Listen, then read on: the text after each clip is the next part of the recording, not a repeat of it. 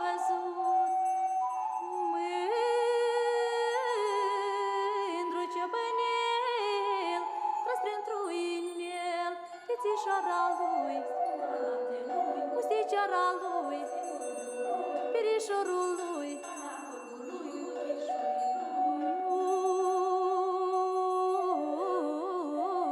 Ura câmpului,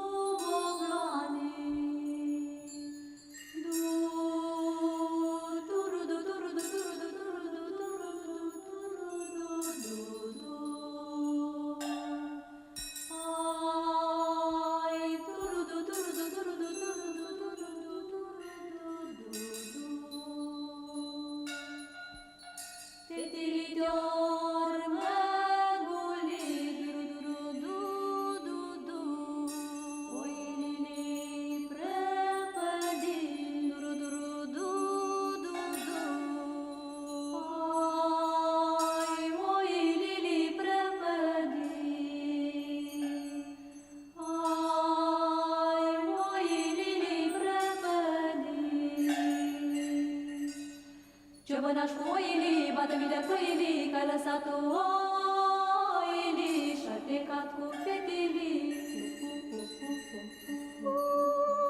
Și-ai plecat cu fetilii, și-ai plecat cu fetilii. Eu m-am pornit după oi, duru-duru-duru-du. M-am întâlnit cu un iepuroi, duru-duru-duru-du. Bună cale iepuroi, n-ai văzut un cârdioi? Oi, n-ai văzut un cârdioi?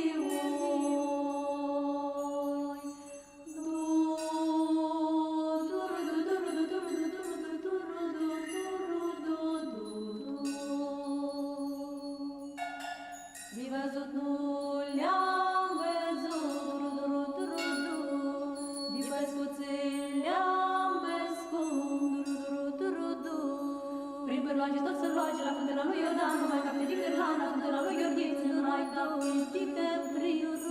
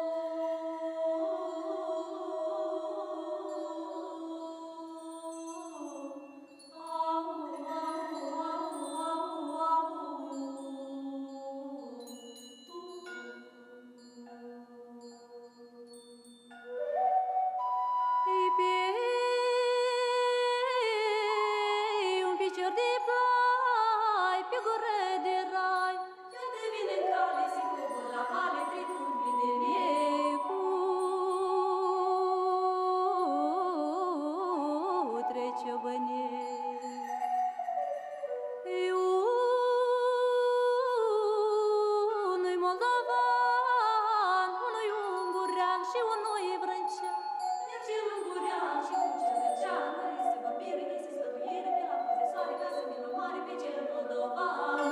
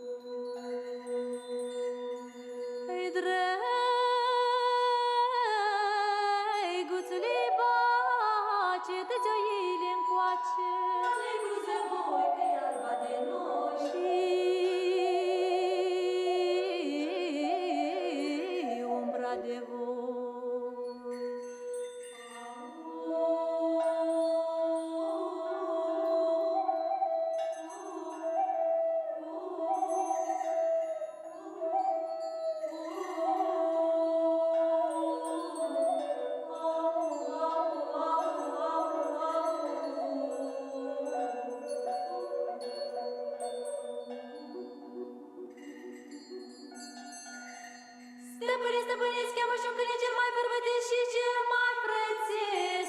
Că la pus de soare vreau să-mi te-o mare baciu și cu cel vrâncean.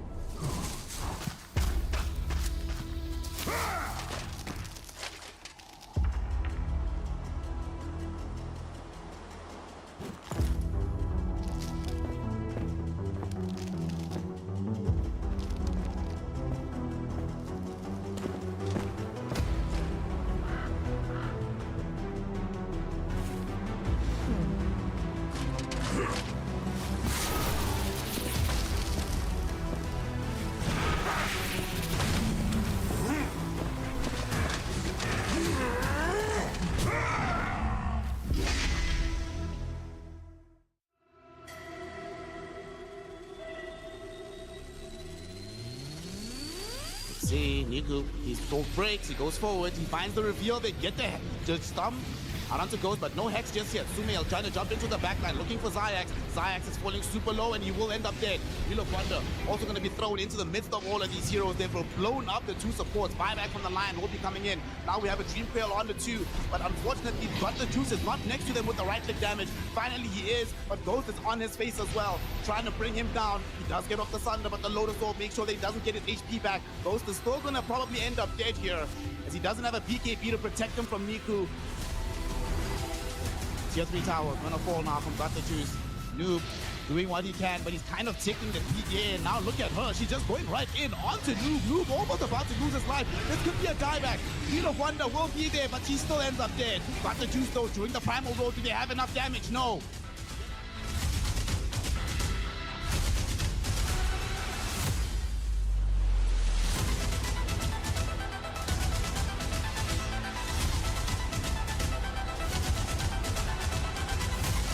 Let's have a look. Can Shiro do? Oh, there with the jump. Oh, it's a toss back on his teammate. Oh, no. And a wall. Oh, it's onto the fourth. The God. vacuum wall combo gets dropped down.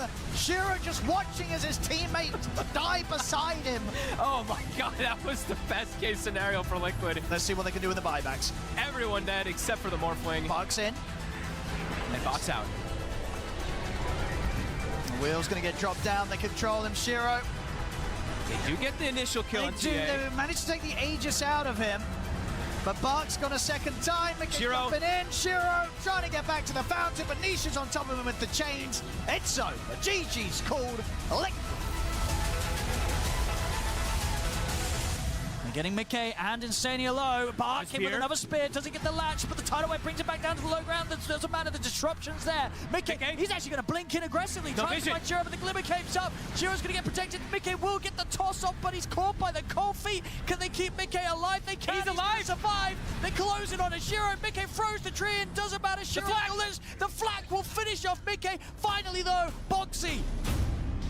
Nisha. He's in, but the silence!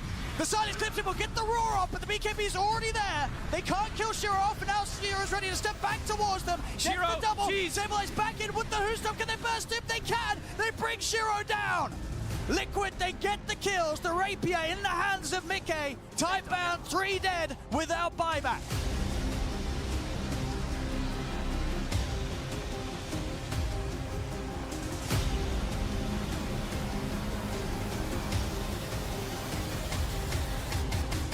Look towards him, they get the chains upon him. Skeeter ready to enter him from the side. Same to be set for Maori. And they put the split here on 33. Look towards Amanda. Let's see him pushing. Skeeter's in with the kill. He finishes the Roshan immediately. Gets the pickup on the Aegis. Perfect timing for Skeeter to enter in and put an end to Tundra trying to sneak this Roshan. They'll be able to kill Skeeter the once. Maureen got stuck there. Can they kill Skeeter a second time? He's in. Jump. He gets the setup on towards Chrysalis, but the waveform's back up. So Chrysalis can back out of this. There's the Rolling Thunder, BZM. Set up on a Skeeter, the Will-O-Wisp drop down. Can they do anything to save their Tiny? No, they can't. Tiny's gone. Maureen tries to move it over towards Chrysalis, but he gets caught by the Rolling Thunder. They'll put the BKB here, Maureen. They're trying to see if they can at least threaten one of the cores. They'll turn over towards 33, but 33's just able to get the Epicenter off. Stands his ground, Epicenter, Burrow stroke over towards Maureen. Maureen will be able to sneak back to the base safely, but the rest of the team, they're all dead here. Ultra kill for Chrysalis, only Maureen able to get out alive.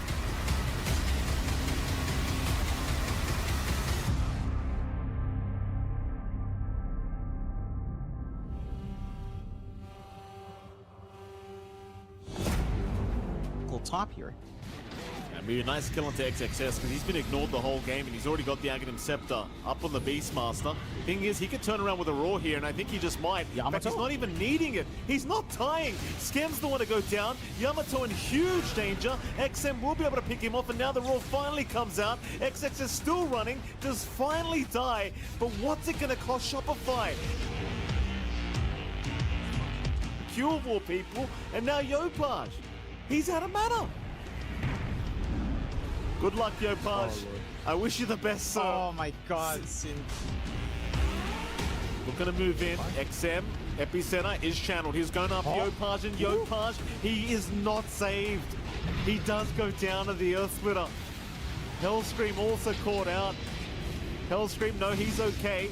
He'll be saved here by the boat. Sinq meanwhile does end up going down. That's a dieback on the Wind Ranger. But here comes Arme. He'll waveform forward. They get the Will of Wonder down. Now the Fiend's grip. Skem will hold him down. Do they have the follow-up damage? He's surviving. Arme, he'll strength morph. He'll make it out. In fact, he'll waveform back in. Arme, what a Giga Chan!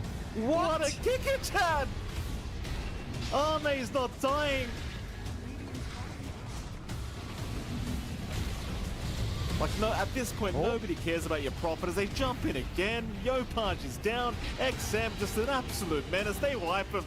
Call it, boys. It's over.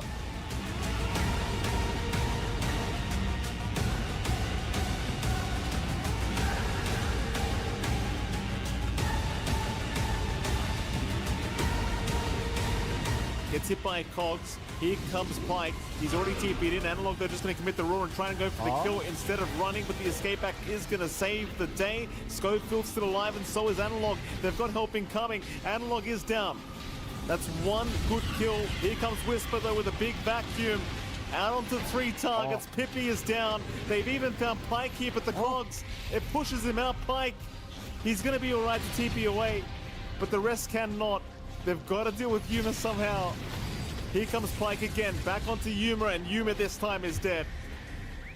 Oh, how unfortunate. Yuma's still chipping away. Pippi, he'll miss the stun. Such a hard fight. Schofield's been jumped. He'll try to hook shot, but he's down. In they go, though. Back wall is out. Whisper on a 4, and they just melt. Pike will at least TP out of there.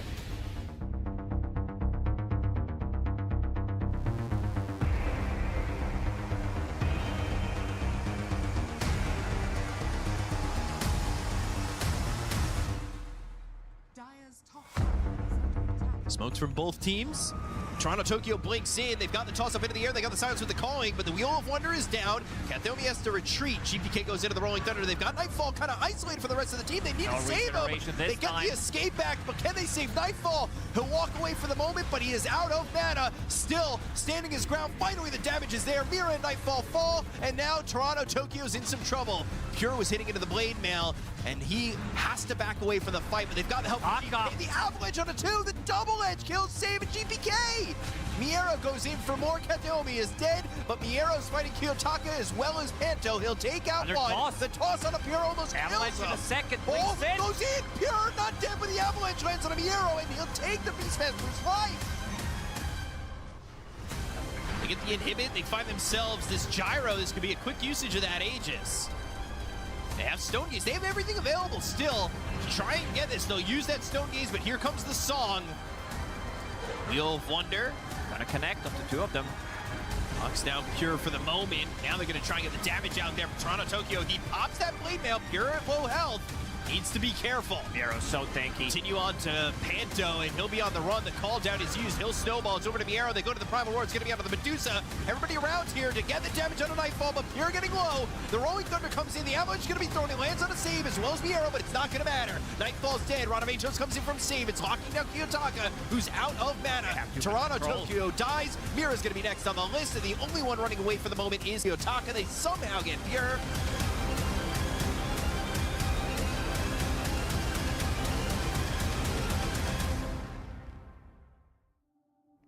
Greetings, esports fans. We're back in beautiful Bucharest as PGL Wallachia Season 4 continues, and we're going to have some great Dota for you today because today is Judgment Day. Winners will go to the playoffs, losers will go back home.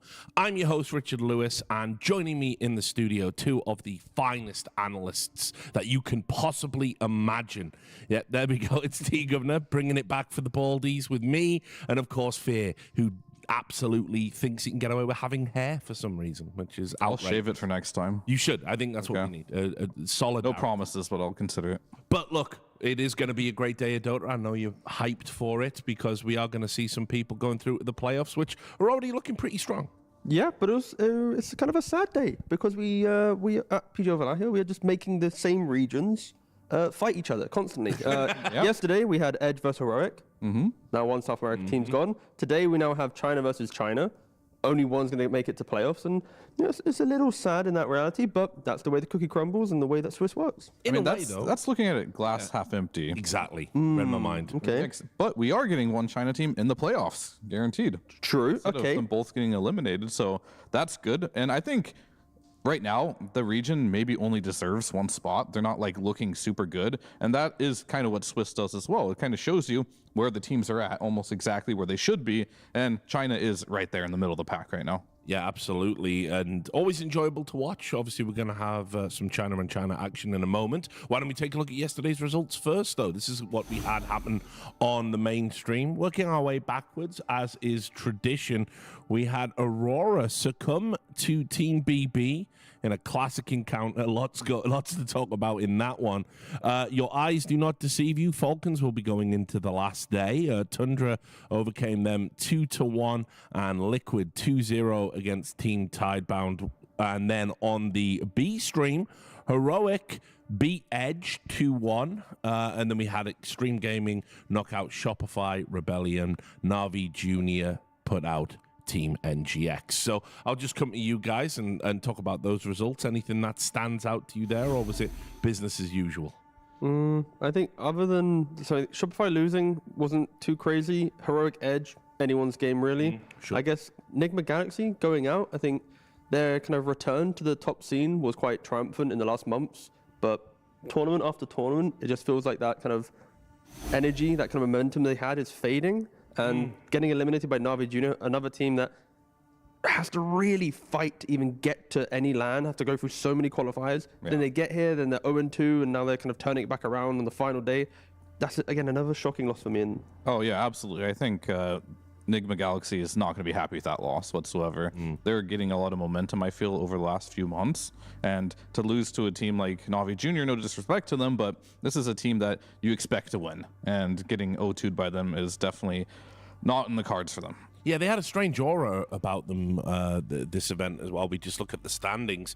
They seemed really, really like bummed out every time like they were playing. It was like, I don't know what was going on. We've talked to a lot of players today about how the schedule's catching up to a few people. Maybe that's what was at play.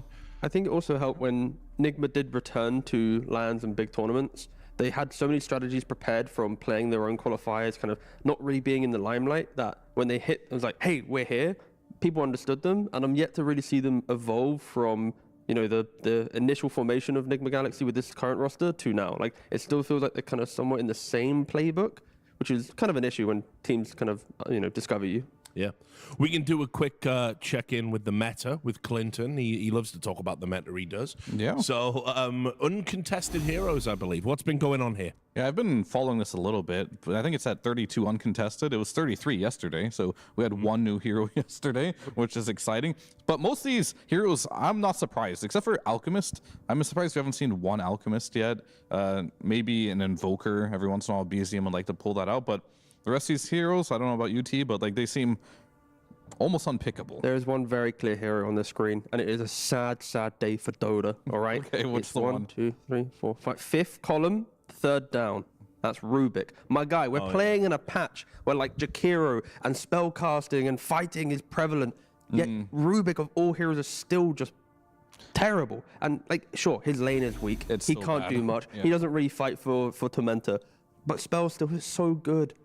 But everything else about him is so bad. Yeah. And it's like, it's such an iconic hero, and everyone would love to watch him in any competitive game. A good Rubik player is truly great, but the fact that in this meta he's still unplayable is proof the hero is just kind of bad. Yeah, I remember there were so many patches where, let's say for example, AA, it was versus IO, it was versus all these like heal reduction, but it was still so bad you couldn't pick it.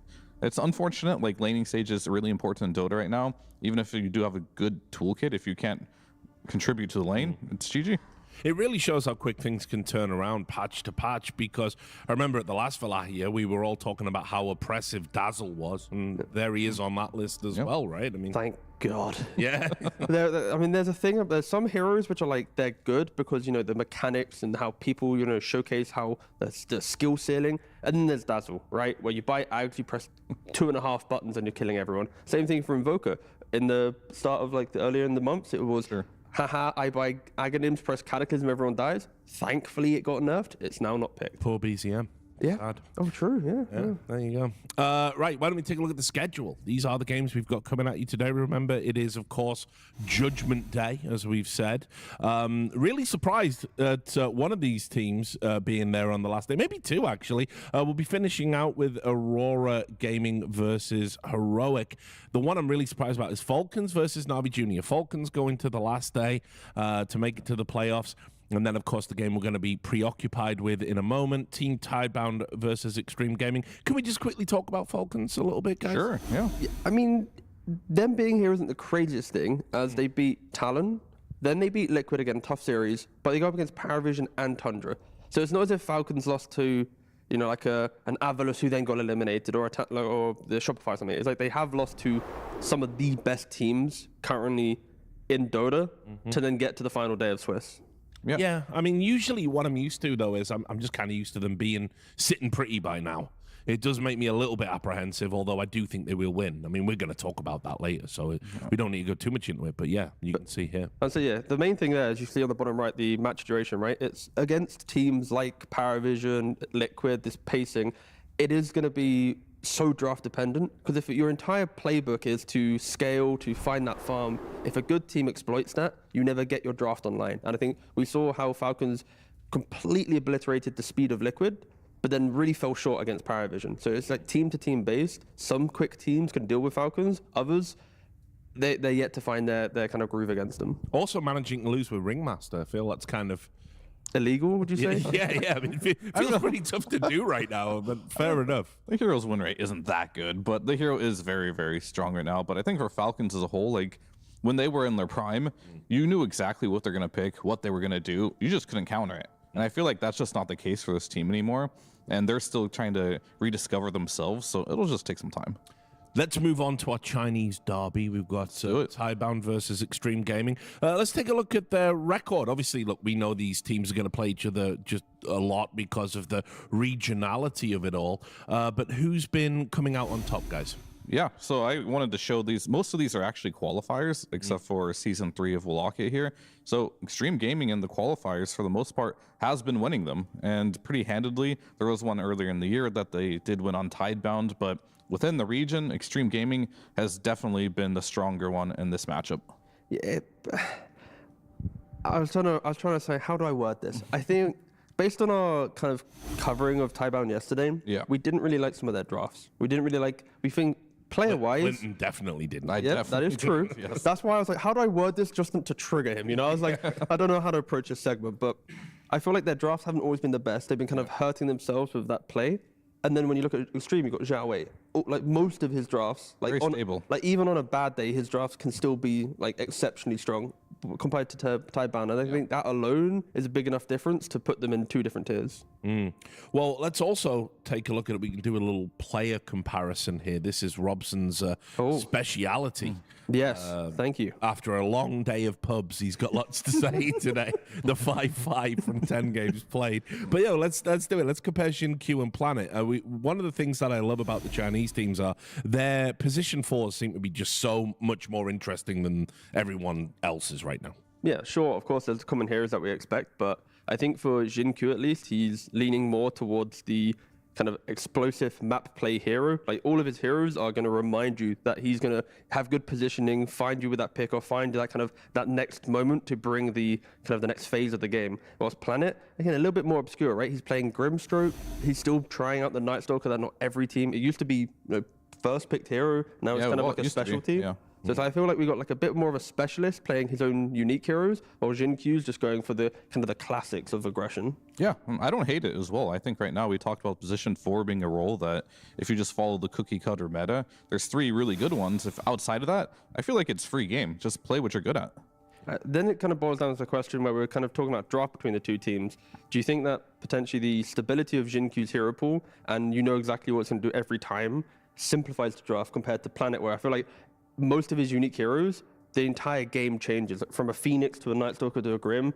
Like compare that to Hoodwink, Windrunner, Morana. They're the same thing basically in my mind, like in regards to draft value. I mean, honestly, it's all of Tidebound really that just has a enormous hero pool that just has completely different like uses for every game. Like they'll have a different mid on Nothing to Say every game. You don't know what he's gonna play. Same thing for like Planet. He has a unique hero pool. So I think in general, like only thing you have to watch out for Xtreme Gaming is Ame's hero pool. That for me, that's always gonna be the X factor. Is he gonna last pick Faceless Void? Well, I don't know. Maybe he will. Maybe he won't. Chronosphere Void, right? Just to be clear. Of course. Okay, yes. cool. I haven't covered all of the games. I just wanted to triple check that we're not in some weird back to time. Oh no, it was really bad. He lost the game, by the way. Oh. I mean, he picked last pick Void into Beastmaster Morta lane. Just kind of fed and did nothing. Oh god. And there it is. You've got the evidential proof of that. A Drow in there as well. Yeah, dabbling. Drow is a lost hero for sure, but the correct matchup, Terrorblade being so popular, there is a world where it could work. But yeah, I think for Ame at least, clearly the Morphling is something that is proving successful. Yeah, a lot of normal carries in there, like Morph, Gyro, TA, PA, Tiny. These are all like proven. There's a big carry pool right now, and a lot of them have different uses depending on the game right now. We're not really pigeonholed into like 1 or 2 carries or GG, which is very nice to see. But it means also you don't have to dig deep into these Faceless Void, Juggernauts, Drow Rangers of the world. But he is still trying it, because I have played a couple pubs of Ame recently. Absolutely. And he's still trying the Juggernaut. And I heard this. Yeah, no, His not signature the full story, but no, I fully respect the fact that like in his pubs he's still trying some of the classics. He's Did it win? No. Oh no. No. It was rough. Omni Slash unfortunately didn't really do the most damage in the early game. Therefore, we lost quite a lot of early fights, and the game kind of fell apart. But it's just the fact that I think nowadays you need to really push yourself to explore heroes kind of independently. You can't rely on looking at other people. So I do respect the fact that there are players when they enter a ranked game. Yes, of course, winning is critical, but you know what? let's try a hero that's been untouched competitively for many months, even potentially years. I mean, there's an archetype of carries right now, and the reason why these Faceless Void, Juggernauts, Drows don't fit, because your carry has to show up with either like some meta or, you know, TA with Refraction and a Dragonlance. You have to contribute something to the early game, and these carries do that. Even Morphling at some point will be able to use to replicate and turn into a useful hero. All these heroes can fight, whereas like these very slow traditional carries that by Battle Fury don't do anything. Even PA is very strong at level 6. So most of these heroes, they're just not very good right now because they can't really contest anything. Or you win your lane, right? That's the other thing. It's like if you want to pick a carry like this, as you see from the combos we have, right? Jakiro Terrorblade, there's big damage from Jakiro, Reflection meta. Then on ET Gyrocopter, ET can set up the fight, Gyro can chase you down with a barrage. Like again, super strong lanes with all the top combos. And then when you compare it to other hero like carries, Juggernaut, you're not killing with spin. Drow Ranger, you really need level 3, maybe 4 to start doing some big damage in the lane. It's just not the same compared to the classics that all the other teams are leaning on right now. Yeah, and you can see there, I mean, some of those combos really strong in lane, but don't necessarily have the strongest win rates right now. It is kind of a interesting meta change, a little switch up at the moment. We are getting closer and closer to the draft, so I think it's only fair that we highlight a little bit of the things that we've observed. Both of these teams, they do like to throw in curveballs. They do like to get a little bit funky, particularly on that pos 4 we've talked about. They can almost play anything in that role. So and we're in a flex meta right now, so we're probably going to see some interesting picks. But I'll just come to you, Clinton. I know you've been a little bit critical of Tidebound and the way that they've been drafting. Yeah, for the most part, they oftentimes will sack Nothing to Say very hard.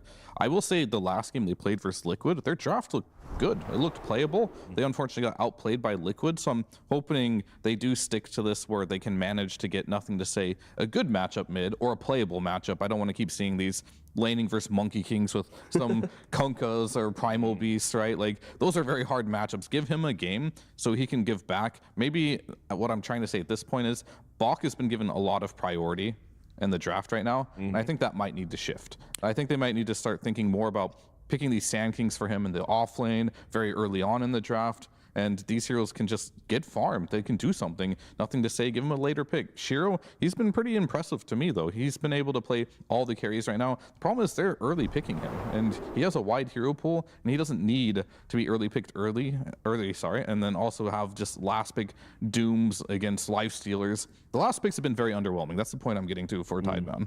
And the thing here is, if you give XM the ability to see his hero, yes, he's not really playing like the Vipers and Snipers at Wallachia so far, but I feel like his Sanking, the Storm, like if you get a lane where they're not really contested, you break open the game. In an uncontested Sanking game or Storm, whatever, any Spirit hero, it's so devastating to give that away. You see how Liquid's picking, Ember in like the second to last phase, one ban, and then he goes 18-1, right? So I think you need to really respect the big playmaking heroes from Xtreme. And yeah, I fully agree with Fear that as long as Nothing to Say has a little bit more priority in the draft, I think you will see more stability within Tidebound's play. Yeah, I mean, he looked really good in that Kunka yesterday, right? Against Liquid. It was a good showing. So we'll have to see. For XM as well, I was a little hesitant on him not going for his natural hero pool, because he played a DK the other day against Nisha Zember, and it was meh, you know? It was pretty meh when we were like, hey, just go for your Viper, go for your Sniper. You destroyed the game there. There's a reason both these teams are in this position, right? Contention for elimination, so they've got some polishing to do. Yeah, just a reminder for everyone at home, the winner of this will be going to the playoffs and the loser will be out of the competition. And you can see a couple of things. The Veno ban there, obviously Veno jungle. Some teams are still attempting to run that strat. But we've got a TA, one of the most contested heroes at this tournament, and it's through. I mean, whenever I see a TA as a carry player, I'm like, am I playing Medusa, Terrorblade, or Morphling? Yep, and if you're support, you're thinking about Phoenix and Jakiro. So there's actually plenty of heroes available to you. Of course, you'd hope that actually if it's a first pick TA, to be fair. Sure. I mean, I think Medusa would be a splendid pick right now. Ooh, splendid. Little anti-mage ban after to maybe progress the draft. Yeah, you can lane off lane against it just fine. No problems there. It could be your carry. No, I like that. Jakiro would be fine with me too, or Phoenix. I don't hate those options either. I'm just waiting for I'm surprised. How are I don't understand how this is surprising Tidebound. Like, You know, that's a good point. So, well, yeah, what Fred is obviously saying is in your preparation in drafts, 90% of your prep is, depending on your pick side, your first phase bans into if your first pick, what are you picking? And based on what they pick, what your response is. And normally, that's fully scripted. That is not something that you overthink. You have your 4 bans. If they might change a ban, cool, that's a new hero that gets thrown into the pool. But this isn't like a crazy revelation. Oh my God, the TA. Like, we know TA's first pick. So I fully agree. The fact that they've eaten through half of their reserve time for what I would expect to be maybe on like maybe page 2 of their notes potentially. I don't. Like, yeah. Maybe they just haven't turned the page yet, but this is. It's usually game 1 you're the most prepared for too, right? Have they disconnected the whole day? Do we know if they're actually in? I know they're talking, but that's not the right team, but they're or connected. that's how we said the drafts are scary. They're struggling for Tidebound. I'm actually Random. I'm afraid they are okay. disconnected. Actually, there's only 40 seconds of reserve time. This is your first pick against a TA. What's happening? We don't have the stats for this, but they go for they go for Monkey King. That hero's also good versus TA. Follow the TA flex, yep. But again, maybe there are stats for that. The longest time for a second pick in the history of Dota to use nearly all of your reserve time. Yeah. And it wasn't even any flashy. No offense, Tidebound. It was like one of like the big 6 counter TA heroes. Yeah.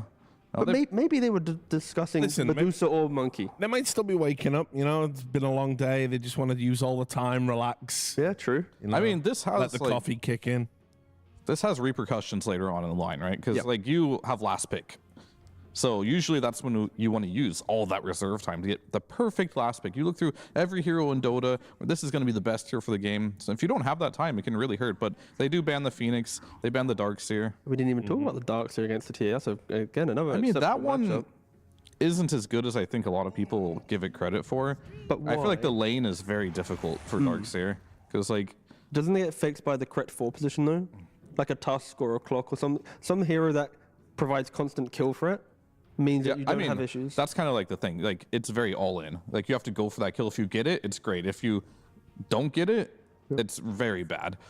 And then later on, the illusions and everything, it's kind of hard to catch TA out. So I've played that against that matchup a lot, and there's definitely worse things to play against for sure. But it's okay. I think in general, like, you pick the Monkey King already, you're probably not as afraid of these Medusas and stuff like that. Because, yeah, you can play them on the same team, but those type of heroes kind of like want to be the star of the show. All right, Tiny comes out. And that's an interesting pick because normally when you pick Tiny, kind of does the job that TA does, right? As being that flex hero for your carry / mid, so. Maybe they are trying to keep it both flexible, but normally when I see the Monkey King, I think I'd rather have the TA in the safe lane and have a good, strong support to give life to her lane. I don't want to put the TA mid and suddenly it's now Monkey versus TA mid, Monkey versus you don't DT. want that. So it's like the TA has to be the carry, in my opinion. Then Tiny, therefore, is going to be probably just the mid lane. So as much as there is flexibility, it feels like there's blocking in just strong heroes.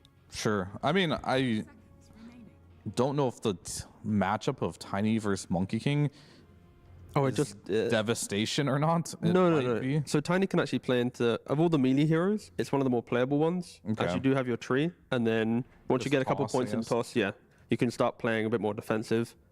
Yeah, if you can like delete the wave with the toss and a tree throw, and that's probably okay. But they definitely didn't go for the route of just like trying to destroy Monkey King mid.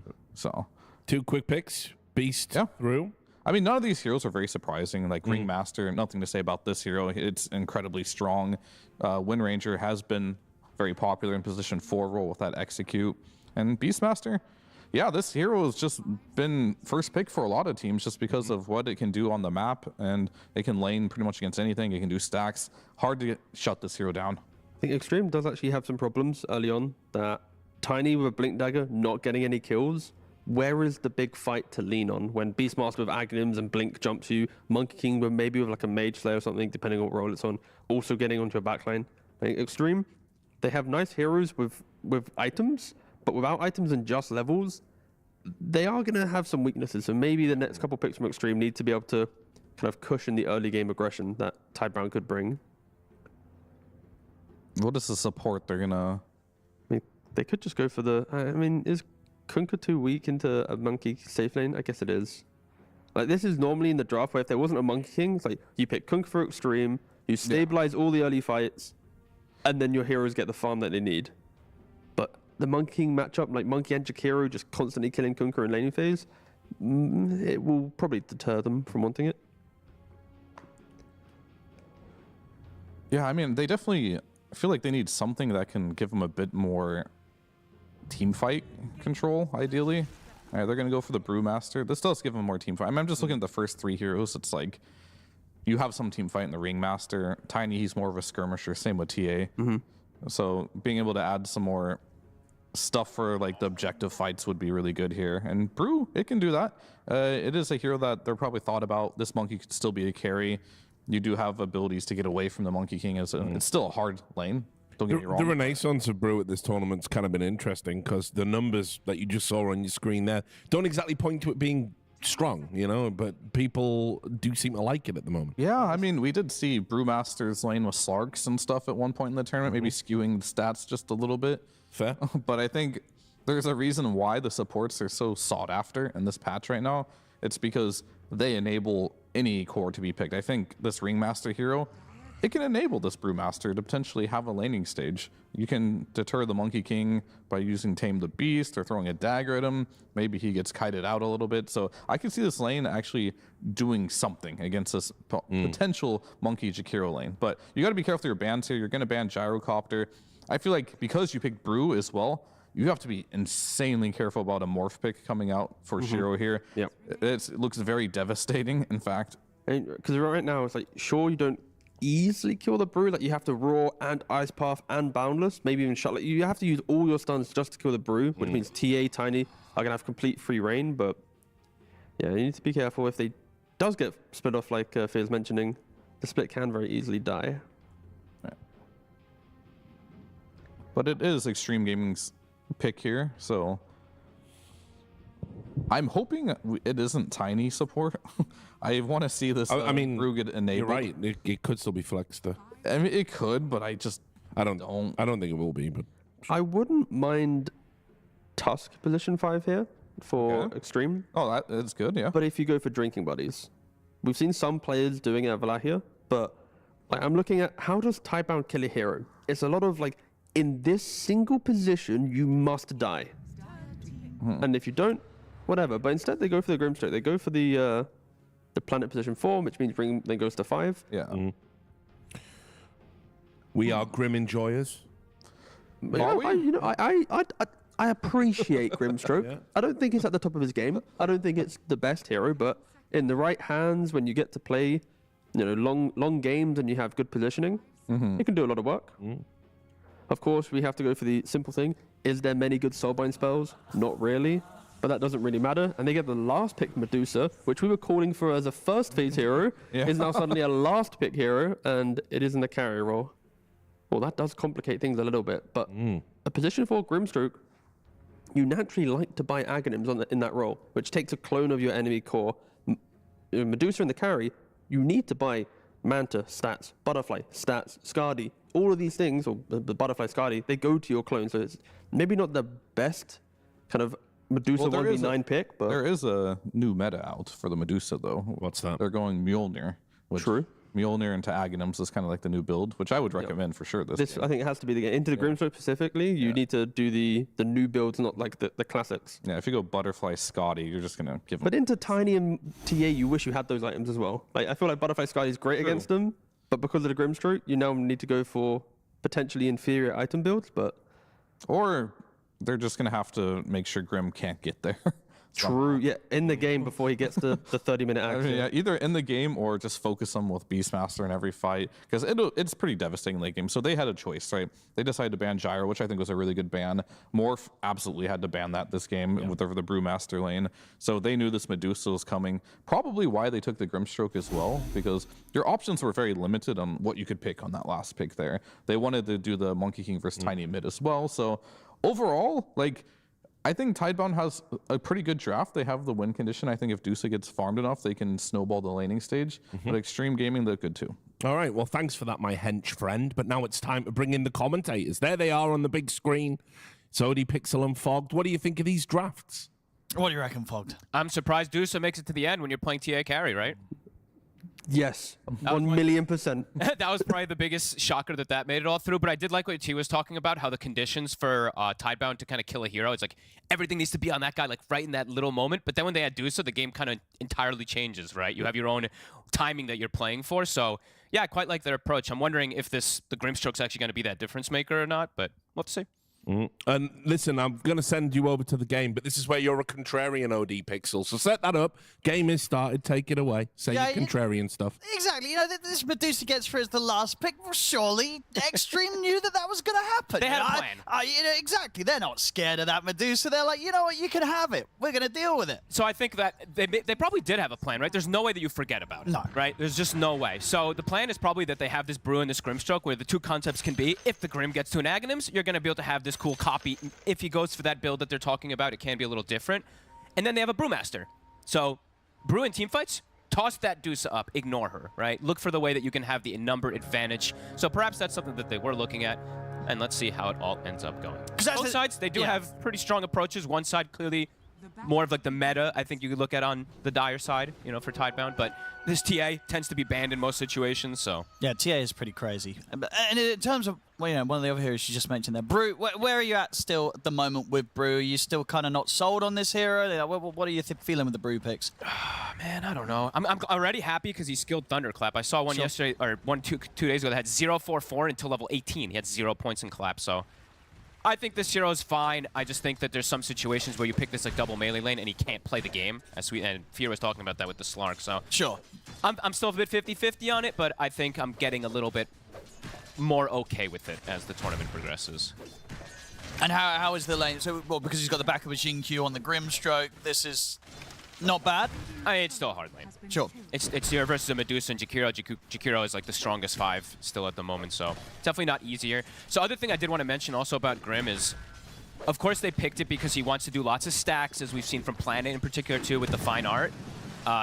His Phantom's Embrace is not going to be the easiest to use. Whenever you're playing versus Jakiro, the hero just kills it. Like, he just double attacks. So doubt we'll see him get many points in that early on. Nice try there, Planet. Almost sniping out Tianming. And Nothing to Say does have this matchup that he really wanted. And I think you kept mentioning it yesterday to me, too, is Nothing to Say has not been given advantageous matchups too many situations. This time he's in a very nice spot. Yeah, this is probably the best matchup he has been given. Yeah. He had one the other day. This is pretty nice. Decent, but yeah, this one is very nice for him. Planet gets the side pull off. An ideal setup for them. Yeah, let's see if they can bully. Let's see if they can pressure Shira at all. The fact that he has Clap tells me that maybe they want to try to, but definitely not easy whenever you're playing versus that Jakiro, as I'm mentioning. Yeah, well, I should always be able to hold them back if they do start to get aggressive and attempt to close that gap on Shira. I feel like Jakiro's attacks, actually this is stupid, I shouldn't say, but I feel like Jakiro's attacks should not do the same damage to wards, because it's impossible to contest this hero when you're in 4 position and you're trying to de-ward. He puts a sentry double attacks in, you're like, okay, cool, whatever. Like, so it's really hard for you to really ever unblock camps or do anything like that versus this hero and put pressure on in lane. But right now they're doing great. Right now XXS is free farming up here, so not feeling that pressure just yet. I mean, Medusa lanes don't really pressure too much, but usually they just ensure free farm for her. And will he just be going, what, for a Radiance rush this game on the Brew? If he's getting a good lane?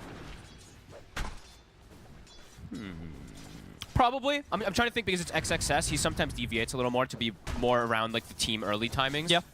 So he maybe will look for a faster timing since they are playing with TA, but we'll have to see because I mean, Vessel has its merits versus Beastmaster and Monkey King, but it's pretty useless versus Dusa, so it depends on how he wants, what hero they want to itemize first in particular from him. If it's a standard route, sure, Radiance. And because in this game as well, if it does go late, like, is that Ag's Grimstroke that much of an issue for the Medusa? Like, I think with the new build it changes things, because the Ag's Mjolnir, you actually have ways to clear it, but it's not an issue. No, sure. That's for sure. Because outside of that, right, you don't have anyone that can build a diffuser, really. Maybe you get Disperser on TA down the line. Sure. You know what I mean? But it's, you know, it's not something that's going to help tear through the mana of the Medusa's shield. No. So, like, a late game Shiro He's got a It's great... going to be quite the beast. Exactly. That's what I was thinking. Like the Brewmaster is just going to be the concept of just throwing him in the air. Take him out of the fight. All fights every single time. Kill everyone Throw him else. in the air, kill everybody else. They're going aggressive. Shiro getting gone with the Inkswell. It's fairly low. Stick. 1 charges. No man goes on Y. They got him. Very nicely done there by Xtreme. Surprised Y actually has a salve in his bags instead of having like a mango to be able to pass over for the Dusa. You do usually see picked up Jinq. It's a good connection with XXS. They're doing great in this top lane. Yeah, he's getting pretty much free farm here on the Brew. So, big deal. And we see that mid lane matchup. Monkey King is owning at the moment versus XM, but to be expected with the setup. Bet this is not one of those Brew games where he's going to be sacked, so see what he does queue up. See if XXS is going to go down that greed route, since he does get this excellent start to the game.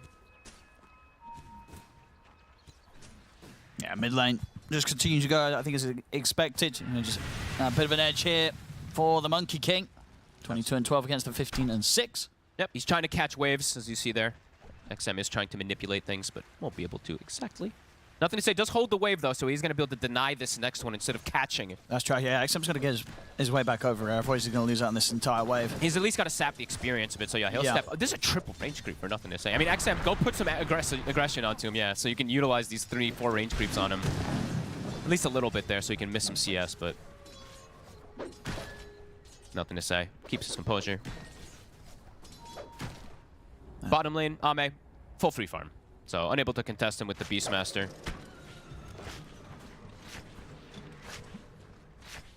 Yeah, cool approach here with this this Grim Brewmaster. And he's killing the Radiants. So, yep, he's having a free lane. Yeah, having a good start. They want to have that scaling. It's going to feel pretty good this game, right? Yep. Especially since he's able to get free lane and that kill. Oh, XM, a big nice setup in the mid indeed. Huge burst coming in from Jinq. Not quite enough, though. That did a lot of damage. I'm enjoying watching this Grim. They're going for the kill. They were attempting there with the toss, perhaps, but unable to get the distance with that stroke. Positioned around the power runes. Level 4 versus level 3. Y is here. Level 6 has been hit on nothing to say. This could be a hard rune contest. See how XG wants to play it. They go for the toss back.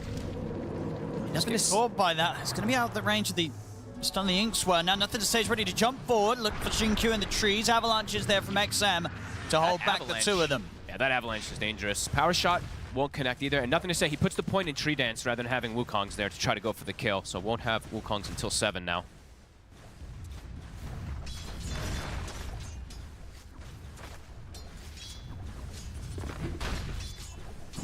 This could get pretty farmy, or at least in this early game. Jinq getting himself positioned for more stacks. The beauty of the Grimstroke. I think there could be, honestly, situations where this hero rises just because of how many stacks that we're seeing. Of course, it's always a stack meta, but yesterday we literally saw Crit stack 17 times in 20 minutes or whatever it was. Yeah, that was on his Muerta, right? That was on the Muerta, yeah. Where he's getting that crazy amount of stacks. I mean, it feels like a lot of the 4 positions just thrive with that, right? There's Coddles. Yeah, they can Muertas, they can stack easily. Yeah, you can double stack quite effectively, as we see Jinq does not get the double stack, but he'll get the 1. And stacks we see on the side of Tidebound. They have a couple, but one was blocked now. Tianming starting to address the triangle since he knows Beast is going to back up there eventually. But I say that, but Bach is actually looking to play for the laning phase more than anything, rather than actually play to go back and farm stacks. Now mid. Build XM. No mana. Try and make a go for him. He's completely They're going to get him. He's completely And no way to protect himself. And no backup coming in either. That feels like it shouldn't happen with him stepping up that far. Just literally no resources to prevent that kill. An unfortunate death for XM is nothing to say. Starting to really cruise it in this mid lane. 2,000 net worth on the Tiny, 3,600 on the Monkey King. Yeah, he's having that is an insane separation. A beautiful start here.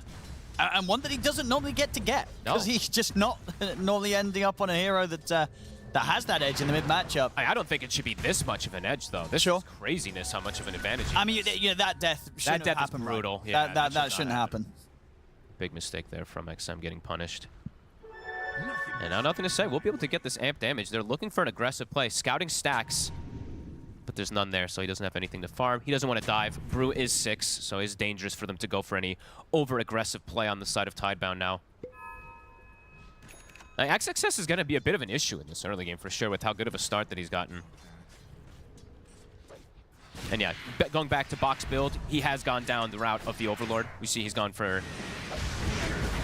He's got that Dominator finished up already, so we'll be able to look to apply pressure. And I think the reason he went for the summons this game is because he's versus these squishy, fragile backline supports.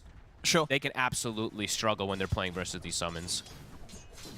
But yeah, a bit of a pivot of a game, though, from Tidebound, because that does mean a little bit of these timings will be delayed. Usually it's like this Ags Beast comes out, you look to play around the Tormentor, I mean, accelerate things. How many times do we see the non-Ags build come out from these Beastmaster players? Like, are other people also doing this? Some, but I feel like at this tournament, a lot less. I think last here, tournament I saw more, but here I think everybody started doing Ags. But Yeah. I think that's also because most of these beasts were like mid lane. Sure, they're in different roles as well. We're seeing a lot of beasts in other positions. But, So, yeah, this is cool. It won't allow them to force the Tormentor in particular in the same way, but allow them to fight around the Tormentor to contest versus potentially XG.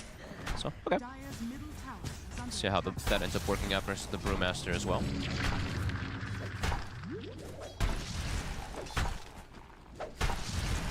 This is a problem, surely. This Brew's just going to have such an early radiance. It is really big. The problem, though, is also XM is just completely poor. Like, actually having one of the slowest games I've seen on Tiny in this tournament. I guess that balances out. Yeah. So it balances. They're struggling in the mid, but indeed on the off lane, XXS having an amazing time. Bach will lose his creep. Wait. He took... Oh, nice play there from Bach. They're about to kill his Dominator creep, and he dominates a melee creep literally on the last attack, so they get no gold out of it. Well played there.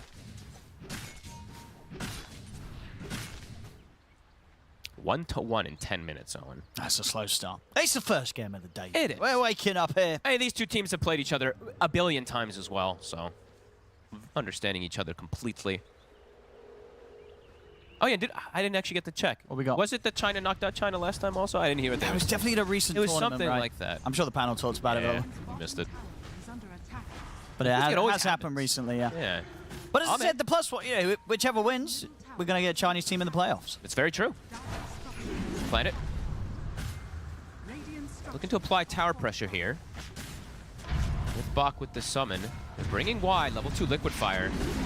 They're going to look to defend this tower. I mean, they have all their tools at the ready if they'd like to bring the Brewmaster, but... Bring the Grim over.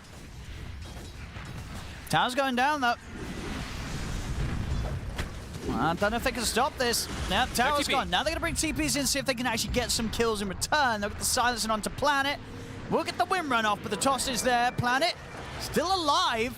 Finally, he falls. They'll drop the wheel. It's not going to quite catch on a Y. Nothing to say. Slams down the boundless strike on both Arme and Tianming, holds them back and gives the space for Y to get out. So they bring the four of them down bottom. They're not able to hold their tower, and they do only just get a support kill. Well, that wasn't that exciting. I was hoping for a lot more to kick off there, but everyone just disengages as soon as they rotate. Tower has been claimed. It was not denied, right? Bach got the last hit. So he'll be happy with that. And now he can go down his Ags build. He's not going to full commit for that Overlord.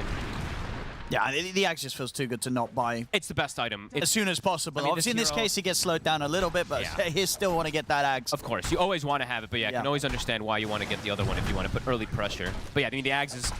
It's arguably the best Aghanims in the game at the moment, right? I can't really think a lot of times of a better one. It's like if you don't have it, you're not playing the hero. Yeah, exactly. So I'd actually have to think quite a bit to see what other Ags I like better. What are that's sort of essential. Yeah, like what's another hero that just always rushes it at the moment? I mean, Sand King, but I would not put that nearly at the value of a Beastmaster. So. No, yeah, I feel like Sand King's playable without it. Yeah.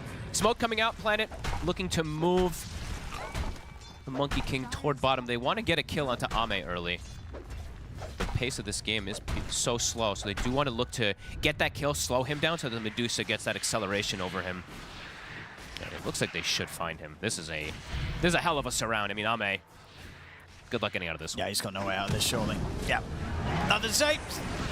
Finds him with the setup. And overall, even though Ame is farming, it definitely is not really set up to be one of those games that's super easy for a Templar Assassin just walk in and attack targets. A lot of control that he's going to have to deal with. A lot of damage instances. But XXS, he is almost having a Radiant. Yeah, he's chilling. It's probably one of the faster ones we'll see as a Brew. I think this has been so far like the easiest brew early gameplay that we've had this tournament. He is no one's doing anything about him. He's just getting to farm his Radiance. Of course, it was picked before the Dusa, but this is probably one of those great things that you pick. Dusa's just very passive in lane. So you can pick this Radiance. Yeah, let me just pick this off lane. passive farmer also. So that's kind of cool. The approach that we've seen coming out for them. Yeah.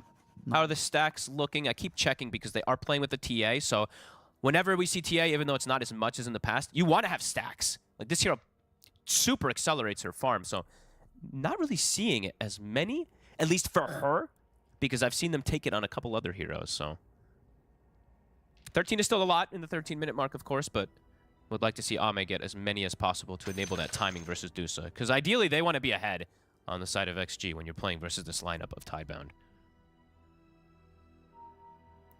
Are you translating on? I'm getting the translator. I thought you were on it already. I knew it. See if we're getting any banter. Oh no, they're moving too fast. Underway. You got it. I'll keep going. Yeah, we're back in. You take it.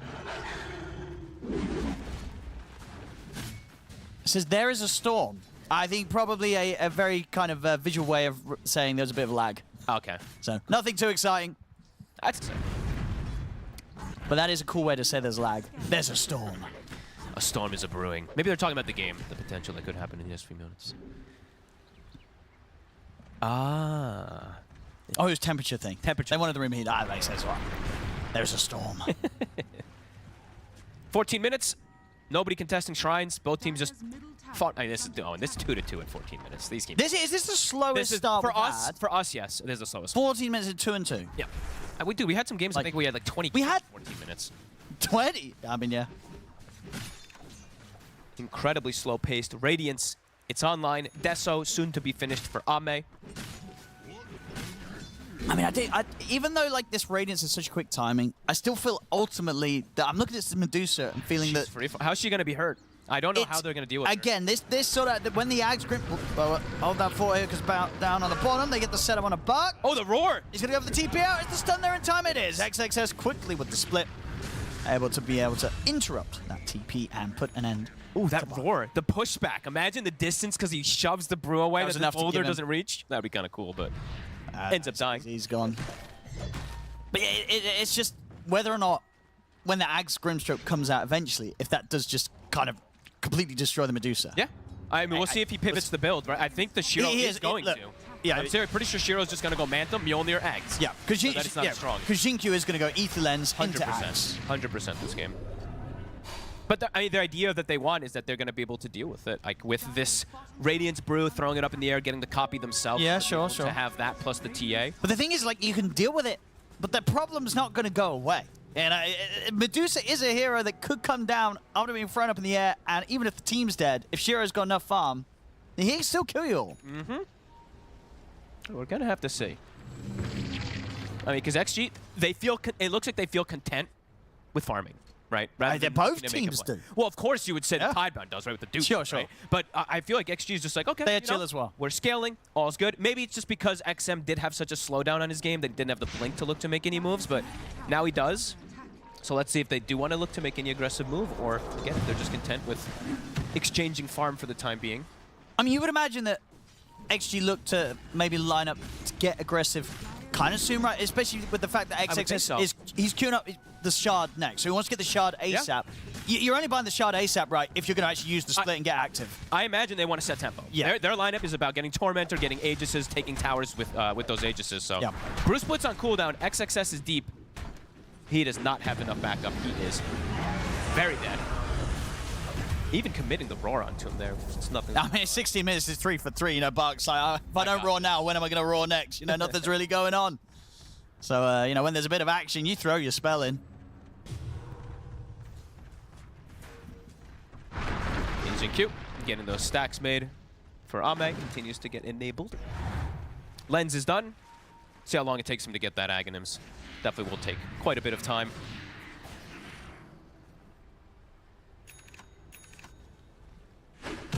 Okay, so Blink TA, Blink Tiny, Radiance Brew with a Shard. With a Shard. I feel like she's going to look for fights and look for a rush. It seems like they are hitting a timing now where everything can come together quite nicely on XG. XM with the haste also. Looking for a potential play, but I don't know if he actually saw Buck. Now he did. See what we can do about this. He's got the haste, so he's got great ways to play around him. And with Q here, yeah, he's pretty dead. Get the Deso stack here for Arme. can you turn this directly into this Roche because you have that Deso? Perhaps at least look to maybe force an engagement. They're actually TPing bottom with Jin Q to set up. Maybe just check if there's any vision down here.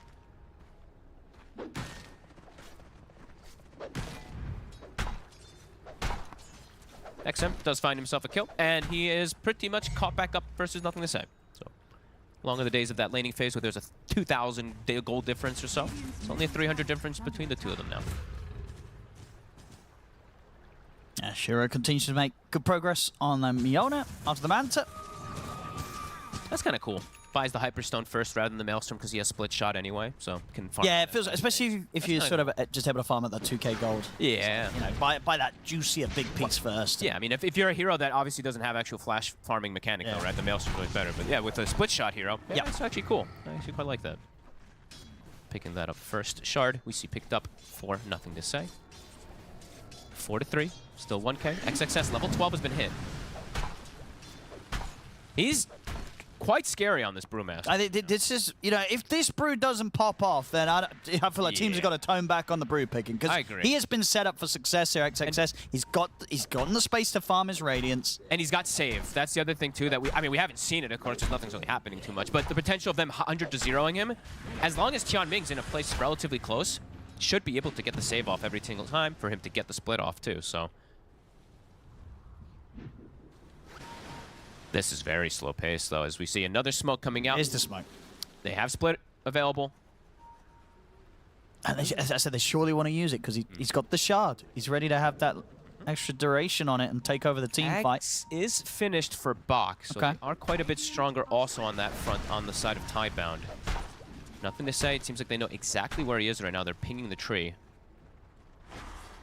Won't be able to find him. Middle tower is under attack. It's a little hard to get behind the tower right now. Yeah, no, I mean, XM did have the blink to be able to dive for it, but was hesitant to go for it. Hey, they're looking for the kill. They know that they're stronger at the moment as long as they don't just walk up into a high ground and feed some heroes, like feed the supports first. Also, Wukongs can be scary depending on how they walk into it here. XXS looking for Power Rune. XM will get it. Can they get anything out of this? They're looking at XXS. They'll get the shackle shot, but the wheels drop down, and that will stop Tidebound from being able to chase. Bit of a whiff on the wheel, though. Doesn't actually connect with anybody.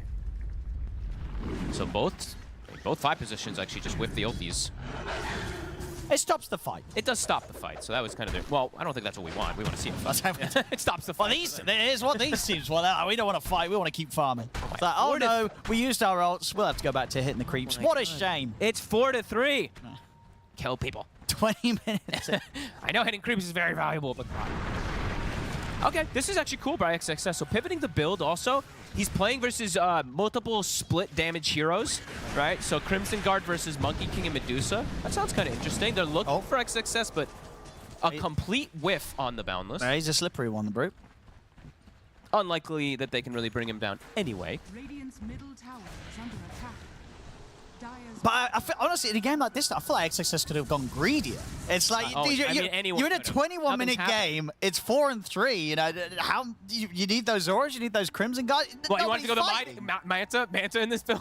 Get the Manta Midas Octarine online. You know what I mean? It's Crimson. Who needs a Crimson? Nobody's killing anyone. With the pace of this game, no, absolutely. Could have probably gone away with anything. The Radiance is good that he's gotten it since it's so greed, but Tianming get caught. He should be dead. XM should get the chance to get out of this, though. He's got the shield rune. Look if they want to try to re-go in. Nope.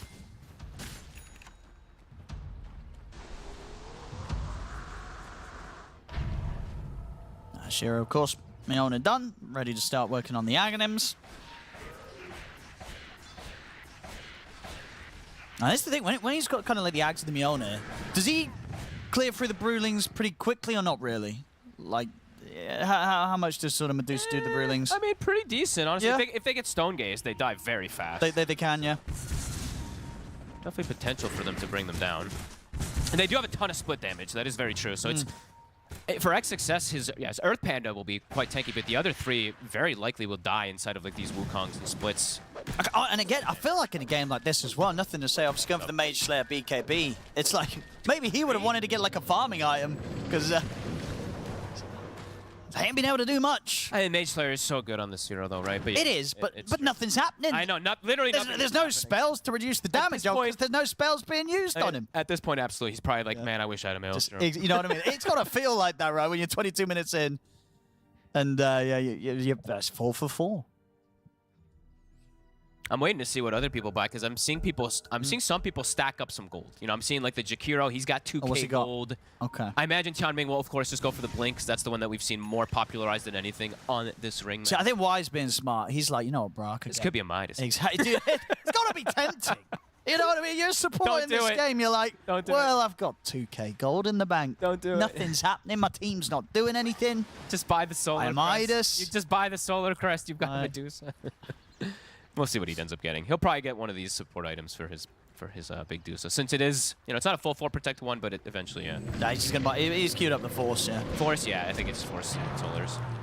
Just makes too much sense this game. My goodness, though. I mean, what about a Roshan? I thought that XG was going to do it 4 minutes ago, to be honest. But I guess they're afraid maybe of the fight kicking off around it. But they have strong team fight. But nobody wants to engage in a... No one wants to do the 5v5, Owen. That's what this tells me.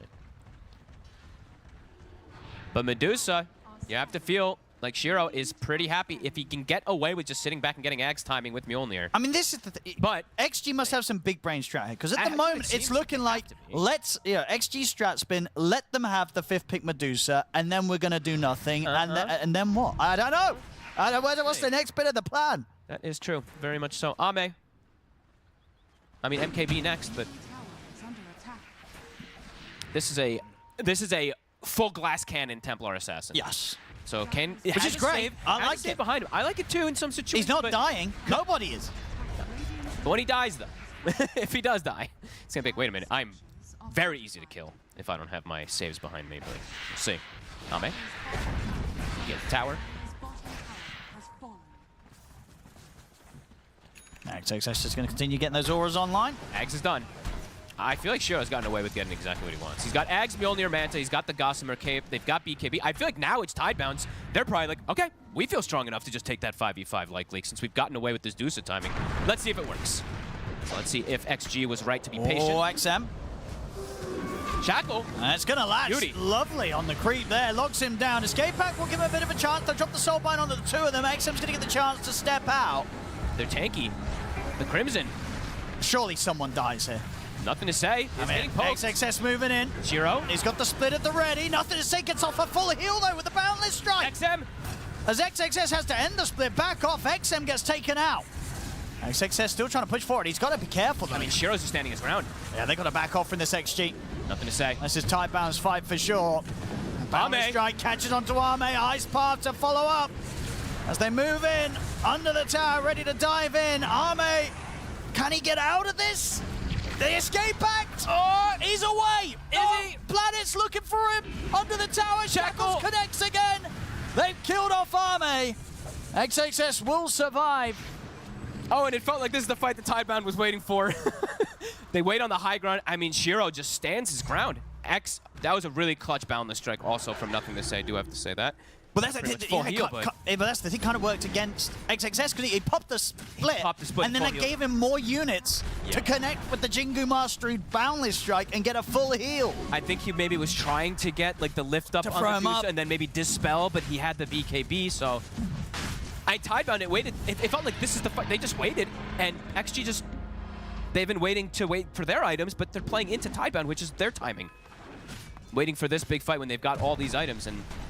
They're tanky on the side of XG, but their damage seemed quite limited. And this is the thing. It's really felt that the 25 minutes or so far this game, the do-nothing strat just seems to work way better for Tidebound's lineup with this Medusa than I think it's going to for XG. It does feel like it. They did get the 5th pick Dusa versus Templar Assassin, which is one of the best heroes in the game, in particular versus that TA, especially if you just get to sit back.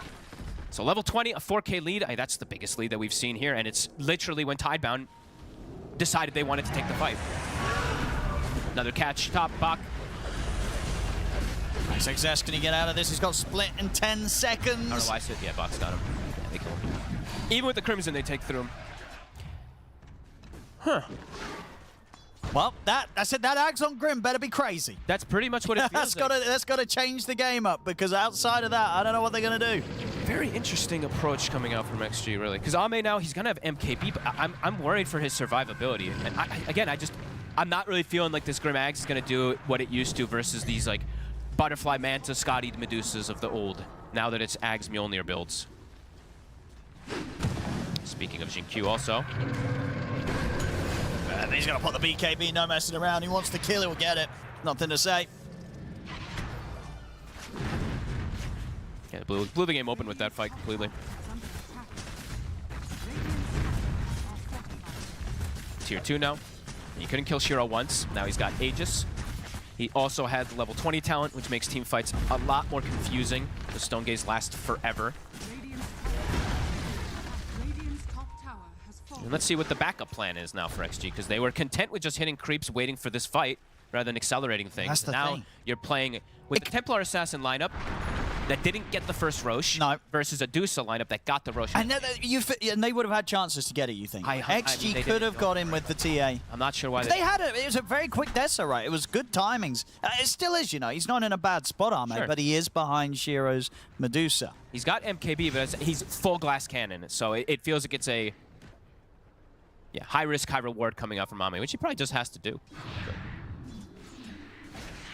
The group up again, Tidebound, ready to go for the siege. They still have 2 minutes on this Aegis. I believe they also used their high ground glyph on the side of XG for that tier 2 on the left side.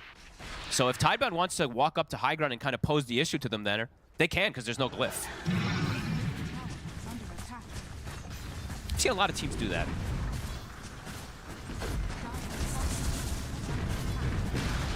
I'm dumb, and they do have it. I don't know why I was saying that, but I thought they had used it. Either way, it's up.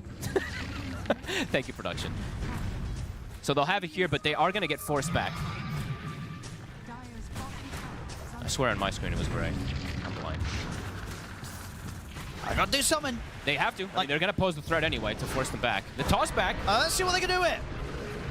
I do catch Shiro. Of course, does still have the Aegis for a minute or so. And they bring him down once. They will. So if they can do round 2. Or if they even... 4 staffs. Like Sam. Right. Got another toss back. Shiro can walk away from this. They get the Wukong's command down. They've caught Ame. Ame will be able to force to the side, but they'll see him and chase him out. He's dead without buyback. He's right in the middle of everything there. He's a glass cannon. That's not where you put the glass cannon, underneath their feet. Well, they have to buy back, but they have no Ame. XXS, he's going to charge in with Split. Shiro is low mana, but they're able to disengage. Scotty now finished up also for Shiro. I mean, there was a glyph, so they were able to at least hold on for some time, but you can see that the style from Tidebound there is just, we still have time on this Aegis, we can force the issue. And they bring Ame down again. 0-3 now on this Templar Assassin. And now he's playing into Scotty, so it's much harder for that ranged hero. Super tough. Playing into, now they also have the Nullifier too, so the save on the Escape Act won't be as reliable. Jinky's got the Axa. He does. So we're gonna see. Let's see if it can. How powerful the Dark Portrait can be. Is it enough? Or is it just gonna die? It might just die. It very likely will. Yeah, it felt like Tidebound just, they played their game, and actually they played their game, but it was playing into the hands of Tidebounds, at least for these first 25-30 minutes. And as we said, this is the thing. If you're going to let them get the last pick Medusa, you got to have a plan. You got to have a plan. You likely, especially with like a TA draft, you want to accelerate things, you know? But not the case this time around as Tidebound. Gem now picked up, and looks like they want to siege the top side. And they'll actually find XXS up here. Uh-oh. And that's a kill on the Brew before the fight. His game's gone massively downhill. Yeah. After having such a beautiful start, chilling, loving life, getting his radiance, good timing, falling behind now, getting punished. And it really just feels with the playstyle. I don't know how much kind of the Crimson into the Pipe has done or is going to do for them, really. No. I mean, I don't know if I can blame the build. It's the style of the way that they're playing around the map instead of forcing, right? Earlier, right, when they had that bit of slight gold lead, when they got Tormentor, They had like 8 minutes where they didn't even attempt to go for the Roche while Tidebound just hitting creeps, waiting for that timing for themselves. So, I mean, XG, now it's the point where it's hope for high ground defense, right? As we saw there. It's hope for toss-back plays and that you can try to bring down this Medusa if she gets too deep, but it's a 14,000 lead now. Yeah, they got a lot of problems this game, XG. That's a tough one. Yeah, and Ame doesn't even feel like he can go BKB, so he's queuing up the crit next, and he's playing into Roar, Stone Gaze. He's playing into all these spells that go right through it, so likely won't help him anyway. Feels like smooth sailing now for Tidebound, as it has, I mean, kind of since that 20-minute onward. Unless the Dark Portrait destroys Unless the them. Dark Portrait The Dark Portrait. It doesn't feel that's all I'm going to be watching in these fights. After that Dark Portrait, I'm going to see how quickly it comes out, how quickly it goes. For some reason, it doesn't feel as strong as it used to. Versus Morphling, yes. But versus a lot of these other heroes, I feel like it just, yeah, it has looked a lot more scary. But it might be the strongest hero on their team now. When they get that portrait. Very likely. BKB Tiny. XXS trying to finish up level 18 before that fight comes to the high ground, also for level 3 split. Honestly, their ideal way to fight for XG is you toss the Medusa out of position and the split goes in the back line and completely messes with the supports and you just kind of split the fight up completely, but it's a very complicated approach that they have to go for, especially with all these extra items being acquired now on the side of Tidebound. A full Shivas now for Bach. I mean, XG's they're going to come looking for this. Okay. They're also, when you have map control like this, when you're playing with Dusa, have to keep this out. They have greater healing lotuses. I think at least 1 or 2 of them on the side of Tidebound as well. So they can't pass that one over to the Dusa, which is an insane amount of EHP. So we do see 1 there at least. They are going for that's a good position. Wraparound. Still not. It's a good position here. Not 18 on XXS. He's literally 140 XP from having it, but is anyone going to walk up it? Planet. Or do you think they sense? They seem to know. Well, something's up. They're sending the illusions in. So now they'll know for sure, especially with the Impalement Arts getting thrown out and Ame showing himself. So Tidebound won't be walking into this trap. Good awareness by them. Just complete understanding of where the map positioning is. And now the Croaker will run down toward the bottom lane to force the issue and force reaction and information. Planet will get tossed, though. He's going to get caught. Roar. Quickly kill him off. Bach moves in. They get the jump forward. They're in on a Xingqiu. They get the ice pump. One of the Wukongs come on. They've caught the 2 of them. Ame and Xingqiu gone. Planet will be the sacrifice for the team. He just runs and he's like, I got info. So they see Ame and an instant Roar comes out, and that Dark Portrait. I didn't get the chance to get it on Shiro, right? I think he just had to throw it down onto either the Monkey King. So didn't do a lot, but you know, that wasn't the situation they were hoping for. XG. They'll have to try again. They plan it with some, like, I like that. He just runs and he's like, go on me. And they do, and it baits them. So they lose Ame 50 seconds now without him. They can get that push, that onslaught going again. Level 23 on Dusa. Glyph is at the ready. Okay. I'm not blind this time. Well, and he's just up to the high ground. Yep, that's the fortification coming out from XG. Spotlight. The illusions will go toward bottom. And this is him alone, by the way. Shiro. Now does have nothing to say behind him. But yeah, look how they're split up. Bach is farming bottom, Jakiro's farming jungle, Planet's farming top, as they were also looking to pressure mid for a moment there. So you can tell the comfort that they're starting to, I mean, they probably have felt for quite a long time on the side of Tidebound. What's the backup plan? There is none. It does seem like there just is none there from XG. Now, that was an attempt to go for this big wraparound play, but you can see it was not even a close fight. Even if they catch, let's say, the Deuce on the front lines, right? It doesn't feel like that fight's going to come close either. I mean, maybe the backup plan is... I don't even know if this works. I don't think I've ever seen it being built. If you get refreshed, can you get 2 Dark Portraits up, or when you get the second one, does it, like, dissolve the first one? You can. I'm like... Maybe that's it. They need two Dark Portraits. Good luck. 2 Dark Portraits of the Medusa. That's going to be the backup plan. Roche, it's claimed that Aegis Shiro is gigantic. Level 24 now, too. Okay, toss under tier 4s into Brewmaster split, purple Void Panda to the fountain. That's true. They could try and get someone back there. It doesn't pull that far. Yeah, they're going to have to be hitting the Ancient. Yeah. Or maybe that's the you know, let your tier 4s go. Let yourself get Mega Quick. And then when they're hitting the Ancient. He's got the toss requires no target, so he can throw them into a random location. But here comes that onslaught. Nothing to say. Giving some information. The banner is down. Eyes on XM. See what targets he wants to actually go for. They actually see him, so he needs to be a bit careful of that himself. Hard to get the toss back now. They've got the Medusa illusion, but it is already almost dead. Oh yeah, here it is. Let's watch it. Toss back. What? Shiro. The illusion's dead. As we get the roar out as well onto Arme. Escape Pack will come in and try and save Arme. Can they get him back safely? They'll turn with the Soul Bind, look down the two of them, but Arme's just dead. No buyback for him, out for 90 seconds. And Shiro's still chilling, of course, out of mana, but has the Aegis. The illusion died in seconds. It did. Did literally nothing. Well, another toss back. See if they can at least get the Aegis out of him. They can. Can the once. Shiro's gone once. Can they do it a second time? They don't have the carry, of course. Arme's still dead for 70 seconds. My goodness, Wukong's commands down. Xiaoming's dead. XM getting chased down by Nothing to Say. Pots the BKB here. Cleans up Xin Q. That's got to be it. Right, they're sticking around. They buy back. He's trying for the toss. Now, this was the plan. They let the tier 4s go. When they're hitting the Ancient, maybe he can get the toss back. Ame's dead forever. Tier 4s. Level 25 hit on Medusa as well.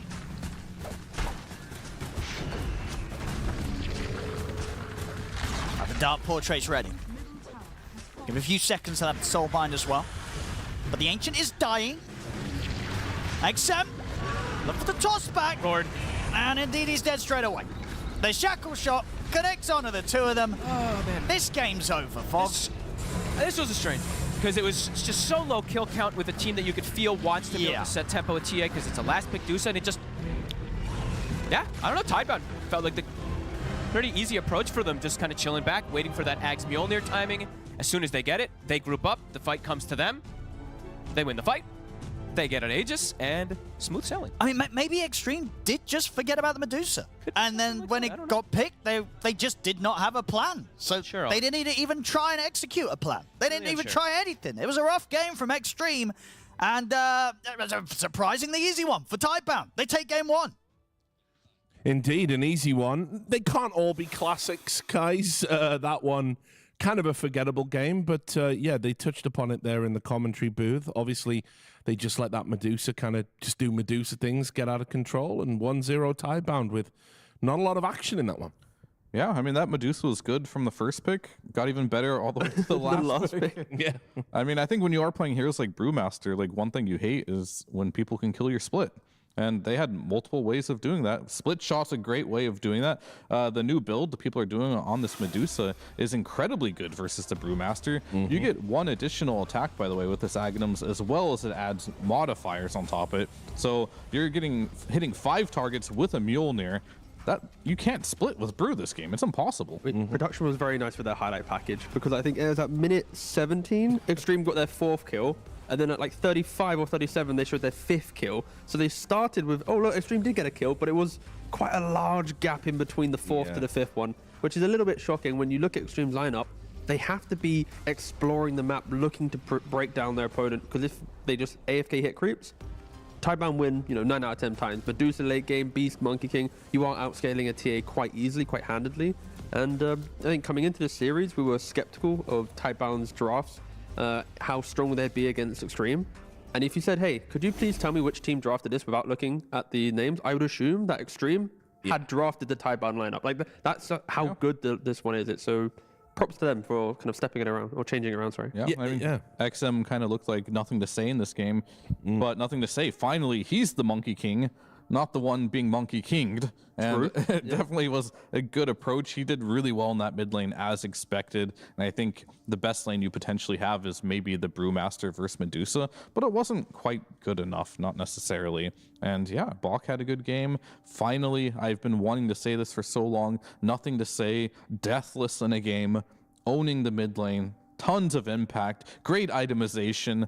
Everything looks good from him in this game, and he's been due one of these games. Yeah, I think the key takeaway from this is also the importance of Mage Slayer. We're talking about a skirmishing meta where we have to fight for Tormentor, fight for Roshans, there's AAs and Jakiros and all these things. If your mid laner can buy a Mage Slayer, cushion some of that fight and unlock the engagement for your team, it's very good, but not everyone can buy it. So I think that's why Monkey King often is one of the top heroes. A pretty one-sided game, but let's try and pick apart some of the highlights. I think we've got a team fight to take a look at. Is that accurate? No. We're looking at the comparison. That's fine though. Okay. But that is going to piggyback off what I just said, right? No, when it's we look good. at the Tiny versus Monkey King, right? Both of them trying to be the active, both of them, 2 for 1, 1 0 and 3. But just look at the natural itemization on Tiny, Blink, Force, yours. On Monkey King, the Mage Slayer, right? It's like such a polar difference where one mid laner, he can get jumped but turn around to fight. And then for the Tiny, he has to find the jump. He has to try, but also he's not killing them. He doesn't have like Echo Saber. He's not looking for like AC. He's not like a kill-hungry mid lane. So I think just the natural discrepancy between the two heroes is causing a slight issue as well for Xtreme. Yeah, and I think that team fight just kind of illustrates how this Brewmaster was struggling in this game. He pops his ultimate, and that wasn't even 1 second. I think it was half of a second. He has to jump back out of that form because his whole team fight ultimate is gone. And I did say that they needed team fight on Xtreme, but when your team fight ultimate lasts 0.5 seconds, it's not going to do much for you, as you are going to get chased down. You are playing this TA against not only a Wind Ranger, but a Medusa. You can't really hit and stick to any of these targets in this game. And it was a pretty rough one just overall because you can't fight them at all at any point in this game. Yeah, it was really, really tough to get into it. And we can also take a look at the TA and Medusa kind of comparison. Yeah, I mean, I wanted to just kind of like highlight a couple of the items. The new Medusa, you have a Mjolnir and Ags. The new Ags does give you an additional split shot, so you can hit 5 targets, and it applies to Mjolnir. It'll apply the Scotty on top of it. And if you look at Ame, he's kind of like forced into a normal build. A Desolator doesn't really work versus Medusa. He has to go MKB because he feels he needs to hit the Wind Ranger. There's no butterfly on this Medusa, right? So like no one has the items or the ability to kill this hero. And once you apply the Scotty to any of these heroes that are ranged, they can't move. So it was just a hopeless game just based off of heroes. I know it's all draft dependent, but I have to say, considering how hotly contested TA was and how well TA has done at some other competitions, I've been very underwhelmed with TA here at Wallachia. I would feel like there's been some really good games, but I think this game just sours everything based on the fact that like you pick the first phase TA, Medusa's popular, you're banning out Gyros and all these heroes, and then you pick a Grimstroke. You think Grimstroke counters the Medusa, it doesn't. So I think if anything, Xtreme's maybe just learning a little bit more from the series, where the new Medusa build isn't really able to enable Grimstroke. Grimstroke isn't a counter anymore, so they put all the eggs in the Jin Q will counter the Medusa. We don't care about it. They just get deleted from the game. Game 2, they reset. I think TA could do more, but you just need better drafts to enable TA. Final thought from you, Clinton? Yeah, I was just mentioning TA. This hero is more of a tempo carry right now. It gets out carried by a lot of carries right now, but this hero does something that not all carries can do. It wins a lane every time. It can advance on the map, drop vision. They need to play more aggressive, the TA, essentially, and use their advantage to progress and just take objectives. So you're saying more than 5 kills by the half an hour mark. You can't play from behind on this hero. All right, there we go. That's the low standards, but Xtreme, more than 5 kills, please, by half an hour. Right, well, we're going to go to a quick break. When we come back, we'll see if they can meet that standard as the series continues. We'll see you soon. The new breakthrough and innovative phone with 1xBet app. With 1xBet app, you can register and start betting in just one click. Intuitive interface and thousands of sports events every day. User-friendly app. Big wins, fast payouts. The human body was built to move. Not trapped at a desk in one singular posture for 12 hours a day. It's time your chair evolved. This is Secret Lab Titan Evo. Ergonomically engineered for you, gamers, hybrid workers, artists, backing your every move.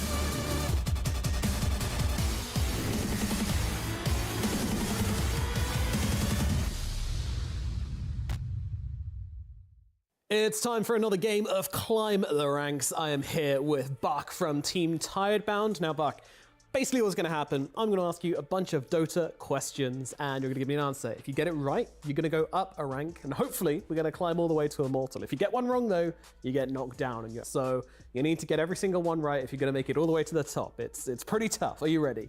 Yeah, let's go. You think you got good Dota knowledge? Maybe the question will be very hard, I guess. I don't know. Let's see. Let's find out. Let's find. Well, hopefully we'll start off. We'll start off easy. Which of these is not a main menu tab? What is microtransaction? You know, like the gacha games you have. Like I will just pick C. I don't know. Yeah, it's a pretty simple. It looks very like not in the main menu tab. One of these is not like the other. Yeah, indeed, it is of course C. There is no microtransactions tab in Dota. Thank God. Cool. All right, let's move on to our Guardian level question then. Which of these items was not reworked in the 7.38 Wandering Waters patch? Silver Age. I pick C. Absolutely. And of course, Silver Edge is correct. The trusty Silver Edge still doing the exact same thing with a few minor tweaks. All right, Buck. Well, the question is, which of these items is not a Ringmaster souvenir? Water gun. All right, let's lock in B and find out if that one is correct. It absolutely is. That's going to bring you up to Arcana indeed. All right, next question. Now for a cosmetic question. Oh, I know this. A. It's A. Absolutely right indeed. Treant Protector has him. How did you know that? I don't know. It's like several years ago, like it's a quite popular image. I don't know, on internet. I just saw it. Oh, right. Okay. Interesting. What causes the flooded camp's creeps to cast their spell Water Bubble? Water Bubble. Defensive okay. shield, yeah. It's C. It's C. C? Yeah. I thought so. 50% health? Absolutely right again. My goodness. Is there anything that's going to stop this man? No doubt there from you either. Is that something you read or do you just know it? First I read it in patch when it updates, and I see. And so of course, like every time you farm this creep, they will. They always get it off. Yeah, that's a good point. Okay, let's go for our next level question. There, getting into the really hard ones now. Okay. Leshrak's innate ability is called Defilement, but what does it do? Oh, I don't play Leshrak. No. Oh no, let me guess. Okay. This is hard. This is hard. It's A, I think. It's A? Yeah? Yeah. Okay, let's see if you get it right. Going off gut reads alone here. Okay. And he is flying through it up to Divine. I'm pretty sure you're the first player we've had get this high up to Divine so far, so you're doing absolutely brilliantly. Let's get up that final Immortal level question and see if you can get this one right. Which most item components? Okay. takes the most components to build, including recipes? Is it Bloodthorn, Harpoon, or Dagon 5? Anyone you're ruling off? I think it's Bloodthorn. I think it's A. Going for Bloodthorn, okay. And you are. This man cannot be stopped. My goodness, all the way up to Immortal. All right, now for the final question then. See if we're going to get all the way up the top and finish this quiz off with a perfect score. Let's get that last and final question up. Oh, this is my favorite one. This is my favorite one. All right, listen carefully. Axe and Sven are fighting each other. They are both below Axe's Culling Blade threshold. However, Sven has a Lotus Orb used on him. What happens if Axe uses Culling Blade on Sven? I think it's Sven dies first, then Axe dies after. It's B. Okay, I'm going for B. Let's see if you are correct. Oh no! Falling at the final hurdle. Yeah, this is a strange interaction here, this one. But Lotus Orb actually casts the spell before the caster casts the spell. It's a very weird one, but when the spell order is given, Lotus Orb will actually fire it first. Therefore, yeah, a lot of weird interactions come up from that, and that is one of them. So yeah, you will be at Divine, but still excellent performance. Only one wrong. Very, very impressive indeed. Thank you. Back. Well done. Did you enjoy the quiz? Yeah. And this fact is very interesting because it's like against the normal logic. Yeah, I learned something in this game. Perfect. That's what I like to hear. Back, thank you very much. Congratulations, and yeah, looking forward to seeing you play. Thank you.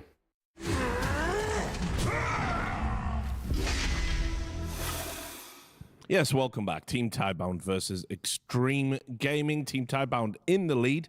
And guys, we'll be hoping for a different game this time around. Yes, that first one, of course, could have cured insomnia. I'm very quickly jumping on that question. Please, for the love of all Dota fans, we need a different game. As much as Tidebound, again, exceptional draft, exceptional play, but for the caliber of Xtreme, what we expect to see from them, getting 4 kills in, 20 minutes, 5 kills in like half an hour, that's not what you want to see. This is like shaky game one. I have to go back to that Tiny pick, I think. You have the TA, you pick Tiny directly after.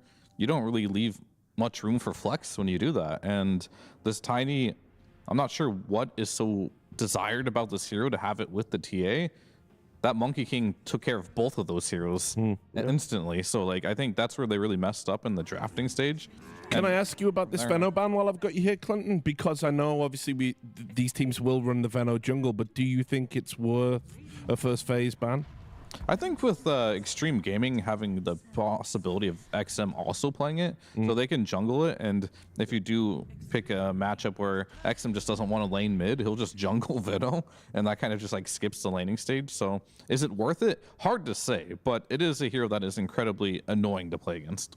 I think like Venomancer is the equivalent of like a Husker from the support position. You don't ban it out. At some point in the draft, it appears, and then you go, I wish we just removed that so we didn't have to think about it, right? It's just, it really complicates a lot of things in the correct hand. A PARIVISION, an Xtreme, you need the specialty team to be able to utilize it. But they're not backing down from the TA. No. Straight back again, but the key thing here is Monkey King's put into the first phase bans to prevent that kind of that draft annoyance that they experienced in the last game. But TA now, Terribly is available, yep. So essentially, another hero that's good versus TA, right? They're going to take it immediately. Is Monkey King much worse than Terrorblade? They're much different, I'll say, right? Like TB can be off lane or carry, whereas Monkey King is very annoying to draft in that mid lane. The main difference, though, is Xtreme understand that they have to play into the opponent and be more aggressive. Where Monkey King, he can stall out some of those fights with just good positioning, kind of that quick map movement. You waste a TP, you feel like you have to kind of recover your resources. Terrorblade, if he goes to a fight and uses meta, you know where he is. He's not going to suddenly appear on the other side of the map and start punishing you. It's a lot easier to kind of understand the early game of a Terrorblade compared to a Monkey King. Yeah, and it also makes it so if they want that Tiny again, or if they want a melee hero mid, they don't have to deal with the headache of getting Monkey King to the mid lane too, so. It'll be a different game for sure, but I still think Tidebound is not sad about this outcome. We did see they were very confident on Shiro having... Oh, that's the hero that's good versus TA as well. I mean, we talked about the supports and cores that are good versus TA. They got both of them. I need to double check what other teams have been doing for first pick TA, because it's like when I look at the bans required, you have to use so many resources to keep the TA alive that a team naturally is going to have quite a good lineup against it, right? Like For sure, yeah. You can't ban everything. We mentioned the previous draft, there's Phoenix and Jakiro, there's Darkseer, there's Beast, there's Monkey, Terrorblade. Like, there's so many heroes into a TA. So it's less about the counters and more about what is the philosophy of Xtreme's picks now to ensure that TA, with a good lane that you know she's going to win, with a Deso, can she go for Roshan? Can she take towers? Like, can she do all her things that she has to do before the game will inevitably get difficult based on Tidebound countering her? And they're answering that with the support duo. Good aggressive heroes, good lanes. They can bring a lot of damage early on. Snapfire, Mortimer Kisses is disgustingly good. Yes, also Lil Shredder for the egg. I think you need to respect the kind of control that you have in kind of the zone with Snapfire. You go to Tormentor. If you put Mortimer Kiss on top of that, everyone's getting deleted. Yeah. I mean, I definitely like the supports. Ringmaster, as always, great hero. Snapfire, as you mentioned, you have ways of killing Egg, and the Mortar Kisses are a good answer for Terrorblade. You can just be super far away, and they pick Bristleback, a hero that we don't see a lot in Dota, as it's always first phase ban, but TA is one of the better heroes to laning against the Bristleback. But as mentioned before, most all heroes are bad versus TA in lane. You can just maybe just do stacks with this hero and eventually come online. I think they might want to stun on Tidebound. Controversial opinion potentially, but right now I think Phoenix Egg, not the most reliable way to lock a hero down, but that's all they got at the moment. They do have good slow though, Bristleback. If you do the green facet it is a surprising amount of like control, but they do need some hard lockdown for sure. And what would that be? I think that's not it. That's not it. The shackle kind of. It's a soft lockdown. Yeah. I mean, Tidebound's just kind of telling Xtreme that we don't really need lockdown because we are just going to run at you with our wall of tankiness, right? Terrorblade's going to walk in. You're going to have Sunder, Bristle with all his natural itemization of SMY or Glimmer or whatever. He'll just be in the middle. It's like, we're just going to get on top of you and just keep running at you. So as much as their lack of CC is kind of awkward, I can still see it working. If their lanes are strong, Gale Force and Windrunner to kind of keep pushing you back. One shackle shot. And we've seen Bristle in the mid as well. Yeah. Tidebound, so it could be there. And they have one more pick. Yeah. Which Yeah, hopefully is a stun. They have a lot of control, but it's not going to be your traditional, like, we press egg, arena, or egg, and that type of thing. It's going to be, maybe there'll be an egg, but maybe later on in the fights. And Bristleback, Reflection, has a good slow. Gale Force, maybe a shackle. It's going to be a bit more scrappy, which is totally fine. I think the Phoenix, I'm not sure what their entire idea behind picking this hero is right now, but it is good versus TA in a way. Specifically, you lane against her, but I don't think that's going to happen. So, I mean, that lack of control is now being reminded to Tidebound, right? You have an Ember, very elusive. I spoke about how Mage Slayer in the previous game was very strong. Ember is a hero that can buy it. And in this game, you put it onto the Bristle, you're going to prevent some of his damage. Even just the Phoenix is quite nice to tank up for it. So yeah, exceptionally good Ember game, but already the pacing from Xtreme, so much better than the previous game. Like, you're picking TA, but I'm seeing purpose now. Like, every hero, they go together in the same lane, they can get kills, they can progress the map.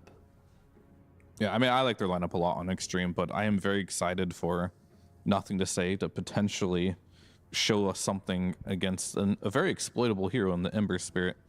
I hope it's not just a DK, which it probably will be. But I want to see ultimate destruction, just because I want to see Nothing to Say have a good game. But they could use a stun like DK. It's not a bad shout.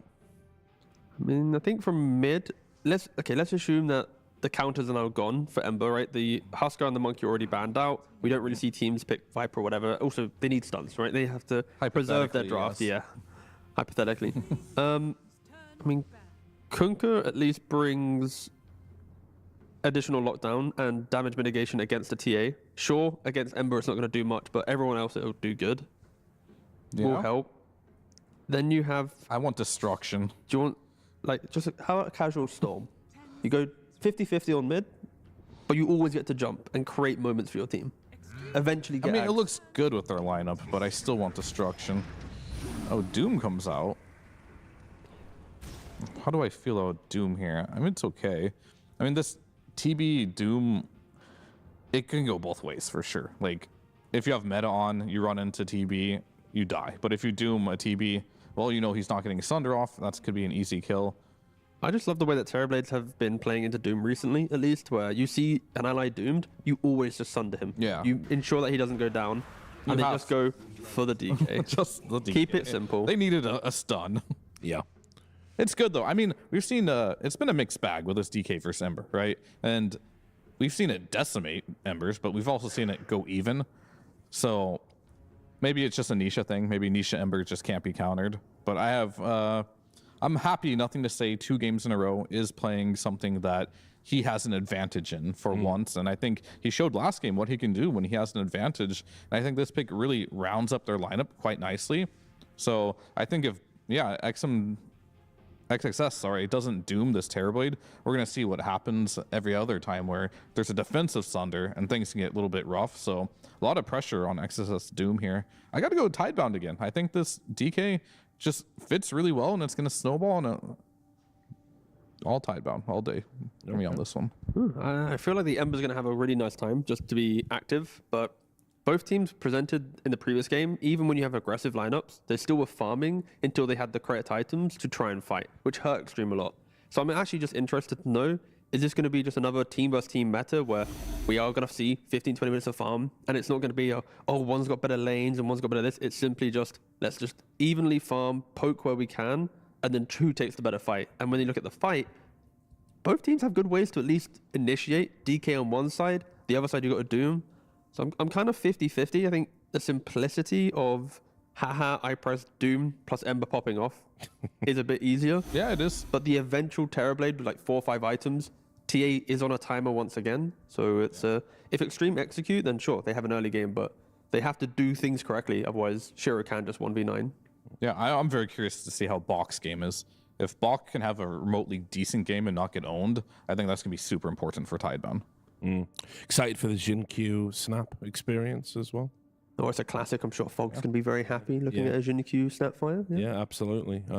It can definitely do some work. And I think, speaking of Fogt, we can bring him in and ask his opinion about that Jin-Q Snap. Take it away, guys. Hey, what you got, Fogs? What do you reckon about the snap here?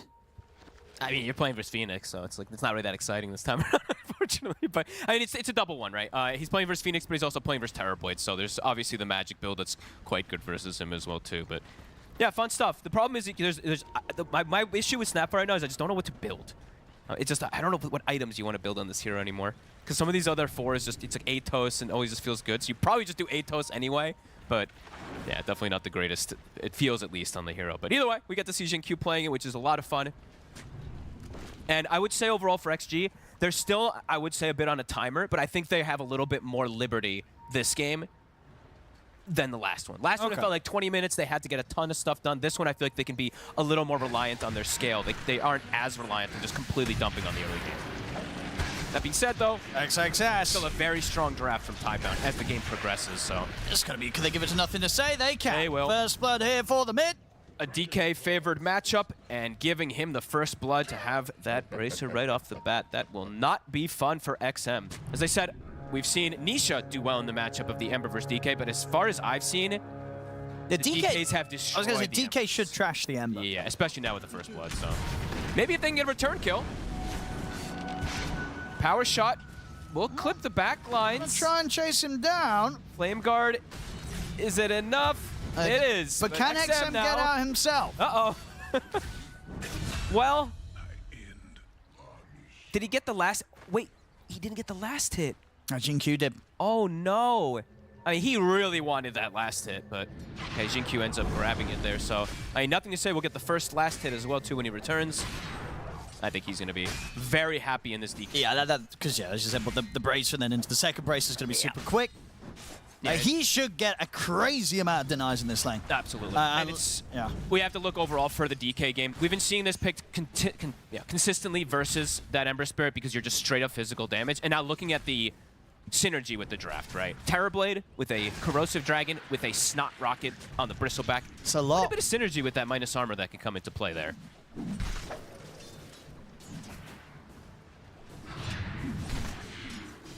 And I would say for XG, I'm not going to say they're completely reliant on the Ember's game in the early game in terms of early game movements, but it kind of does feel like that. Like Ember is pretty important in terms of how they can play aggressive with the 2 supports. Doom sometimes just doesn't really make any aggressive moves early, so my concern really for XG is that the lane is going to be hard for XM, and he's the one that has to dictate pace of the game for them to not fall behind too much. And XM's got to be a bit careful. He really does. There's nothing to say buy an early. I want to see a Blightstone next, honestly. Get the double bracer plus the Blightstone. There's no way XM can trade with you at all then. I've seen a couple players do that from time to time here. Or just go the treads. I mean, either one. Whichever you much. Top lane, this is the one that they should absolutely do well in on XG. But so far, Baki's not feeling that pressure. Why? First few waves. He's going to be fine. And with the meta up, Shiro. Not enough. Not enough. As the one charges, does have a Fairy Fire as well in case Jin-Q is going to be able to salve up. Yeah, Shiro didn't want to completely commit for that there, even though he had maybe a chance to get a couple extra hits there. He didn't want to miss extra CS. XM's got 9 last hits, so there's at least that right now for him, but nothing to say. Of course, does have those extra denies that are always going to add up, and he's got this extra wave coming in.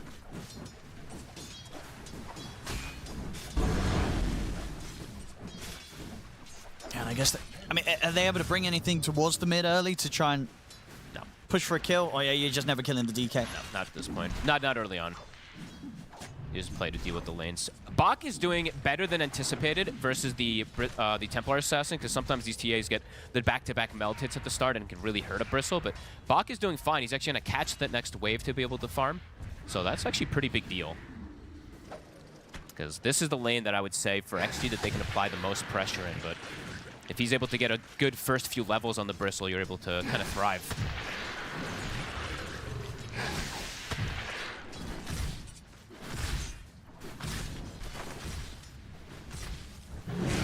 Bottom. Fair bit of magic damage. Shiro should be fine. He still has the Tangle plus that Lotus, kind of just exchanging resources. Chain lightning is online, so Mango's very likely to start getting ferried. Okay, XXS, he's got one. The damage from this chain lightning is, it's probably the best neutral creep you can get versus Terrorblade in the laning phase, since it's just very high initial burst. That being said, though, Shiro is still getting very good farm, but XXS is actually getting a little bit more out of the lane in comparison. XM, he's dragging waves, so it doesn't want to be in that head-up matchup versus Nothing to Say anymore. So lane shenanigans, they will be occurring. And Planet is going to start rotating over to maybe mess with this. He's going to, what, grab a second wave as well, maybe here, or? Looks like he is trying to. It does mean Bach is left alone top, so this is XG's chance to go for this potential kill onto the Bristleback. But Planet is back top, so we'll be able to push them away from it. Never mind. Nothing to Say is trying to contest every single one of the range creeps. I think he got 1 or 2 of the denies back there. He's up to 14 denies, Owen. I mean, you can see why XM's trying to play the lane like this. Doesn't want to... I mean, it's a clever approach, honestly. Pulling it here, Flame Guard, he could have level 3 Flame Guard if he wants to right now and maybe start... Might get a courier. He will. There you go. Get his boots. I mean, okay. All right.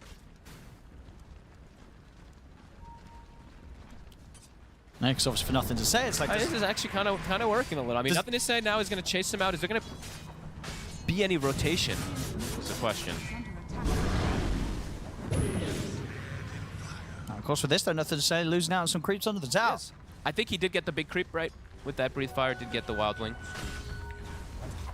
So still a good separation, but okay, not bad. XM adapting. Bottom XXS, they're committing. Do they have the damage? They do. Also get the trade kill. Why? Will be brought down from Jinkyu. Shiro, though, I mean, this is a good amount of pressure he can put. Jinkyu also steps up. And Planet. Power shot connects. Yep, able to get the connection. Cookie to the side from Jinkyu, but the plug grenade's down. He's got a big wand. Is it enough to protect him? TP coming back Shiro's in. dropping low. He's just dead. Oh, what a play. And now with the back of XXS, can they get Planet as well? Planet will be able to clean up Jinkyu. Planet does have Windrun in a second, so there will be fine. But indeed, he just turns and shoots him in the face. He just got hit by the tower a couple of times extra there. And yeah, Jinkyu, that extra damage, that was sick. What a play. They will eventually chase out that Ember. Level 6 was hit for Nothing to Say, so XM pushing the limits, trying to cut these waves. Why? We'll be able to punish him.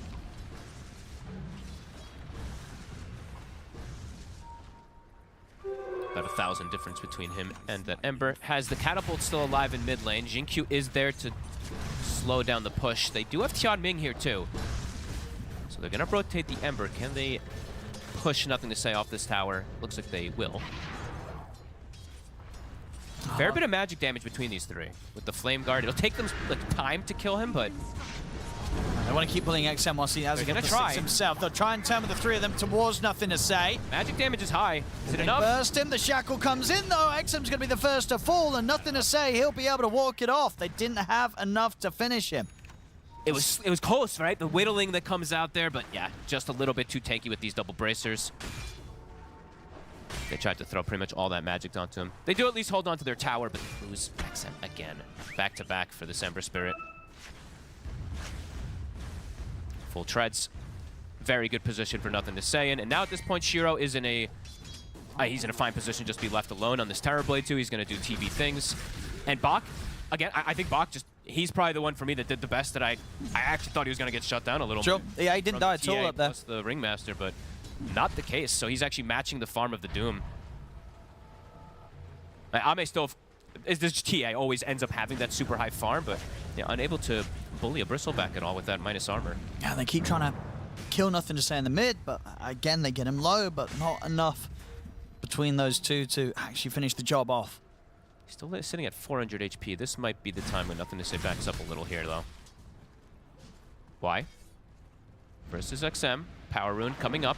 And nothing to say is starting to stack back up since he's at 600 HP. It's going to be top. XM gets no luck. Wait, Planet, what the? What? I guess because the Remnant was there, he didn't want the chance of the Remnant. Ah, that's fair. Yeah, you're right. They did have a Remnant in position. Yeah, so I was like, what the? Just took it from in front of his DK. But indeed had to stop the Ember from Remnanting over to grab it. Let's see what he can get done with it, too, because he gets a ward down, and he could go through the Twin Gate to set up for a potential move. Let's see where he wants to go. It will be toward bottom. Jinkyu is showing under the tower here. Rotations are coming in. XG, I think they sent some things up here. They're not going to stay any further down the lane. Not the greatest ways for XG to hit towers early on until the TA wants to get involved. Another pause. Seems like they're having some issues. As you say, well, overall, there is a better chance for Arme to be able to carry this game on the TA as opposed to game one. Much better chance, I would say. He's not playing versus... I mean, he's still playing versus a pretty difficult, you know, TB, high armor. Yeah. But it's not Duso, who's like probably the hardest in the game to play versus as a Templar SS. And let's see if he deviates the build too, because it looks like he is slightly. I mean, he's going to go charge Dragonlance, probably Deso anyway, but... Let's see how these timings all end up hitting. Because the important one also is the Mage Slayer timing for XM. That's why they pick it versus the... You know, versus that Bristleback, and his timings are all completely slowed down because of that laning phase.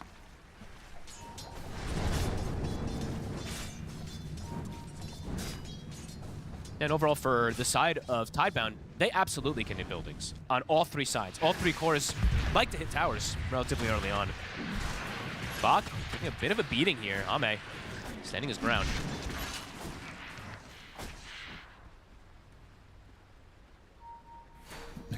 Difficult to dive Arme though. Yeah. Until they have like level 6 on Phoenix, or if they want to bring Shiro top, I don't know if they can fully commit to dive for Ame. But they could look to do it soon, because Y, Innocence is about to hit 6 on Phoenix. And he's going to start making the move. So yeah, it looks like they are going to start to set up to pressure Ame top now. Bach stepping forward. A lot of traps up here. Here comes Y from the flank. Doesn't have to dive at the ready, so can't actually do much of anything here besides just push them off from aggressive move. Planet continuing to get some big stacks going. It is scouted. Tianming does have the ward around the triangle there, but he is getting that preparation there for Bach to get that increased farm, as XM does get some luck with the rune now, so regen will be attained.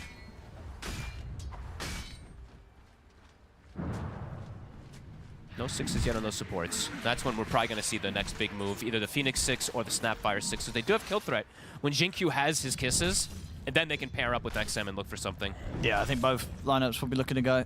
Yeah. You say they'll also have the Blink Dagger pretty much on nothing to say with those ult timings. Yeah, he's got it. I mean, after this stack and the one above, he absolutely has it, and a little more.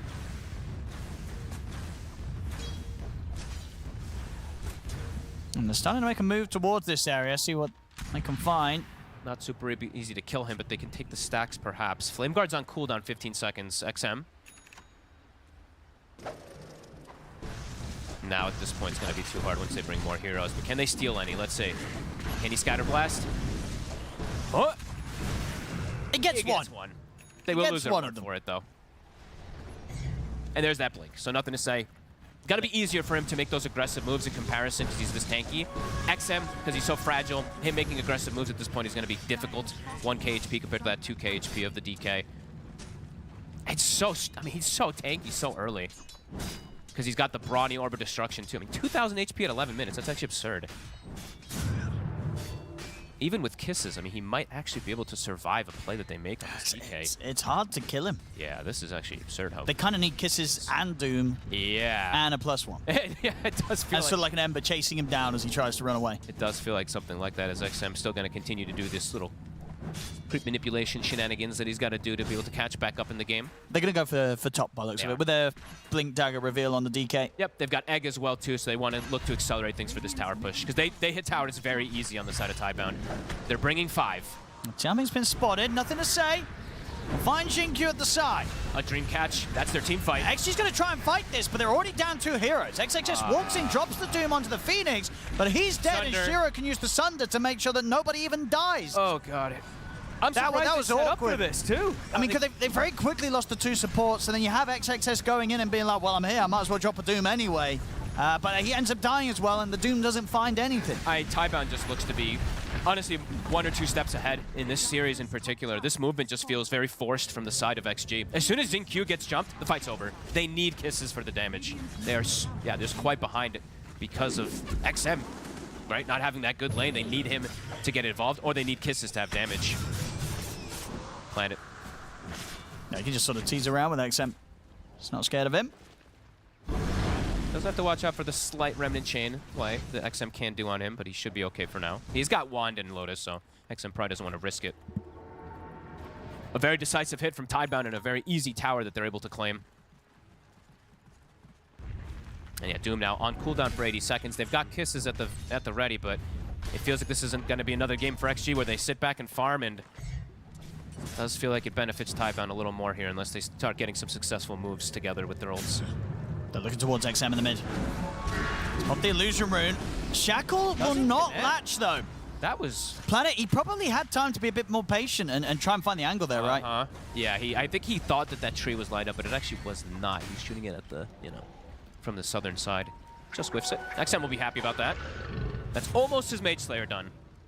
So that'll help a lot versus, the supports, of course, and versus that Bristleback, but not so much, of course, at all versus the DK of the TV. They're gonna go again. Yep. It's on the Ringmaster.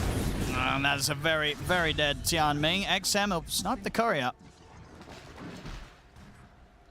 Should be fine here. Still has a Remnant or 2 at the ready. Dragon Tail is up in a second, though, so we'll have to respect that. He's going to steal the rune from him. Yeah, nothing to say indeed. Able to grab that. Bach is getting chased out. Has the TP available. We'll be able to get away. XM again. Planet is stalking him. XM with the heads up. Remnant play just in case of anything. Trying to still go for Planet. The Croaker stuns Planet. But here's XM. Now nothing to say. He's got the blink. Running away in time, but XM living on the edge there. Making space. He is. Sort of jump past the entirety of the team, Remnant by Remnant. True definition of space. Force 3-4 heroes to chase you in the jungle while your TA is farming. He'll take down an XG. Radiant's middle tower. My goodness, this DK's HP. He has Sanj coming out now too. Treads. He's going to be sitting 2600 HP. 15 minutes in, not bad. How do they kill him? It's going to have to be all 5 heroes. Yeah, it's got to be Doom Kisses and just more people sticking on him. And even then, the Sunder, of course, will have to watch. If they don't throw that Doom onto the TB, he can always go for those saves. Y has also built down the route as Pavis, as we saw there. A great Pavis game. Playing versus TA and Ember Spirit, the poke that you can prevent on some of these more fragile heroes is huge. That is the Mage Slayer for XM, so at the least he's been able to make somewhat of a recovery. I mean, it's obviously not fantastic by any means, but he's been dealt some pretty difficult cards this game. And Ame, Dragonlance Deso almost has the blink. He's completely free farming, a solid 1500 separation between him and the TB at the moment. So his damage is absolutely there. Look at the shard. It's going to go the way of Y. One of the best ones in the game. Of course, only has 1 point at the moment in the sun, right? But that's okay. Still a phenomenal one to always have. See if XG, are they going to look to make another move? Doom is up. Can they look for a potential kill? Have yet to see the synergy of Kisses plus Doom 16 minutes in. I mean, you've got to imagine they're going to want to. There's no way they're going to want to sit back but this like they did last game. This tower's already dead, so they can't really look to make the move too much down here. They can't really just walk up and get a Doom. Not very easy. But it does feel like they've got everything they need. Ame's got those 3 core items, the Blink, the Dragonlance, and the Deso. He's ready to get involved. And if they don't do something soon, it's only going to get harder and harder to kill these 3 cores in particular, right? I mean, we saw it last time. They actually just seems content with farming, even when it doesn't feel like it's good. But they've got their time. They've even got an amplified damage rune in the bottle of the Ember. Like, they have a lot of great stuff right now, XG. I think it has to be a time to pressure. Amp damage, you've got your Mage Slayer, you've got your Deso plus Blink on the TA to get involved in too, so... Got your ults. I'd imagine they want to look to, but I feel like we said that last time the whole time. It's true, and they're pretty split up on the map. Yep. No indication of grouping up right now, XG. I did see Tianming draw a line saying to push the bottom lane, but I don't know if that's directed at everybody or what that call actually is. I only just see a line, right? But looks like he was maybe trying to call for something, but Yeah, it just really feels that they're in a great spot to make a play. Yep. I mean, Tidebound now at this point, they'll just find a free pick.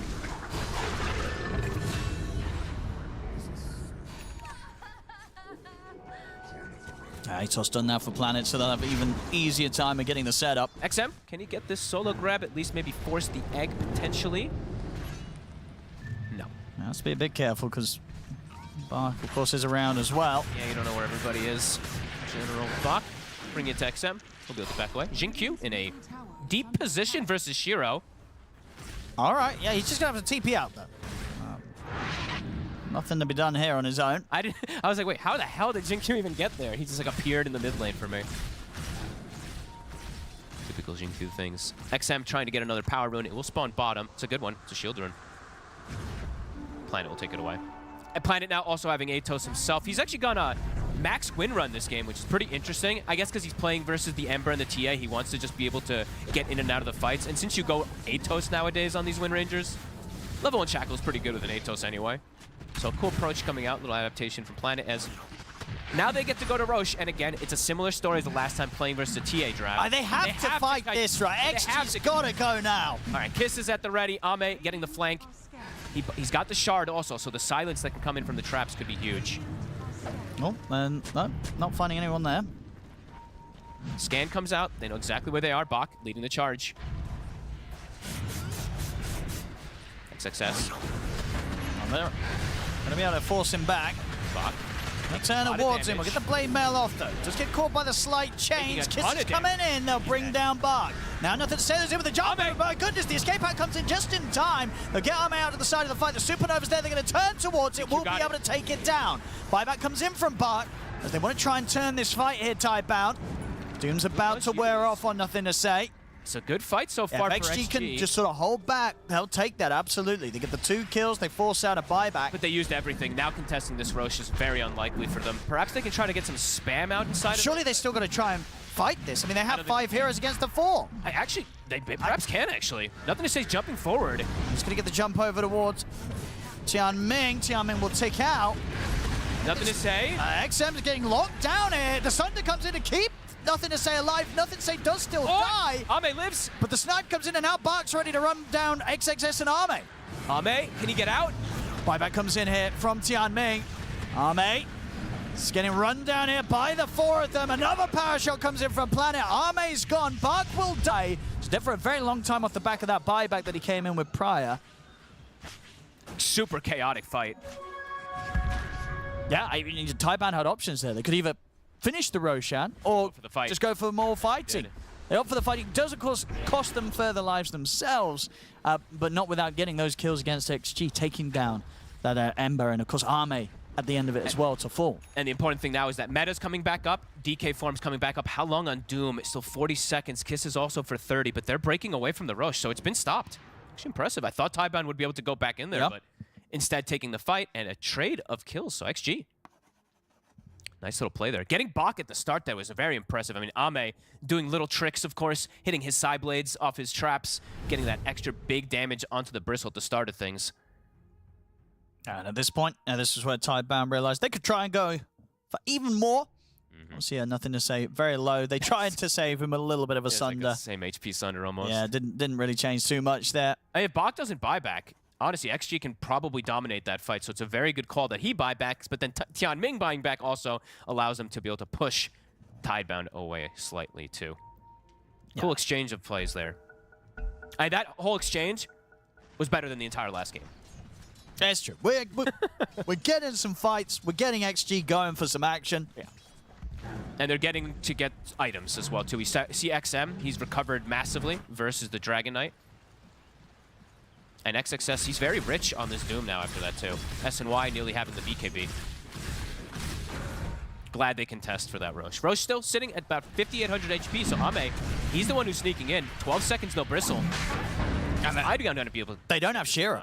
Shiro has not got a TP, and he is on the other side of the map. They're going to scout it. They have Fire Spirits, but it is looking at... They want to try for a steal. Oh!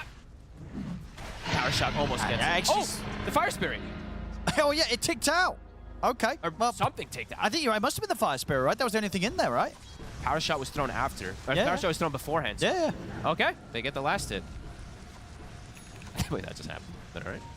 It's such a tiny amount of damage, isn't it, against the Roche? Because Ame was melded and he was trying to attack, but I think his attacks was slowed from the Fire Spirit. So that also stopped him from getting the easy last hit, yeah. I think, yeah, that's what it was. I really love Dota so much. They do get the Aegis, though, so... They do. But what are they going to do with it, though? Because they did play slow last game. We're seeing a bit more action from them here. But I wouldn't put it past XG to get an Aegis and just farm. They can farm for the BKB, I would say. I think this is actually a really good timing for Ame to get back, get his BKB finished, and then they can look to strike with Aegis plus BKB on him. And it's very strong timing because they'll probably have... Yeah, they'll have the double BKB timing to be able to play around. He's changed it up, play forward. Ame. He doesn't want the BKB anymore. Okay, so going for Break versus Bristle. Yeah. Yeah, look, Fire Spirit. Yeah, it was the last pick of the Fire Spirit.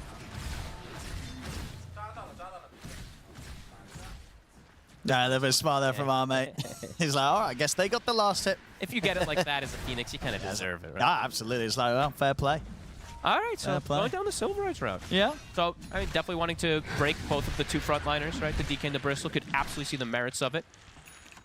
High risk, high reward from Ame as he tends to play with, it seems like, lately. Because how important is the BKB this game? Like, it's quite nice versus the Phoenix and the DK, the control, right? The stuns in particular. But I guess when he's feeling like Jin Q can also just go for the egg in most situations, he can play differently inside those team fights. Just kill the front line that charges at him first. So. Sure. Because I guess as we sort of saw a little bit around that rush, if he's getting fire-spirited in the fights, it's going to feel kind of bad, right? Was it not that bad? No, it absolutely is. Yeah. But he can also just wait for 20 talent also and then just get refraction dispels. Sure. So that's what most of them we do see. Yeah, that's true. He's not too far from that level 18 at the moment. Why? Whip off the mark. Oh! Almost dies to the meld. Fraction of HP gets the stick off. XM. They're looking for him. He's going to try and go through the twin gate. Plan it. And he'll get through. They don't have Bach is on top to stop him. But Bach now actually finds himself in a dangerous spot. Ame jumps in. No, Bach's trying to bring down XM with him, but indeed the damage coming out. Far too much for Bach to survive through. XG's doing it. Getting some really good kills set up around the map nicely. They're punishing Tidebound being split up. Some nice plays, and XM is completely recovered, as we said, for this Ember Spirit. SNY's done, Mage Slayer's done. His job is just to survive very long in the fights and poke and prod to be able to apply this Mage Slayer to allow the TA to thrive. Here we go. They want to keep going. Yep, I like Much more active this time round, XG. Let's see who they're going to find. Are they going to be able to get Shiro the big kill? They do see him. That ward. Now it's got the Manta and the Pike to try and slide away. Got the Doom at the ready. Whoop. No way, He's able to Hurricane Pike out before the Doom comes in. Demon Zeal movement speed plus that Pike just way too fast. That's that's crazy. You're playing versus a Phase, Drum, Speed, or a Doom, and he was able to distance Couldn't himself. get in. I thought XXS was going to queue up the Blink Dagger immediately after that, but he still just has the Shields queued. We'll see if he obviously pivots, but... Smoke now, Tidebound, feeling like they can go for a strike. There's still a minute left on the Aegis of Ame.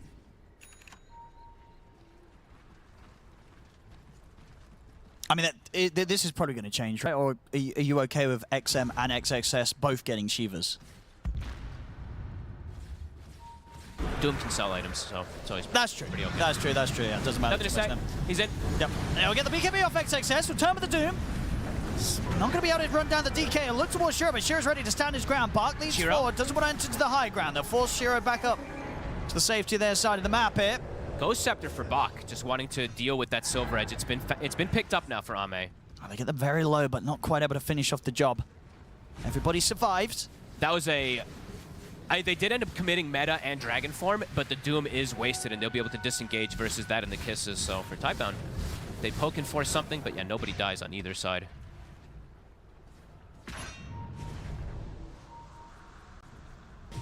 We've got a game on our hands, Owen. Absolutely. Absolutely set up in a place where XG are in a pretty okay spot right now. They don't want to be falling behind in the map, though. So continue to look to apply this pressure. XXS, they're smoking again. So even without Doom, because that meta was used, and without the BK Aegis form, yeah, they have some aggressive plays they want to go for. There is an egg still available, and it's a level 2 egg. Okay. So they have to be ready for that. He's looking at just running down Bark. Looking to punish the meta in DK form on cooldown. That's a little bit too deep now. They can. They can get the Tormentor.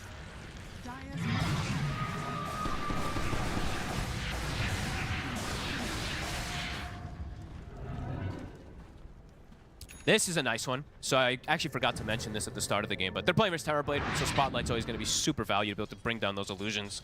Seems like it's actually one of the best solutions lately. It kills them so fast. Also, that miss chance is, of course, very nice, but... Ame stepped up a bit deep, and remember, he is still quite glass cannon. And how glass cannon will he continue to go?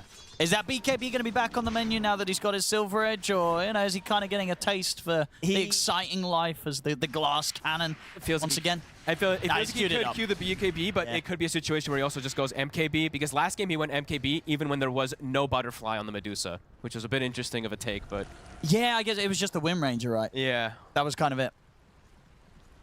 We'll see how he's got the BKB queued up. Oh, he might change it again. He didn't take Refraction Dispels. He took the damage, so he will have to actually deal with Fire Spirit. Yeah, he needs. So he needs the BKB. He needs the BKB. All right. I mean, going for just straight up damage, sure. See different approaches from different players, depending on the situations. But yeah, we'll need BKB to get rid of Fire Spirits at the least. How's the BKB looking for nothing to say? Almost has it. Yeah, Shiro close to that butterfly too. Oh, Jinkyu. Very nice.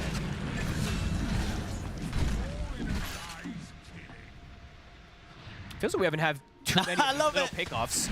He's not buying a BKB, Fog. He's doing it, isn't it? He's going for the MKB. Okay. We were saying there we go. It's definitely possible that. But this is greedy, right? So you don't get the refraction dispels, and you don't go for the BKB. This is. I love it. It's all this is the my kind of carry here. This is definitely. I mean, you love this. XM, they saw where the Remnant went. Do they have a cancel? They don't. So no Yules on the Phoenix.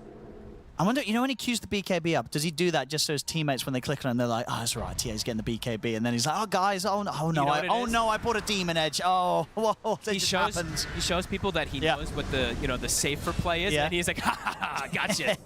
Gotcha, dumbass. I'll see if it pays off here for our mate. Yeah, we'll have to see. I mean, he is all about high risk, high reward, so why not? And the fact that the pace of the game is slowing down does start to pose concerns for XG as well, as we said. Not as much on a timer this game, but still definitely on a timer when they're playing versus this draft, since you're versus one of the best scaling supports in the game, and a TB versus that TA. So now, we do see Tidebound starting to get that lead in terms of gold and experience. They're 4 levels advantage as well on top of having that 2K lead. So you get some good pressure here. It is risky, isn't it?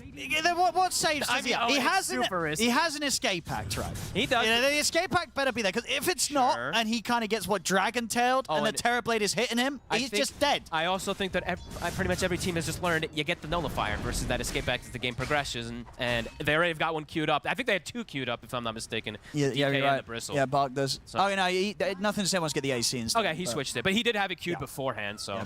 But Bark's, 2,500 gold into the relic. Uh-oh. Ame. They're going to run right on top of him. They don't have detection on that spot, and the 2 of them.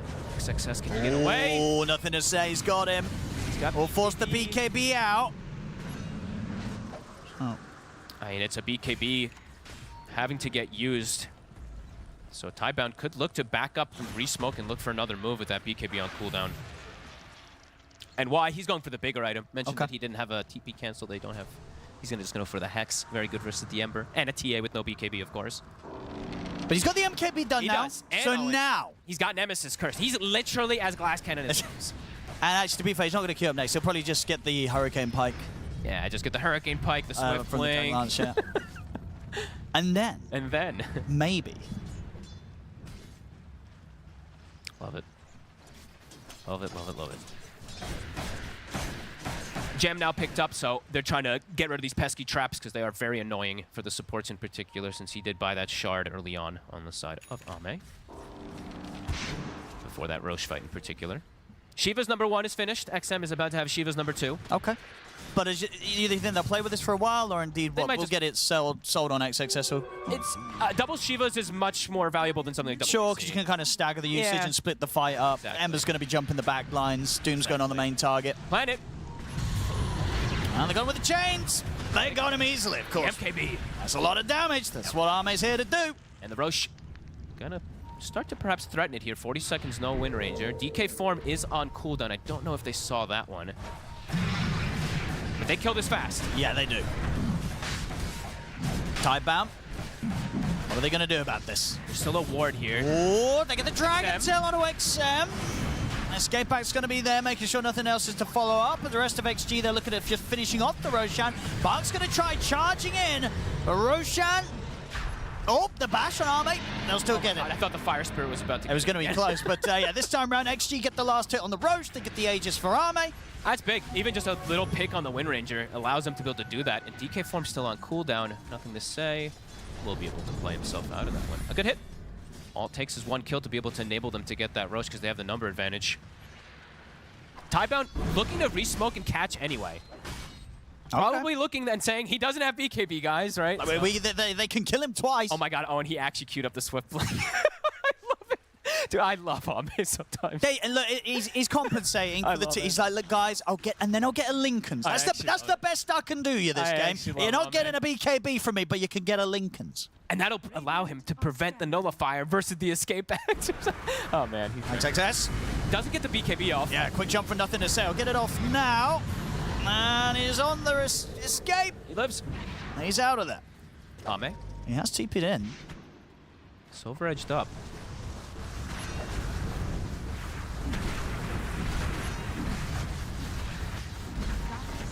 You'll have to see it. Yeah, no, they may honestly keep. They may not even sell the Shivas at all because the armor is so useful. This yeah, honestly. the stats it's not just about the abilities like active. 15 armor. And they're trying to get in on this XG. Meta is at a quarter duration. Same thing for Dragon Form. Trying to inch their way in. They're still smoked on the sideline. TK Form wearing off. Meta's gone. Tidebound's dipping. Can nothing to say get himself out as well. That should be fine. He can. Ooh, maybe. I think they caught a glimpse of him there. Oh, he's got blink up in a second if he's going to read the room, and he is. Woo! Reads it perfectly. That was super close. XXS still on the hunt, but can't quite get there. He's got the blink queued up for the next potential time. Then he'll have it. Be able to get that jump forward. Playing nice here on cooldowns. As I said, Meta and DK form were used. XG, as soon as they see those expiring, they look to hit. Still 3 minutes on Aegis for Ame. Probably also feeling why he can go more greedy route. Oh, look at that. GQ. Queuing up the Nullifier. Yeah, Nullifiers all round. Okay. Dire's middle tower is under attack. A bit of an interesting one for him. Oh, because you're not really seeing something in particular. I guess it's Ghost Scepter, right? You just you want to make sure that you can enable killing the Bristle. Yeah, it's just interesting if he wants to go that route rather than the Ember Spirit, because it's hard sometimes for Snap to get in the face to be able to cast the Nova too, because it's not got the greatest overall, right? Yeah, I mean, I guess XM does indeed eventually want to get it, but he's like, I probably need a BKB. Exactly, yeah. He does want to get the BKB first. Okay. Nice game. It's exciting. Bach is scouted by this trap on bottom. This might catch him off guard. XXS saw him. Oh. Back at the Dune down. Bach very dead. Great catch. TA traps can be very pesky at times, just getting these individual pickoffs. And he is not carrying the gem. I believe it is still the Phoenix who is doing so. And now, mate, he's pleasing his teammates a little more. But he's getting the Lincolns before the Swift Blink. Cool. Has got the defensive item at the ready. Why not? A very good Lincoln's game. It is, absolutely. Versus the DK, versus the Hex that's going to eventually come out to protect his Escape Act versus the Nullifiers. Definitely a lot of cool things that he can do with this. And it's been impressive to me how Ame, like, he's obviously gone full glass game, but he's been keeping himself ahead of the Terrorblade the entirety of this game, just by that little bit extra. Very impressive stuff from him to keep that farm going. Doom down for 60 seconds, but Bach still dead for 30. AC finished up. Y will take out that trap that ended up killing Bach in the bottom lane. A just getting reclaimed soon.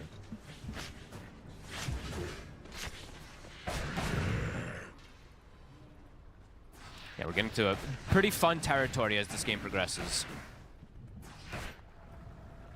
As the scaling, it is starting to hit pretty good from both sides as well too, since XM has been able to find himself that nice farm. So triple scaling cores, it feels, on both sides. See how the difference of the supports, what they're going to be able to do, since there's a really godly save on one side, there's a really godly scale on one side from the Phoenix. And I think Xingqiu, did he commit? I believe he did, right? What do we got? I think he's got that nullifier pretty much done. Yeah, he must have the relic right in the courier somewhere. I couldn't find his courier. I think I'm blind. Yeah, he's got there it's it in the is. base. Okay, yeah. So nullifier's done. And he's going to have that out for the next fight for sure. Yeah, that can be pretty big for sure to get rid of these Ghost Scepters. And of course, versus 4 staff saves and all that, we can include those as well too. But there is Ogre Seal Totems, so have to factor in those. How many of there are? I see only one. So Nothing to Say was actually the only one to claim it on his side to be able to get that disengage versus nullifiers. While on for XG, they did get 2 Ogre Seal Totems. So we'll be able to play in and out of these fights. Yeah, interesting what to see saw the decisions as well from like XM, because he originally did have the BKB queued up, then he changed it to the Lincolns, and then he went back for the BKB. I mean, out of the would you say that the BKB is the safer bet than the Lincolns this game? Yes, BKB is because as an Ember Spirit, you BKB, you charge the backlines, and you just completely screw with the supports. Like if you go for something else, you can't do it as much because you can actually get caught, stunned, and killed in an instant. The BKB allows you to just fully utilize your Flame Guard on top of supports. Because how's Arme going to be looking to play these fights? Like, who's he trying to jump? Is he going for the big targets, or is he also trying to get the squishies He first? can get the big targets. Yeah. Because of the damage he's got. Amp damage is... Is it bottom? It is, right? Yeah, it is bottom. So I don't know if they scouted that. Pretty massive rune for this upcoming fight. The ward is on this high ground here for XG. So they do see quite a lot. They saw Y in the area. Nice power shot. Next on 3 heroes scouts everything. Did they scout the amp damage? They did. So Nothing to Say does pick it up. XG with this downtime have been able to actually increase that gold lead. Level 25 has now been hit for Ame as well. Extra refraction. And also, since nothing's really happened, XXS also, he bought Yashikaya, so wanting that cast speed. Cast speed's bonus on that Doom to prevent him from getting anything off his box. They've found him. That Ghost Scepter not doing much anymore. They've got so much damage to burn him down through it. He's getting to live a little longer than expected. Is he actually going to get away? No way. What? What? They couldn't kill him? Okay. He looked dead for sure. I don't know how he gets out of that there. Dancing in the base. That was wild. I did. Oh, yeah. Well, they missed out on that kill. Now XS is probably like, damn, I should have just doomed him, I guess. I think so. Fancy footwork coming in from Bach. Pyrrhic Cloak just did an unbelievable amount of damage, by the way, if you saw that. I think it was in combination with that, too. So I saw Pyrrhic Cloak pop by that Ember Spirit. Just, it was just insane damage coming out of Bach on top of everything. But he lives. We'll tell the tale. Smoke up. I mean, yeah, if this next fight goes rough for XG, they're really going to regret not killing Bach. These fights are complicated from both sides now at this point. See who is able to get that initial jump. No Hex still on the Phoenix. Ame, the front lines with this Lincolns. Looking to jump. They're going to make the jump towards Bach. He gets the Ghost Scepter up at the same time. Nothing to Say gets in. The escape pack will be there. Nothing to Say turns towards XXS. XXS, he's gone. Dead. They've killed off the Doom. Now XG, 4 versus 5. They have to hold back. The tier 2 will fall. And jump forward, he gets the Dragon Tail. And he follow up, not quite. XM still able to get the slight and the chains off. Ame. But the kiss is coming in onto Shiro. Ame has to play that fight so careful. He walked up and I'm like, oh my goodness. He thankfully has those refraction charges to play around, but Doom gets brought down. And yeah, definitely regretting not throwing that Doom down on bottom, perhaps. Now this fight kicking off. Tidebound. A really nice jump coming in from Nothing to Say. A confident one. Yeah, very quick. Right on top of Xingqiu. I don't know, Xingqiu somehow ends up surviving throughout it all, but they get the bigger target. They focus onto that Doom. Next fight, Bach's also going to have the full BKB done.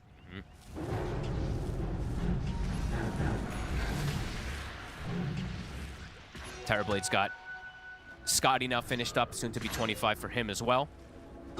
Roshan. I mean, the Scotty, this timing, the Scotty plus the Butterfly plus all this now versus the TA. I mean, Ame has to kill this TB pretty quickly in the fight, so he's just going to get completely outclassed from that Scotty. They can't just let Shiro stand his ground. Level 18 on the Phoenix now, and the Hex is there, Owen. So they've got that hard lockdown on now. If they get through that Lincolns of Arming, find any sort of follow-up lockdown.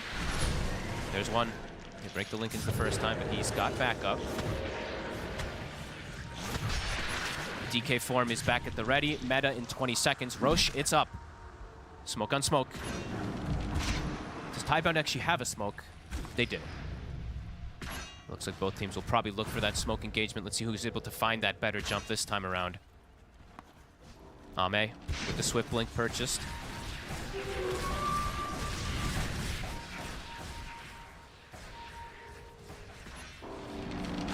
So he gets the jump in the mid. Tense and smoke. XM. Moving in. XM tries to get the Doom, but the Hex is there. Straight away on towards the Doom. XM puts the BKB, commits it on the Y, but Y's able to get the Supernova off. XM, he's taking a hell of a lot of damage. He has to jump out with the Remnant. They have to get away from this. XM has to get out. That's his BKB. Egg is forced, so is Meta. Very quick reactions there from Y. Yes, instantly. Just before the Doom was able to land. And he doesn't, it's like he doesn't know that that Hex was there too. That's the important thing. Because otherwise, very likely that he BKBs as he blinks in. But the fact that he just picked it up on the Phoenix catches him off guard.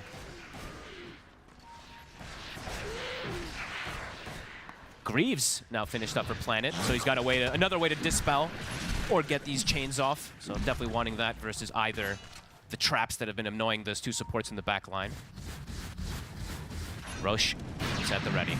It's a big one.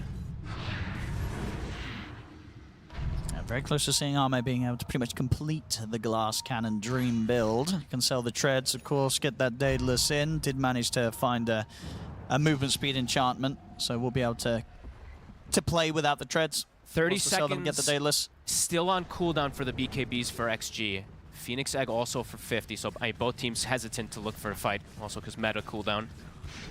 So both kind of pivoting it, waiting around that Roche pit. The jumps truly will be everything in these fights. Power rune, shield one. It's a big one. And that is tough to get through. Now this DK is insanely tanky if you don't get that nullifier onto him.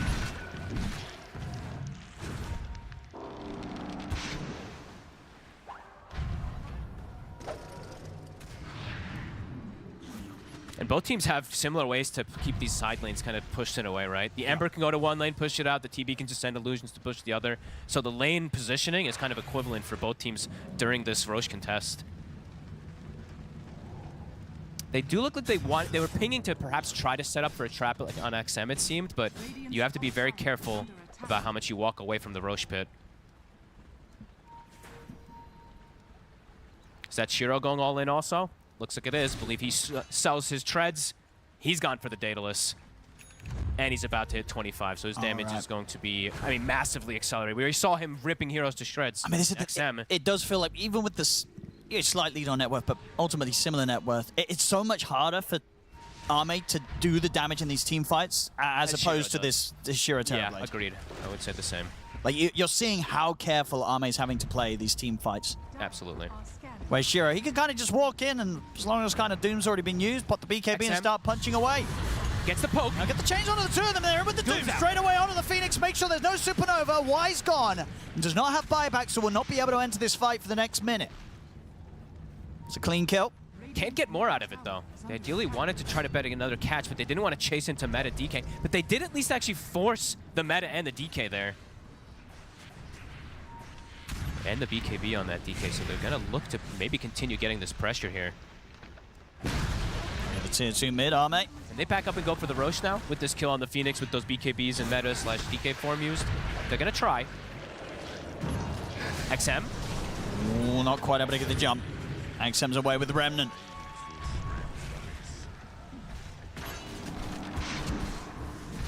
Hesitant to commit, though. Phoenix coming back too fast. That's still risky. Good awareness, though. XM, he was the one who was pinging. He's like, they're wrapping behind us, so just commits himself in there with that slight chains and allows him to get that Doom. But now Phoenix coming back up, and that means no Doom for 30. A lot of abilities exchanged. Let's see how they want to approach it. Ame, he's got the gold. It's got a lot of money. Almost for the buy and the buyback. Yeah, if he sells the treads, should be pretty close. Gleipnir for Xingqiu, too. This honestly can help because in the fights, you can tell that they are lacking a bit on control still on the side of XG also. It's literally just the slight chains, so even a Gleipnir usage can be useful. Get that extra catch. They're going to start poking in. XM. Kiss is used quite early. And indeed, very early. It was pushed them away from this. XXS is going to look for the jump in. Drop the Doom down. It's on Shiro. And see if they can finish him off. XM moves forward. He's going to look to bail out of the fight with the TP. He'll be fine. Gets back to the fountain. Shackles connects onto XM into the Hex. They've killed the Ember. What a shackle. XXS tries to move forward, but he's got to be careful himself now as Bark and Nothing to Say can turn towards him. This is awkward for XG now. Shiro's going to be coming back to the fray. He's able to TP out after that Doom. No Ember for 70 seconds. He's got buyback, but a lot used from the side of XG, and they did not get a kill. And he's got meta up ready as well to press right, Shiro. He's got salves. He immediately is just running out of the base. Yeah, that was BKB used for both the Doom and the Ember as well. That was a lot committed from XG to attempt for that catch because they threw the kisses out. I guess they felt like they kind of had to go for that jump there. But now Tidebound, perhaps in a position where they can finish this Roche. XM. I mean, did you buy back to try and fight this, or did you let this go? I feel like you don't want to buy back. He's going to buy back. They want to try and stop this. Can they steal anything? Roshan's already gone, and they're getting all the pickups here. Tidebound, they'll get everything, and now they can look for the fight. They move forward, they get the jumping on towards the snap. Xingqiu's out. And now XG, they've got to run. They can't afford to lose anything more here. Tidebound on the chase. XM and Armin, they're thinking about turning back in towards this. Another buyback comes in for Xingqiu. They get the Wheel of Wonder down. They're controlling Bark. Can they quite finish him off? They can't. Bark's up to the high ground. He's fine for now. Too scared to commit on that high ground, and now Cheese gets passed over to him. He's back to full. Shiro has a Sunder if he wants to throw it on a support. 2 buybacks, and they don't stop or get anything. I'm surprised that they actually used the one on XM. I guess they must have thought that they would be able to take the fight afterwards, but the Roche was clearly going to die before he was able to get back. I died so quickly to this Terrorblade. Tidebound. The clutcher moves coming in this later stages of the game. Ame. These 2 buybacks from his team. Oh, it was just the 1 buyback, right? Sorry, yeah, Xingqiu. The 1 buyback. It still is a big one. Xingqiu, as we've seen, every element is really important. 25 now for Bach. Yep. 25 for DK, 25 for Terrorblade. Doom has picked up a refresher. If he can get pretty much the perfect Dooms in these fights, it still can be absolutely massive. He can do like, I say that, like, ideally, a Phoenix and a TB. Yeah, Phoenix and a TB works for me, yeah. Definitely Phoenix plus 1, right? Yep. You want to throw 1 down onto the Phoenix for sure. Yep. But the Phoenix also does have buyback. So I imagine, in a sense, why he will be hanging on to that. He also has gotten a refresher shard from that Roche, so... And he is really important, though. You do have to address this Phoenix now at this point with level 20. That extra Sunray on top of his egg is devastating at this point if you don't stop it. And it is coming. Is it the rapier? 50 minutes. No, okay. the BKB. The BKB. I thought it was going to be the rapier from we can only hope. But the BKB is finally going to come. I feel like this could be a sell Deso into buy MKB for Ame. It's definitely a possibility. Just because it's Ame. Obviously, I've been wanting to go BKB, but whatever. That'd be hype. High ground push. Gonna start poking. Banners down. The glyph. Yep. I'll come out pretty early. Trying to pull Ame back. They break the Lincolns. I mean, Nothing to Say is ready to look for a jump. Shiro taking some big side blade damage, just fine. Yeah, these buildings are falling pretty fast. Ame tries to get the jump in. They turn towards the beginning with the Dragon Tail. So they're moving on. He's dead. He has to buy back. They get the Doom down on towards Planet. They've killed the Wind Ranger, but the Supernova, it's going to go off successfully. XXS pops the refresher, but he dies as well. Now Tianming, a couple of hits really from Nothing to Say. He just gets destroyed by this dragon. And the Sunder's back up to full HP. Ame dies. I mean, he gets sundered and killed. He dies so quickly. And they've got a refresher shard on the Phoenix. Yeah, Wise ready to go again. He can double hex. He can dive into that double hex if he wants to, if he sees a target. Nothing to say. Some of the jump. Ame, oh, he blinks in. Blinked in. Oh, it's because it's been popped. They get the hex on the aggressive Sun as well, brings him down low, but the escape act is there for Tian Meng. Why? Aggressive Ogre Seal Totem into refresher forward. May have killed himself, but he wanted to get the egg. He's going to get the egg off, right? He should get the egg off. He needs to hex Xingqiu before the egg, right? No, he's already used the Shredder, and it's also, it doesn't matter at level 18. Okay. So this egg is going to go off, and it's going to zone them. There it is. Egg's there. XG getting bullied back to the fountain. Xingqiu dead for 100. The tier 4's going down. They'll come in with the rest of the buybacks. They've got the fortification. They've got another Doom. Can he throw it onto a prime target? And what is the prime target? Aegis on the TB. They still have Phoenix. They have the numbers. And they've got Dragon Form and Metamorphosis back up in just 30 seconds. They're going to be able to keep going here, Tidebound. They don't even need it for the push. The buildings die so fast.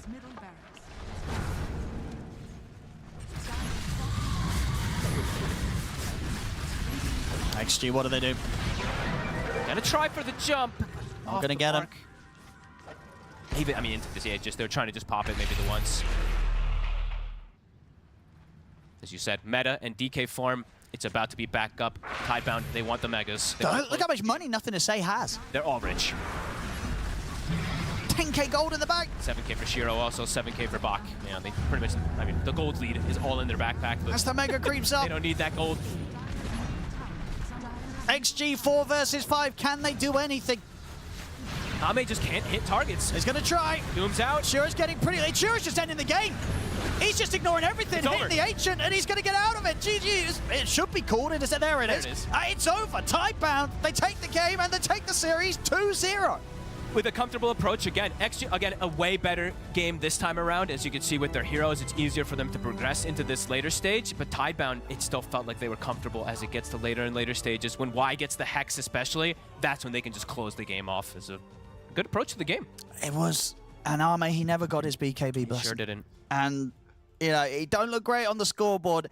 He only just did more damage than his Ringmaster.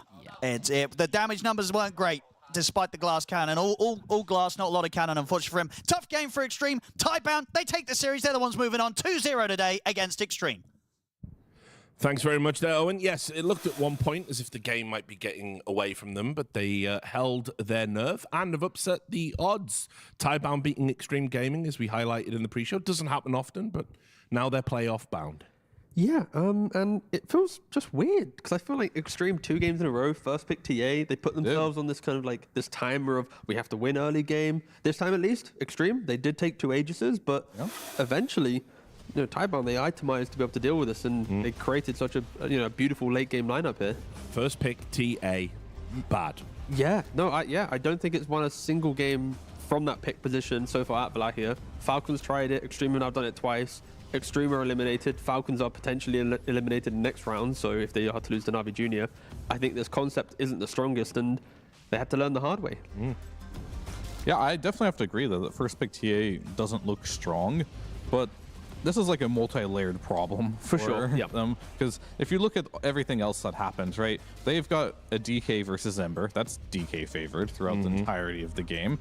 They've got a Terrorblade versus a Doom. That's Terrorblade favored throughout the entirety of the game.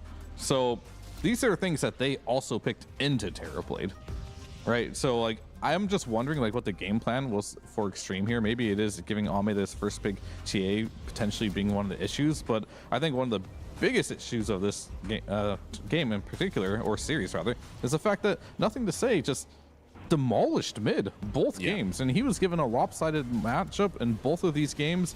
The offlane of Xtreme didn't really do much, didn't have any counter pick. Like, for example, we talked about this TB. It counters Doom, right? Really hard. You just sunder someone who gets doomed, and it's very hard to doom himself. You can't really run into the fight. Last game, you picked Brew into Medusa. Medusa destroyed this Brewmaster. So I think the mid and offlane were also big problems in this entire series for Xtreme. But I'll remind you of 2 things that you said in the past, Clinton. You said, first of all, they've got to give Nothing to Say more to do instead of sacking him in the lanes. If they do that, they'll win. You were right. You also said they had to work on their drafting because they had been, you know, not as cerebral in some ways, let's say. They were very reactive rather than having a game plan. I do want to give them credit for that, but I also want to say this Xtreme Gaming looked like Tidebound. Exactly. Yeah. I was like, before we jump on the oh my god, Tidebound, their drafts are doing it. I think Xtreme maybe took a page out of Tidebound's book and did suffer a little bit. But no, I think to summarize that point, yes, I think Tidebound have improved a lot since the last time we saw them. Their drafts feel more kind of logical. They're trying to building the blocks to punish their opponent, and they did it very nicely in this series. And we can have Bach joining us now, I believe. He should be coming in. It's just focused on just you. on me, mate. Hello. Yeah, no, here he is. Hi, Bach. Congratulations on the win. Are you surprised because Xtreme Gaming have beaten you quite a lot in the qualifiers? Yeah, but not surprised. Like every time we play against them, we have chance to win. Like last Wallachia, we lost to them at first round of playoff. That BO3 actually we can like every game we have a chance, but we make some mistakes. So this time, these 2 games, I think we have better like draft, like structures. Yeah. So congratulations on the win. As an offlaner, you sometimes like to buy Glimmer Cape. In this game, you buy Ghost Scepter. You keep buying support items, which means they'll get nerfed. Do you think that Ghost Scepter is probably going to get a nerf in some way? No mana cost, low cooldown, enables you to play against TA and big heroes like this? I mean, in this game, it's basically because they have like a Silver Age TA. Yeah. You have to buy it or you die very fast. Yeah, but support item, I think it's about like timing things. Like you want go fast and it's very cheap. So yeah. Do you think it should be more expensive or have mana cost or something, or do you think it's in a good place? I think it's good. Like not every game you have to buy it. Yeah. Sure. Hello, Bach. I have a question for you about like Templar Assassin. What is your idea of going into laning versus hero? Like, do you think it's possible to beat this hero in lane? If not, like, what was the reasoning behind picking Bristleback and the other heroes you play against TA? I mean, TA is like very hard to like to make TA have a bad game. Like no matter what, he can farm jungle anyway. Like Bristleback is not a counter pick against TA, but Bristleback can support TB better in team fight. Yeah. Another quick question, not about this series, but how are your team enjoying European pubs? You've been here boot camping for a bit. Do you feel like they're, not learning more, maybe not learning as much? Like, do you think it's helping or? Yeah, it's definitely very big help because nowadays, I think every other servers is not like as good as European kind of high level play, in European pubs. Yeah. And can I ask you about the overall strength and quality of Chinese Dota? We were saying on the panel here that we really want a Chinese team to be at the playoffs for all the big events. We think Dota's just better when there's a Chinese team in the mix. How do you think the region is doing overall?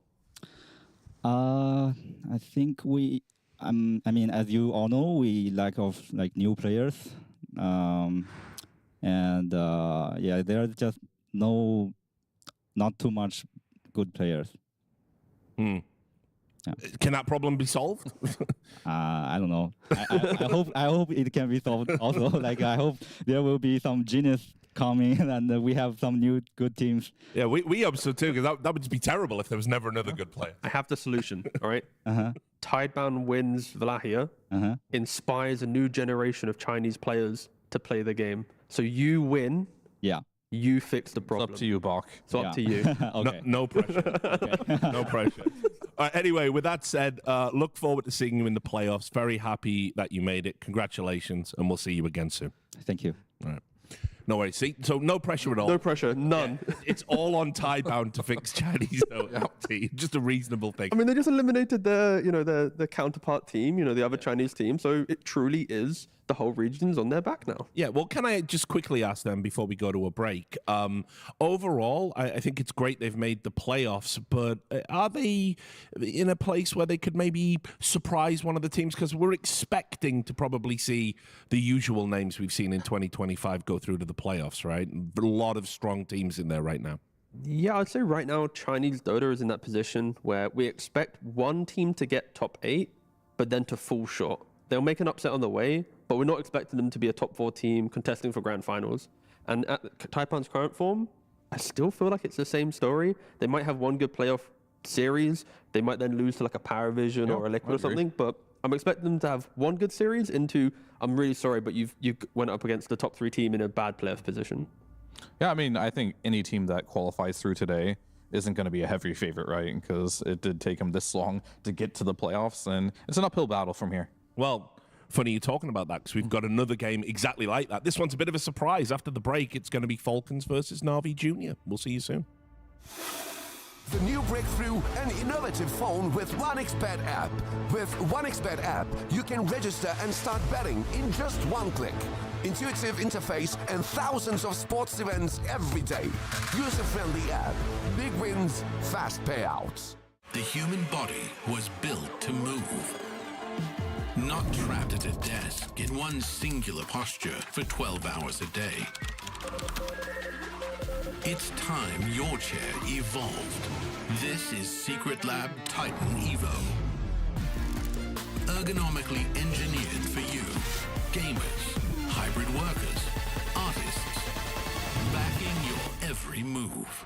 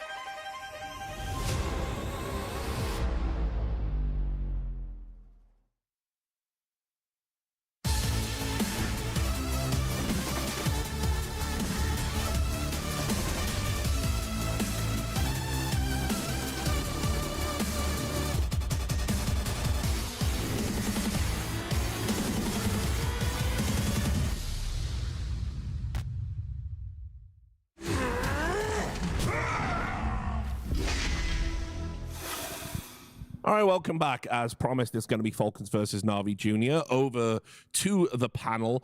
Falcons in a do-or-die last day. Maybe not as dramatic as it sounds, as you pointed out, T, because they have lost to good teams to be here.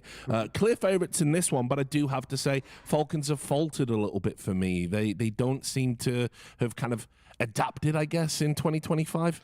Adapted in regards to new heroes rising into popularity. Yeah, that's kind of what I was thinking. Yeah, so just to confirm that for that. So, yeah, no, they are struggling a little bit. I don't know what the correct word would be. Maybe you can help me. Okay. I don't think it's stubborn, because that's as if they think that they are the best and what they do is correct. But I think they do think that. Okay, well, in that case... On some level, yeah, potentially true, because it's like their concepts, if they were able just to respect what others are doing a bit more and then meld a combination of their playbook with what's happening in like meta iterations, then they would be such a dominant team. But it feels like every time we see something cool and interesting added, they're like, well, that's nice, but we're still doing our Falcons thing. Like, maybe if they could find some middle ground, then they wouldn't be struggling.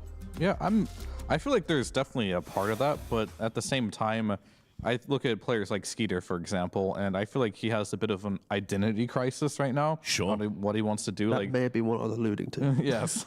Like he's going for like playing TA some games where he doesn't really play that hero, but it's super popular, so he feels like he has to play it.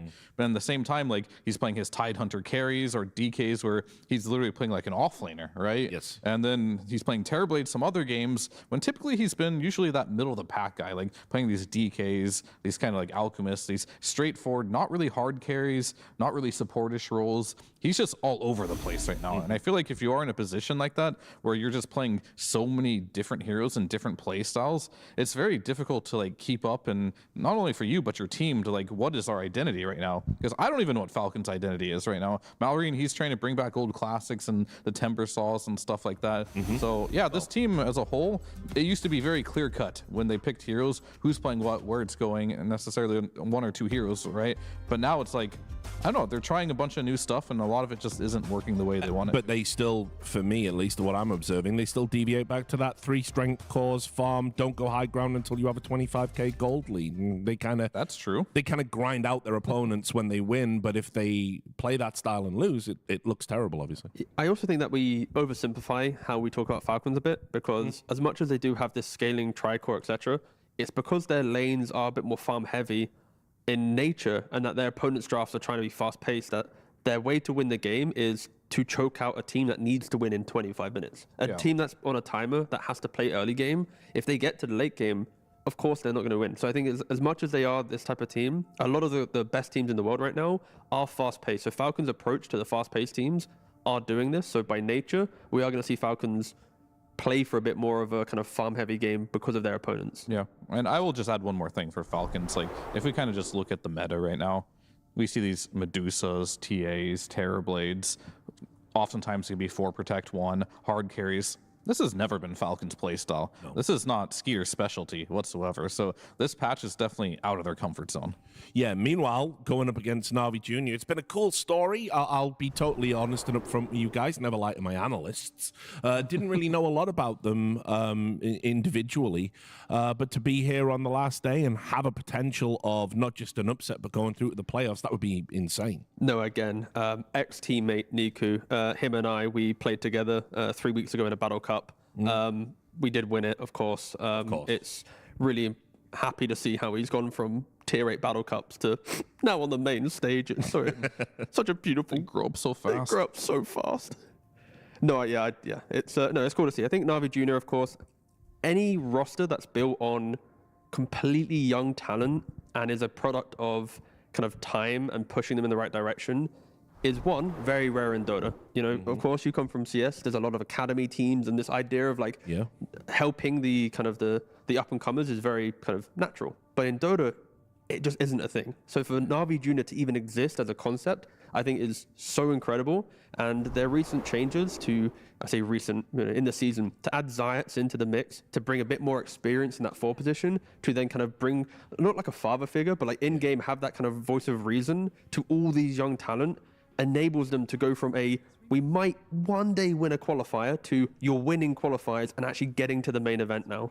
So and having the experience on the 4 position as well, given how impactful that role is, really good for them. So I'll be rooting for them as underdogs here, but we'll see how they do in the draft.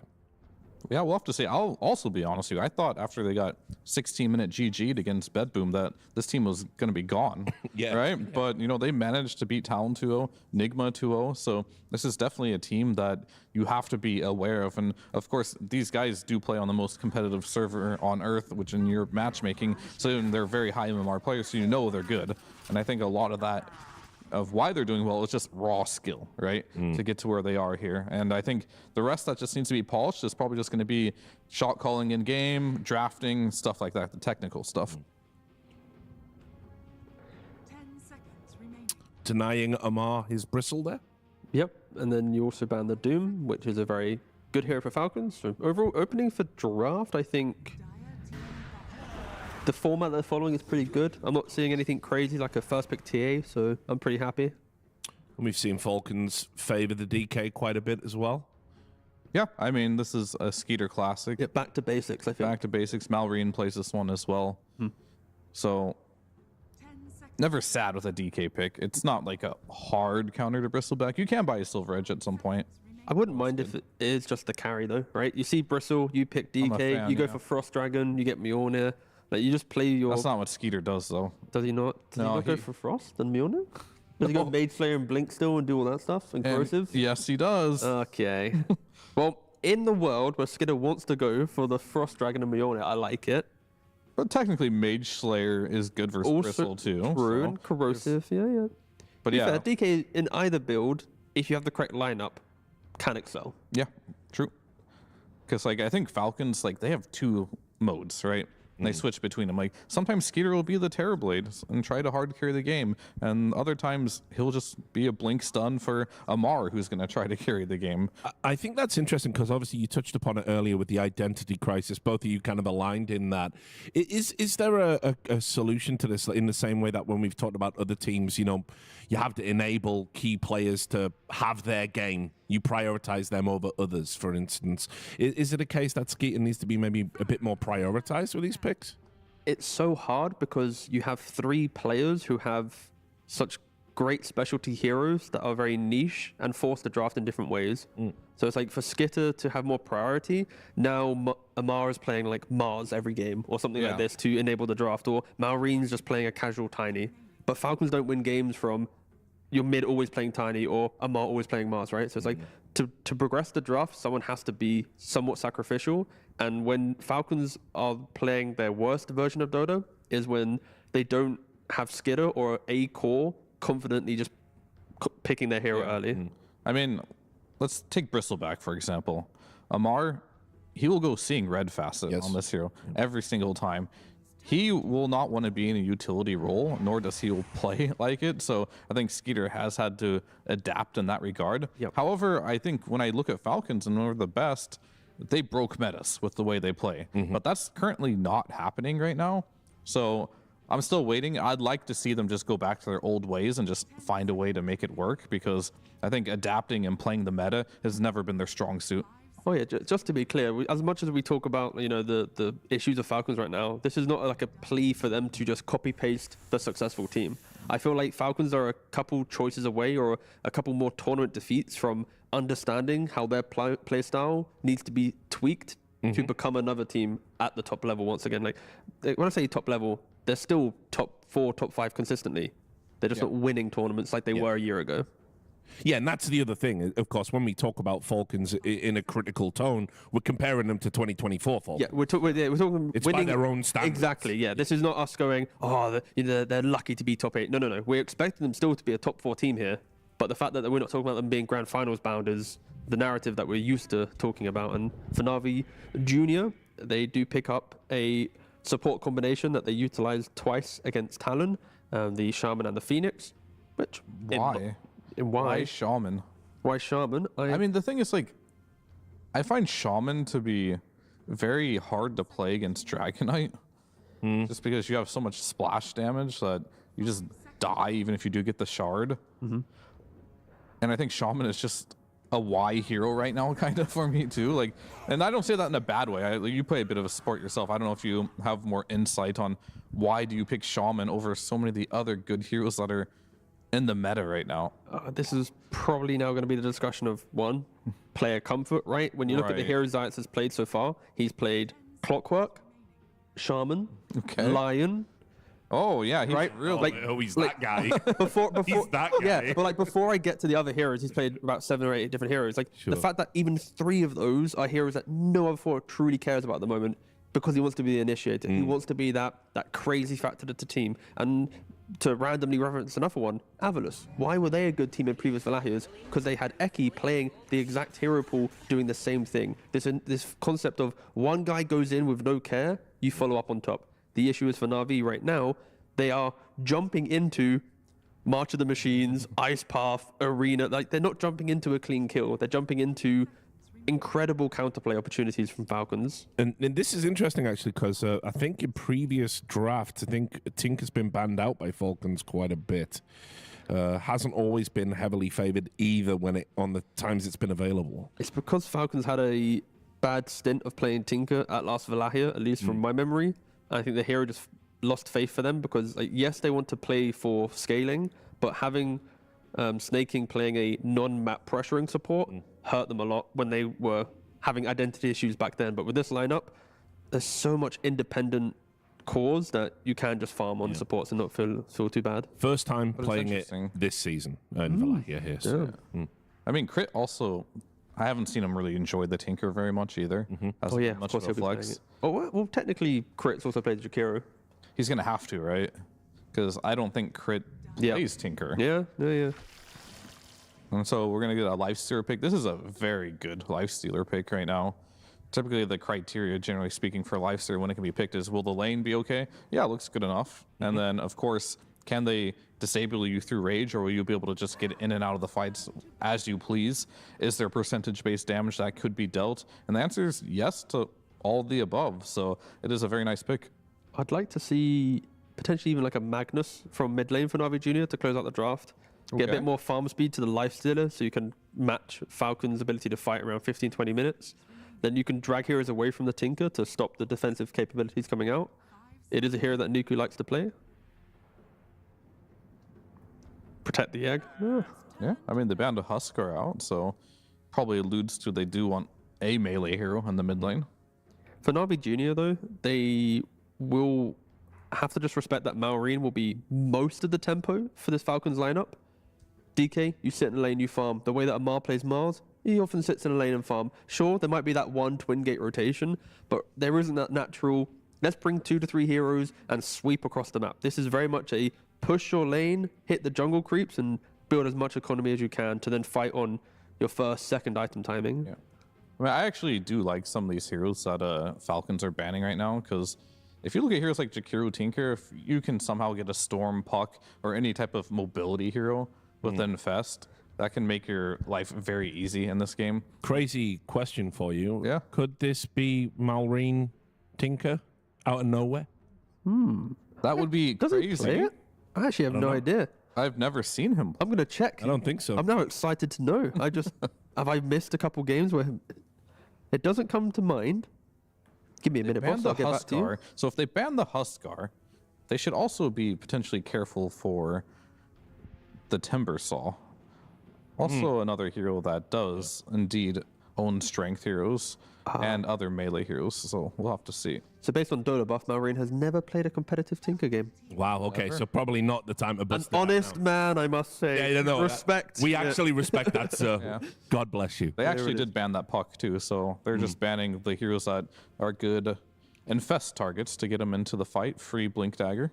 Going on the Falcons' logic of scaling, they could easily just last pick a Razor if they wanted to. If the mid is not pressuring and very annoying, Falcons just put last pick Razor, every core farms, and yeah, that's all they need to do. Buy BKB and run at NAVI Junior. Yeah, that denies the Timber pick, so that won't be happening. Does it deny the Ember pick? Yeah. Yes.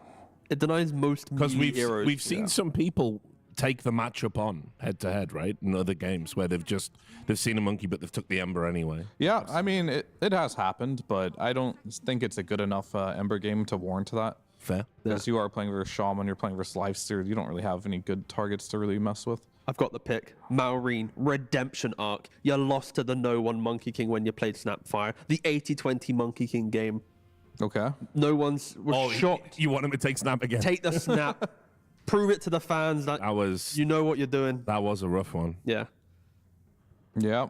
I mean, I would rather them play like a Quap or something. Yeah. Like Quap for damage. I don't know why, but Razor just feels mid or yeah, just a casual Razor mid. Just really just remind NAVI Junior that you also can't really make plays. Shaman walks to the tower. Sure. As long as you arena, you defend it. Lifestealer needs to farm like an entire Radiance. It's risky, but it could work. Yeah. The risk is only applied because I just don't see NAVI Junior taking the the initiative too early. But sure, you pressure in the mid lane. That's critical because if Monkey King can't pressure, they are just going to awkwardly hit creeps. Yeah, I mean you really just have to keep an eye on Shaman in this game too. Like they have no stuns outside of that. So if Shaman is showing on the map or you know where he's at, you're pretty free to split push as well in this game and weave in and out of the fights. So it works really well. I mean, additional pushback on the arena, a bit of a meme, but it's there. More damage. I just think this hero is going to scale incredibly well this game, so it's good. And you don't want to give Monkey a free game. We saw what happened when you gave nothing to say, a free game by picking that Tiny into it. You got to shut him down. Yeah, good thing for NAVI Junior to lean on is the fact that their supports will be a little bit more active. Where Tinker wants to get his levels, farm the the double camps on the side of the map. A Shaman who doesn't need to help Bristle too much can just run to mid. Crit's playing Tinker. Crit's playing Tinker. Yeah.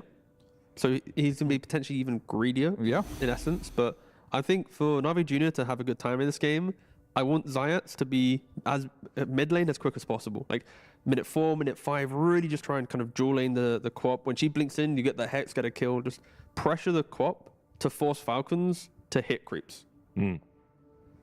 Yeah, I mean, I definitely have to agree. Like, you can't let this Quap have a free game. You can't keep punishing this Monkey King. Whatever they have to do, either rotate the monkey out or rotate to the monkey, I'm totally fine with.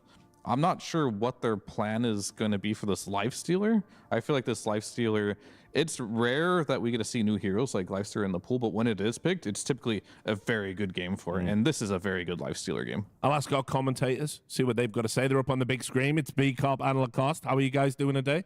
Doing good. Doing great. So I won't even bother asking B-Cop. He will not give opinions. He's just so anxious about giving an opinion. Today's the day. Right, okay, I'm starting with you then, B-Cop. All right. Give me an opinion about these drafts. Articulate which one you think is better and why. I wasn't going to articulate. I already had an answer pre-planned for this, but I'm a big underdog fan, and for that reason alone, I'm in on Navi. That's not about the draft. No, it's not. We're going to get there one day. I had a pre-canned answer. I'm really trying. I'm trying to help you. What about you, Lacoste? What do you think? It's a very good Lifestealer game, but on the other side, it's also a very good Quap game. But I think NAVI Junior could maybe pull it off in this game. I think they have good heroes, a little bit lacking in control department, but we'll have to see. We will see. We're going to see 'cause the game is live. Take it away, guys. Have a good one. Thank you very much. Gonna come into game number 1, NAVI Junior against Falcons. Maybe little bro of NAVI can defeat Falcons and have them miss the playoffs, which would be a bit of a surprise. Skeeter already calling for mercy. Lacoste, I think next time I get asked for a draft analysis, I might need you in my ear giving me a little bit of a... Problem is I'm on the camera as well, so they will see that one.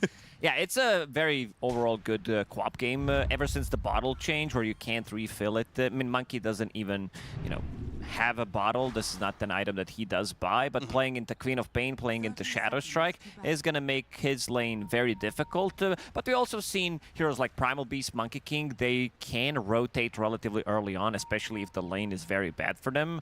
Difference between him and Primal Beast is that Primal Beast can creep skip. Monkey can't do that. He doesn't kill the creep wave as fast as Primal Beast does. So I think in this one, they will have to take an L. But looking at also the whole squad of NAVI, they have good amount of team fight. They have very strong heroes, 3 very tanky heroes with the Sunray behind them. DMA in trouble. He'll show his back, but body blocked by Skeeter. They'll get the kill, and it's first blood for Snake King. So already a good start here for Falcons. This is not the hero that they wanted to give the first blood to. They were body blocking. They wanted to secure it for Malrine, but the double hit from Jakiro, I get he got a little surprised by Twin Terror Facet, dealing extra bit of a damage as well. How does this bottom lane matchup go? If you want to see Monkey King move over lanes early, if the lane is not really playable, is it potentially a killer lane for NAVI Junior with the Shadow Shaman? Have some lockdown, have the Bristle, and then have Monkey King come over? I don't know if they... Dragonite, you have that extra armor, of course. He's also starting with the Magic Wand. The Shaman doesn't provide you with that much damage early on. You also have high armor against Bristleback, which is nice. You also just gave away free First Blood to Snake King. So I think they're definitely going to be fine in this lane. Shaman needs to be the one who needs to be more careful in this lane, considering what he's playing into. Quite a lot of it. Damage coming out from these 2 heroes. 1 stun into slow. This hero is going to die. See how Zayats plays it. He is the captain of the team, and he is probably the guy who's got most experience on this one. Let's see what his playmaking calls are. But you can already see this Monkey King pretty low on health. It's not a fun time against the Shadow Strike of this Queen of Pain, and it's only level 1 for now. It's only going to get tougher. He got some good CS, though. He got 4 out of 5, but he only missed 1 creep, basically. But he might die because of it. And you can see that Malrine, he's thinking what he needs to go for, keeping a point open, whether he wants to blink out. Does have Bottle, which is getting delivered on the Courier right now, playing extremely aggressive. Niku still CSing nicely, 9 CS on him. Trying to take these denies, as many as he can for the moment, before that Shadow Strike becomes too much, especially with the extra bit of regen that Queen of Pain will have with this bottle. Life gets a little bit tougher. And you're only working with that Boundless Strike, but level 1, that is a 24-second cooldown. There aren't many options. Skeeter in some trouble. Viscous Nasal Goo up to 4. And one more right click from Zayats to get the kill onto the DK. He was ready. If that last stick didn't kill him, he would have a healing salve available. Now Queen of Pain, 2 points in Shadow Strike with the blink as well. Will refill the bottle. There's another water rune. Niku has Boots of Speed available, so he wants to get there as Tangos as well. Not an easy lane for him by any means, but still getting the most out of it. Playing much better than I expected him to play this lane, because it's a tough one. This next Shadow Strike, let's see if he's going to be able to sustain through it. Getting the levels, not dying, is pretty much all you need in this lane. That's the tough part, right? Like, the damage is now just coming in constantly, where Niku, he has to either get the Jingu to try and heal, but if Malrine positions himself in a spot where you really can't get that Jingu off, he's in trouble. If he gets close this time, he's going to get Shadow Strike. Malrine, unfortunately for him, only got that one water rune, refilled his bottle, but Niku, he's keeping the distance. Trying to pressure under the tower. Malrine is pinging it out. It's like if we get a TP rotation, we might be able to get the kill. Snaking does have TP available. Tinker, not the guy that kind of wants to TP in. He's not that aggressive as a support. He's going to be more focused on stacking in the triangle. And a little surprised that Crit's going to be playing this Tinker. Not his traditional hero by any means. Tinker getting a little bit more priorities. That's going to try and just stand his ground. Holding on with the shackle, but doesn't end up being enough to get an immediate trade. But now the damage on the PMA. Some Viscous Nasal Goo for Snaking. Still not enough on either hero, and they'll pop their salves and back up to about full health. Niku, he also got himself a salve, so he put himself back to a decent spot in health as well over mid. Also picking up one of those water runes. So back to full HP. Rain, even though he was putting the pressure, Niku's still doing really well. Didn't talk too much about the top lane. Amar. Where's he getting this CS from? There are no other units. He's like, if you look at the number 1 and number 2, he's sitting at 26 and 8. And he's gonna die. We just jinxed him. Don't we? I didn't say anything. When something bad happens, we are a team. Yeah. Fair enough. He does die there, and it's just...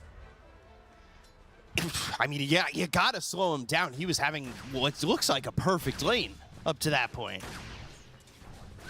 I will say I'm shocked the Monkey King's doing that well as well. 23 and 5. With all the harassment, he's done a very good job of keeping himself in that lane for the moment. And I say that he's already back to Fountain right now. And he's fine. He's level 5 right now, so he can make a rotation if he wants to. We'll try to collect the extra bit of XP by coming to the mid lane, but this is the hero that can move across the map relatively fast. So what's the difference here with Crit being on this 4-position Tinker? What do you expect from him? Pretty standard stuff. Holy Locket, Mech, Glimmer Cape, saving items, and then maybe start thinking how to scale. I think they also wanted to give him a little bit of extra farm priority, seeing the heroes that they do have. They don't really have these, like your offlane doesn't really farm the triangle really well, so I think he's going to be the one getting most of that. Your mid laner is also kind of meh, so is your safe laner. So you can farm the big stacks, but you can't really farm the ancient stacks with the 3 heroes. Mm-hmm. That'll give Tinker some priority, and you can see Crit's already 15 and 2. That's what Tinker does. He is one of the greedier supports. Now they're going to have to figure out who's going to be taking less farm, because if you look at some of the numbers, Amar takes quite a lot of farm on his team, very high percentage, and then you also have Snaking, who takes quite a lot of farm. Zayats making a move. They should be an easy kill. Yeah, they have the Hex, they'll have the Shackles, they'll get another kill into Amar. Give Amar the juice, because they got the juice.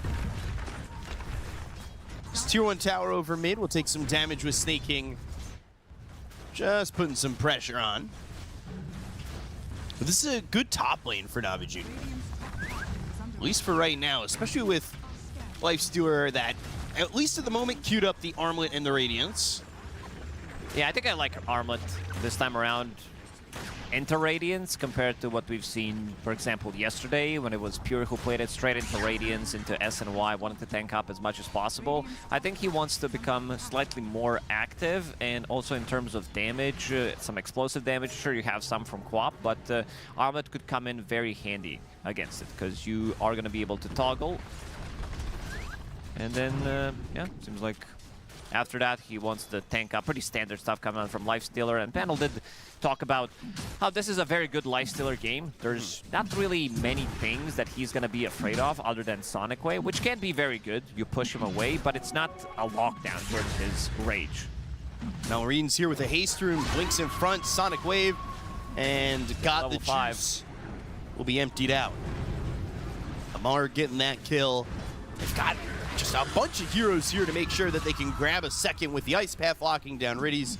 That's 2 for Falcons as they felt the pressure coming in from NAVI Junior in the top lane. So they have to clear it out, and they do so. He also managed to kill the Tier 1 tower in the mid lane, which is going to open up the map. Niku, he continues to farm up. He's in the bottom of all the cores, but I want to see a little bit more aggressive play coming out from him. He did very well in the lane, considering what he was playing into, but now needs to deliver. I mean, as we expected, 10 minutes in, you're going to be having least amount of farm when it comes down what you're playing into, and first rotation. But go for Amar again. Good Ice Path. That lands on the Monkey King. Lines up a spear on a Niku. Down strike from a distance, but Amar's able to run. They go to the Wukong's command. The Shackle from a distance. Skeeter's there to stop that and get the kill onto this Shadow Shaman of Zayats. They focus their attention on Malrine, who's able to blink away, and Niku with the Shadow Strike on himself has to try and walk away. And that won't be enough ticks to get the kill into the Monkey King. So NAVI Junior, they try, but the reaction from Falcons is good and enough to stop whatever NAVI Junior wanted to get done. As long as Queen of Pain is staying away from Shadow Shaman, you're definitely going to be fine. They have really no lockdown whatsoever. You have Boundless Strike, which is not that much. Even with 1 point in Shadow Strike, sorry, 1 point in Blink, she's still going to be very fine when it comes down to him blinking into the middle of a fight and then managing to get out, especially because Tinker is going to be taking care of it. About to finish off his Holy Locket and has that Defense Matrix available, and this is going to be another tower. They're playing it so quickly. Skeeter does have Orb of Blight, so that's going to be extra damage. Synergizes nicely with his spell, considering that he is playing Corrosive Dragon Facet, so immediately goes to the bottom lane. And this is something that Skeeter does really well when he plays Dragon Knight. He plays it differently than other carriers from the safe lane. He goes for the Blink Dagger. This is something that it is kind of his trademark, where he becomes more active and does allow other team members to scale. Skeeter's really not heavily farm-oriented player by any means. The map kind of flip-flopped, right? Because NAVI Junior, they were trying to put the pressure on the Tier 1 tower. They almost get that Tier 1 tower. Then that gank comes from Malrine. They lose another fight. They lose that Tier 1 top. They've lost the Tier 1 mid. And all of a sudden, you know, Falcons, who have the longest average game time by quite a margin here, who play a little bit slower, are playing fast so far in this game. NAVI Junior are getting their map kind of cut down, and the areas to farm aren't exactly there.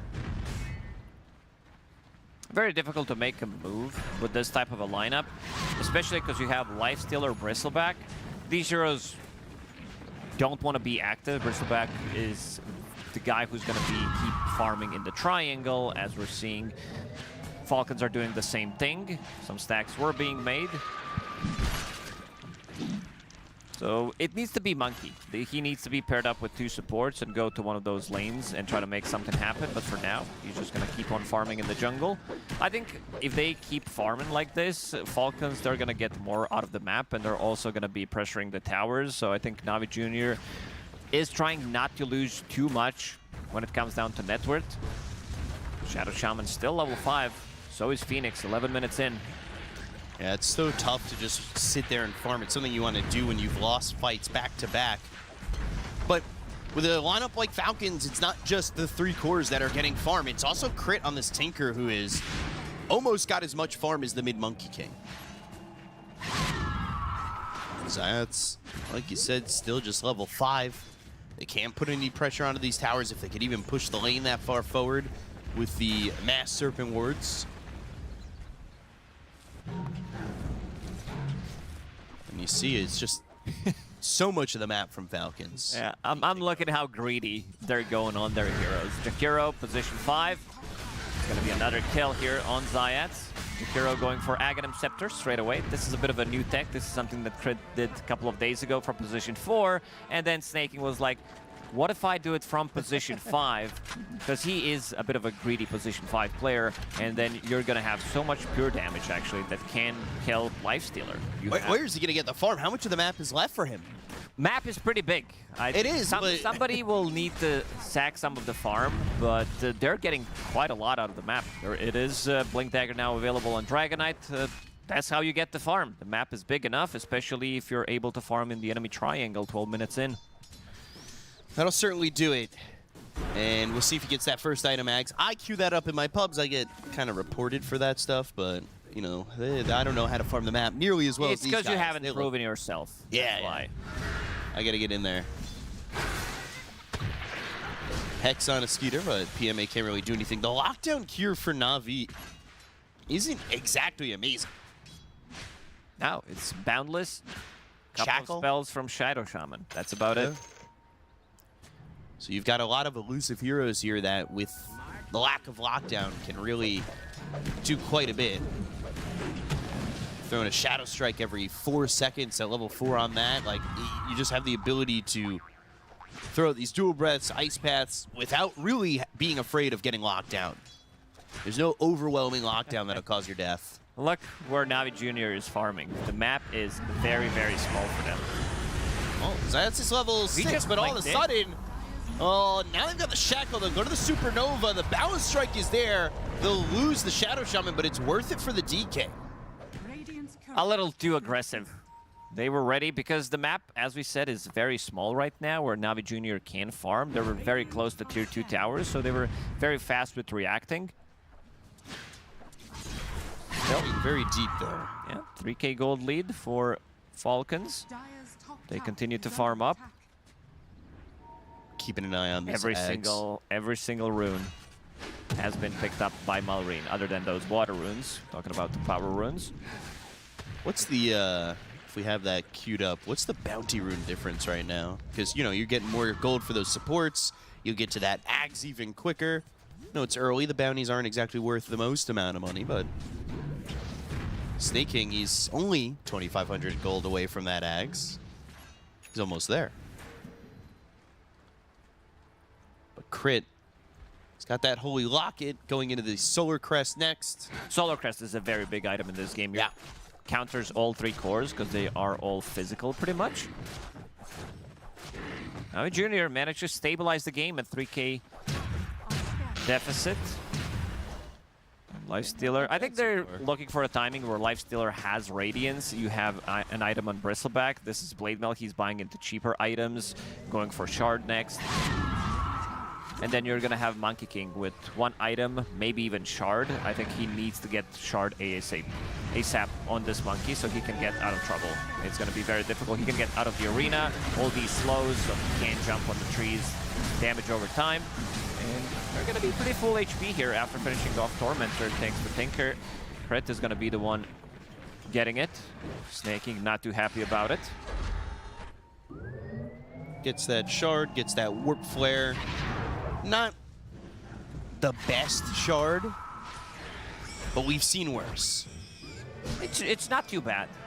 Considering that you're playing against Lifestealer, if he doesn't have Rage against Bristleback, Monkey King, could be very helpful. Yeah, he gets that Shard and finishing up the Pavis now. He's got more... well, now with that Shard, he's got more farm than... yeah, he's top 4 all of a sudden. I was looking towards the bottom half of the net worth list. I was like, oh, where's this Tinker? And then I had to look up a little bit higher. He's level 11. He's the same level as enemy carry hero right now, which is pretty impressive. He didn't die a single time, isn't heavily involved in any of the kills in like 3 out of 7, but he's farming quite a lot. On the side, this outer ring pretty much belongs to Tinker. He's also going into triangle. As I said, the heroes that they do have are not really farming the triangle really well, especially Mars. This hero is very, very bad at farming the Ancients. Arena used, Sonic Wave comes through. Niku's gonna die here by the mid-tier 2. Start to throw some damage on with the Chikiro. We haven't seen much from NAVI Junior, other than that one rotation to the top lane where they killed Mars, and also where they grouped up as 4-5, managed to get a kill on Dragon Knight. So right now, it feels very difficult for them to play the game. Falcons are controlling most of the map, and also getting into these items. We said the way Skeeter plays his Dragon Knight is pick up a Blink Dagger, try to get a kill or two, then he starts farming up more, goes back to Armlet, goes back for SNY, so that's going to be his status resistance, slow resistance as well. Trying to make a move on him. The Blink Dagger coming in handy. Just TP out. It's that easy. They have no stuns whatsoever. Yeah, they didn't have the Shadow Shaman nearby to stop that TP out. You make the skank. You've got 4 heroes here to do so, and you come up empty-handed. Closing in on this Radiance, though. At least got the juice. He's top of net worth. That's your biggest silver lining right now. And PMA's got a lot of farm. The big net worth difference is truly it's the Tinker. So, like, the net worth is 6,000 ahead, but it's not this crazy lead. It's not the same. But having Solar Crest and having Holy Locket this early into the game certainly make these fights a little bit harder for NAVI Junior. I want to see NAVI Junior strike once that Radiance is up. They also need to be aware of potentially Falcons going for Roche. In terms of damage that they have against Roche, it's not like the fastest Roche taking lineup, but they do have Sustain from Tinker. They do have Solar Crest, which is very nice, getting some extra, barrier, getting that attack speed. And Snaking getting close to his Aghanim Scepter, 1,500 gold away. Ags Watch 2025. First item rush, Ags Watch. He's close. So PMA gonna wrap around from behind. They're gonna have the Lifestealer TP into this. That Balance Strike hit onto 3. They go to the Sonic Wave immediately. They should be able to get the kill into Ziots with the arena around him and PMA.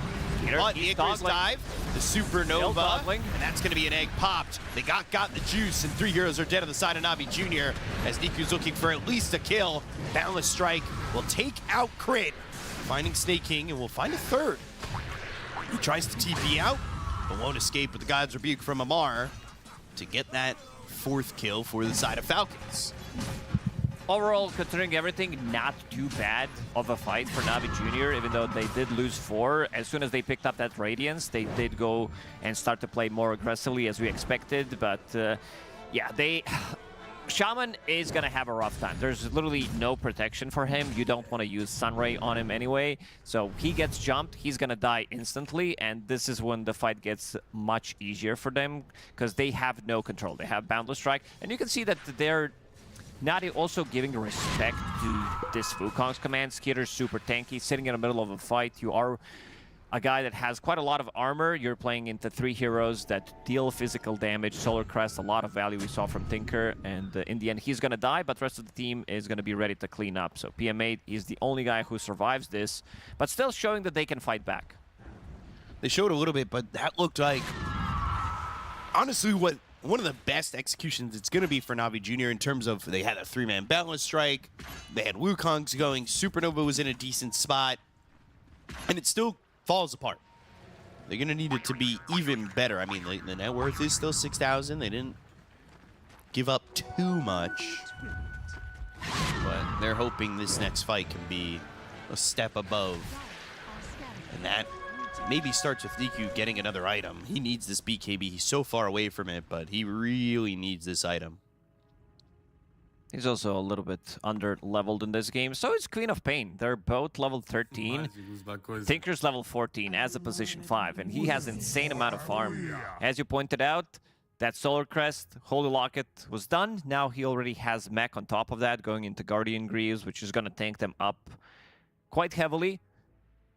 Warp Flare available as well.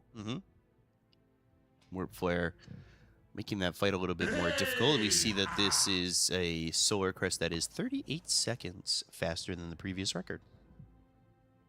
So the farm, as you can see for Tinker, is quite a lot and quite quick. This has to be one of the more farm Tinkers we've seen in some time.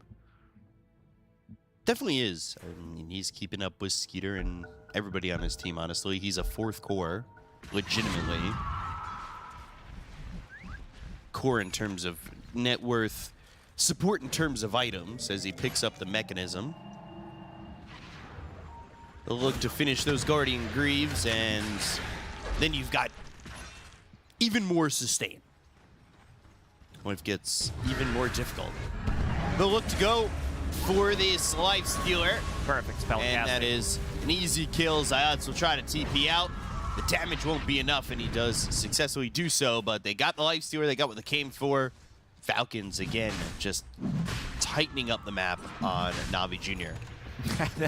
I think this might be one of the few times where we are going to be seeing SNY on Mars. This guy, he just plays it differently, and look what he has queued up. Aghanim Scepter Satanic. He wants to meme it up. This is what I love about Damar. SNY is good in this game. It does allow you to have extra tankiness, status resistance, because he thinks that BKB is not going to do much, considering what he's playing into. PMA has his back turn, not taking that much damage. Serpent Words around Amar. Wukong's command, though, and run away. He's not really looking to stay near anybody in the Wukong's command. Instead, what he's doing is putting himself in the corner. Out. They have nothing. If Shanm is not close by, Boundless Strike have been used. They might reinitiate. Skeeter's on the edge. They might look to go back in. I mean, Amar's certainly looking for an opening point. Roche is down to half HP. Navi, they want to take this fight. Need to be careful still. They don't have the arena. They don't have Sonic Wave. Sonic Wave in 10, arena in 7 seconds.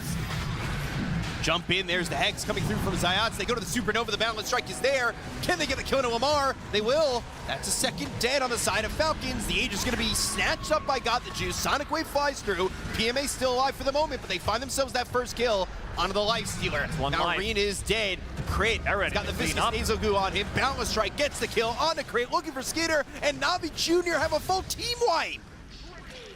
Those Serpent Wars that they dropped, even though it trapped Mars just for a little bit, it wasn't too bad, because they also allowed him to go inside a Roche pit to attack it. It was kind of a zoning ulti, and as we said, Lifestealer, he should have a pretty easy time. If he's not getting initiated on, if he's having a free fight, he's going to be dealing a lot of damage, and I think Amar will need to change his item build. After seeing what just happened, this Aghanim Scepter, not the item that we see almost ever on the hero, but yeah, we'll see if he decides to commit for it.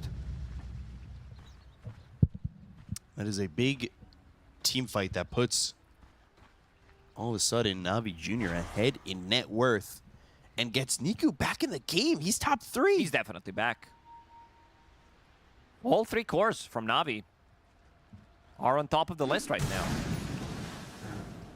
I don't know if I was expecting Niku to get back in at all. With the way that his farm and his game was going.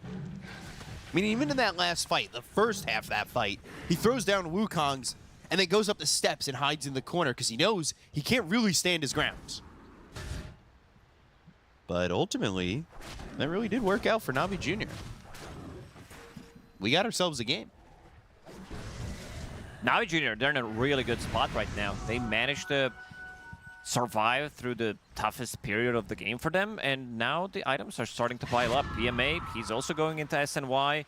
Pipe of Insight is ready, level 18 on him. The cores are becoming very, very tanky on their side. Sure, you can turn Bristleback with Mars, but in terms of damage, if they're fighting like they did in the previous fight, Falcons are going to have a hard time. They find the Hex. They think about the Wukong. Skeeter's even going to jump in. The Serpent Wards are committed, and they will go 1 for 1, but now PMA is here. Amar stunned up. The jump over to the other side with a shard. He drops the arena in the spear, but he's still dead. Crit will TP out. No Shadow Shaman means pretty much no lockdown.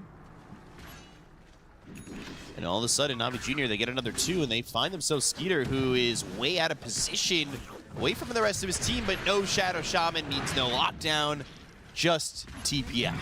Yeah, maybe I would prefer if Phoenix did go for Road of Atos, considering what he's playing into. We saw how good it can be yesterday when it was BetBoom playing against Aurora when both of the supports, they had no lockdown. Both of them did rush Rod of Athos. One on Warlock, one on Shadow Demon. Would definitely love to see something similar. Or if Phoenix, I see that he's going for the Glimmer Cape, which is a very defensive item overall. He's committing for it. I would prefer if it's either Athos, maybe even Hex. Hex is a bit more on the expensive side, but I do feel like they need extra bit of lockdown. I'd like to see Lifestealer also. He's got BKB then Basher queued up. I'd almost like to see him get this Basher first. Depends. If somehow they manage to take Roche, which is gonna still be very long respawn, I'd be fine with Basher, but yeah, I think if he gets BKB in this game, he's gonna have a pretty free entry to the fight. Rage, another BKB, so that's basically 9, 12, 21 seconds of your debuff immunity. Let's see what Amar has been cooking with his itemization. Definitely decided to change things up after what happened in the previous 2 fights. Wants to tank up a little bit more, seeing that all the damage is physical. I like the AC that he is trying to get. Might change his mind. I also don't mind them getting Hex on one of the heroes because they can have that instant initiation. And Zayats again dropping the wards. Yeah, drops the wards, holds out on the edge of the Hex to look for that Shackle and the control. They get the kill to Mallory, the pop, the BKB on Niku. They'll go after Snaking. This should be a second kill. Even with the upgraded Macro Pyre, they do not care.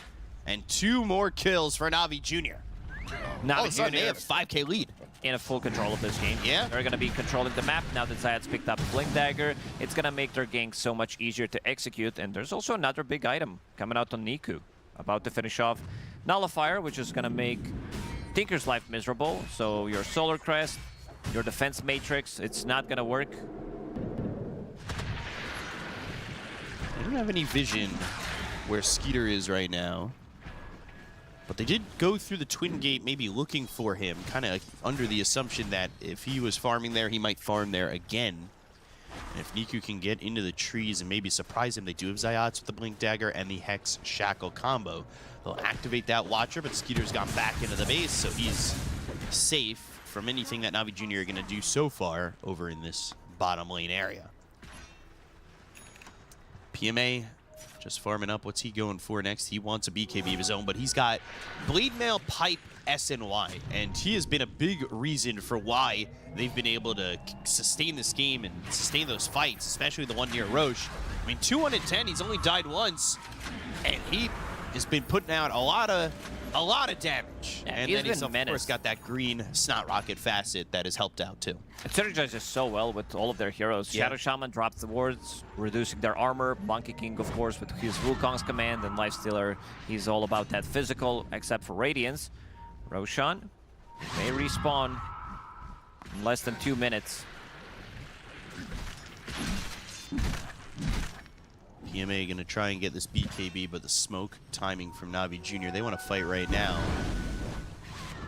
It's going to be led by Shadow Shaman, but they have to find the right opening. Blink, Zayats, finds Skeeter, but now throws the Shackles onto this Jakiro, the Boundless Strike onto the Serpent Wards are there. They get both supports.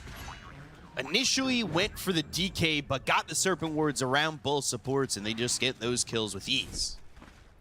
Zayats is carrying this game pretty hard. Like, he has target on his back. They know that they need to kill him first, but he's managing to initiate first underneath this vision. Jumps in. And let's see. It was 65-35 and down to 35-65. So pretty balanced all over. Zayats, he is smoked. Does have ninja gear, which is going to allow him to get even more pickoffs. Give him that movement ability without being seen and hoping to find a blink target to go for.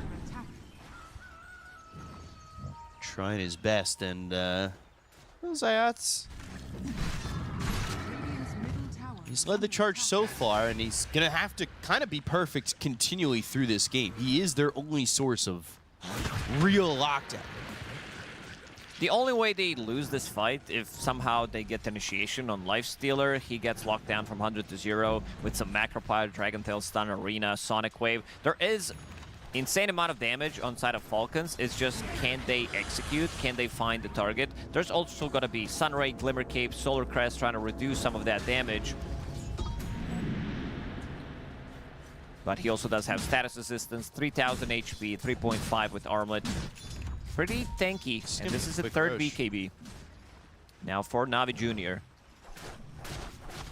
20 seconds on Roche. About.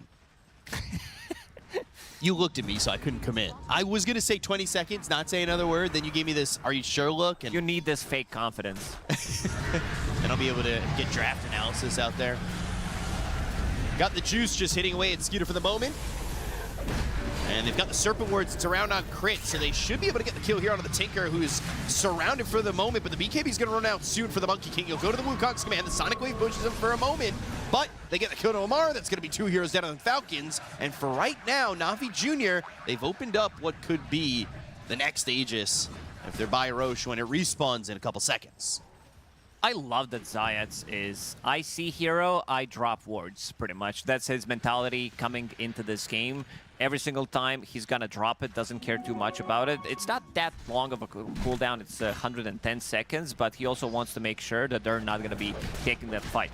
And as I said, they're trying to go on Lifestealer, try to burst him down from 100 to 0, but Amar was not in that fight. They definitely need the arena. Problem is he also has status resistance. He's super tanky, and I love what Got the Juice is building. He's going for Satanic, so even more tankiness. It's going to be his Dispel mechanic. He understands that if he doesn't die through initial burst, he's going to be able to clean up the fight. Numbers on up top, even down 12,000 net worth, are favoring Falcons. That's pretty crazy to me. Balance strike with the Nullifier on a Skeeter. They're going to TP and crit and turn this around. The help is just not there for this Monkey King. Warp Flare, but Zayats, now he's here with the Blink Dagger. Hits the Shackle. That might be enough to hold out while this Bristleback, Lifestealer, and Phoenix come over. But instead, they got this kill to the Monkey King. He's not the one holding the Aegis. It's going to be Got the Juice. They've got the Hex. It's going to be on the Skeeter. Infest popping out. Shackles now onto the DK, but now you're sitting in the Macro Pyre. They go to the Supernova. It's off to the side. But Egg isn't going to be enough to deter it. They start to split away from the fight. They get the kill to the Jakiro. Blink is one ready. hero dead on Falcons. They'll come through, Blink Dragon Tail onto the Lifestealer, a little bit of help from a Croaker, but Skeeter TPing, hexed, and stopped, and killed. Zayats, though, he's in trouble, falls to crit, the arena is down, the spear is going to be off the mark, and now Malrine needs to be thinking about whether or not he can stay, because Crit, he's being focused. He got out. He gets away just by the skin of his teeth. Malrine has a Blink ready again. 2 seconds. Blink over to the Croakers, not really the spot you want to be in because you'll get hit with the tendrils and you end up dying. So many times I've seen these creeps grief, not just myself, but also professional e-athletes. It's the best creep in the game. Sorry, Kobold. The Kobold with Chalice was my favorite one, just Rank until down. we added those guys. But yeah, in terms of goal change, it still favors Navi, but you can see that they're fighting back. They managed to isolate Bristleback on the side. Very nice spear from Mars, allowed him to kick him out of the fight. And also Dragonite, in the end, he does die. Seems like the call there was, we still want to take the fight, because Skeeter could have easily blinked out and get out of trouble. It all starts with Niku kind of by himself, though, right? Yeah. And it's NAVI Junior who have a long way to go before they're able to fully react. So Falcons take advantage of that, get the kill on the Monkey King when he's out of the fight. They don't have that Wukongs. They don't have that extra presence of a now farmed Monkey King. They'll go for Amar, though. They've got the Shackle. Skeeter's going to blink Dragon Tail to stop the Shackles, and they've got the Spear that lands onto the Monkey King, but Zayats with the Glimmer Cape is able to walk away, and Skeeter melts. He's standing in a Macro Pyre that's friendly, and he's still the one who melts away. They're going to look for more. They've got the Hex on Malrine. They've got the Shackles that land on the Jakiro. That's 2 heroes dead. Sonic Wave to push them back, but this still isn't looking good for Falcons. Very difficult fights for them. They're way too tanky. All 3 cores on NAVI Junior. Look at the amount of HP that they have. 4,000 HP on your Lifestealer with Satanic, still holding the Aegis for another 2 minutes. No Sonic Wave for 60 seconds. Where's the damage going to come from? Tier 3 will fall in one more shot. The backdoor is back up. So they hold the tower with 12 health. 43. They need a repair kit. Ooh, bring that back. Nah. No, nobody wants it. Bring back that and the 5 shrines on the high ground to make going high ground miserable. I don't know which I hated more. I think shrines, actually. They were in the game at the same time, weren't they? I don't think they were. I think it was... I think at the beginning they were, then Repair Kit was gone, then they slowly got rid of the shrines. It was a rough time to want to go high ground. Shackle. Now the Nullifier on a Skeeter, they're going to start to TP over and react. Ice Path, Warp Flare, both hitting onto Got the Juice. All things considered, he's A-okay though. Still holding on to the Aegis for 45 seconds. How many nullifiers do you want? Yes, they have 3 of them right now. Even Lifestealer disassembled his Radiant. Link in, Infest Pop, they've got the Shackles and the Serpent Wards down. This is also by the Tier 3 tower, so it may be enough to get the tower afterwards, but the Arena and the Sonic Wave in a 4. Supernova on the back lines out, stand with the Macro Pirate, it's gonna be onto this Lifestealer. He's got the Aegis for 20 more seconds, but they'll go after Skeeter. They've got at least a bit more time with the Aegis, so Lifestealer feeling confident enough to go for Skeeter and get the kill to the Dragonite, and then they'll look for a +1 on Snake King. He gets run down and got the juice. Just dominating the game at the moment. A few seconds left in that Aegis.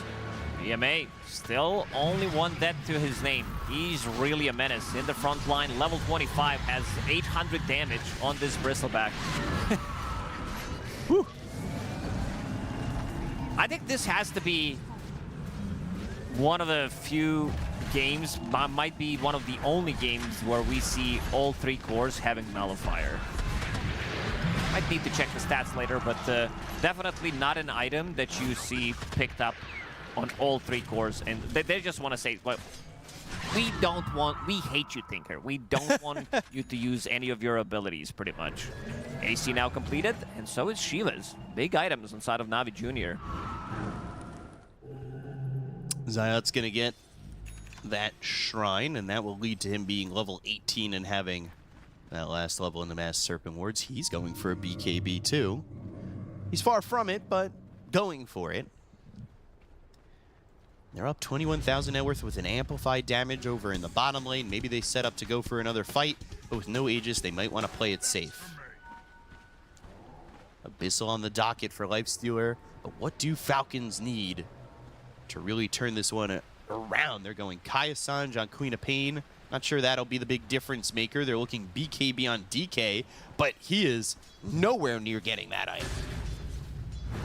Malrain's doing a very good job trying to cut into backlines and get some of the cleanup, knowing that if they kill Shadow Shaman instantly, the lockdown on their side isn't really there, so he can't afford to play as aggressively, and he's super tanky. 3,000 HP on him with Shiva's Guard, Whisper of the Dread on top of that. NAVI Junior.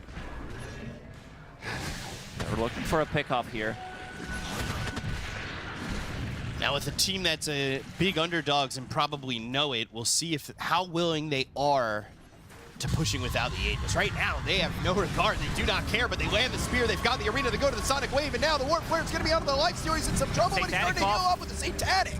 They get the kill on a Skeeter. He is dead. 74 seconds, no buyback. It looked like they had a Lifestealer, but instead, they get hit with the juice. That's why I liked his itemization. This Satanic really making the difference, allows him to sustain. If this is some other item, if this is your, for example... Hex on the Malrine. Malrine. Nullifier, Boundless Strike, the control. Is it there? The blink away, the attempt to leave, but PMA is right there with him. Another Nullifier and another kill for NAVI Junior. This just might be it. No buyback on Dragonite, no buyback on Queen of Pain. 80 seconds. They have definitely more than enough damage. Let's see the call that they're going to make, whether they want to get Mega Creeps or they want to go for an end. Without Queen of Pain, without Dragonite, they definitely don't have the damage to fight back. And this Bristleback, he does hit like a truck. We said right now, 600 damage on him. GG is called. NAVI Junior will take game 1 from Falcons and are now 1 game away from going to the playoffs, and in doing so would also knock out Falcons. Man, what a team. This team is full of surprises, and Falcons are definitely not happy about this one because NAVI Junior, they managed to make a very good comeback after the laning stage and still delivered in mid and late game. Yeah, they were down about 7,000 net worth early on, but NAVI Junior complete the comeback in game 1. Can they continue? But we'll have to hear what the panel has to say. So guys, take it away. A great comeback indeed from NAVI Junior, and after a pivotal team fight around Roche, they were just in the ascendancy. Now they are one game away from a statement win and, of course, making the playoffs. So talk me through that one. All praise to NAVI Junior here. I thought they played a really, really good game. Yeah, no, they played a very, very good game, and I think it's more on Falcons where you have good counters, good lanes, but you're not able to convert that and punish. And it did feel like the entire game, NAVI Junior just did a very good job at throwing the correct amount of bodies into the fight so that Lifesteal and Bristle could keep their farm, right? And for even the laning phase, right, you got to give a lot of props to Niku on the Monkey King. Sure, like the fact that he was going toe-for-toe with a Queen of Pain, sure, eventually Quap was able to build a bit more of a net worth lead, but we've seen that matchup where the Monkey King's fully devastated, not even in the game at all. So, you know, massive props to the mid laner of NAVI Junior to give a little bit more life in the early game where Falcons were dominating. Yeah, definitely. I mean, he played incredibly well. And of course, like the strength of this Lifestealer pick, it was inevitably going to get to this point if you didn't shut him down. And this is exactly why this Lifestealer pick looks so scary in the draft for me. If you do get to this point where you get the items online, I mean, he got to the Nullifier. That's a great Nullifier. You got to the Satanic, S&Y. You're incredibly farmed on this hero, and nothing on Falcons can touch your hero. Absolutely nothing whatsoever. And of course, Bristleback, yet again, showing why this hero is such a menace. Every single fight, just the goo, the minus armor. You can't run away on these type of heroes. And Falcons, they tried something new, I have to say, with like this Tinker. Didn't really work out. The Dragonite, we see the weaknesses of when you go Blink Dagger first item is your carry. Like, you're not going to be the hardest scaling hero in the game. And this is always how Falcons likes to play, but they've been getting exposed a lot in these games where they make one mistake and they're like, okay, our lineup is just completely out of steam. Yeah, and look, obviously it was a rough one. I mean, it felt like Skeeter had like no economy, no items. He was kind of just really hard to get into that game after we highlighted him in the pre-show. Definitely feel sorry for him in that one. No, for sure. But that's where you have to think about what the carry is meant to be doing in the game, right? And how you push them forward. And this time there wasn't really that clear path to fighting, I guess, for Falcons, because like your carry's got like an S&Y and a blink. Your offlane has an S&Y and a blink. There's no major damage source. So when you do take a fight and you're going into, you know, got the juice Lifesteal, look at him. He's going to have Radiance. He disassembles it for Nullifier. BKB is all Satanic. Like, how are you expecting a DK to ever kill this guy? The Mars also, like, there's no clear itemization to kill him. And going back to Falcons, the Tinker, right? This is their fourth attempt at playing Tinker in the formation of their organization. This is now their fourth loss in a row. Their first Tinker game was last Wallachia. They played it once, they lose. They tried it twice at EOS Orale, they lost again. And to be clear, they're losing to teams that are not top 6 teams. They lost to Xtreme Gaming, Tidebound, BetBoom Esports, and now NAVI Junior. All of these teams, on a good day, might make top 8. So it's not as if they're even losing to like a PARIVISION or a Tundra or Liquid. They might even just be the worst Tinker team right now of any tier 1 team. Like, they can't win with the hero. I mean, not much to add to that one. Like, the thank you very much, boss. show themselves, and like, I think a crit, right? He's not really a Tinker guy. You said that when it was locked in. We were wondering who was even going to play it, and it was kind of strange. I think in that draft, the Ringmaster was still available as well, and Crit had said in the interviews we did with him that he's been really enjoying that hero and spamming that a lot. So a strange one. Let's break it down a little bit further. Let's take a look at what was happening with the net worth at about 15 minutes. Yeah, so like Fear was mentioned, of course, with the Lifestealer, it's the fact that you have just so much economy built into your team. And with the Lifestealer and Monkey King, you can see the Lifestealer in the top right corner, right? 7.1k net worth. So even when there was a 7,000 gold lead for Falcons, the Lifestealer was doing so well. And even with the Bristleback doing the same thing.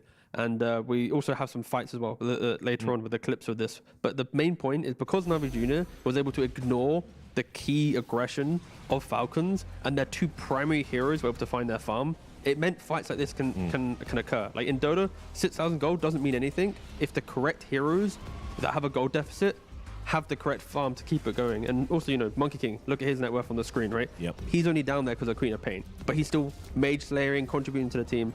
So I think it's a kind of like fake economy on Falcons, and that's also what Tinker does. Like, it's a lot of just money going into a hero that's pushing low damage heroes into a fight. Mars, DK, they're not going to kill life today. So it was a weird game. The net worth kind of lied, I feel like, the entire time. And it all just boils down to the draft and the Tinker and it not being a Falcons hero. We can also take a look. I believe you had something you wanted to highlight, Clinton. Yeah, I do. I mean, I definitely want to take a little bit of a look at just the Lifestealer and the Mars, these type of heroes in general. And the builds in particular, like, it's already to this stage of the game, 35 minutes in. Amara is probably wishing he had a BKB about this point in time. As we saw in multiple fights, he did get taken out right away. I get it. He went for like the victory feast facet. He gets a kill. He has SNY. He'll heal the full, but they didn't have the damage to kill anything. And yet again, just look how farmed this Lifestealer is at this point in the game. If you're a Mars at this point, what can you possibly do? And this game really just did come down to a couple key mistakes. One of the big one was that Roshan fight, right? They were very close to killing multiple heroes, but after that happened, you are trying to scale because he realizes he had in his quick buy, but it was an Ags queued up too. So he wanted to be this like kind of carry Mars. That was his vision, but it's not going to be that simple to get there. And I'm not sure what the plan is for Falcons. Are they going to do this tri-core type of thing? But then when you're stacked against these hard carries that have so much net worth, will you ever get there? It feels like no in this patch. Like this one carry with all these items will win a game. Yeah. Need aggression. Need like, this is where the supports make Falcons do everything. So I really hope in the next game, if we are to have a competitive series, the support duo and Falcons, they need to have some synergy together to take it in. I don't mean like player synergy. I mean obviously draft synergy. Right, well, thanks, guys. We are going to take a quick break. When we come back, we're going to see if NAVI Junior can seal the deal with an upset win. We'll see you soon. The human body was built to move. Not trapped at a desk in one singular posture for 12 hours a day. It's time your chair evolved. This is Secret Lab Titan Evo. Ergonomically engineered for you. Gamers, hybrid workers, artists. Backing your every move.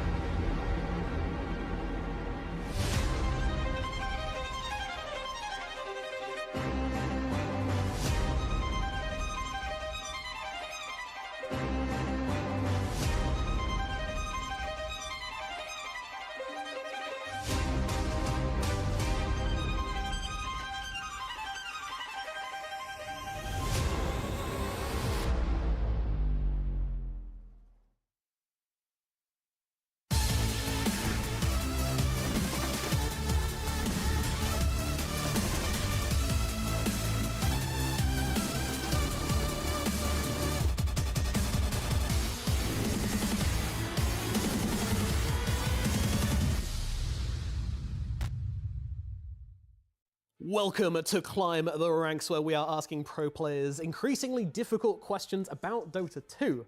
They have to try and answer them. For every correct answer, they'll go up a rank. For every wrong answer, they'll go down a rank. I'm here with Riddies from NAVI Junior. Riddies, how confident are you with your mechanics and knowledge and that kind of stuff? I'm pretty much like zero. I'm not sure at all. So we'll see. This might be tough. Let's get into it. See how you do. I mean, we'll start off very easy. We've got our first question. This is your Herald level question, so it shouldn't be too hard. Which continent has never hosted the international? C. Super easy. Yeah, C. Antarctica. Of course it is. All right, there's your freebie out the way. Let's get into our Guardian level question then, which is, in 2012, a set called the Alpine Stalker was added to the store and then removed shortly after due to the community's concerns about it not fitting the theme of the game. What theme was the set? 2012. I'm not sure I was like even playing PC games. This is a hard one for you. Yeah. As I said, the history stuff is going to be tricky. Let's gamble. It's B. Going for B, the dog mount for Marana. All right, let's take a look. Unfortunately, that is not right. It is the cowboy hat for Ursa. Yeah, I remember, yeah, no. All right, well, that puts you back down to Herald, but I'm sure we can get back up again. Let's get into our next question. What item is referenced in Undying's voice line? I feel like, he's like undead, so he likes meat. So it's roast chicken. All right, we're going to go for roast chicken. Let's have a look. It was gummy vitamins. How? Yeah, I don't know, man. How? Why? It's a weird voice line. I don't know. Maybe like vitamins, strengthening your bone. I don't know. Let's move on to our next question. Which of these heroes is not listed as the highest complexity? I think this is the easiest one, but it's also a tricky one, Yep. Wait, easier than the Could be TI question? Broodmother. It's definitely not your spirit, because if your spirit is like 2 complexity, it doesn't make sense. No, you have to... I can't play us. Yeah. You have to shoot each skill. I can't play Broodmother or Rubik either, but still. It's gotta be Broodmother, not Rubik. Yes, it is. You're absolutely right. It is nice. Broodmother. We are All right. back. We're back on the board. So Let's back. go, Riddies. Okay, let's get into our next question then.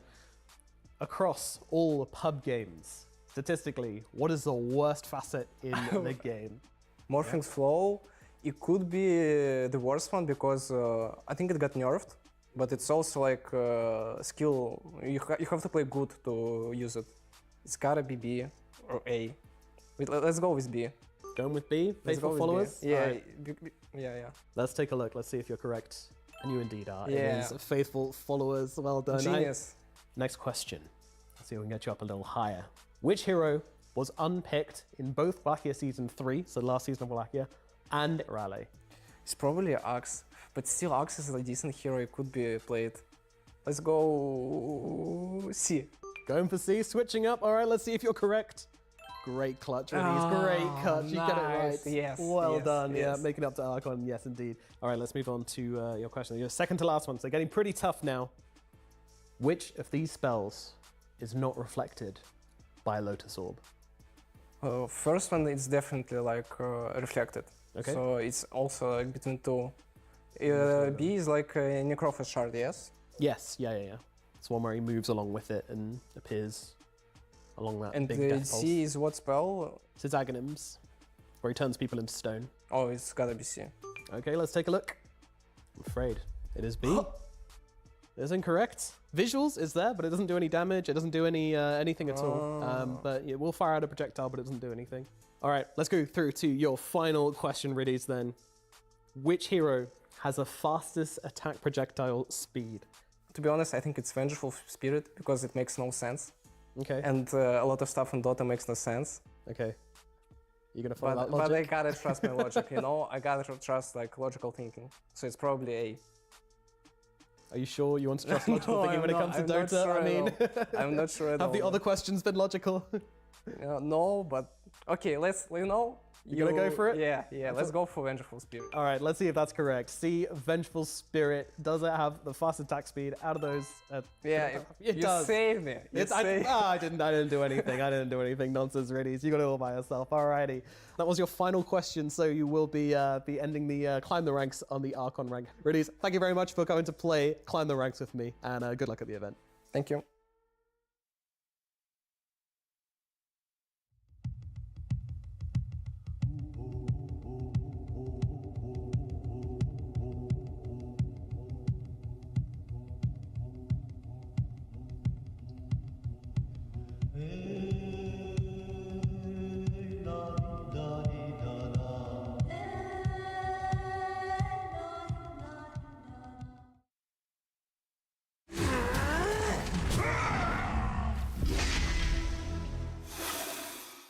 All right, welcome back. Your eyes do not deceive you. NAVI Junior are 1-0 up against Falcons and on the precipice of a statement win to go through to the playoffs here in PGL Wallachia Season 4.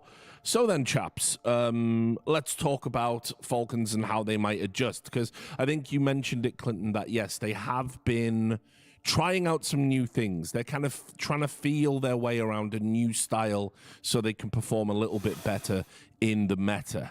But it hasn't been working. So might they go back to some more traditional Falcons picks? I feel like they tried to, but at the same time tried something new, if you know what I mean. Like the DK, I liked it. That's traditional Falcons. But then they went for the Tinker, which is not traditional Falcons. So like, they're almost there. They're just a couple of steps short, you know. But in the other games where I saw like they're first picking TA, they lost that game as well. That's not Falcons. Like, can we just commit? I want to see one game where they just go all in Falcons play style. I also, separate to that, I really like the fact that NAVI Junior really focused on themselves as well, right? They're still going for the Shadow Shaman, right, in the 4 position. No one else is really doing it. Even though the lane and the early game was a little questionable, that mid to late game is exactly what you needed. That instant blink stun. You know your carry, the lifesteal is going to be the carry of the game. If you can lock down and facilitate the fight, you can do it. So I like the fact that NAVI Junior also respect some concepts in the draft, and they stick true. So we'll see if Falcons are to respect that in any way. Maybe with some saves or dispel, or probably not banning it, but just at least respecting it. I mean, Snaking looked a little shook there on screen, I must say. Like losing to NAVI Junior, like that was. I mean, the brown boot Jakiro Aghanim's does do that too sometimes. Yeah. I see. Fair enough. And they will pick the Nature's Prophet. I like this as usual. I mean, I like the DK too. This is also a shared flex between Malrine and Skeeter. They both play the hero. And Navi, what are we going to cook today? I don't think they've played up against a first pick Nature's Prophet as of yet. So there's nothing direct to kind of copy paste from previous drafts, but from heroes that they've played, PA, if they really want to just lock that in early, we've just seen teams like Aurora be able to do it. Why would you not want to do it yourself? It just helps that Skidder, he's not going to play the ultra carry of the game. So if you pick a PA and you have a good counter matchup to a potential Malrine mid prophet, I don't see an issue with it. But that would be a slight change up to their normal draft style. Yeah, I mean, I think if you're playing against Falcons, it's really nice to pick a very hard carry. Make sure you have the win condition. And then on top of that, just make sure you have overwhelming team fight. 'Cause that way, if you do win one team fight, as we saw last time, get an Aegis on that hard carry, now you're in a position where Falcons, you can't team fight, you can't outscale. Ratting is maybe your one last option, and maybe NP is one of the reasons why they wanted to go for that. And we've talked about this, the TA being picked. Yeah, but not first pick. No, oh yeah, sorry. So much better from second pick. Yeah. You said TA first pick, and I just got scared for a second. I really panicked, but no. Second pick, it means that you've already seen something, and you have the flex control on the hero. Yeah, I don't mind it at all in this position. You also can protect it with a couple bans if you really need to. Yeah, I mean, the one slight concern I have about this hero is great. Don't get me wrong, it is OP, but it is a hero that likes to control the tempo. It wins lanes and pretty much snowballs the game on top of that. So that is not necessarily the style they won in the last game. It was more of like a comeback, having the ultimate carry. But maybe they can win in a different style, or maybe this is just mid. We'll have to see. An interesting thing, though, is Falcons aren't a TA team. So for NAVI Junior to pick TA here, it's not as if Falcons are maybe going to take it in the second phase or anything like this. Yeah, you think they could have took it a little bit later. Yeah, like they could have maybe allowed the draft to breathe for a bit, pick up a support, see where Falcons are going, then lock in the TA later down the line. So to pick it this early, of course, is one, a respect that the hero is very good, but I think it shows that they want to break Falcons in the early game. Like they want to be the team that will take the first Roshan, will stop Falcons from scaling. Well, that is the one thing Falcons is better than any team in the world, that is breaking the early game. Snaking does not look happy right now. That's what I just said. Yeah, sorry. It really, again, I'm clearly just quite slow today. I'm sorry. It's all good, all good. I mean, they do not look happy with what happened after that game number one. And I don't blame them either. I think they're going through a bit of a slump. They're usually not in a position for elimination. It's been strange because, as I said, usually Falcons, they have a bit of swagger about them. They're one of these teams that they do like to get inside of their opponents' heads and they talk themselves up. And yeah, in all the interviews and media, they're like, look, we're in a slump right now. There's a ton of teams better than us. And it's kind of weird. Never really seen this version of them before. Yeah, they normally do it in a way where they're very kind of cold in regards to their emotions. Like when you look at them, they're like, hey, another day in the office. But yeah, we are seeing a little bit more of a slight bit of despair potentially sinking in. We'll see if that bleeds into game two. But in regards to draft, Falcons, they do pick up the Jakiro into both ET and Templar Assassin. Very, very good. Any attacks, speed, slows are exceptionally strong against both of these heroes in the early game. Plus, me take tower quickly. both the first two heroes can progress the map if uncontested. Yeah, I mean, the TA lane, if you go for the deconstruction, is so much minus armor. Heroes will get deleted, so I do like that. I wonder what they're going to pair now. Logically, I think you would pick a crit hero here, or a snaking if he does want to play that Jakiro on position 4. As we mentioned before, probably don't want to see the Tinker again. It could be the Ringmaster. If it's a crit hero. I mean, Ringmaster's there.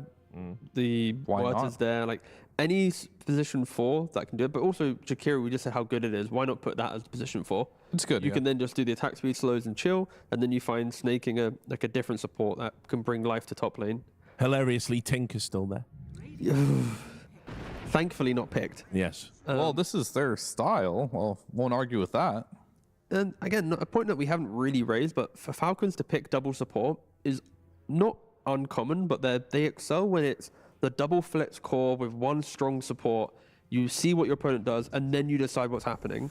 A couple of drafts that we've seen so far at Wallachia, it's like they're showing both supports very early. They're allowing their team to punish it.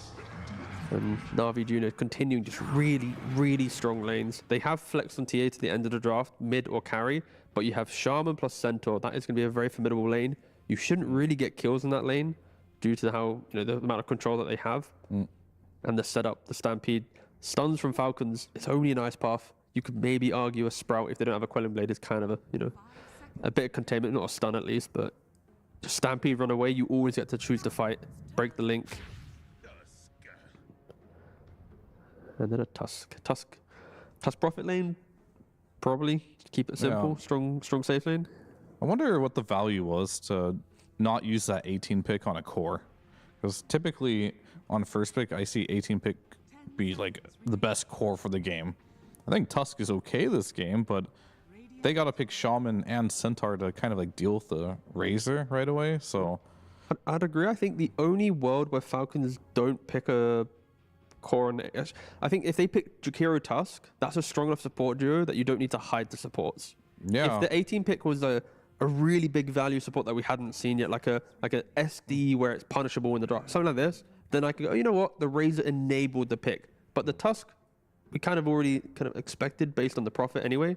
We didn't talk about it, but it's a kind of a common draft combination. So yeah, maybe the Razor could be the hindsight analysis that we bring in in the post game. Yeah, but I mean potentially, and I think in general, like they have to pick another core anyway. I'm sure it does make it a little confusing here on what to ban because you don't know where any of these heroes are going right now. But I think you have a decent idea that this NP is for sure going carry or mid, which means this Razor, it can go all 3 lanes for them, but I'm assuming Amar might want to try his hand on this hero this game. I like the ban though from NAVI Junior. The fact that if you pick up a Pangolier for Falcons, now you have Razor, Prophet, and Pangolier, so much flexibility between all 3 cores. Yeah. The TA, if she goes mid, it's like, okay, now, you know what, let's put the Razor there, we'll put the Pangol offlane. I feel like if you can find that hero that has multiple, like, again, just flexibility, that is the Falcons' way to annoy their opponent. I'm just struggling to find like another flexible hero that gives life to that style of draft for Falcons. I mean, it could be hard, right? There's so few heroes that can do that. But if I'm just looking at what I think they might be trying to do here, is if they can put this Razor against the TA, that has historically been an okay matchup, and that's something that Amar likes to play. I'd like to see that with a Jakiro in the lane. Maybe throw the NP with a Tusk in the safe lane. That'll do fine against the Centaur as well. And then I think you kind of would really enjoy having some type of hero in the mid lane that can make some rotations and lock heroes down so NP and Razor can get kills. Because, like, I don't want to see another Mars, for example. Like, I've seen so much Mars this tournament, and it's always let me down, and I don't think there's many options right now in the offlane that I think can do that. Yeah, you can see what kind of a bad place the hero's in. If Amar can't make Mars work, then that's an indictment. Yeah, that's an indictment there. Like, NAVI Junior, they're banning out the offlaners. They don't really care about Razor going to mid lane. They kind of just want the TA to be the safe lane, it feels. So trying to protect the TA safe lane as much as possible. I mean, I think TA safe lane is this hero's role right now. Like, it can go mid if there's 2 conditions. One, the TA is going to destroy the matchup mid, and you have a better pick for the last pick, right? It has to be like a both of those combined. But yeah, I still really think Falcons needs something to lock heroes down during a stampede, ideally. And that can do it, sure. DK. A stun that Stampede can't save, which they didn't have until that. Yeah. Well, again, keeping the flexibility open. They are. I also just kind of forgot about DK, to be honest, but when I spoke about Pangolier, DK should have come to mind. And Same thing, yeah. Same thing, yeah. 10 seconds remaining. So now I think if you're Navi, you 100% just put TA. Whatever goes there, go to the safe lane. If you have a bad lane, go jungle. Who cares? Yeah. Now you just want to find a mid lane that can create some tempo and some momentum. I don't know why, but I always... Unless they're crazy. Does he play Razor? I mean, sorry, does he play Morph? If they're really crazy, they could just do the... If they want the ultimate trump to the late game, they would pick Morphing here. But this is the mid laner, which I wonder if you make some changes to this mid lane. Like NAVI Junior instantly lock in their heroes, and Falcons are... Yeah, they're mulling it over. Yeah. Mid DK, off lane Razor, and the carry Prophet. So the cause of deciding... I want to see where the supports go. Yeah. I'm very curious about that one. That's the conversation. Yeah, because like, do you put the Jakiro with the Razor against the TA and the ET? That makes sense, right? Yeah, but they're putting the Tusk on to crit for now, so potentially the Tusk Razor lane. The thing is that Tusk is such a high value hero for both Razor and Prophet for the kills. Jakiro is the better hero for the... Once you get level 3, like sure you can get kills in that position. To be fair, they're both kill hungry supports. Yeah. So you both can actually get played in a nice way. I just like Tusk against... I personally would have liked Tusk against Shaman. When you step up, you just shard and kill him. So I think I would have preferred the Tusk Prophet lane, Jakiro in the other lane, like Faye was mentioning. To be fair, that this team in particular, they can swap their supports. True. Like Crit can play safe lane. They have done this before. So I do have... Yeah, I mean, if you pick this Jakiro, clearly you want to be versus this TA and this Elder Titan, right?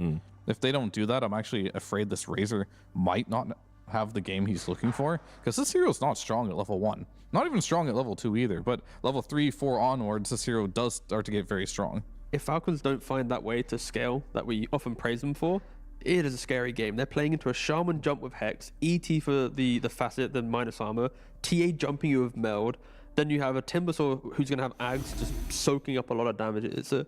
NAVI Junior's lineup is so scary if you aren't able to match it. And then Stampede, Centaur easily can be the MVP of this game. Not Falcons, they've got... What stuns they got? Ice Path, Snowball, Punch, and a Dragon Tail. So a lot of like cheap, low effort stuns, but if you misuse it, one Stampede, you're out of there, you're gone, and Falcons fight can get broken. Yeah, I mean, I got what I wanted from Falcons, though. They have a very Falcons draft. They're a team that likes to play off tempo, and they've got tempo heroes, so I think Falcons going into this game, sure, maybe they don't have the better scale, but they have everything that they came up on, essentially, as a team, and if they play fast, they could just run them over. They've gone back to the most basic form of Falcons to ensure that their game 2, their life's on the line, they have the best chance of winning because it's all comfort. Well, they're going to need it. Let's see if they can do it. We're going to hand you over to our commentators, B-Cup and Lacoste. Thank you very much. And coming into game 2, not a position that many people thought Falcons would be in, but they are one game away from getting eliminated here, and this could be a potential issue for the side of Falcons. You know, they got to play perfect up to this point. They're playing up against that Shadow Shaman again from Zayats that proved to be pretty strong. And this time around, they have a little bit more lockdown than just the Shadow Shaman. They've got the Centaur with the Hoof Stomp and potentially an Echo Stomp, get the sleep, and work with something a little bit more now. Yeah, they also are using a hero that pretty much Falcons love to use on 24 most of the time. This Timbersaw could have a good game. It is explosive damage. This is a hero that Nature's Prophet doesn't like to play into. In terms of lockdown, panel did discuss about some of the cheap ones that Falcons do have in this one, but NAVI Junior, again, they have a very good draft. I'm favoring slightly Falcons in this one, but NAVI Junior, they had a pretty free game where we're talking about the Lifestealer in the previous game. This time around, the Templar Assassin, I think you mentioned her win rate. It's not really that great. It's sub 50%. It's been picked a lot, but the hero just doesn't seem to deliver in most of the games. Yeah, it's been a little bit of a lack of delivery, but maybe this time it can deliver to get it to that 50% win rate if possible. But TA was thought about as being very, very strong. I mean, this hero was banned out quite a bit and was definitely one of the higher, it's still the second highest contested hero. Banned 63 times, and sometimes it's a little bit surprising. You see these bans compared to the win rates when it finally gets through. Niku is definitely who I want to be watching. Didn't have the best start to the last game. He was CSing fine, I would say, initially. Yeah, especially first couple of levels. He played extremely well. He was forced to go back to Fountain, came back and was ready to deliver, and he definitely did after picking up that Maelstrom. This time around, he's going to have a much easier time in his lane. He's going to be playing against Dragonite, as Timber saw, so that's a good matchup for him. And panel also discussed about the lane setup, how they're going to go, who's going to be playing, especially where this Tusk is going to go. So this is going to be Tusk paired up with Razor, which is a strong off-lane duo. They need a little bit more time to come online, but you have a stun setup, which is exactly what Razor needs. Not just you have slow, you have stun, you have block. I don't think you can ask for a better laning partner than that. And in the top lane, it's going to be two range heroes playing into Centaur. I don't think Centaur is going to have like easy time in this lane, because Shaman doesn't deal well with Greater Treant, and you're also playing into a lot of slow, a lot of harassment damage. And this is something that I wanted to see yesterday from Toronto Tokyo. When you're playing Centaur into a bad lane, you need to get a Bracer, you need to get even double Bracer, and it seems like that's what PMA is looking to buy, because you need to have those cheap items straight away. You can't allow yourself to get Vanguard. It's way too greedy. You can still go back for it, considering that you're playing into heavy physical damage from Falcons, but yeah, I do think you need some smaller items to be able to survive the laning stage. So when you get those two Bracers and you start to try and get that cheap health and sustain in the lane, does that mean that maybe you're also looking for Zayats to move around the map more and not really stick in the lane and you get that solo experience, or do you still need him to be here? I want to see Zayats stack when the lane goes back to the tower, if they can mess with the equilibrium, so PMA will be getting solo XP while Zayats is going to be stacking. This time around, they do have very good heroes that they can clear the stacks with, and so does Falcons. In the previous game, they didn't really have that. Looking at the mid lane, Malrine, he's putting quite a lot of pressure onto Niku, who is about to finish off his bottle. There it is. It just got delivered. Niku got a little bit of an extra chunk of gold because he was able to step up and kill Malrine's courier earlier on. So was happy to get that. He's 11-0 for the moment. And much better from him this time around. Doesn't have to really worry about Shadow Strike and that kind of harassment in a lane like this. The Centaur has that first Bracer. Does have that extra circlet and another stack of tangos coming out for him. So PMA, who was a big part of their success in game number 1, trying to do that here again in game number 2. That Bristleback and what he was able to accomplish when they were down about 7,000 net worth, especially that fight by the Roche Pit that happened on the bottom side Roche Pit. You know, he was probably, in my opinion, the most impactful. Him and Zayats definitely did carry that game pretty heavily. They had great atomization as well. It seems like they do understand some of these matchups. And right now, PMA sitting at 12 CS. Razor is the one who's struggling the most. Fear did mention that once you hit level 3, level 4, this is where a hero becomes much stronger. So with the 2 points in ability, it does allow you to play much more aggressive. This is where Got the Juice will need to start being, I would say, much more careful. Does have 2 points in Mel. Damar still thinking about what he wants to get, whether it's gonna be good static link if he manages to close the gap. He doesn't have Boots of Speed available yet. It's being delivered on the courier. I think once they get that, they're gonna try to play slightly more aggressive, but they need to push out the wave first. Zayat's top, so we saw it last game, the 3v3. A little bit later into the game, I'd say once that 7-minute mark happened, they were playing try v try. Wondering if we'll see Zayats make that move. Mid lane though, Niku still doing well, 22-2. You know, to have such a good performance in terms of CS initially in a bad matchup, and now kind of replicating that here is pretty impressive.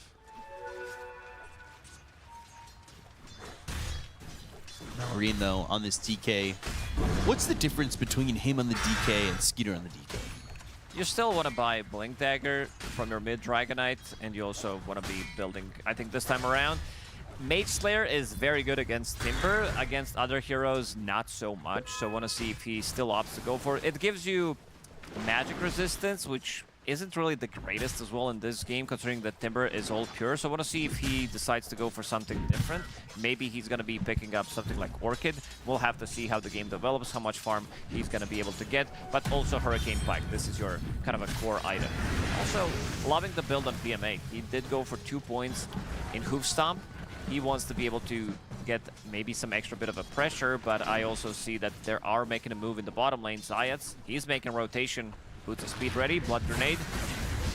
So has that Cluster Cluck and will go in with the Shackle, trying to keep Amar close for the first blood, and will be first blood for Got the Juice. Start with that initial Hex, and then you've got the Chicken Fingers ready to go. This is what you wanted to see, either him being aggressive when Centaur's farming close to the tower, or if he's going to go to the jungle and get some stacks. So he makes a rotation, they set things up on Razor, they're trying to shut him down.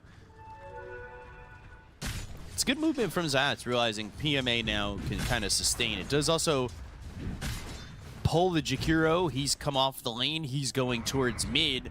Zayats going to sit here and maybe help out for the 6-minute rune 2, and that's the reason Jakiro and Tusk are here mid as well.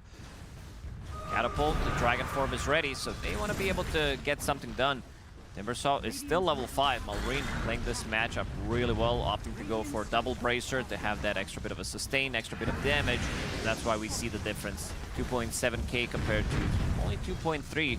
And now with both supports and Catapult, they can really isn't a hero that can rotate. I think this tower is done so. They need to bring something else.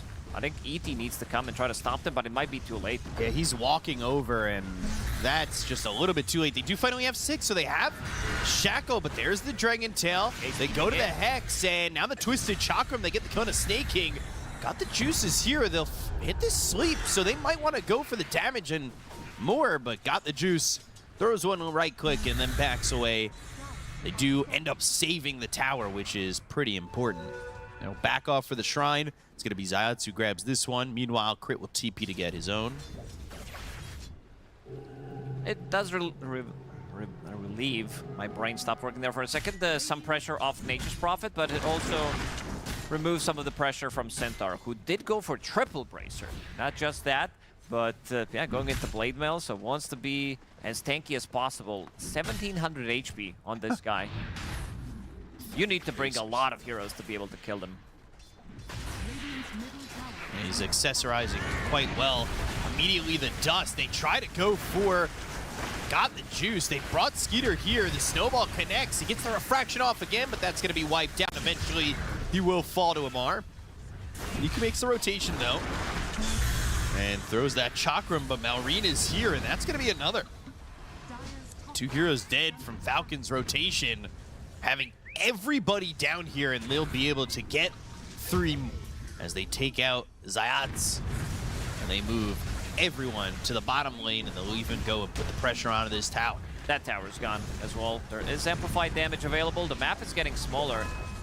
NAVI Junior, this time around, Timbersaw, he's getting shut down. He really doesn't have an item. PMA, Stampede is ready. This is also a rotation pre-level 6 on Nature's Prophet, so for the next fight, they will have Wrath of Nature available.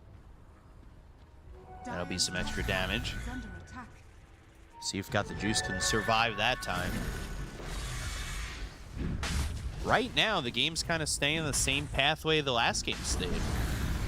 They closed the map pretty heavily by taking out the mid and the safe lane towers of NAVI Junior early on.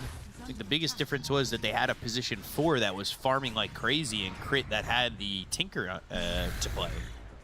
So we'll see if that kind of sticks its ground, and I guess we'll see if PMA, he's going Blade Mail first, how much on Zayats the pressure will be to try and be that playmaker again.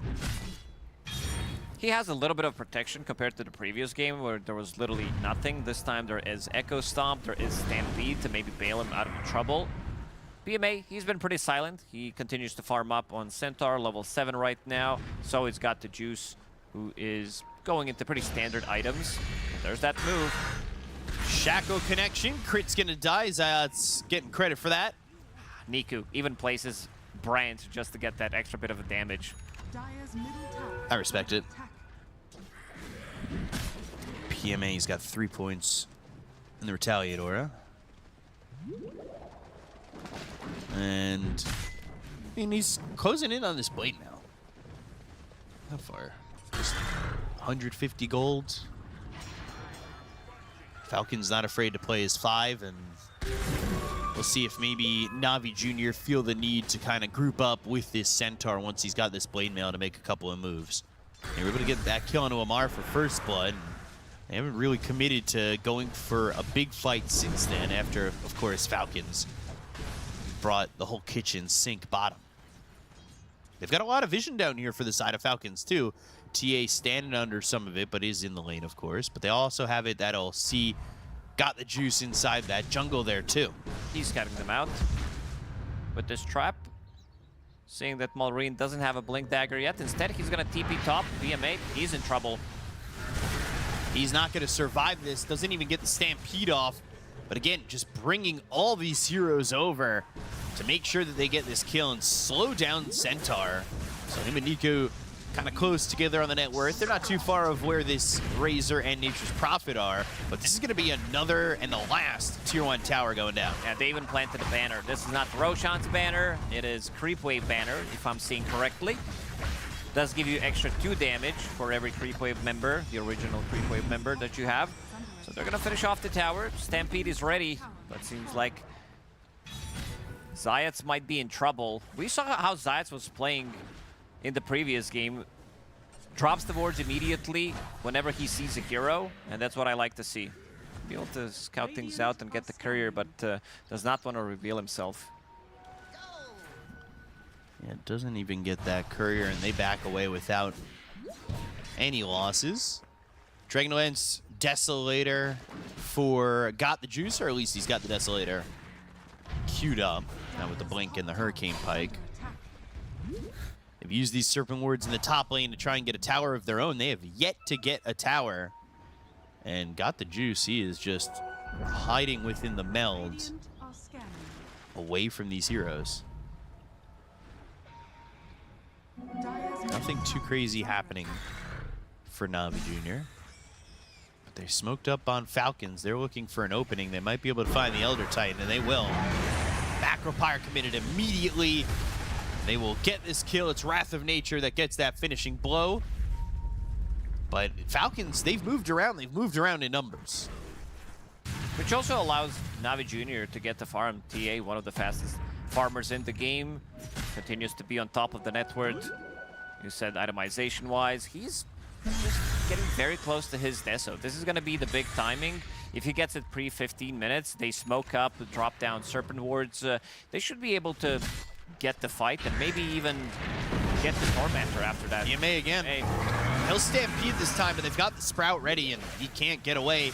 So that puts Stampede on cooldown. And again, 4 heroes. Every time Falcons, they're just bringing numbers. And there's nothing that NAVI Junior at the moment can do to react. Ooh, this Observer Ward that they placed earlier, snaking near the Tier 2 tower in the mid lane, is providing them with a lot of vision. They see these TP rotations, so they're seeing where the heroes exactly are. So now Falcons, after using a couple of their spells, they're going to be ready to go back into the jungle and continue to farm up. Malrine goes back to the bottom lane through the Twin Gates.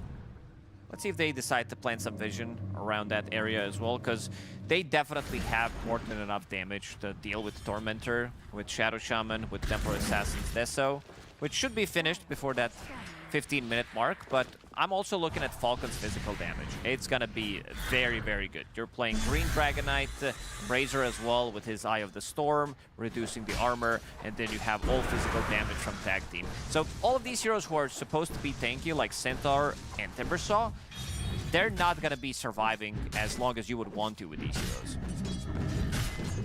Going to to be a bit of an issue for NAVI Junior that they need to figure out how to come back from. Right now, they're very reliant on Got the Juice, who is 200 gold away from picking up this Desolator. But is Desolator even the item to look for NAVI Junior to want to start fighting, or are they going to wait for the Blink Dagger too? No, they definitely want to take the fight. I think they understand that they need to do something. They would love to have Blink Dagger as well on PMA, who is getting close to it. I think this third Bracer was a bit too much, because you have to get rid of one of your items relatively soon. That's going to be your Quelling Blade. You're going to be playing it to Nature's Prophet, so you're losing some of the value. So I prefer if it's just a double, and then we'll have to see what he decides to go for. I still think it's a very good Crimson game, because Crimson scales really well with Centaur, especially later when you get the double-edged shard. Big kill. Stampede, but there's the Walrus Punch. Crit will get the kill, and that will slow out this TA, but they look for something in return. They drop the Serpent Wards and get a kill and a crit, which, honestly, Falcons are fine giving up if they are able to get a TA kill out.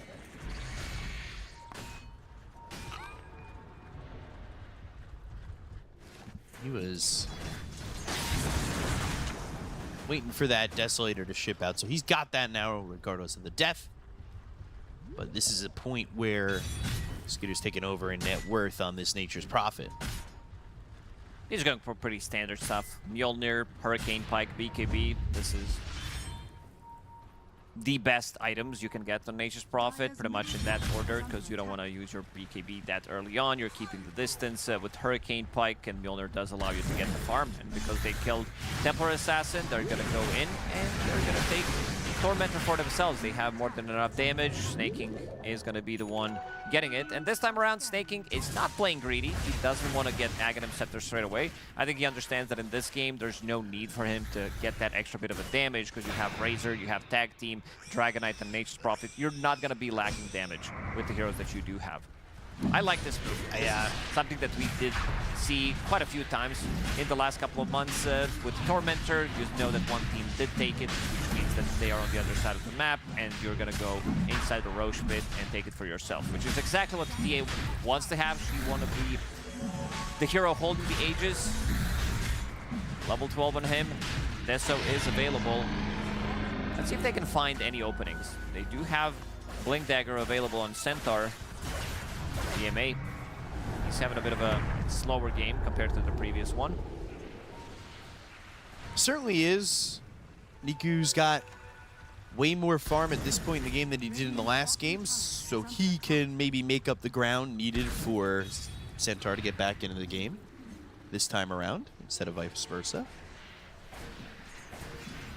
Zayats early on had a Blink Dagger in game number 1, though dropped down level 1 Serpent Wards to put some pressure onto the tier 2, but they back away from the tower, and nobody, at least for the moment, is reacting. It's the fake on the side of Falcons. Pretending that they're going to be in the top lane and immediately going through the Twin Gate. They're trying to backstab, use this Aegis.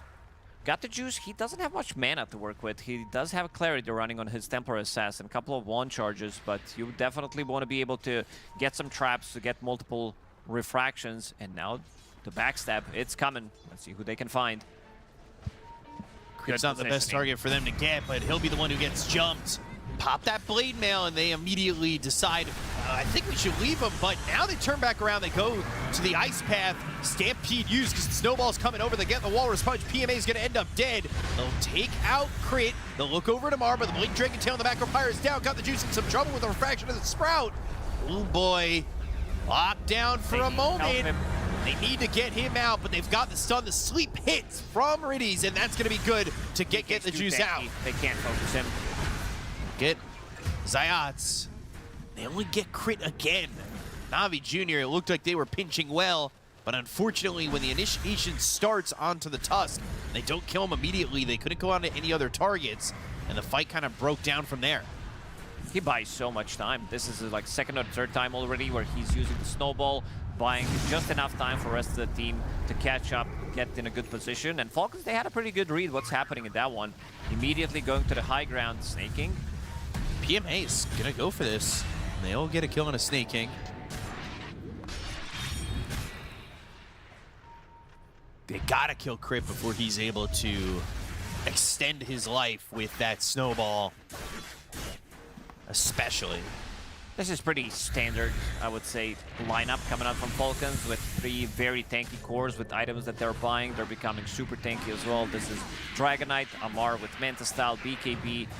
They also don't have any abilities that go through debuff immunity, so that's one of the reasons why we also see Malrine going for BKB of his own, so wants to be able to blink in and have a pretty, like, even without a BKB, you could still see that they're struggling to get on top of him. Immediately, they pop Mjolnir, and they're like, okay, we can't focus this guy. What answers do you need from NAVI Junior, though? They're getting these BKBs on Falcons. Is the Ags going to be good enough for Niku? Do you see this Lotus coming through for Centaur? You know, you were talking about wanting him to get a Crimson, but is Lotus going to be a good enough item from Centaur as well? I like Lotus, maybe not so early. It really depends whether he's going to be able to precast that on his Tempo Assassin or whoever's getting jumped by a Dragonite. It's also a good item to buy a little bit more time when you're using this Snowball. He's having trouble surviving in most of these fights. He goes in, pops a Blade Mail, deals a little bit of damage, uses Stampede, but still dies afterwards. Radiant's bottom tower is under attack. Still sitting close on net worth, 6-9 in favor of Falcons. Nice. Blink, Hurricane Pike. TA still top of the net worth, which is to be expected. Lincoln's Daedalus forgot the juice. Yeah, TA players, they are allergic to a BKB, as we've seen so many times in this tournament. It feels you're running out of slots. If you go for a BKB, a lot of the times that BKB is not like really getting the value. You have to, like, for casual viewers, you're like, is this guy stupid? Why is he not buying a BKB? A lot of the times you have to think carefully what your item is going to be, whether the enemy carry is going to be building into Butterfly and everything, so you need to prepare getting MKB. And this one, he wants more protection about getting that initial jump rather than getting a BKB, because he knows that if he's getting jumped, also they don't have that many heroes again to save them with. Sure, you have Stampede, but if you're getting initiated on by Dragon Tail stun, you're still going to be locked on for good 2.5 seconds, and you're not going to be able to run away.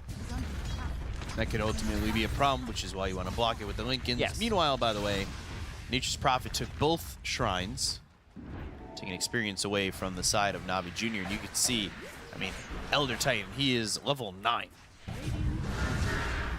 Dragon Tail out of the TA, Walrus Punch through onto the Elder Titan. Hurricane Pike to try and get away, should be out of the range of this Snowball. Even blinks further out, but is on the run and eventually will TP to an escape. The support level difference is pretty significant. Both these supports for NAVI Junior only level 9. Radiant structures are fortified. Crit almost at 12. Sneaking already is 12.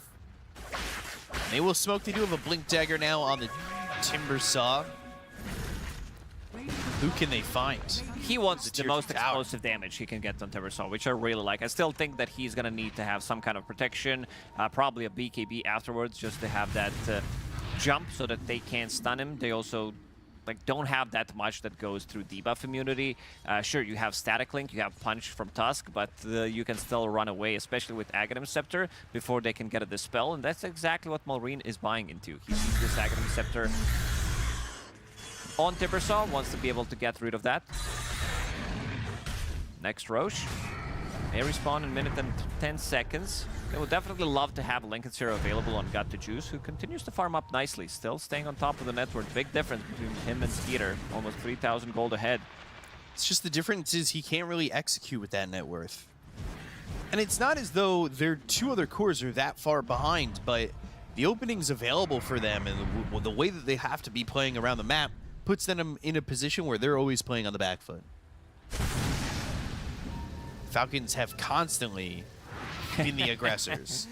Look at this move from Skeeter. It is very annoying. So he TPs in, summons Greater Treant, uses Mjolnir on him, provides vision for his ulti to connect, so the lane is still gonna be pushed. This is one of the issues. They pushed away pretty quickly. On side of Falcons, Tusk has Blink Dagger available as well. We can see Zayat sitting on 800 gold after finishing off Lens. He would definitely love to have Blink Dagger of his own so that he can't be the one initiating, following the Timbersaw, following the Centaur. Snaking in Amar. Just in duo together. Things kind of quiet down while we get to a potential spawn for next Roche. Let's see. Let's take a look at the clock. It is a long one. That is 2 minutes, I'm going to guess. Yeah, around 2 minutes. I don't think net worth was more than 1,000. Maybe max 2,000 on side of Falcons, but that's about it. NAVI Junior still farming really, really well. You know, for this game, what I would like to see is for game to go like 60 plus minutes. We have Team Falcons, so that's very doable. Very possible. They do love to play some longer games, but I want to see Aghanim Scepter on Centaur plus Aghanim Scepter on Shadow Shaman. The big meme where he puts him in the cart and Shadow Shaman shackles him, and then you have this damage around. Most of the Serpent Wards so far have been used to siege the tower. He solo killed the tier 1 tower in the mid lane. Now with that Deso, extra bit of damage coming through. Use Serpent Wards twice in the top lane while they are getting Tormentor again. Biggest issue is they've just been continually level 1. He's not getting a lot of experience out of the map. You would love for those Serpent Wards to be level 2, because he's used them a lot by these towers, and they just... It's taken a few attempts every time. It's not happening as quickly. Yeah, they didn't time this correctly, so they stood around, farmed a little bit. And we'll get it in the end. Malrine is going to be the one getting it. Fireball, not the best shard, not an S-tier shard by any means. It's definitely somewhere near the bottom, but in this game it could come very handy. You're playing against Temporary Assassin, dealing with Refraction. Just imagine being Tusk, though. This guy has double my net worth, and I don't even get the shard. Ridiculous. 50. That's how it works. I guess I'll queue it up. Jerk.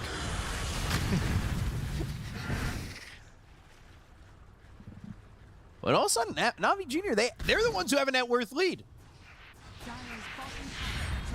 It's the slow grind of a farmy game. They want to get everything ready before they hit the Oregon Trail. Start their adventure into fighting. And got the juice. He's even going to go for the tier 2. You guys don't want to react. Okay. That's a dead tower. Yeah. I'll take your tower. You guys have a glyph, but I got the tier 1 and the tier 2. Maybe it's time to even threaten the high ground. Zayats was definitely thinking about it. Maybe he drops the wards. Nice. TP him Gotta back. TP out. Nullifier ready. In terms of items that Nullifier counters in this game, there isn't really much. It's pretty much Timbersaw, Aghanim Scepter. This is the only usage because there are no Glimmer Capes, no Force Staffs or anything on the supports right now. They're going to smoke up. Roshan is available. Far if they from can get this fight going. They're going to jump in. Centaur goes through. They've got the stun on the 2. They've got the shackles down on land. They'll get the kill to crit. They'll take the Tusk immediately. That means there's no snowball save for the moment. The BKB's going to be popped by Amar. They'll get the buyback from Crit. Timber chain in. Niku in their face. Damage on the Snake King. Amar on the run. Ice Path lands, but one more right click from God the Juice. He'll get the kill to the Jakiro, who doesn't have a buyback either. And immediately they're going into Roach Pit, so that's a buyback from Tusk. They can't take this fight. Amar is very low. I want to see the damage dealt by Timbersaw, because I feel like he just exploded. Yeah, he did. 3,000 damage coming out from him. Jakiro actually dealing the most damage on Falcons. This is another free Roche. NAVI Junior having a very good understanding what needs to be done in the game. Getting that first Roche, getting, I would say, good amount of farm out of it, and also stealing it potentially from Falcons, because they did go for Tormentor, and now taking a good fight, forcing a buyback out of their position 4. Got the juice. He's gonna pick up Aegis one more time. About to finish off Daedalus as well. This Templar Assassin being, I would say, we've seen some slower Templar Assassin games. This is what Hero does do. Because you want to farm up. Pretty similar to Tiny carry, I would say, where he wants to get his Echo Saber, his Shadow Blade, his Shard, and then start to be active. She goes for Treads, Dragonlance, Deso, and then she's going to be ready to join. All of a sudden, it's a lead that has been the highest up to this point for NAVI Junior. 3,000 in their direction. And here's the next thing for Niku, which will be Shiva's Guard.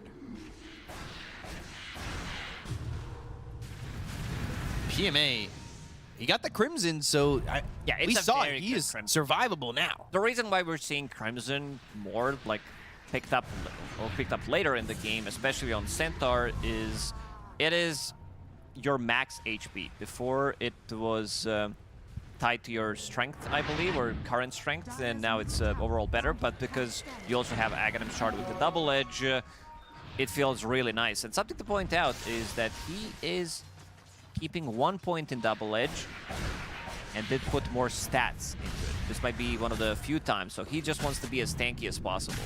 3,500 health, I think you've accomplished that. And 29 armor. They do have Serpent Wards. They will use them immediately, and the banner. They're angry because they'll use that Bruce banner. BKB for Skeeter. They have nothing to defend this in the moment. They have to do something. They have to proc this Lincoln Sphere, try to get the jump. Rax.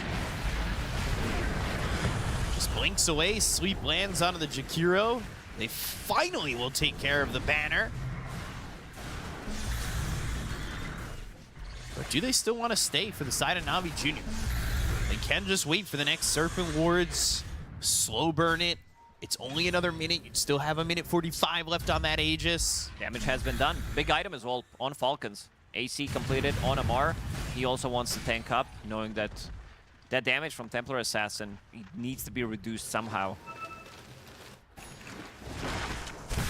Behind enemy lines, Skeeter is going to do the trick one more time. Cut the creep wave.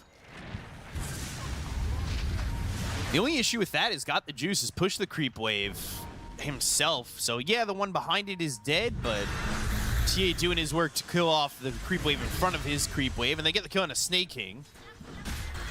He doesn't have buyback again. And now they they're can going to push go for another lane. bottom. Yeah, why not? Got the Juice. Still holding the Aegis for 2 minutes. Shadow Shaman, Serpent Wards ready in 15 seconds. Jakiro, he's gone for 30. Does have buyback available. And also no glyph for Falcon, so this tower is going to be in trouble. They're getting the first jump. To go. Pop the Lincolns, get the stun, the fireball down, and then blinks away, at least for the moment. They have Serpent Wards again. Now go through the mid lane. Top, bottom, mid. Deal a little bit of chip damage. Got the Juice. He's pinging out Crater Treant with that Mjolnir on top of him. This time around, it's not going to be able to deal with the creep wave fully. Might be able to deal some damage. But I want to see them go for the high ground. I want to see them find the opportunity. Lanes are in a really good position. Jakiro back up. Got the Juice. Has those options. Apple, grape, cranberry. What kind of juice is he going for? What kind of siege will the side of NAVI Junior try to roll with? They had this Aegis for 40 more seconds, but it doesn't look like they'll approach the high ground again. It seems like they wanted to get a pick off, maybe something big. Even if they got a pick off on position but 4, Zayats, that could have been big. Hex from a distance. Serpent Wards are there. Zayats blinks to the other side, but the Ice Path is used. The BKB comes out. Now Amar's going to go after Zayats. Should have this kill with ease. So now he'll TP attempt out. They'll look for the sleep. They don't land it, but Zayats is dead, trying to make that move. Didn't wait for the Ice Path. Ice Path didn't come through until he started tried shackling. to outplay him. He tried to blink on the other side to be able to stay away from the Ice Path range. Didn't do so. Got the Juice, 26,000 net worth on his Templar Assassin. Swift Blink is ready, and now he's thinking about getting the BKB, seeing that there's no butterflies or anything in this game. So with Swift Blink, you definitely have that extra bit of movement speed, mobility with Hurricane Pike. So I think it's a good game if you're getting rid of your power treads and also getting closer to, I would even say level 25. Level 23 right now, about to crack 24. But once you get to that Melt Head Bash refraction instances, I think they have good amount of ways of dealing with refraction instances. So he's going to opt to go for Bash instead, because we just saw Razor as well TPing in front of them. Amplified damage is ready. Since they took that tier 3 tower, they didn't get anything more. Nature's Prophet has finished a BKB, still at 9 seconds, and has the Revenant's Brooch. They've finished off some pretty important items for the side of Falcons that, from that point of where they thought they were going to break the high ground completely, has become a lot harder with the items Falcons have got. How do you even deal with this? What Skeeter's doing? Summons Greater Treant, TP's back to base. Clears that creep wave immediately. They know it's all about buying time. Templar Assassin is not gonna say one-man army, because Timbersaw does scale. He's in. Elder Dragon form, Nullifier, Ice Path, Macropyre, Walrus Punch, controlling this Timber. He's about half health, but they've got the check on it. Malrine, and they get crit.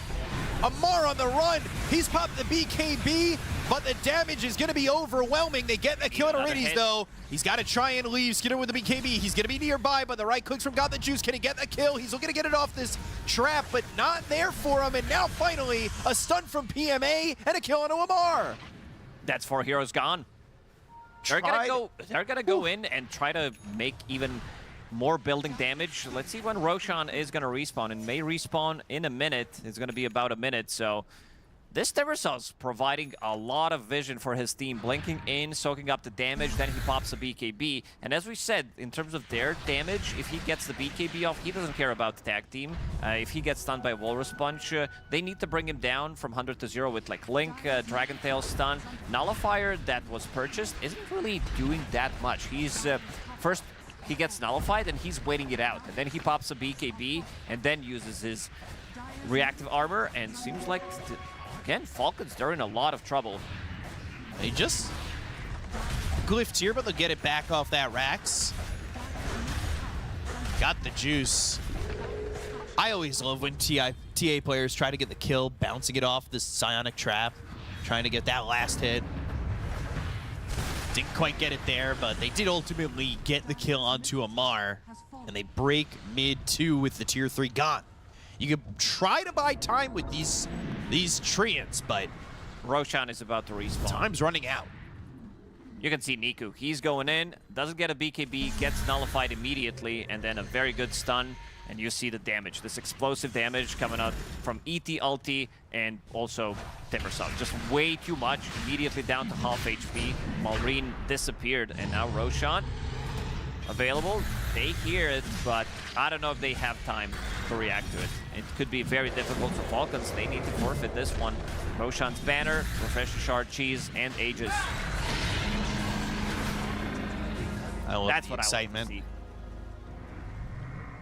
You know, you can't like celebrate too much in the moment. It's just one quick and then he's all right, back hands on keyboard. We saw yesterday, Bibbidi Bobbidi team, when they were playing against Aurora, that they can't throw any type of a game. So this time around, Navi, they're gonna take it slowly. Falcons, looking at their buyback status, there isn't many available. Only 2 supports having buyback right now. They're investing into all items. They feel like they definitely need more. And I see what Amar's doing. This is has to be one of the latest Vanguard / Heaven's Halberd that we've seen in this patch. Aegis, Cheese, 21,000 net worth lead. They get their first hands on the Tormentor. AC is going to be built for the Centaur. It doesn't look like we're going to get the Axe Shaman, Axe Centaur. It's too big of a meme. Memes can work, though. It can work in pub, but these guys are professional e-gamers. They want to end the game right now and qualify to the playoffs. 1 game away. 1 team fight away, potentially, for NAVI Junior. PMA Falcons on the high ground. Out. Woo! They tried. Serpent Words around crit. Silence up on his Ayats. They go to the Lotus Orb. It's going to be now reflecting this snowball back towards Crit. The damage, though, Yule's up into the air. They've got the kill on a Snake King. He's going to buy back immediately. They take it out Crit. He's going to have buyback as well. But into the face of Skeeter is going to be Niku. On the other side of the fight, though, they found Amar. They've got the damage coming in from Got the Juice. One more right click with the bash off the mill. They'll get the kill. He's got 78 seconds. Doesn't have buyback. Now Reed's going to be next. Taking out the Dragon Knight. He does not have a buyback either. He's ready. This could be it for NAVI Junior. They lose Zayats, but they don't care. They'll take out Skeeter. Rampage. Ultra kill for They Got see the staking. Juice. There is trap. Got the Juice. Blink ready in 10. Looking for the kill onto Snake King. Crit's gonna try and be here for the save. Instead, they'll focus. They do not want to dive anywhere past this throne. They want to take the racks and finish this series. GG is called NAVI Junior. They 2-0 Falcons and move on to the playoffs. Wow. And Amar giving him respect there, tipping him before he GG'd out, knowing that Got the Juice carried the game so heavily. What a performance coming out from him. That was, I mean, both games. The beginning of game one was where we saw NAVI Junior at their weakest, but since they brought back that game, they came back with a vengeance. They take the 2-0 over Falcons. They move on to the playoffs and the panel. They'll have a lot to say. Let's throw it to them. They do indeed. They have got the juice. They've got the juice to go all the way to the playoffs. That's where they are. And for Falcons, a disappointing crash out of the tournament. But we're not going to focus on that. We're going to focus on the positives. And what a great day for NAVI Junior. They came here. They were one of the teams that people probably thought weren't going to go too far. Certainly not to the playoffs. And now, sky's the limit. Yeah, I mean, for NAVI Junior, they've been competing as a roster for, a couple years now, different iterations. This is their first real Tier 1 LAN. They have qualified to ones before, but, weren't able to attend. But for their first Tier 1 LAN, to get to the playoffs, to get through the group stage, and to do it in a way where you have to beat, a legacy team, a top 6 team in the world, that is just excellent for this team. So, yeah, great stuff from them. And in such a dominating way as well. Very emphatic indeed. I'll ask you to bring some of the negatives about Falcons there, because that's your expertise. I was trying really hard to be positive in my mind. Yeah, Do you have anything positive quickly to say before we go negative? No, I'm going to start negative. There he is. There it is. That's my boy. I mean, so the first negative thing is actually going to be for NAVI Junior. This Timbersaw, man, I didn't expect to get crushed that hard in the mid lane, right? This is like a matchup where Falcons, they know their matchup really well. This DK, it did an incredibly good job at shutting down the Timber in the laning stage. It's weird to say, but to go on to more of the negatives of Falcon, unfortunately, their drafting style, this is their style. This is what they do, but I hate to say it, it's just not going to work this patch. You've got a tri-core lineup. You have a Razor offlane, right, with a Nature's Prophet, with a Dragon Knight. You have absolutely zero team fight to be seen in your entire lineup. And you can see these team fights, every single team fight. If you draft this type of way, you can't win team fights anymore. You have to snowball the game. And it's just unfortunately for Falcons at this point, their strategy, their whole identity, I can see why they've been trying to change things around, because this just doesn't work this patch. They can't really get a foot on the ground with this. Yeah, and this one's really going to shake them to the core. It's like I say, when they came into this position, you lose to a Tundra, you lose to a PARIVISION. That's fine. Your Falcons, that will happen. Right now, the top 6 really strong. Everyone can beat everyone else. But dropping this particular one, yeah, they really have to go back to the drawing board, I'd say. But what is it? This is what they're good at. They've been trying new stuff. They tried the Tinker. They tried the TA. Nothing is working for the squad right now. So going back to the drawing board probably isn't even enough. They just have to try something new, and I don't know what that will be for the squad here, but this is just very weird to see. But I have to say, NAVI, their meta knowledge was good. The TA looked really good. This Timbersaw, the ET, they gave them all the team fight they needed. And Zayats, yeah, I was a bit of a Shadow Shaman hater, but his positioning, where he played on the map, was flawless. I mean, there was even a fight in the mid-river where Niku walks up on the Timbersaw, he breaks the smoke, and then the Shaman, he's in the tree line, instant hex, doesn't even allow Crit to blink out, and it's those small moments that Shaman creates. And if you have a good Shaman player, you're always going to have that that X factor in the fight. If you don't respect the Shaman, he will just fully lock down a hero. It doesn't matter if you have 20,000 gold, 30,000 gold, it just takes a single hex to break the game, and in NAVI Junior, they utilize that really well.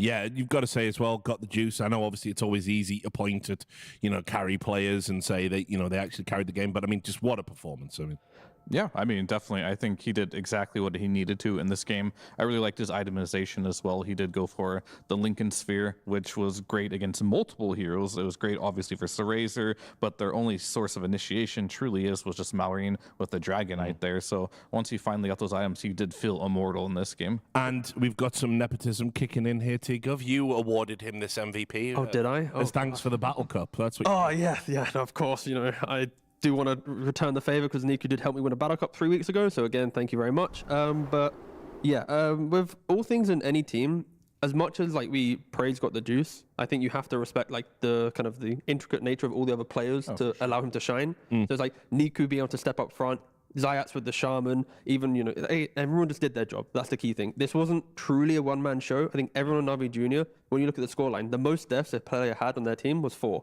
Into a lineup that was killing the map, a Prophet, a Tusk. If you have 5, 6, 7 deaths, this game could be very different if one player doesn't play their top game. Right. Well, we're now joined by your chum. Niku is joining us now in the picture-in-picture. Congratulations on the win. Obviously going to the playoffs now. Just wanted to ask, how big a win does that feel like for your team? I guess we was very confident. Like we knew that we can beat any team. So even when I saw Falcons versus NAVI Junior, I understood if we play good, they're gonna lose because if they 2-2, we 2-2, so it's the same team. I love that. I love the swagger. That's kind of what Falcons used to say. Yeah. Again, congratulations on the win, Niku. You've been part of NAVI Junior for 2 years now, I think. Ish. I guess.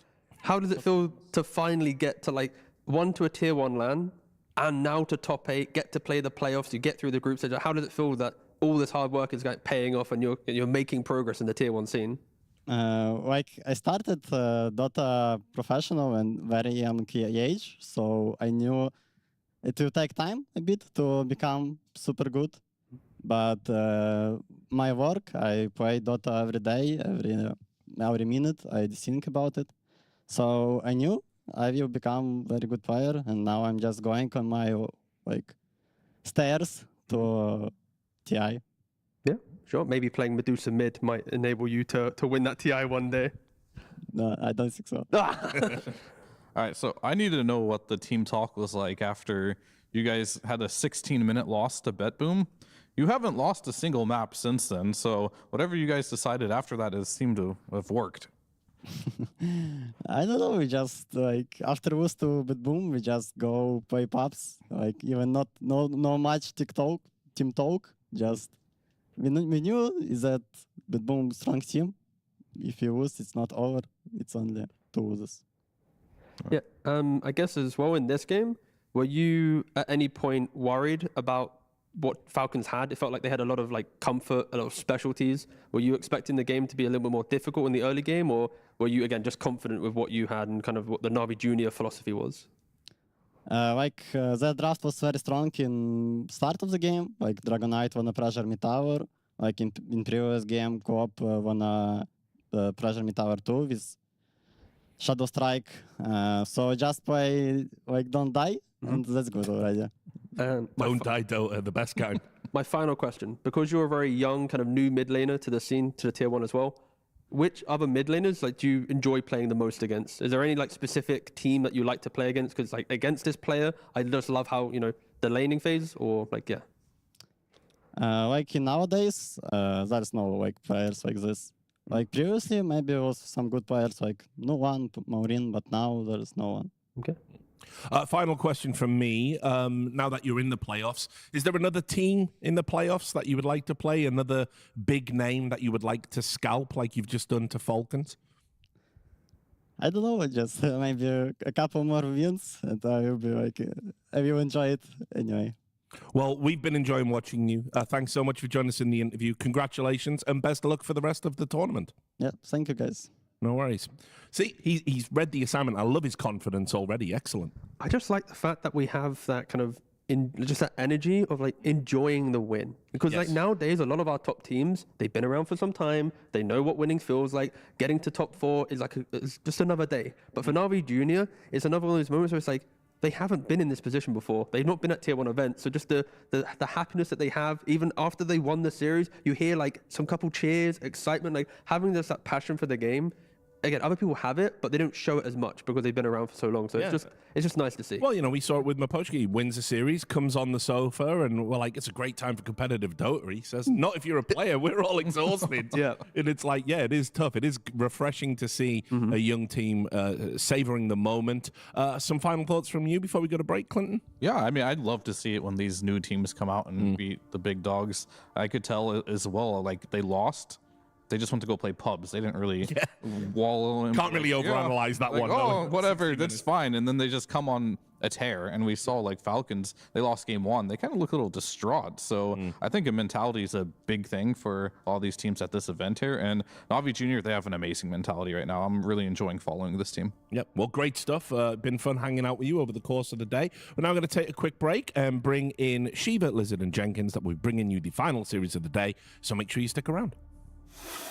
The new breakthrough and innovative phone with 1xBet app. With 1xBet app, you can register and start betting in just one click. Intuitive interface and thousands of sports events every day. User-friendly app. Big wins, fast payouts. The human body was built to move. Not trapped at a desk in one singular posture for 12 hours a day. It's time your chair evolved. This is Secret Lab Titan Evo. Ergonomically engineered for you. Gamers, hybrid workers, artists.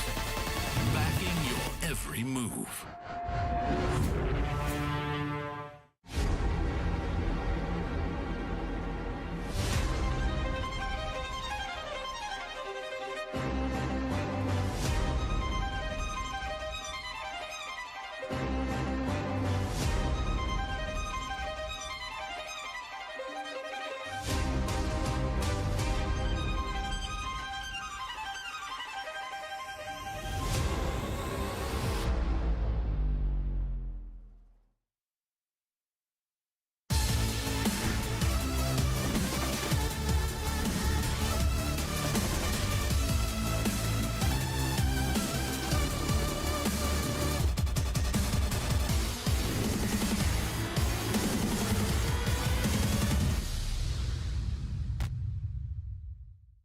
Welcome to Climb the Ranks, the game show where we are going to be giving pro players a bunch of Dota questions. Every time they get one right, they will move up a rank. Every time they get one wrong, they will go down a rank, and we will find out their new MMR at the end of it. It's been a brutal show so far. I'm here with Mira. Mira, are you feeling confident about this one? No, like not at all. I think that I will lose, but we'll see. Okay, great. Love the high energy coming into it, Mira. Thank you very much. Let's get started. Let's waste no time. So starting with your Herald level question, should be nice and easy. Let's have a look. Which of these heroes does not use a sword? It's a hard question, I think. Very tricky, but I will choose C. C. Io, you absolutely sure about that? Yeah, I'm sure. Yep. All right. Absolutely correct. Of course, Io is a little ball of light. No swords required. Even heralds know that one. All right. Let's move on to our next question. Guardian level question. How many charges does a tango come with? I think it's B. It's 3 tangos. B, 3 tangos. Absolutely correct. Of course, does come with 3 tangos. Nobody's got that one wrong yet, thankfully. Let's move on to the Crusader level question and see if you can get this one right. What does Undying's Rotten Mitts facet do? I need to see the facet visually because I don't remember the name. But I think it's first one, spawn zombie. No, it's shard. No, shard is the tombstones hiding, right? So I think it's A, spawn zombie on attack. Spawn zombie on attack. All right, let's have a look and see if you're correct, Mira. And of course, you absolutely are. That is indeed the Rotten Mitts. Let's move on to our next question then. Which hero has a description, drains enemy life to heal themselves? It's either Pagna or Death Prophet.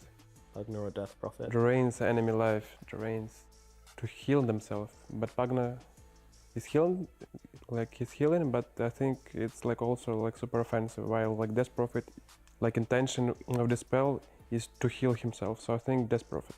I'm gonna go Death Prophet. Yeah. All right, let's take a look and see. Both have Drain in the name, but the correct answer is Pugna. It was like 50-50 for me. Yeah, very ambiguous question. I mean, who reads those descriptions anyway? Certainly not me. All right, let's move on to the next question. I know that you guys like your cosmetics. This is a cosmetic-based question. The most expensive item in Dota 2 is currently valued at around $250,000 due to a bug making it a one-of-a-kind item. But what is the name of the item? I think it's Courier, but first or second one, I'm not sure. Let's go with Platinum Baby Roshan, but it's not that expensive. But I think like due to bug, maybe it's like some kind of fading or something like this. All right, let's see if you are correct. B. Yeah, B. Platinum Baby Roshan. Mira's taking a jump. Easy. And he's absolutely right, easy. Yeah, let's move on to the next level of question, getting harder as we go along. What does the feverish neutral item enchantment provide? How well do you know your enchantment? I have super bad memory for that. I never like pay attention for this, but it's definitely not spell amp, I think. Not spell amp. Okay, crossing out I think A. it's like either base attack time or like base attack speed, increasing command damage. Feverish. Cooldown reduction. It's not the cooldown reduction. It's B. I think it's B, base attack speed.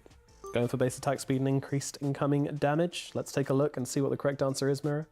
No. Oh no, back down again. Feverish. Okay. The next one, maybe you'll get. I think you'll know the next one. Let's take a look. Which spell has the longest range? It's like definitely like not SD poison. Okay. For sure, like shorter than B and C. Yep. I think it's B. It's Mirana. It's Mirana Arrow. Okay, you going for that? Yeah. Yep. All right, let's take a look. And it is, of course, Sacred Arrow. Easy. Yeah. Let's move on to our last question. Roshan's passive, Strength of the Immortal, gives him bonuses that scale over time. But what does it not boost? GG, but I know, but I think like that's the Hell's region, because like as I know, the armor and max health like increase like over time for sure. So okay, so I will go with A. All right, well worked out. Seems pretty sure. Let's take a look. And pray. The last question, you do indeed get correct. So making it back up to legend. Let's go, Mira the legend, everybody. Congratulations and thank you. Well done. I get a legend rank and yeah, thanks for playing. Climb the ranks. Thank Mira. you.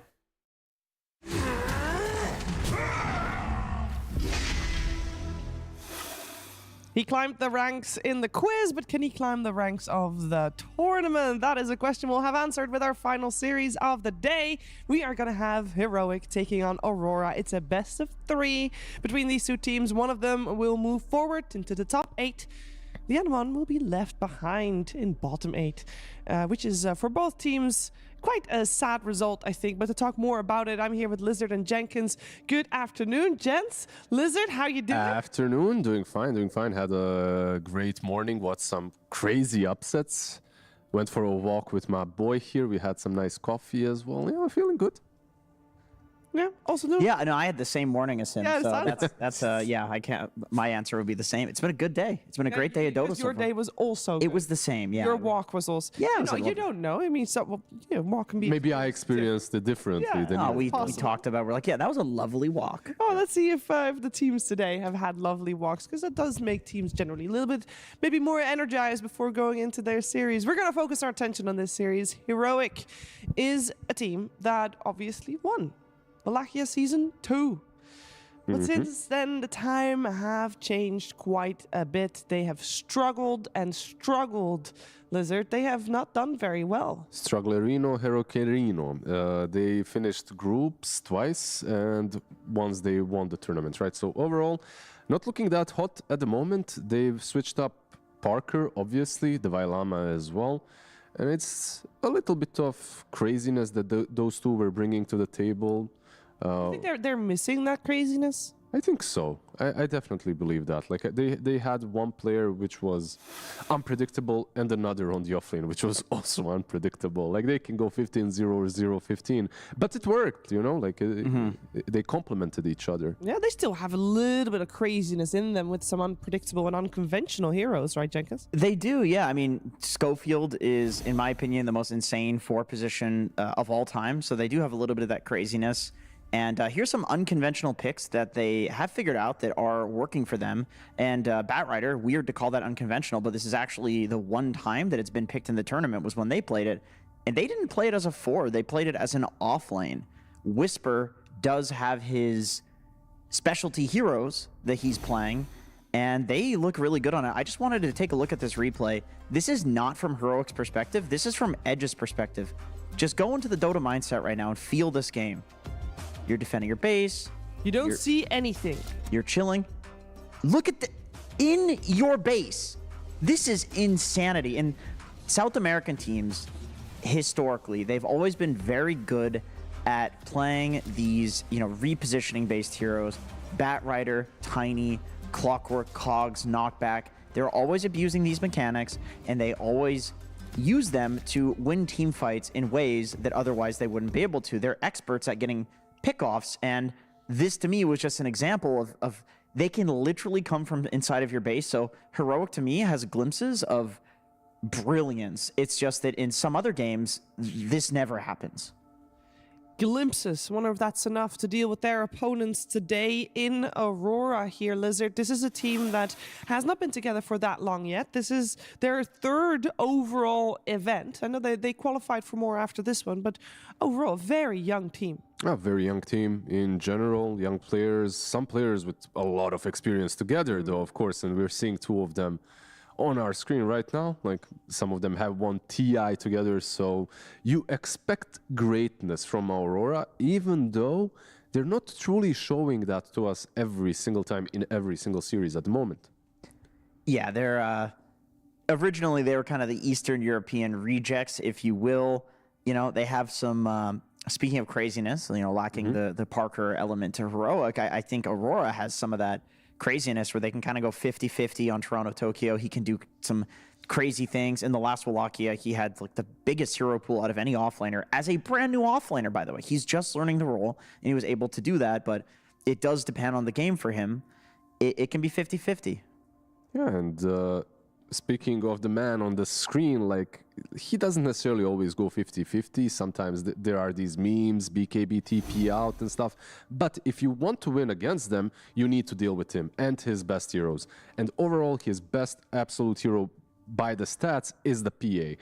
These 3 teams, BetBoom, Team Spirit, and Tidebound, have recently managed to take the game off of the PA with completely different drafts. I feel like Heroic, if you do not want to ban out the PA, you need to adopt one of these styles of gameplay. And Jenkins, he was talking about these pickoffs, these heroes that can move you out of the team. Bad Clock might not be the best, like Clockwork, but Bad kinda is. You disable her for a really long time. And you need that or damage mitigation, which some other teams have accrued for their drafts, right? Like, Cool Cat right there. The Underlords, the Kunkas. That's a pilot vibe right I there. told you, Schofield's a maniac. Even in real life, like, this guy just has the vibes of he doesn't care about anything. I don't even think he knows if he's winning or losing Dota games. He just goes in and he plays. He makes a ton of space. I always bring back the Schofield rule. I feel like once every couple of tournaments, I need to remind people that in NA for like a decade, we had this rule in pubs, which the pubs don't exist anymore. Everybody plays in Europe. The rule was if Schofield is on your side of the map, you do not chase him because he will waste like 5 minutes of your time before dying. So that's why I think they've been winning with Clockwork. This is one of the best heroes in Dota for doing that. They're 3-0 on it. In the last series, they picked Clockwork in the first phase. They picked it really early. They love these hook and chains and things that can get away from you. And Timber is another one, right? Like, speaking of the offlane. Whisper, he loves his Timber. He loved his Bat. So a lot of these heroes that can transverse over the hills, over the cliffs, over the trees. But yeah, we'll see if that's enough to defeat Aurora. I definitely think that this is not an easy matchup for Heroic, but definitely an obstacle that they can overcome if they draft accordingly and if they respect what Aurora are good at. Well, let's see what they are going to draft then, as the first stage of bans is almost done. I feel like need to mention Nature's Prophet is still in the pool, so is Ringmaster, so is Keeper of the Light.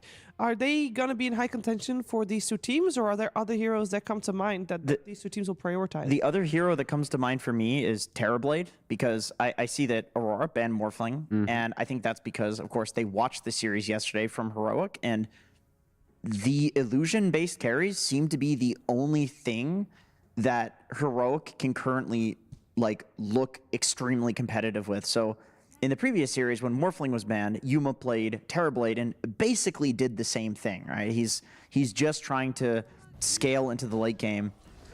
So maybe they pick it later on in the draft. Yeah, absolutely. But some illusion hero.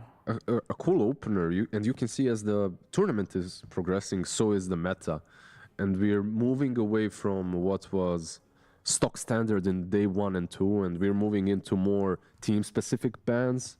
You see the PA that we mentioned just a moment ago, and of course the Morphling, Ancient Apparition as well, an interesting one. I know there are a couple of top-tier supports, but AA usually is not the one to go for. However, what you mentioned as well, the bats, the clocks, they work amazingly well with an AA, right? Because you set up for those big clocks. Yeah, and I honestly feel like, Ringmaster in the first couple of days of the tournament looked exceptional. But then teams started to figure out things that were either didn't really care about the box and not the player, but the Ringmaster Escape Act, and or pick SD where you can purge it, or they would go for heroes that build an early nullifier. People started going for it on Pangolier, Ember Spirit.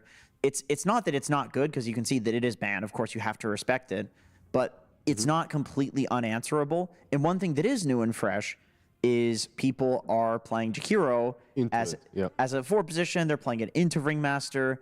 They're going for Dragonlance and maxing out the attack modifier, the Ice Breath, the Fire Breath, and pushing. They're using this hero to push towers. So it's not so much about the Ice Path anymore. It's a different sort of Jakiro, although you can still play the Ice Path Jakiro.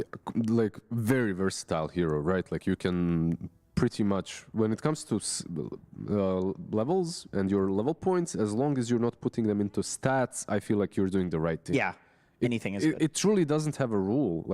You can go 4-1-1, you can go 4-0-1, without Ice Path, with Ice Path. Yeah, you go the Q for damage, you go the W for if you need disable, and you go for the E if you need tower push. It's good. Good in the lane. The double Ice Path is good, but the Twin Terror facet as well is very nice. But yeah, let's see what they go for with their next pick here. So, okay, Terrorblade banned out, and Morphling, and the Bristle comes out, which both Morphling and Terrorblade, Morphling in particular, would have been a really nice answer to this hero in the laning stage. PA is also banned out. The break mechanic is usually what we see picked up against Bristle, and I think PA does fine in lane against it. Maybe something like Hoodwink as a support. It does bring a break. Not a lot of heroes left in the pool that do that, so I wouldn't mind it. But they'll go for their signature. They went for the Clockwork. I mean, they haven't lost with it. So I don't see it as some sick answer to Bristle. It is good against Jakiro, for sure. It does go both ways now, though, because you double hit the cog, so you can walk out of the Clockwork cogs. However, Jakiro does not like to be battery assaulted. You cannot get off your spells. And I think a clock finding a Jakiro out in the jungle is an easy solo kill. Yeah, and Jakiro is one of the slowest heroes, right? He needs a lot of movement speed, so for clock, it's usually easy to find him. If you misstep, if you're out of position slightly, Clockwork will get on top of you. Opens up a lot of these ranged cores as well, right? When you have a Clockwork, suddenly a lot of different heroes on position 1 are available if you want to put it as 5. The other one that they've tried, other than the Morph in Terrorblade, is Luna. They did not win with it. And honestly, quite frankly, Luna has not looked good in general. This is another signature hero that they play that other teams are not playing. They have not won with it. They played it one game. But as you can see, two picks in the tournament so far. One of them, it was Heroic. 0% win rate. Not the greatest win rate at the moment. So how do you make it work? What is the thought process behind still going for that? Maybe they are trying to go for the Luna. They want to go for a push and tempo lineup, because I don't think Chen is particularly good against Bristle or Jakiro. I feel like 90% of the games that we are watching do go 40 minutes plus. Yeah. 38 minutes plus, whatever. And usually what I see with Chen and Chen players is like you just feel useless after that timer in comparison to other supports that are bringing disables, different sort of saves, that are bringing some burst damage. You as a Chen, you know, like you pop your ulti and you're bringing some auras and that's it. But you usually have those auras from the offlaner anyway. So I feel like Hero has a place, but it's really hard to fit him properly in a draft. Tusk coming out for Aurora, looking very brawly on the side of them. They look like Falcons right now, the way they drafted. These are all extremely good heroes, by the way. This is like Heroic trying to reinvent the meta, other than the Sand King, against what is essentially like 3 of the best meta picks, and then Tusk, which is probably like A+ tier. Like Tusk is very good. We're seeing lots of teams play with the hero. I was thinking if you pick Chen, you're gonna have a hero that's building auras. Maybe this is an offlane Medusa because you no longer need your offlaner to build the auras. And so I was thinking actually Batrider for Whisper in the offlane, but you know, Medusa, it's the same thing. This is a hero that doesn't want to build auras. You build like Meteor Hammer and it wouldn't be a bad safe lane Medusa as well. Like you're playing into a Bristle most likely. Yeah, you have infinite mana. Infinite mana. Like overall, they ban out the AM. Yeah, I wouldn't mind it being safe lane or off lane. I was actually going to call for Meepo because I know that they play it, and this looks like a really solid Meepo game as well. Yeah, that's some respect. You're playing against Yuma. You have to. Hero isn't that bad anymore, by the way. I feel like eventually teams that do have Meepo players will start picking it up a little bit more often. And I was going to say, you know, maybe if they did want the Meepo, they could have picked it there, and then they'd pick after the ban phase anyway. But maybe they didn't think that Medusa would get through, and Meepo is so cheesy and so unconventional right now that they could sneak it through, and Aurora maybe called that bluff. Darkseer will be the other ban. So it seems like both you and Aurora's consensus that the Sand King should go mid, or you feel like that's still up in the air? Because it is going to be Heroic that has to decide who goes where first, because it's overall last pick for Aurora. Yeah, they banned out safe lane / mid lane plus off lane, right? Like Darkseer and Meepo, they're not absolutely set as well. And they will have to decide, like you just said, because they don't have the overall last pick. Is there a carry that is really good for Aurora that Darkseer like really hard counters? Some sort of illusion hero that they can block pick? You don't steal the Luna, do you? It's just not a good enough hero. I think you're fine with them taking it. I mean, maybe Abaddon carry for Nightfall? That's probably, if you're playing against Darkseer, that's one of the best illusions for sure. You build Radiance, Withering Mist completely destroys you. There's a lot of heroes, right? Like, there's still Nature's Prophet available too. They ban out the Ursa first on the side of Heroic, and they'll decide what to go for last with very limited time available. So Aurora could put, at this point, tiny mid, tiny like they have still got loads of flex. Tons of options. Yeah. Is there anything that Heroic could go for that covers all their bases? I mean, I doubt that that's like the one answer, but maybe a hero that doesn't lose mid. Timber? Slardar? Where's it gonna go? It's actually still a flex. Like Slardar can be mid easily. Can be mid, can be offlane. Ooh, I they've feel like not won with it. I think that this now means that the Medusa is safe lane for sure. That's the only thing that's set in stone. Overall, Slardar's win rate is, as you can see, pretty damn bad. That's abysmal. Yeah. Wow. But it does solidify the Medusa on the safe lane. It does. And I really like that. I feel like their draft overall needed this oomph from a carry such as Medusa. They needed this like crazy win condition that throws Aurora into a problem state that they have to solve. And Slardar is more of a, like I'm playing my mid, I'm getting some support to the Medusa. I think Aurora has quite a few options here. I mean, when Slaughter comes to mind, always you consider Troll as a carry if you think that you're going to lane against it. In particular, it's really good. But you don't know, right? Like you have Slaughter or Sand. Yeah, you don't want to necessarily then throw the tiny mid. And I know people tend to think that Slaughter does very well against the tiny mid. But Troll's still very good in the game. You can also just run tiny carry. I think he'll do completely fine in the safe lane against like any of these heroes, and then pick another mid. I think your Troll call is pretty good in general. No matter what is laned into, if you pick it, it's gonna be the Sand King. But overall, you definitely But then you have consider a diffusal hero because of the Medusa, some mana drainer. What's a diffusal hero that is still in the pool that is good? Ricky, but you don't want to play Ricky into Slardar. That's what Kiyotaka's been playing. I mean, Pango, of course, but he has not played Pango on Kiyotaka. You prefer a melee hero? I know, obviously, that's diffusal bias for you, but you prefer a melee hero in this sense? Not against a Slardar in lane, but it's a battle. Okay, they do just go for Abaddon. Yeah, you guys mentioned it earlier.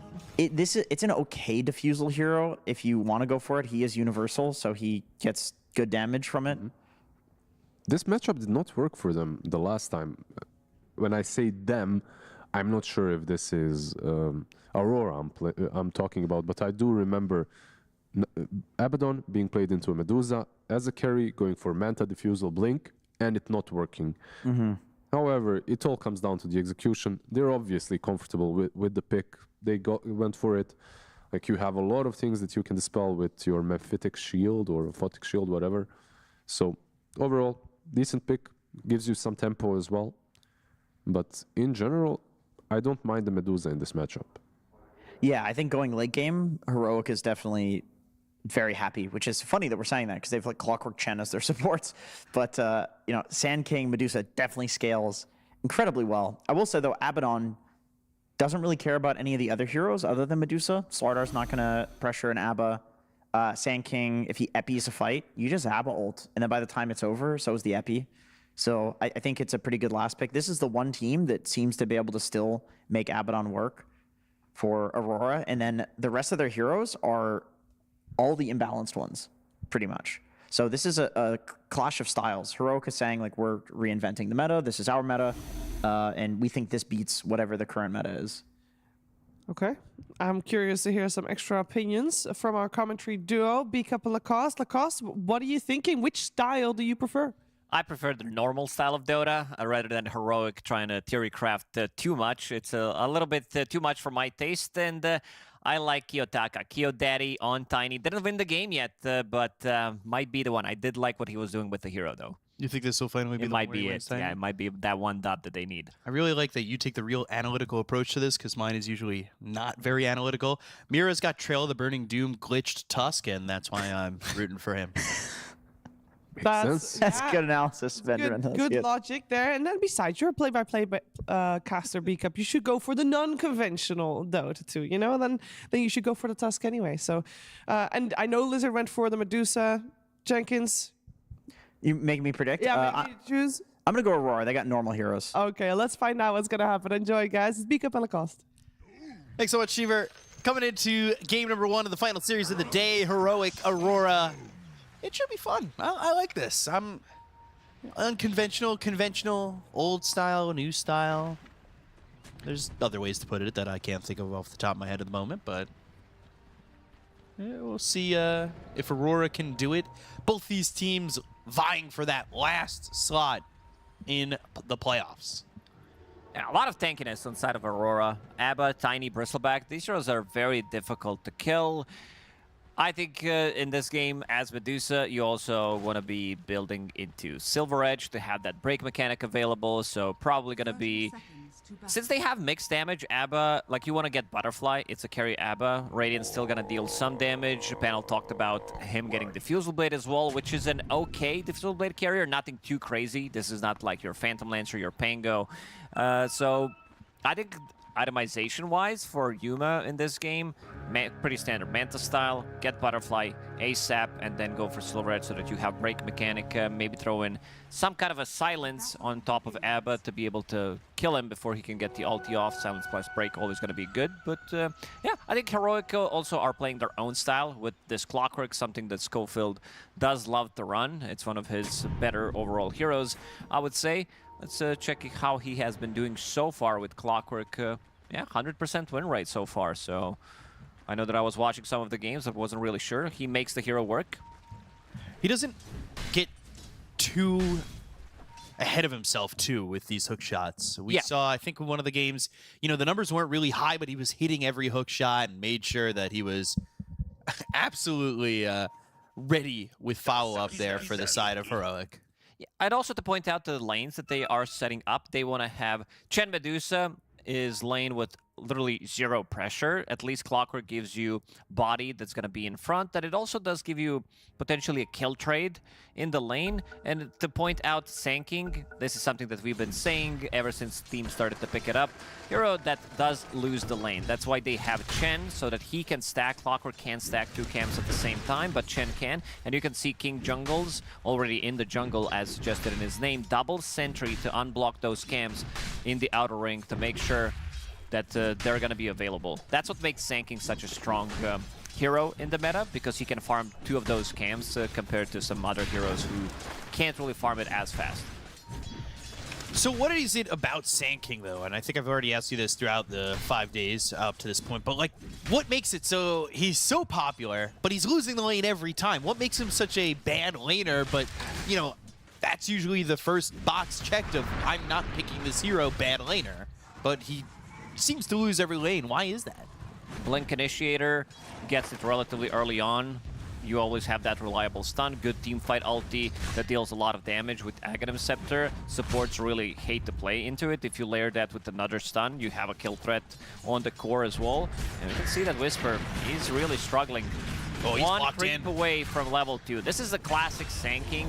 This is why we always say that this hero is weak in the lane. You don't know what to skill. Like, if you skill stun, you kind of feel bad. If you have your Stinger, it also feels bad. Same goes with the Sandstorm. So his early levels are very bad. And yeah, they're going to be getting first blood. It's going to be Nightfall. Who's going to get it? Has there ever been another hero like this? Bad. All 3 skills, pick one, it feels bad. Lane's not that great, but still very popular. When was the last time we had another hero that felt that way? Let me go through the heroes to check. Schofield getting chased by Panto and pops that fairy fire, gets up onto the high ground, now throws those cogs and will survive. Panto chasing, but won't be able to get a kill here on a Schofield, who will pop a salve. Yeah, I'm looking. I mean, we had, you know, Anti-Mage. This is the classic hero that does absolutely nothing. Same goes for Phantom Lancer and some of these early levels. So they're relatively easy to kill. When it comes down to the off lane, I'm trying to think if we had such a weak off laner. Probably not. I think Sanking might be the worst throughout the Dota history. Back in the days, I'm just going to tell you that, while Schofield's going to die, is you could not cancel his ulti. That's how bad the hero was, and he was still a top-tier pick. Channeling. Once you're in, you're actually in. You're committing. It was a bad look to accidentally tap it, not be able to stop it. Now it's on cooldown for 100 no plus fake seconds. Pumping. No. Yeah, I remember those days. I was around for a little bit. So far, Aurora, who have looked like a strong team and maybe surprised by them having to be at this point on the edge of elimination, but also, of course, on the edge of playoffs. Chen from the offlane not really working out. He's using Divine Favor, extra bit of regen, extra bit of armor onto Sanking, trying to give him that good laning stage that he's lacking, but they're also stacking a little bit on the side, which I really like in the bottom lane. So with 2 points in Sandstorm, he should be ready to maybe even threaten killing that. And this is what we've seen from other teams. When they're playing against Sanking, body blocking, re-blocking the camp as well, not allowing the other guy to go for the stacks. King Jungles, as Chen, he can't really defend himself. This is basically a position for Chen, which is kind of meh. Schofield is going to be the one still playing position 4, but the thing that you can do with Chen from the off lane isn't as threatening as when you're playing it from position 5. Nightfall going to try and contest these stacked creeps here. We'll get a couple working with that Mephitic Shield. We'll see when Whisper leaves the lane. You know, Aurora, they've done the opposite of what Heroic have done. They went win-win, loss-loss. This is their third chance to qualify for the playoffs. Whereas Heroic, they went loss-loss, win-win. And now they're on their first chance to qualify. They started maybe a little tired and have boosted up into a potential playoff qualification.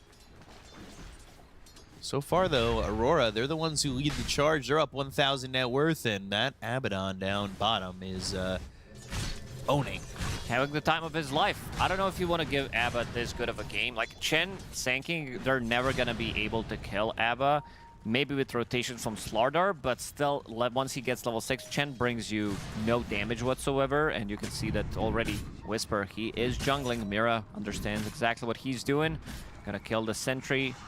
We'll place an Oz, try to steal some of that XP, maybe steal some of the creeps. Yeah, not Needs only to be careful, though. Yeah. But they're trying to make sure Whisper not only bad lane, but bad game. They don't want him to get any makeup farm here in these stack camps. They have brought over Panto. They're going to run down KJ. This could turn, honestly, into them going after Whisper for more. He's going to sit here in the Sandstorm again, but Mira is just going to, well, eat a lot of damage, but also steal a couple of creeps. Dust out, hits on a Whisper. He has to go towards the tier 2 tower. But with Panto and Mira here, they're looking to control the shrine for the next minute. They need some kind of a help. It needs to be Analog who needs to come in and help him out. He does have a haste rune, so that's a pretty good one. Nightfall very close to his level 6.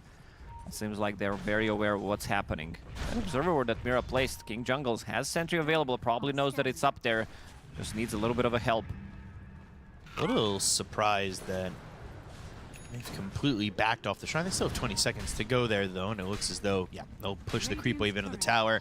And Nightfall, it looked as though he was going to run up that bridge, but instead, they'll concede the shrine. They did bring Analog over, and they've put the Clockwork over mid to get some solo experience. But Slardar didn't exactly get them any kills or anything like that coming here at level 6. And Nightfall will continue to farm up. Level 6 is ready, keeping the point for now. So he feels pretty safe in terms of him getting killed before he's getting Radiant. Damage on Heroic is very limited. This is Clockwork, who is only level 3, 7 minutes into the game. Same goes for Chen, who just cracked level 4, but he doesn't really deal much damage. So it needs to be Slardar. Medusa's going to be playing on a different side, will be jungling. So a bit of a slower lineup from Heroic. That's why I'm not feeling this Chen as well, because you have a couple of heroes that want to play, I would say, slightly faster. You have Sanking, who wants to jungle, Medusa as well. Slardar wants to be paired up with +1. And now Schofield in trouble. Nice path lands, snowballs there. Analog comes over with Corrosive Haze. They'll make the trade onto Mira. Panto might be next. Corrosive Haze and hoping that the Viscous Nasal Goo slows him down enough, and it has. So all of a sudden, Analog, he's forced to try and get this stun and run away, but the 6 stacks of the Viscous Nasal Goo, Toronto Tokyo putting the damage on, and eventually turns tail because Yuma still doing some decent damage and standing his ground. He'll get the kill on a Panto. Overextended there. Not sure what the plan was. Definitely couldn't kill off Slardar that easily. He was underneath the tower. Doesn't have sprint yet, so for now he's just going to continue farming up. And we didn't talk too much about Kiyotaka. He's the lowest net worth core in the mid lane. Still very close between him, Bristleback, and Slardar. A little surprised maybe that he's off the starting line this Not slow. necessarily. He was playing into Slardar, so both of them, like, he got some extra farm when Slardar did go away from the lane, and they already have medium Lotus available on Tiny. So that's going to be extra 400 HP, 400 mana on top of Soul Ring, so pretty much infinite mana on this Tiny, plus a bottle.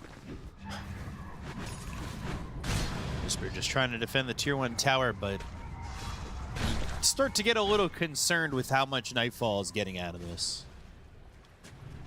For free, too. At the same time, Adusa with those couple of kills, Yuma put himself in a pretty good spot. He stacked the camps nearby the top tier 1. But finally, Aurora will choose to put pressure on the tier 1 mid and try to open up the map and maybe slow down some of the progress these heroic heroes are making. Their tower defense is also not the greatest. The Sand King kind of needs to be there as well if they're bringing in numbers. Toronto Tokyo, he's diving. Schofield, Hogs are ready. Hogs are ready. He doesn't run right at him. Actually goes through the trees and gets another quill spray out, but he doesn't quite get the kill. They'll look over at Analog. They've got the snowball, and they'll get this kill onto the Slardar. Kiyotaka getting credit for that one. That'll bump him up a bit. Plus regeneration rune, exactly what Tiny needs. Whisper, he's got Epicenter. He is level 8. See if he tries to make any move. He'll bail out, and stacks are stolen again by Aurora. This is kind of tough to watch in terms of how many of those 14 stacks have Heroic actually taken alone. Not necessarily in terms of gold, but also good amount of XP has been taken away. Mira. Oh, great shards. Good pull there by KJ, though. Might even be able to turn if they have a +1. They do have a Clockwork coming over. He doesn't have level 6, though. Burrow strike. Whispers here. Cogs around on the Panto. And they get the kill onto the Jakiro. Using that Wild Wing Ripper to use that Hurricane to pull him out of the shards is a big save to keep Slardar alive.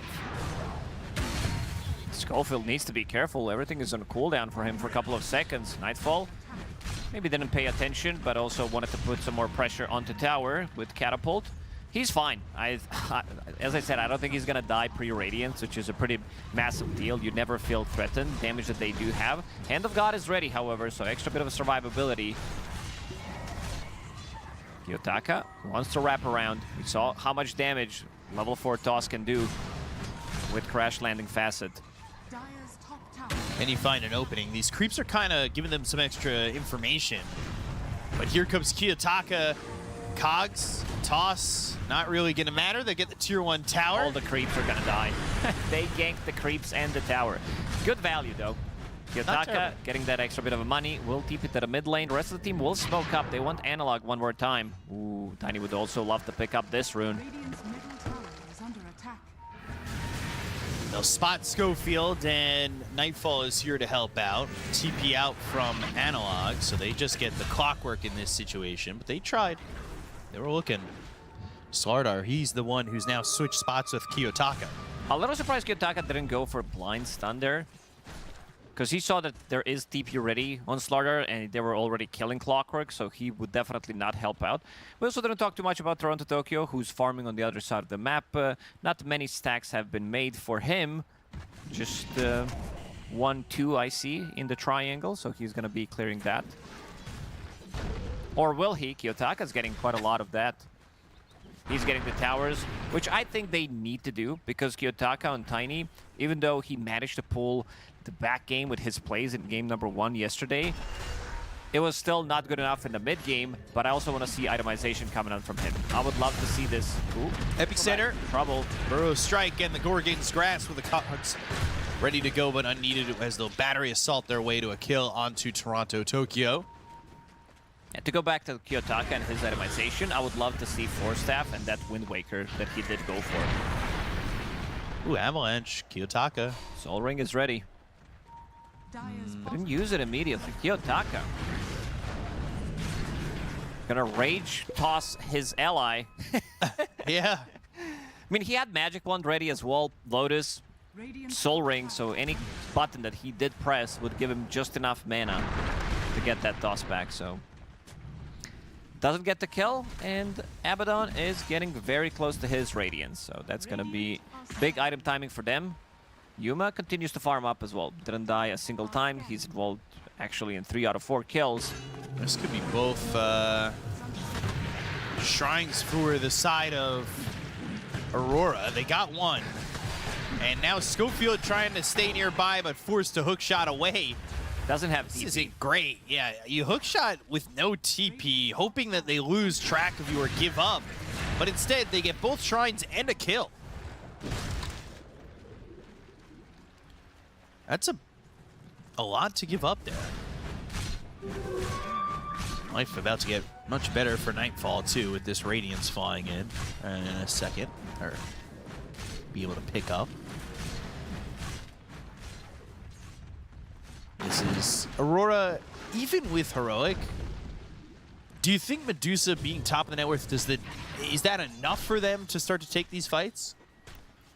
They have double Blink Dagger, one on Sanking, one on Slaughter, but they're also not putting too much pressure. There's also Observer Ward very deep into the lane. This one we're seeing where it allows them to see any kind of movement, especially if they're going to TP smoke in front of the tier 2 tower. Dire's top tower is Still under keeping the net worth even. Chen is jungling, so is Slardar, so is Sanking. Seems like they're playing for a bit of a later timing. Here's that Radiance, by the way. Finally has it finished. So Viscous Nasal Goo onto the Tormentor. They're ready. Whisper and Schofield are coming. It's still tough to get. Oh, no Blink Dagger on Whisper. It was on cooldown for a couple of seconds. So Mira will pick up the Shard. Good farming tool on Tusk. Allows you to farm much easier. You don't have to use as much mana with the Snowball and Ice Shards. So we didn't talk about the Medusa, her itemization. Instead of the Butterfly that I mentioned, since you're playing against Abba, I also want to see if there's going to be a Diffusal Blade on Abba. That's why I love this Manta-style Butterfly, Silver Edge, so you can break them and also have Evasion. Instead, he's going for, I would say, a newer build with Aghanim Scepter ever since we changed 25 talent and moved into Ags. Mira will die. Yeah, Hookshot, Epicenter both used in that situation. It's giving some gold over to the Clockwork, who is looking first item Ags. Ooh. Missing that Slithering Crush. See how the Ags ends up working out for Schofield as they're chasing. They want to find Panto. And will get their hands onto the Jakiro the chase is on, but can they kill him? They should have him dead to rights and will. So another kill here for Heroic, and Aurora kind of bleeding some kills when maybe they shouldn't need to. Nightfall is the one who's going to get to trade in the top lane. Level 12 on his Abba. Got those 2 kills in the lane, but yet to see him in action. Game did slow down by quite a lot. 2 teams very farm-oriented. Schofield has Cogs, is moving down the river, getting an extra bit of movement speed. Nightfall pulls Nightfall in with him. But Kiyotaka is here. Avalanche toss up into the air. And an easy kill there for the side of Aurora. Pick up this Maelstrom on Medusa. With the Manta style already finished, I mean, Yuma has had a lot of time to farm. Bro strike and the Gore getting grasped. Blade Mail pop. Not sure they'll care though, as it's another kill for Heroic.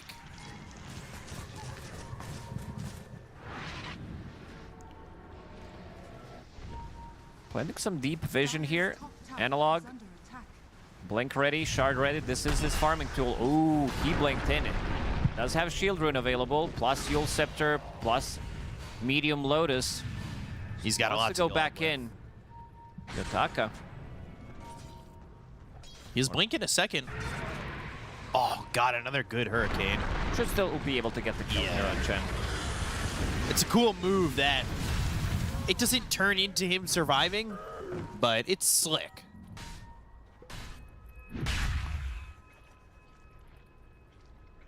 Still opening up more space for Yuma. All the attention away. But Kiyotaka wants more. So he'll Yules into an Avalanche, toss back towards this Tusk into a Walrus Punch Ice Path, and you never had a chance. The control the entire time is so good from Aurora. And now they're hunting. They want more. Kiyotaka running a little low on mana. Does have Soul Ring, does have Healing Lotus. Being scouted by that Observer Ward, freshly placed by Schofield. Whispered deep on the Aurora side to farm. He's going into the Shiva's Guard next. Nightfall still farming up. He wants that Manta, then the Diffusal. Maybe they can work on getting Yuma afterwards. If you know that Diffusal's coming, is there a point where Heroic just have to play aggressive and try and make the map tiny for Aurora, try to push these towers now? I want to see Butterfly. That's what I want to see. Knowing that Abaddon is relatively good Manta-style Diffusal Blade carrier, your mana is going to be gone pretty quickly. If you get isolated especially. Not giving Schofield a chance to hookshot out of there.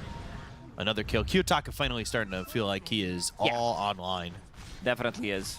Sitting on 2,000 gold as well. Now they're right onto this Medusa. Upgraded shards around him. Snowball gonna buy some time, grab that stun. They start to back away though. Stone Gaze used. On the other side though, Kiyotaka half health. Whisper went in with a Burrow Strike. Doesn't have a lot of mana to play with though. Toronto Tokyo's in. Yuma's low. No mana, no life. And Whisper thrown right onto the Abaddon. They still want more. Mira tag team Yules up into the air, in some trouble, and will blink after the Yules get back to the base, but the toss-up on the KJ at the same time will end up getting a kill. Shards just short of Analog. However, Aurora, they are pushing forward. With those Blink Daggers up, they need to be able to get the jump. Like, they need to, there was no epicenter in the previous fight. They need to pair him up with this Slardar to be able to try to get some kills at least, because right now they're gonna lose another tower.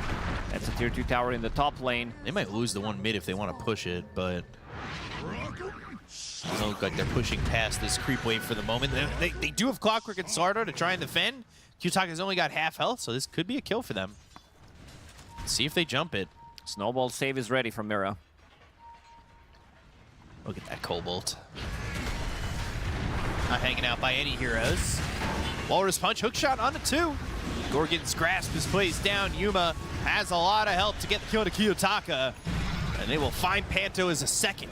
Oh, we've seen these so many times from Aurora. They make a couple of good moves, then they make one shitty move, suddenly the game is almost even, and this is also gonna allow them to take Roche. There is buyback on Kiyotaka, something that we've seen he's not afraid to use to win a team fight. Yeah, even this early in the game. Nightfall, he's not easy to kill. He's got borrowed time. The shards are in a decent spot. Now he pops the borrowed time. No buyback used by Kiyotaka just yet. Walrus Punch, Burrow Strike coming across, hits both of them, and now Nightfall, well, he never had the buyback. He never had any help, and he is in trouble. The Mephitic Shield, though, will get the kill to Schofield. He'll end up dead to Analog. And, I mean, they never brought Kiyotaka back in. He didn't buy back. He didn't commit. Yesterday, he bought back in the second game to save his Phantom Assassin just to use Wind Waker and then died immediately, even though he was respawning 10 seconds in. But with this stat, they delay Roshan, and that's what matters.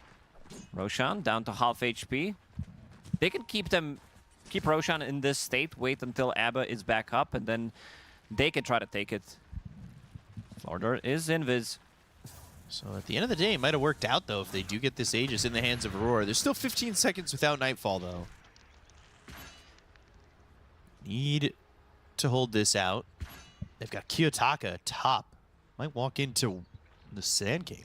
Yeah, he's trying to go for a solo kill. Needs a little bit of extra damage. Yep. Abatos. Not that good of a combo anymore.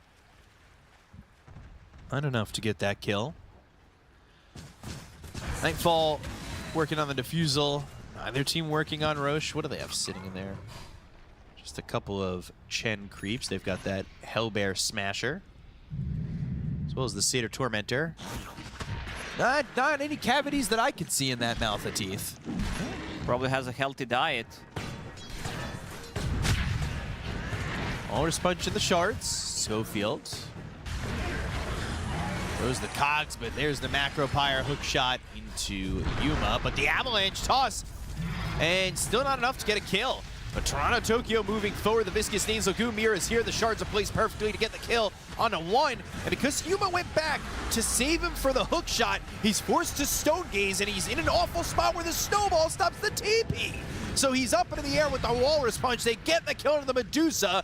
And you tried to help your Clockwork, but Save Your Buddy Syndrome is not for the living. This is not the target that you want to be helping out. As a Medusa, it feels very awkward for him to be there, knowing that they can relatively easy close the gap. One stun, one toss back, and she's going to be in trouble. We still haven't seen Sanking and Slardar being paired up together. Like one follow-up, one stun with the follow-up stun with the epicenter should be enough to grab the kill on pretty much any hero other than Tiny. And now Kiyotaka, double damage in bottle. They don't even need to pop it. They have more than enough with tag team, with Goo. So much minus armor coming out. Quick Roche, easy Roche. And at the same time they get this Aegis on Nightfall, he picks up that Diffusal Blade. Yuma's life just became a whole lot more difficult. Ag's a little slow there from Whisper. Things for Heroic just not panning out. Need to be careful about how they play these next few minutes with the Aegis on the side of Aurora.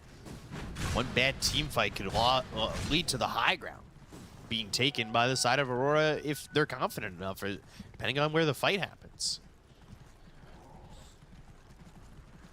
So if you're Heroic, how do you try to spend your time while they've got the Aegis on Aurora? Not dead. It's pretty smart. They need to, I mean, I said a couple of times, I'm going to say it again. They have 3 very good initiators, but we haven't seen them in action. Try to play some deep vision, get a pick off. These heroes are also very good at delaying the game because they can creep skip, exactly what Chen is doing right now. Slardar pretty much one-shots the creep wave with Shard and Slithering Crush, Sanking as well. So that's exactly what they need to do until Medusa comes online. Even though she's very close to Abaddon's network, you really don't feel that she's doing much in the fights. You see those Croakers able to wipe the creep wave out. So they're there to cut the creeps. Burrow strike back into the river, but it's right where Mira is ready to blink to get the Walrus Punch and kill off Whisper.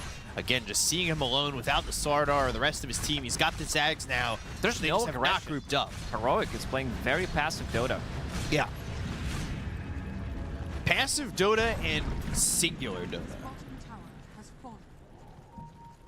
There will come a time where they all can get together and try and fight, but for now it hasn't looked that way. Double Croaker, double Satyr. More Croakers to take. Or farm. Big fan of the Croakers. They'll go in, they use the inhibit. The cogs are there, the Stone Gaze through. Got an Aegis to work with, but there is the hook shot. Mira's already dead.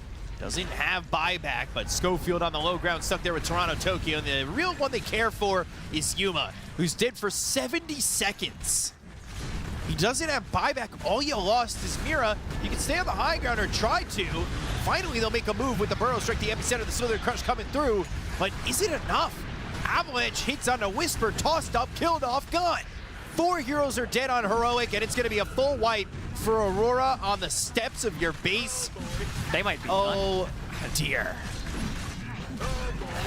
Could we see damage dealt by Medusa overall through the game? Because I feel like her damage might be okay-ish. It's just that she's also receiving quite a lot of damage. I feel like this Butterfly is not going for Butterfly is actually a huge mistake. Because you're never going to be lacking damage. You have Slardar in your team, so extra Corrosive Haze, extra minus 15 armor at level 2 is... I don't think you need more than that. And you saw how fast she died after getting her mana burned by Abaddon, Manta Style, Diffusal Blade, gone instantly. They're still holding the Aegis. Toronto Tokyo back to full HP. Kiyotaka needs to be slightly careful. They don't want to push the limits. But I love this build on Kiyotaka. Did go for Black King Bar after Yules, and then going back to Octarine Core, lowering the cooldown of his abilities, and then going for Wind Waker. Chen, by the way, cut the creep wave, so the backdoor protection came back online. He's using those Croakers and the Satyrs to cut the creeps where he can. Gotta clean them up, so they don't have the ability to take on backdoor again. Still have a minute with this Aegis. If they want to make another move, they probably could. One more fight, or even, honestly, one more kill onto Medusa would be enough to probably win this game. Yuma's positioning needs to be very precise. Kiyotaka with an avalanche and anger. Hook shot in, finds Panto. Thinking about the epicenter burrow strike, they get the kill to Mira. They'll take out what seems to be both supports, but Panto, he's surviving for now. Even with that hook shot and the damage from the clockwork, it just did not work into a kill onto the Jakiro at all. They find themselves Whisper. He'll burrow strike back up onto the high ground. Like ready in a second. And now Whisper is very dead. Kiyotaka doing a lot of work. He's in. Yuma. Buyback forced from Whisper with the attempt at Yuma's life.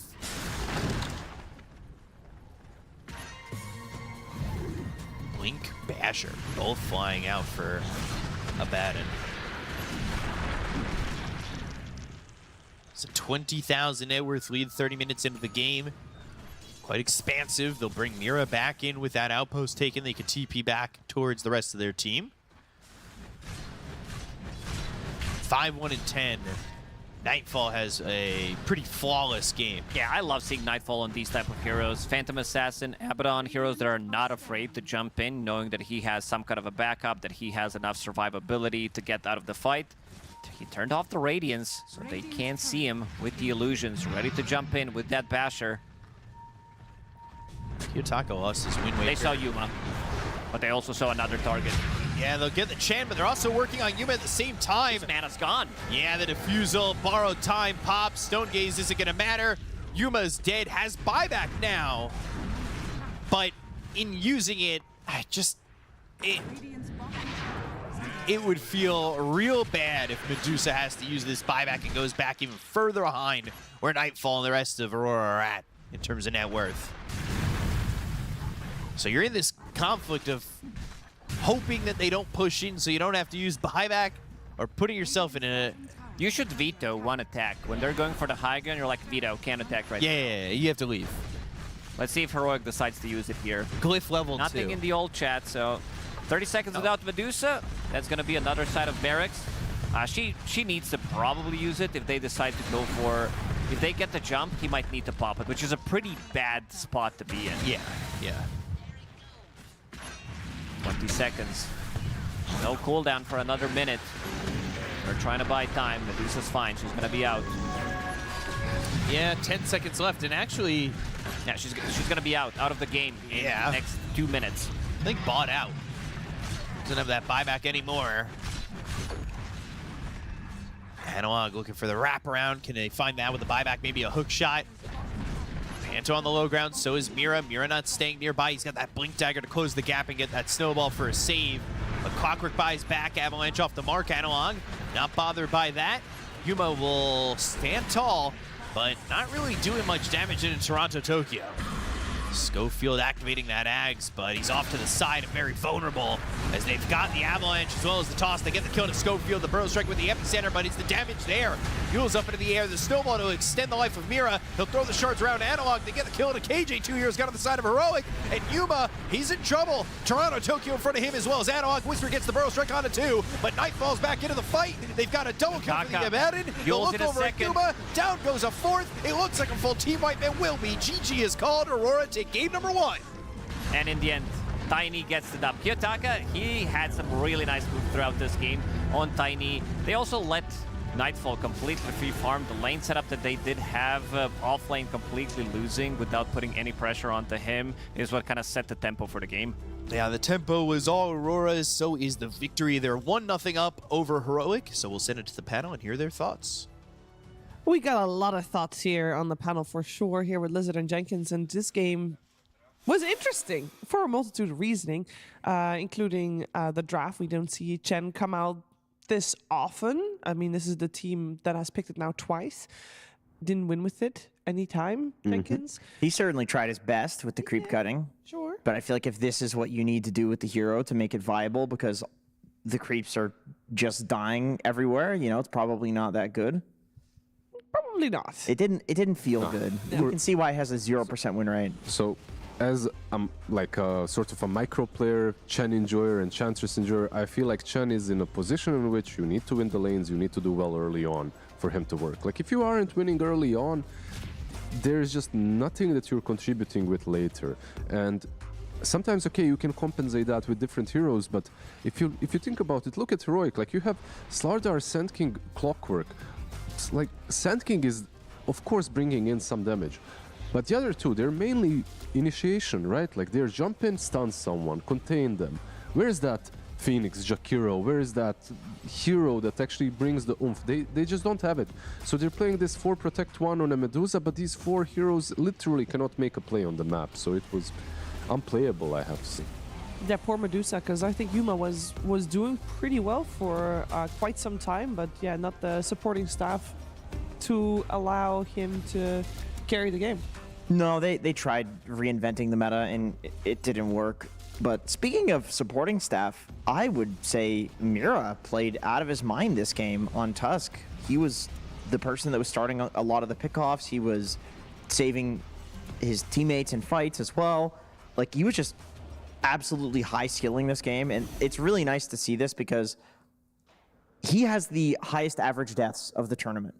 Just to lay all the cards on the table, in my opinion, Mira on this team has not looked like the Mira that was on Spirit, and I think... Do you mean that for this Wallachia? For this Wallachia. Okay. For this Wallachia, I will say. Highest deaths of his of this team this time around as well. I mean, him and Pantos shared it, right? Like, both of them had 4 deaths. Yeah, except in this game, it worked. You know, it worked out. Like, I think you have high expectations when you look at a player like this, and he has high expectations of himself. So, you know, when he has these games where he has a ton of deaths and his team loses, especially if it happens in a particularly devastating way, you know, he's taking a lot of it on his shoulders, and you can see it in this game.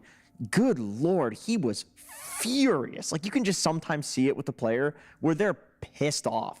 And the way that they're playing is they're min-maxing and optimizing absolutely everything, you know, using snowballs to dodge crucial Mystic Snakes in a fight that would have bounced to other heroes. It's like, that's min-maxing, especially when you're playing against a Dusa that's almost top of net worth. The only way you're going to lose is if Dusa pops off. So the snowball dodge in that situation is actually very important. Yeah, as we're going to relive some moments of that game, we're actually going to start by looking at an inventory of a tiny Kiyotaka, of course, playing that in the mid lane for this one.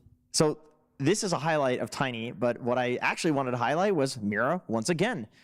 He has a great healing Lotus in his inventory at 9 minutes, 30 seconds. It's the earliest that I've ever seen this, because you need 3 normal Lotuses, which means they weren't used in the lanes. Like, you have to actually go to both side lanes and pick up Lotuses, and then go to your mid and give him that. So Mira was like, okay, I'm min-maxing every single resource in this game. They're giving us the Lotuses, so I'm going to combine them. I'm not just going to use them willy-nilly. I'm going to give it to the most important hero to bait. Did we go from Tango pulse to Lotus pulse? Yep, I believe we might have been. How happy are you if you're a mid lane Tiny and you're walking around with a great healing Lotus? Like, some guy just comes up to you and hands you a great 400 health, 400 mana. Please don't make this a habit, though. If you want to win your MMR, I feel like it's one of the best things that you can do. Just giving that healing Lotus to your mid laner. Just imagine the soothing feelings that he feels after all that rage, all the losses that he had in pubs goes away. True. It's like sharing a tango with your carry as support, even if he doesn't need it, just for good vibe. Yeah, that's it. It's the vibe Lotus and the vibe tango.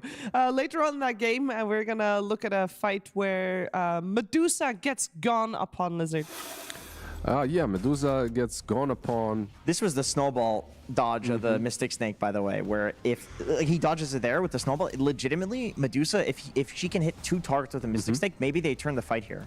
Yeah, definitely one of those spells that are crucial in these fights, but they already started losing here. I feel like it already feels inevitable to an extent. Like, even if you're fighting under the tier 2 and you have these exceptional heroes when it comes to counter initiating, you still don't have enough damage to counterplay with the Medusa. It just wasn't connecting on time. This is like a draft that needed to go well from the get-go and constantly snowball. Like one of those choke out the map with the snowball, old school Medusa drafts where you get the Manta, get the Butterfly, gets the Aegis, and you almost end the game with that. Yeah, and very very untypical from us to talk about Aurora and not really yet talking about Nightfall. Don't worry, it's coming, as we have one more clip to show you You want to take this one? I'll take this one. Yeah. Okay, So yeah. this is Nightfall. Of course, 2 heroes are dead. So he walks into the Roche pit because Night God realizes that it's actually worth giving up his life here in order to delay the Roche. The only way Heroic can have a entry back into the game is if he doesn't walk into Roche and give himself up here. So Nightfall, he's a changed man. He's not so cautious anymore. He's willing to give up his life to help his team succeed. Is that how you would have done that one, Lizard? He didn't even try TPing out after. Like No, he didn't. He's a changed man. And he even gets rewarded with, he dies, but he gets a kill on He Schofield. got a succulent, delectable kill on Schofield, who definitely didn't die 10 times in that game.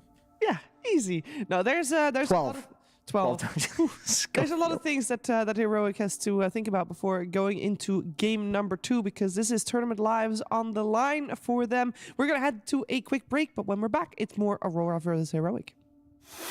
The human body was built to move. Not trapped at a desk in one singular posture for 12 hours a day. It's time your chair evolved. This is Secret Lab Titan Evo. Ergonomically engineered for you. Gamers, hybrid workers, artists. Backing your every move.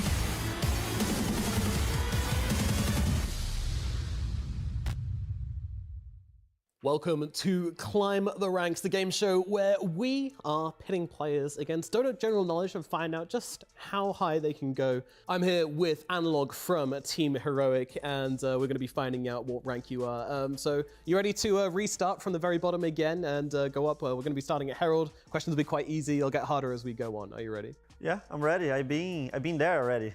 Actually, oh really?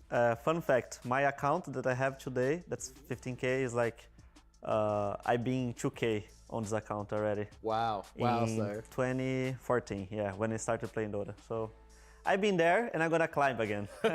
revisiting your roots. I love that. All right, let's go, Analog. Let's see. Here's your first Herald level question. So starting off very, very easy here. Which of these is not a main menu tab? C. Yeah, you sure on that? Yeah. And of course, C, microtransactions is correct. Next up, we have your Easy. Guardian level question. Which of these items was not reworked in the 7.38 Wandering Waters patch? Okay. Don't got reworked, but got buffed or changed a bit, and it's Silver Edge. Absolutely correct. So let's get into our Crusader level question. Which of these items is not a Ringmaster souvenir? Okay, that's hard. I don't play support. Struggling a little bit. I don't play support. I know Funhouse Mirror is a souvenir. Mm-hmm. I'm between Water Gun and Crystal Ball. Yep. Crystal Ball remembers me from last Shrek Taunt, you know? Like, I don't remember having Water Gun either. So, okay, I'm going for... Minha mãe mandou eu escolher esse daqui. Esse daqui. I'll go with...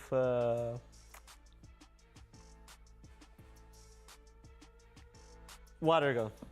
You sure? No, I'm not sure. I'll go for Crystal Ball. You sure? Yes. Yep. Oh, it was Water Gun. You were right. No way. Yep, he does indeed have a crystal ball. It reveals a small area of the map and shows invisible units and wards. It's got global range. Yeah. Okay. Okay.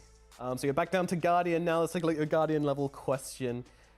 Which hero has Ricky Was Here carved on them? Really?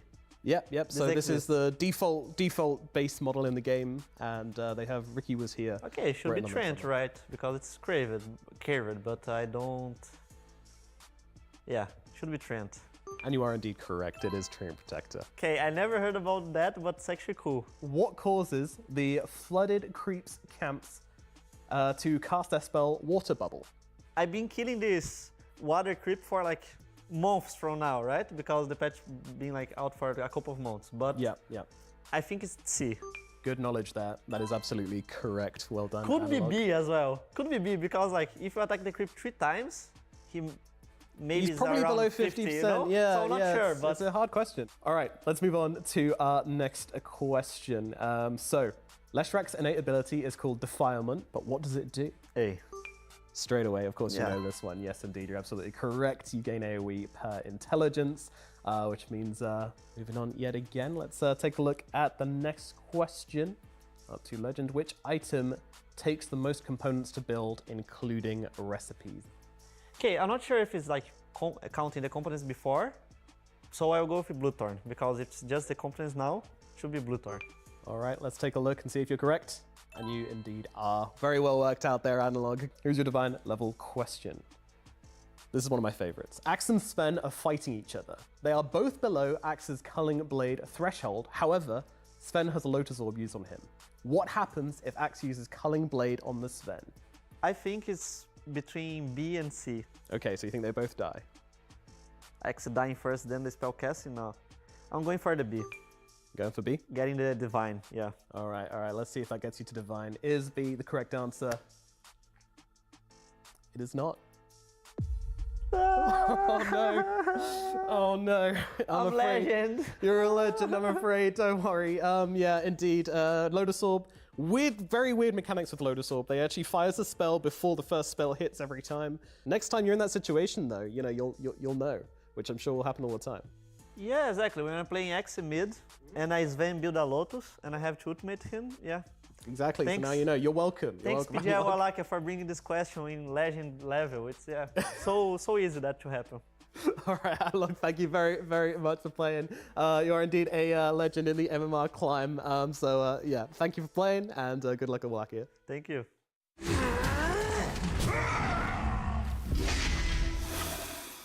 We're continuing here with a series where Heroic is playing against Aurora, and it was a rough game one.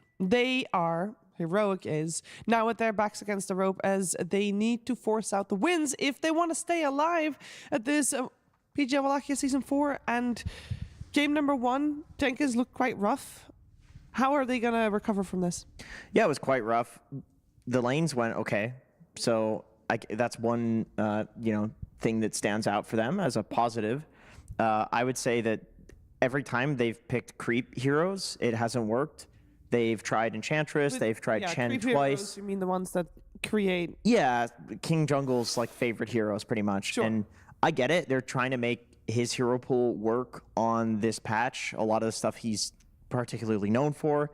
It is literally in his name, King Jungles, right? Should change it to King Lanes. It should be, yeah, because he plays Natures. What doesn't he then play Veno? Veno Jungles is literally the only jungling hero right now, Venomancer.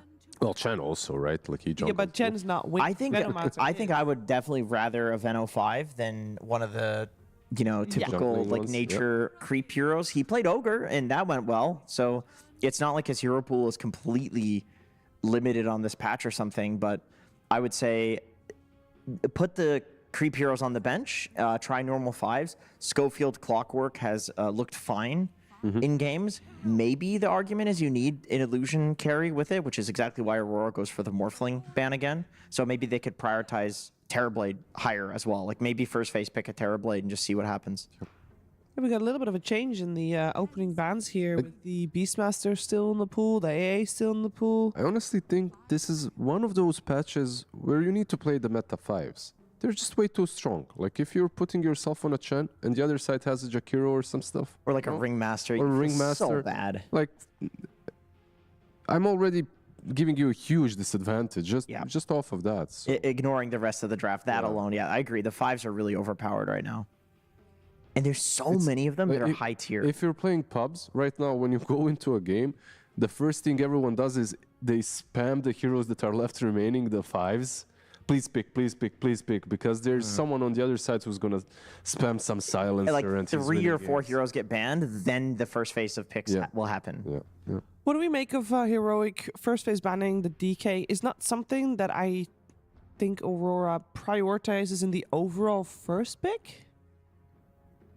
Like, could this be telling us something? Nope. This is telling us something. They banned it out last game, right? And they go for the fridge this time around. So they value it in this particular matchup quite a lot. Well, you know who does well against Ancient Apparition? I was not going to say Kunkka. I was going to say Terrorblade. I don't know. I mean, Shiver, how do you feel about the AA Kunkka matchup? Because I feel like the run buff, it can kind of work both ways, and you're a pipe buyer on Kunkka. Oh, yeah, I think the run buff is, like, it depends who goes first, right? That's kind of the thing, and I would imagine any good AA player is going to make sure that the ult is going to hit proper, and then they're still going to shatter. Like, but then on the flip side, maybe a good Kunkka player is waiting to boat until somebody gets AA ultied. But then again, Kunkka's usually the one doing the initiating with like X torrent boat. So probably the boat will happen first. yeah, and if AA is going to ult a person, it's because they're probably, you know, they're going to burst him. There's no time for the boat. Exactly. Sometimes Boat's they slow. die before the boat even arrives. The ship has sailed. The ship will have sailed. Yeah. Very true, very true. Will the ship hit the iceberg of the Ancient Apparition? We're gonna find this. This is the game to That's find next out. level. Very true, very true. Well, we do have the Kunkka as a hero that we've seen do pretty decently in the mid lane. It's also flex pick. I'm sure Whisper is able to play that as well. Is this good in Heroic hands? Do we feel like this is a trade they should be happy with? It's one of Analog's best heroes, historically speaking. And I thought with the pick that it was on the other side. I thought so too, because it's like this. I feel like this matchup has evolved a bit, at least from what I've seen, where I feel like it was a bit more even. But I've seen, was it Kunkka or Tiny that did really well? I feel like Kunkka yesterday did really damn well, right? Yeah. Meanwhile, back in the day, this is like your standard double bracer mid, no one is winning. But of course, a bit different build on the Tiny. Kunkka's definitely like a big lane winner now with the buffs to his Tidebringer. But Tiny for Heroic it's usually Schofield that's playing it. In fact, Yuma has not played it once, and Analog has not played it once. So for them, this is not really a flex. Okay, I am enjoying the draft for Aurora. This looks very good to get with your first 3. But it makes me wonder a little bit that both these teams do not like Keeper of the Light. And don't get me wrong, again, I like Aurora's draft, so I'm not saying that they should have changed it out, but I'm still surprised about it. It's a specific hero. I feel like Keeper of the Light, when it comes to supports, isn't a hero that everybody plays. But what is this? Are they saving their supports for last, or is Tiny? It's a Tiny 4. It's a Tiny 4, Kunkka off, Sniper most likely mid, the way I see it. What's the logic for the Sniper pick now? I guess the idea is that Aurora has absolutely no backline jump on these heroes. They just run into fights or their backliners themselves. Yeah, but there's still 2 heroes to be picked. They can pick their mid. I think they're focusing Kiyotaka's hero pool as well. So they took away the Tiny, basically saying, try playing something else. You've been playing Tiny for like 5 games straight. And they also take a Sniper who's not really easy to pick against, right? Like there aren't many heroes that work well against the Sniper. I think that's maybe the idea. Well, they're definitely about to get Storm Spirited here, if I had to take a wild guess. What if they pick that one as well? Pick Storm too, yeah. There's also a potential for... You can also Centaur a Sniper and just rush your entire team to jump him on the back line. Yeah. But that would put Bristle as a carry or a mid. Maybe a silencer here for them. Like if you want to talk about Storm upcoming, you have that global silence. Not that bad of a laner into Bristle. Great against Bristle because of Arcane Curse. He can't spam quills. Exactly. So protect from the Ringmaster save as well. Yeah, I love the idea of silencer. If they can play that as a 5, and there is no way in hell a position 5 player cannot play a silencer. You're basically a button later on. Just a very important button. Yeah, as long as you have that R on your keyboard, you're fine. Or if you don't have it, you can click on the spell as well. It's true. And you do it's good enough. generally have the time. Yeah.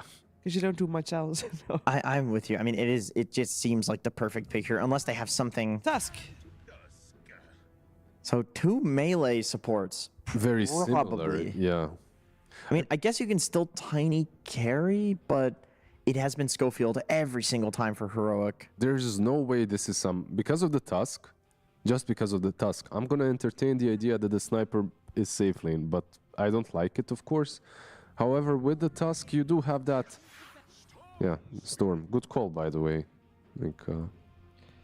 Yeah, nobody could have otherwise come up with that. Isn't, but. Yeah, you see the puck ban as well. They're kind of protecting the possibility of sniper being safe. Okay, that's good. Sniper force, scatter shot, facet. I mean, it's dead. It's possible, but yeah, I mean, I think this sniper carry definitely a flex. Yuma absolutely willing to play it, and I would suspect the next ban from Aurora is probably Huskar because this is analog we're talking about. This man will Huskar when it's not a good Huskar game. He has. For as long as I have known him, and I've played with this guy for almost a decade on US East, the man is a Huskar fiend. So, ban the Huskar. I can hear some emotions. There's a period where it was literally everybody was like, God damn it, Analog, all you do is last pick Huskar. You know, he was this cheese guy. He evolved as a player. He became a generically very good mid as well as a cheese player, but you can always go back to it. If you started there, you can always go back. It is an AA on the other side, though. I was so emotionally invested in Analog that I did not think of the AA. You actually can't Huskar. That's a good point. What's another cheese pick for Analog? You know what? Like I knew it, like from watching you, that you completely forgot about. I completely forgot about it because I was thinking back to my pubs. Yeah. But the way that you guys are talking about the sniper as a carry instead, and therefore freeing up that mid lane for Analog to play something else. From the sounds of it, it seems like Heroic kind of has something going for them in their draft. No, you have to ban Meepo right now, actually. You're way more afraid of Yuma Meepo than an Analog pick. Is this a good Meepo game? Yeah, it's the highest win right here in the game against Storm. It's worse than Huskar. It's good. Like there's this bristle in AA, but overall, it's a good Meepo game. I don't think it's bad. Like, if they feel that they can, even versus the Ursa, I feel like if you think that Meepo could work here, I mean, overall, Meepo versus these heroes is fine. I feel like Meepo with these heroes on Heroic is kind of meh. I think Kunkka needs to bring a lot of utility, maybe some auras. But something in my guttural system just says, like, Heroic is not trying to play normal Dota right now. The picks that they've done in the order that they've done them are unconventional. They're throwing a tank Cardell in there as well, just randomly. But they have their game face on. They're super serious. I feel like their Cavs is just saying, like, what do you guys want to play? This is either that or this is some 5-head draft that we'll understand only after their last pick, because what they have given Aurora is incredible. Like they've given them all the comfort picks and amazing heroes that are in the meta. So I hope for their sake that they have a plan, because this Ursa now as well into the Kunkka lane is a really good pick that they didn't really think about maybe. Fairblade. It's all right, I guess, into the Bristleback. But Storm is a problem through the game. So it's going to be the sniper mid. Okay, they just did not respect Storm Spirit enough to ban it out. Mm-hmm. Do you agree with that notion, or?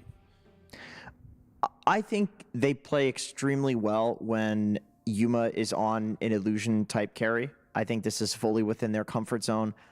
I was expecting the Meepo or the Huskar emotionally invested, just because when you see Tiny, like Kunkka Tiny is not a strong lane, right? This comes out first. You kind of feel like they just want to play some Siggy heroes.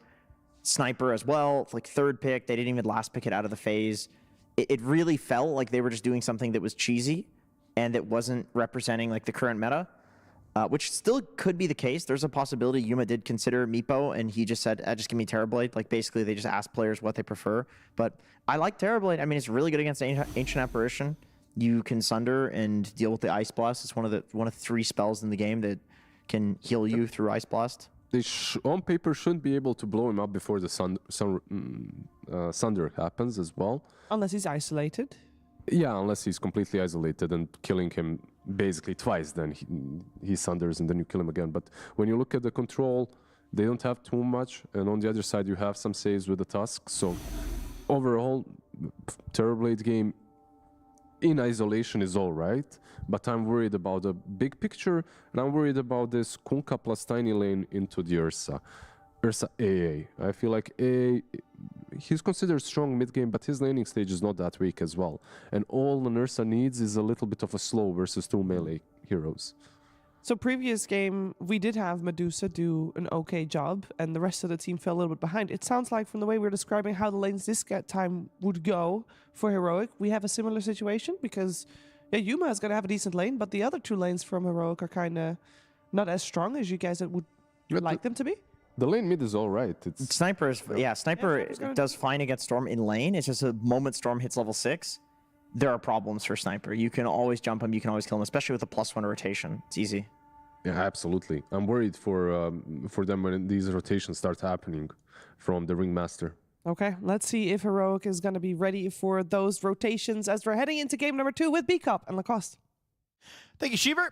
Coming into game number 2, Heroic playing for their lives, and Aurora, they're looking to go to the playoffs. They've had 3 chances, and this is their 3rd, and they're hoping this is the game where they finally get the green fill around their name, and it says qualified for playoffs, Lacoste. Yeah, most definitely, but they're complicating the drafts. These are very complicated drafts to execute on their side. This is Tiny Tusk, not the strongest lane by any means. In the bottom lane, you're going to be having TB plus Tusk, which is a fine lane. It's just that this top lane I'm worried about, whether you're going to be giving Ursa a free lane with Ancient Apparition, with Ursa. They should be having a pretty okay time. There's going to be a good amount of harassment, I would say, from Tidebringer. And I also want to see what Schofield's going to get at level 1. If he goes for tree grab, I think they should be able to punch back and get some extra damage in. Seeing what Nightfall did by, it's just 1 set of tangos. He's not expecting that much damage to come through, so look at this move. This is an interesting spot. Everybody has their own 3 to hide behind. They're going to miss them, though. Unless they want to kill the creep wave here immediately. Yep. Impalement arts? Nope, nothing's happening. I was going to say that might be it, but it isn't it. Panto's still sticking around with Chilling Touch. Okay, interesting move. Panto will just TP top. So they had their 3 trees. They tried to hide, tried to find a first blood. Didn't work out for them. Ultimately, and now Analog, he's going to be the one up against Kiyotaka. Kiyotaka, who in the last game didn't exactly have the best lane, but came online and then started to dominate as Tiny. Kind of a similar story here based on what the panel has to say, right? Because once he gets to level 6, he's online, he can jump the Sniper, and Sniper's life becomes way more difficult. Yeah, he's counter for Sniper, it's just that the lane is not going to be as easy for him. Analog did go for Ghillie Suit. If you go for other facets, there's definitely a chance for you to grab the kill. Analog going to tank the tower and a couple of, actually 2 tower hits. Lost half of his HP. It's a bit too far forward, and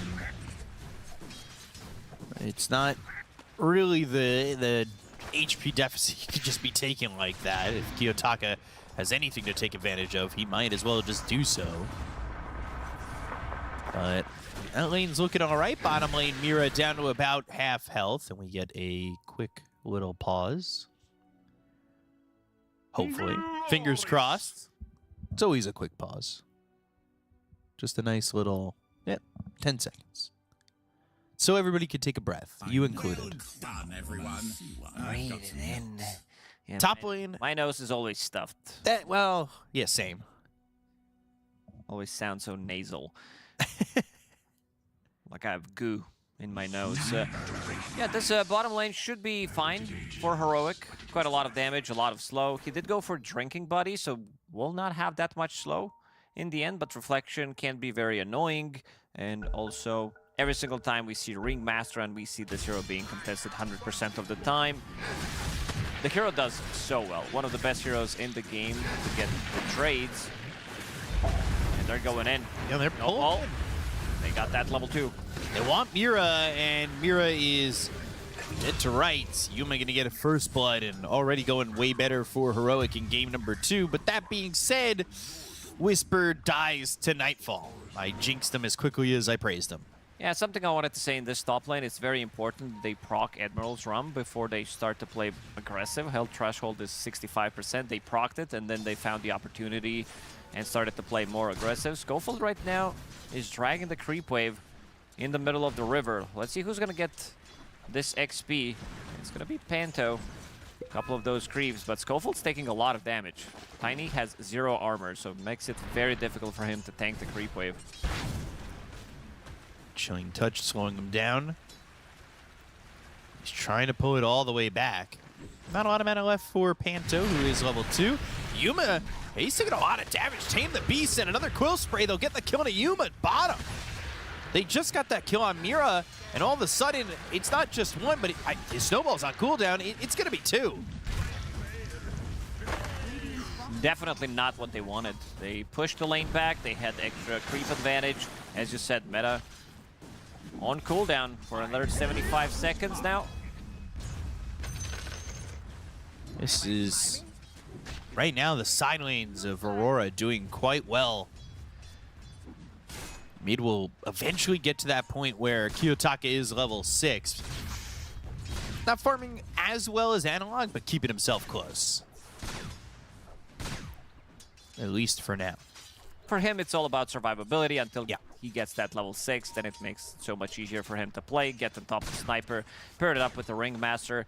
Schofield, he's making a move. He's level 2 on Tiny, but just enough damage, I would say, that he needs to bring extra bit of slow from Blood Grenade if he throws it. Seems like Kiyotaka knows something is up. He's been missing a long time, but it also leaves Kunkka in 1v1 situation against Ursa, and you can see his items on Kunkka. Windlace plus Boots of Speed, so he wants to run away from Ursa, which means that in terms of scaling, he was also thinking about, oh, I'm gonna pick up Yule Scepter Phase Boost. That's gonna be my build on the offlane Kunkka. Great for setting things up when Storm jumps in. Great for Ursa as well, because that's not... It doesn't affect the status resistance, which is really nice. But overall, I think in the scaling department, you're gonna need to still get an item, something that's gonna help you get to your next items. And Yule Scepter is definitely not that item. Top lane with Panto back, and Tiny still sitting over mid. Kiyotaka had to walk all the way back home, and Schofield, he's wrapping around, but the opportunity to find Kiyotaka isn't exactly there. I love this part voice line. Maybe he spammed it too much. Kiyotaka looking for high 5. Only 1 TP available for the supports of Aurora. Panto doesn't actually have one at the moment, but the Ringmaster does. Whisper backs up, and he'll farm a stack. Let's see. It looks like Panto's going to come to bottom, wanting to get a kill. One of the shortest drinking buddies I've seen. Bumped it. That's it. Extra bit of move speed. On to Tokyo. Even though he doesn't have that much CS in terms of net worth, he is definitely up there with that double kill that he got. Happy with that, and constantly putting the pressure on to this Terrorblade. Yuma can't really feel too comfortable if a couple of Viscous Nasal Goo stacks are on him. And immediately they think about going for KJ instead, but Toronto Tokyo needs to show his back. Unfortunately, the Shard's in a pretty decent spot. Mira helping out a little bit. Throwing over that strongman tonic to Toronto Tokyo, but they'll snowball. They'll catch up to him.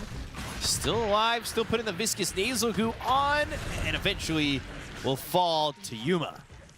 Maybe with items in his inventory instead of backpack would make the difference. 1 gauntlet plus Ironwood Branch. That's 4 extra strength that he was missing.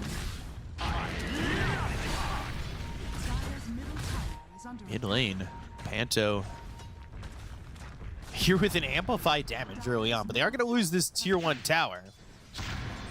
So this makes Storm's life a little bit more difficult. Doesn't have a tower to go back to. Toronto Tokyo did die a moment ago. Things evening out for Heroic in 7 minutes. Are going to be here in a second, and this is going to be the Shrine, and we'll see who gets which one. Kunkka no contest, but Mira, he needs to be careful. Assassinate is flying in. Now Toronto Tokyo has to stay on the Shrine, but they've got Schofield here too. KJ, they'll be blocked up for a moment. They get the kill on Amira. They'll end up trading. They do get the Shrine for Toronto Tokyo, but Yuma's here. So is Analog. Here comes the Ursa, it looked like for a second, but Kiyotaka, he turns this around. They get the kill on Analog and the TP out from Yuma. I think Ursa tried to TP. He was X'd back all the way to top. This is what we want to see, like these type of fights, but Heroic, they managed to still lose the fight, even though they outnumbered Aurora for a brief second, and then Kiyotaka finally made a move. But yeah, I think one thing that people talk about when they're talking about Nightfall is that he doesn't get involved. There was this Phantom Assassin game where he got involved pretty early on. He also wanted to get involved here, and I would say that Ursa is also one of his better heroes. Panto, he's in a lot of trouble. Very dead. Kiyotaka picks up that haste rune, refills that bottle. Avalanche off the mark, not landing on Amira. The Storm will walk all the way to this bounty rune as the Impalement Arts had hit, but just a bit of a deterrent. Battle Fury, of course, going to be first for Nightfall. We'll see how much. I mean, he was willing to move from the lane, but you see, yep, here it is. Got the X. Guys, I'm in. Never mind, I'm out. Just kidding. I'm out. Now they're trying to make a move on Nightfall. Seems like he knows something is up. Yuma is also there. Gonna slow him down. Avalanche, Snowball, they've got it all, and they will get this kill easily. Toronto Tokyo commits to that TP. Ball Lightning looking for Schofield. Exit of the Ghost Ship. Analog in a position where they just can't get a grasp on him. So that means they lose Toronto Tokyo. Panto's gonna be next.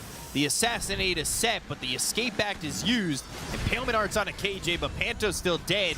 They'll use that Blood Grenade. They're trying to get a kill here onto the Tusk, who turn to ice after the Cold Feet does proc on the Snowball afterwards.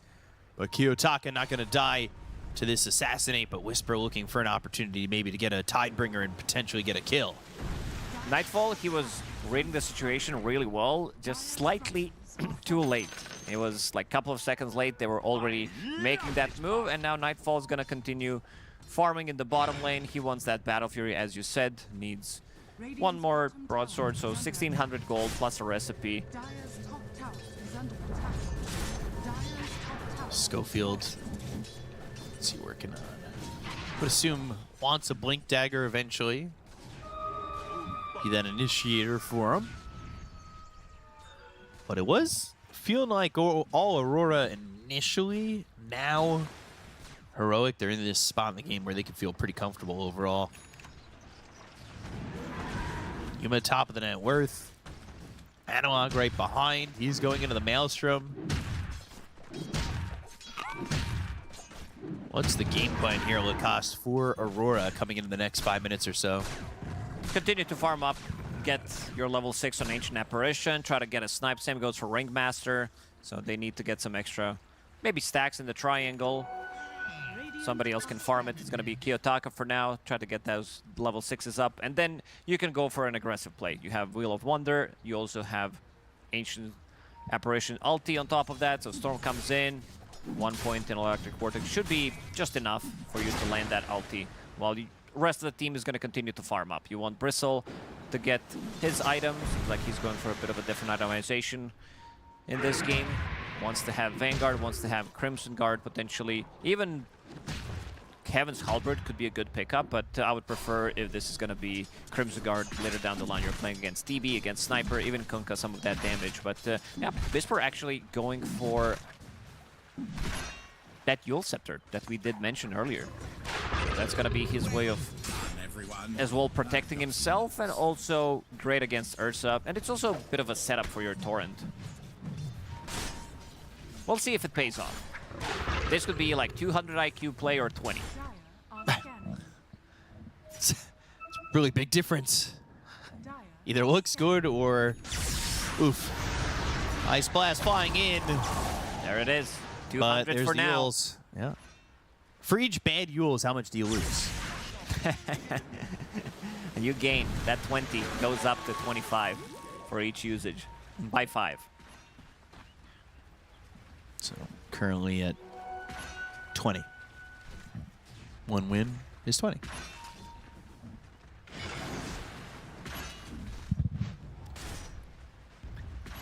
Whisper, Schofield up top, Panto, he'll TP away.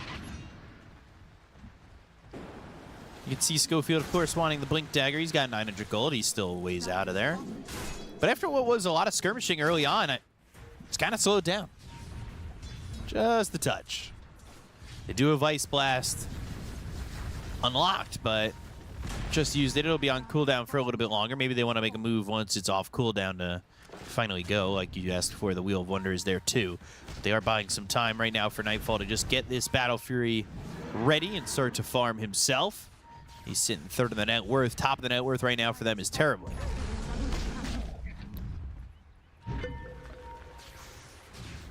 Toronto Tokyo in the top lane has that Vanguard, and then we'll have that Blade Mail soon. Seems like Heroic are fine. Yeah. Taking this one slowly, knowing that they have Terrorblade, they have snipers, so the heroes are gonna scale really well. They can keep the distance, but there's also a couple of good heroes on Aurora to close the distance. Ursa, his next item is gonna be a Blink Dagger. You have Storm Spirit, Bristleback.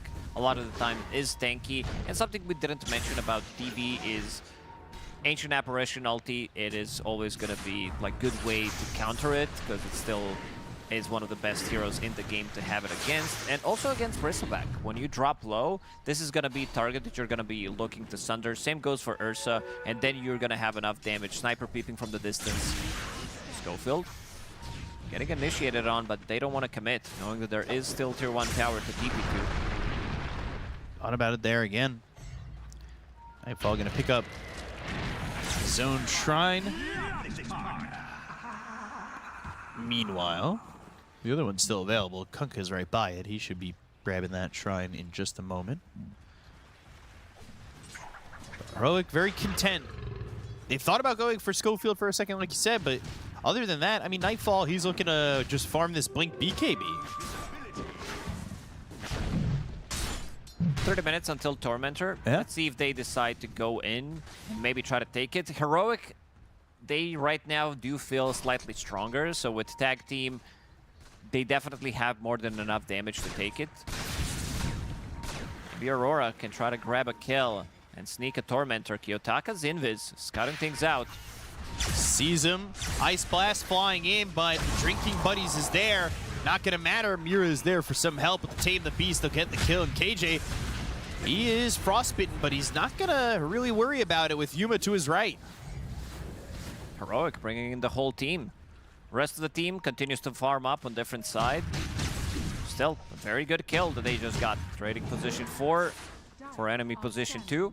Not too bad of a trade. And immediately, they're gonna go for Tormentor by tag team. Scam, though. I mean, Drinking Buddies. This is not the one that we see a lot of the times, but in this one, he wants to have a little bit of a save, which was kind of nicely used on Sniper in the previous one. It's just that still, he was in a such spot that he's gonna die, and even though he didn't have too good of a start, Schofield still managed to get a good timing on that Blink Dagger, 15 minutes in.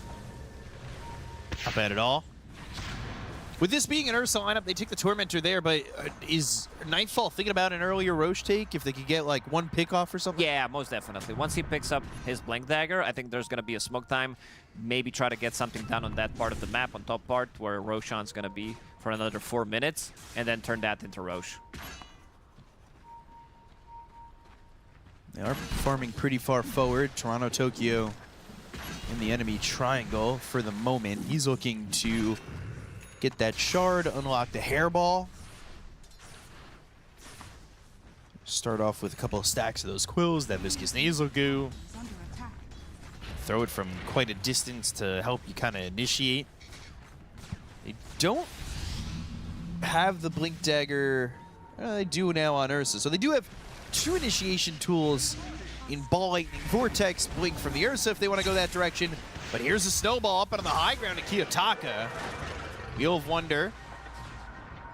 It will at least zone them away from going up those steps, but they're still chasing for more. Panto would love to TP out, realizes that's never going to happen. And now all of a sudden there's a Yules on a Mira. So not only is Panto dead, but Mira's caught out, and he doesn't have a TP to work with, so he's dead on his screen already unless he has the jukes of the Millennium inside. But under the tower he'll go, and he'll fall to Yuma. That's 2 more kills for Heroic. Gold Scepter, they're getting the value. This is the second time they look at the mid lane. Blink Dagger, Kiyotaka. Not too happy about this one. And we talked about potentially Aurora going for Roche. Instead, it's going to be Heroic. Meta is available. That's a huge takeaway. These Ursa lineups want that early Roche, and they want to be able to work with the Aegis. That's why you pick the hero. You want to take objectives. You want to take Tormentor. You want to take Roche. But first, Tormy and Roche going into Heroic's hands. So that's going to be pretty massive. Whisper. So far, this itemization has been working out. Glimmer Cape, Yule Scepter, very defensive. Going into Shard next, so that's going to be also a repositioning tool. 6k gold lead all of a sudden. Yeah, that Yule is definitely up of that 500 IQ feel. They just don't have the answers yet for the side of Aurora. They want this BKB on Nightfall. He'll feel more confident going in. It's the Crimson Guard, they're not terribly far away from it. 1,000-ish golds. However, is that and the BKB from the Ursa going to be enough? Definitely feels like they need those items to take the fight. You have Sniper, who's going to be holding the Aegis. I think he is bringing the Shard on Courier, so it'll be relatively maneuverable during these fights. They have Pavis, they have Drinking Buddies, Glimmer Cape on Kunkka, Shard going into Hurricane Pike. So they're not going to be the easiest catch. They need to pair up Ursa with the Storm Spirit if they want to kill him. Twin Gate to the top lane. 3 heroes here for Aurora. They smoked immediately, but this is not a fight to still win. Wheels into the air. Wheel of Wonder. Ice Blast comes in. They've got the Cold Feet. That locks up the Kunkka, but Mira, he's in their crosshairs, and they should be able to get this kill first. They look for another one in the Ancient Apparition. Panto, Tidal Wave back, and they will get themselves 2. Kiyotaka just looking to cut the creep wave and get out of there. He'll pick up a Lotus on the way out.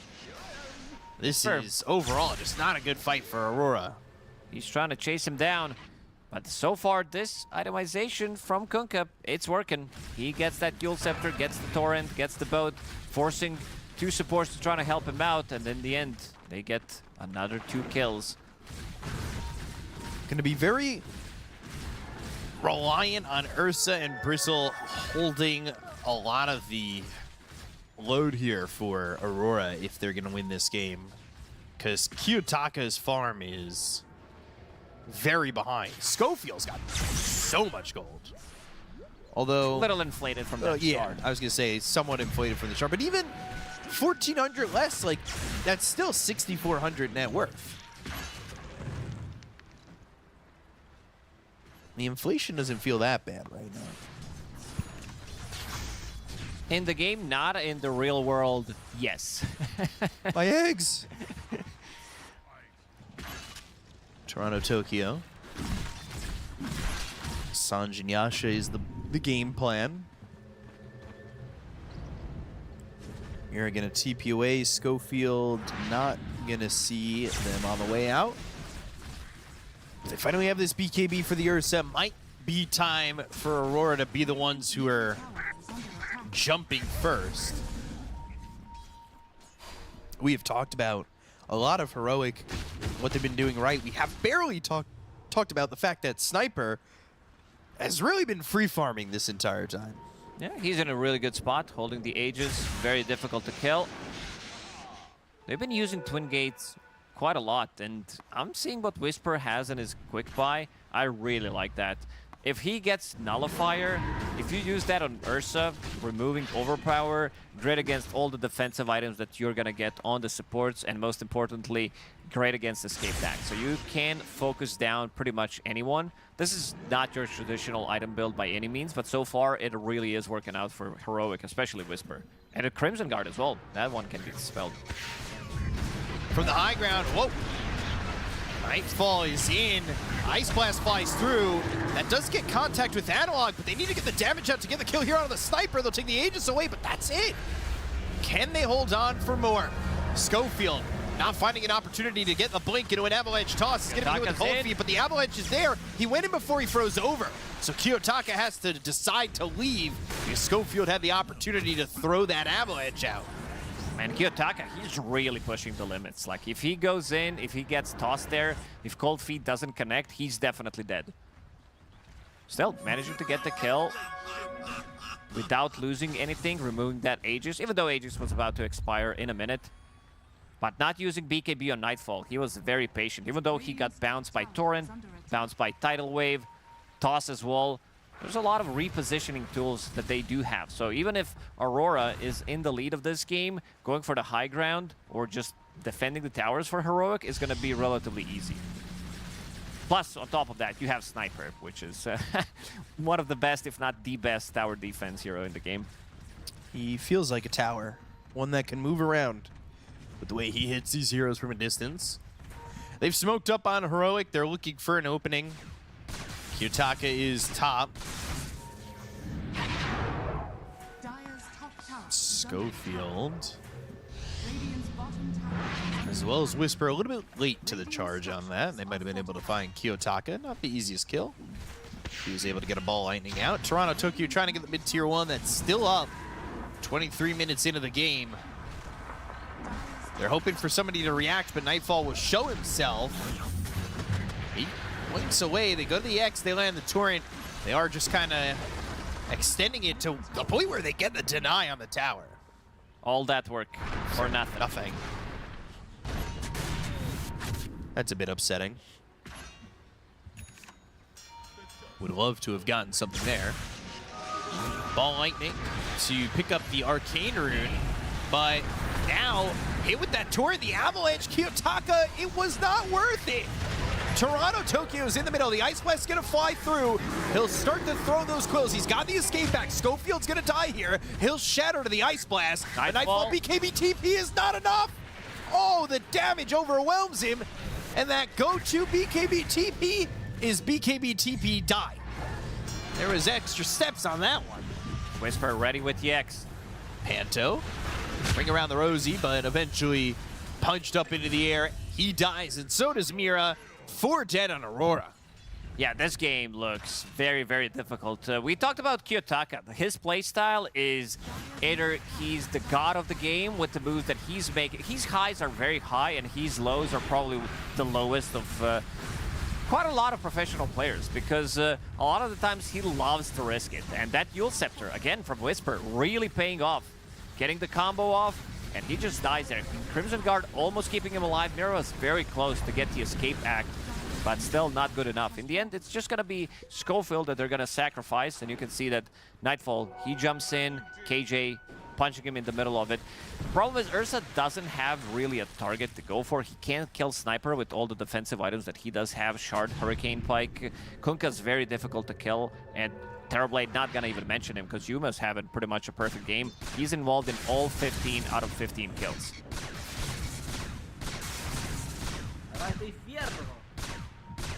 Really having a solid time.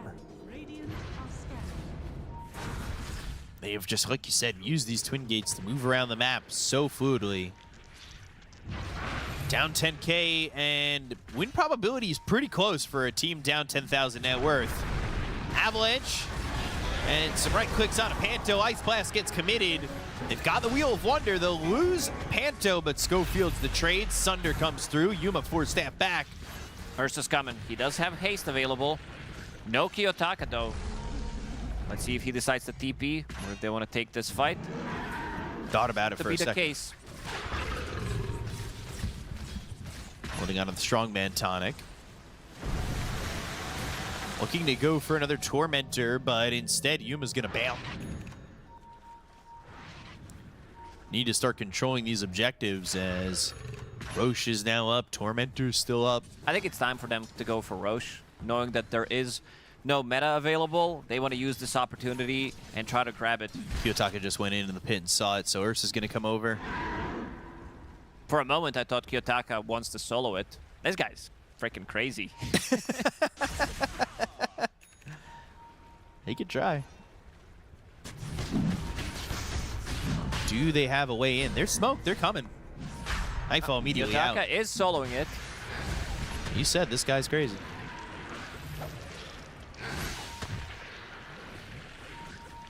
Demon Zeal, they think that's enough. No meta.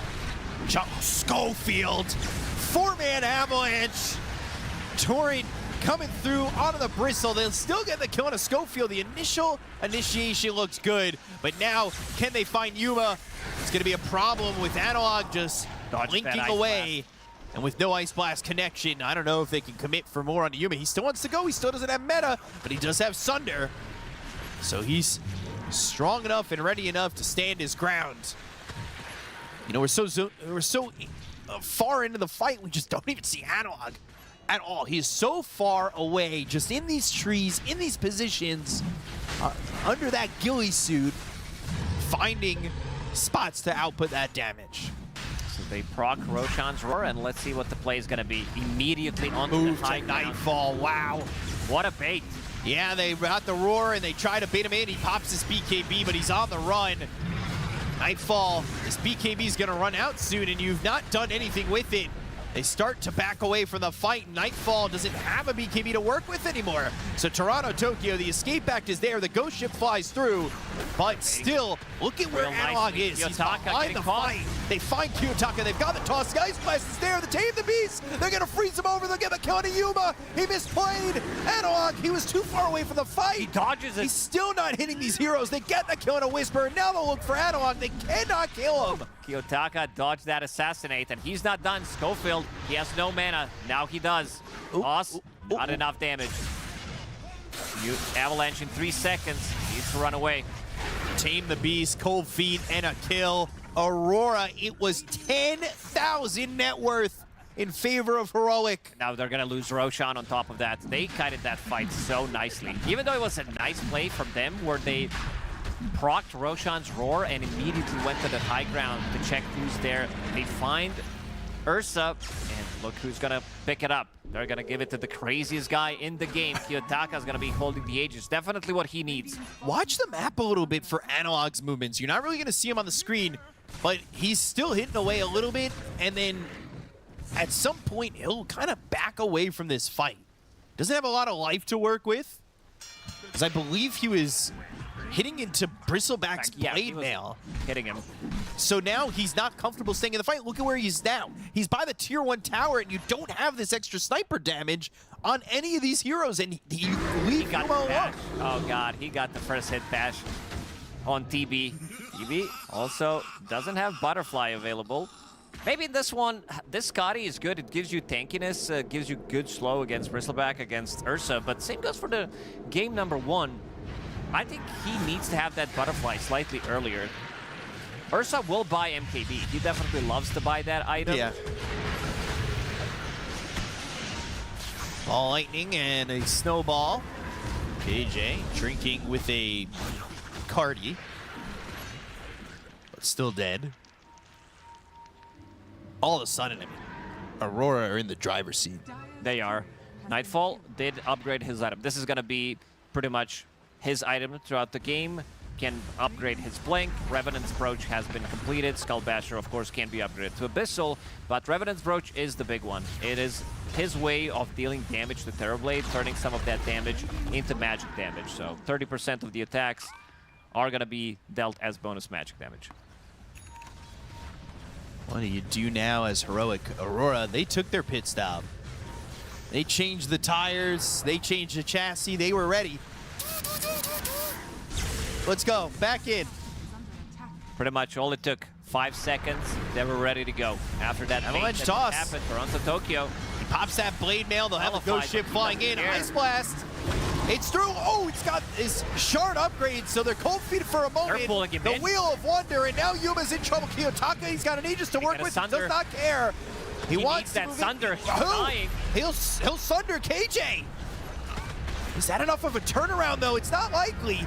Yuma's now dead. Analog doing what he can. They'll get the kill into Nightfall. Drinking Kiyotaka, buddies. Walrus he's punch. dead. Kiyotaka's in deep, but they'll get the kill into Analog. They'll look over at KJ, and it's a full team wipe for Aurora. Heroic, they fell apart. That one fight into Roche, into Tormentor, suddenly 6k gold lead. This Ancient Apparition Blast hitting multiple heroes.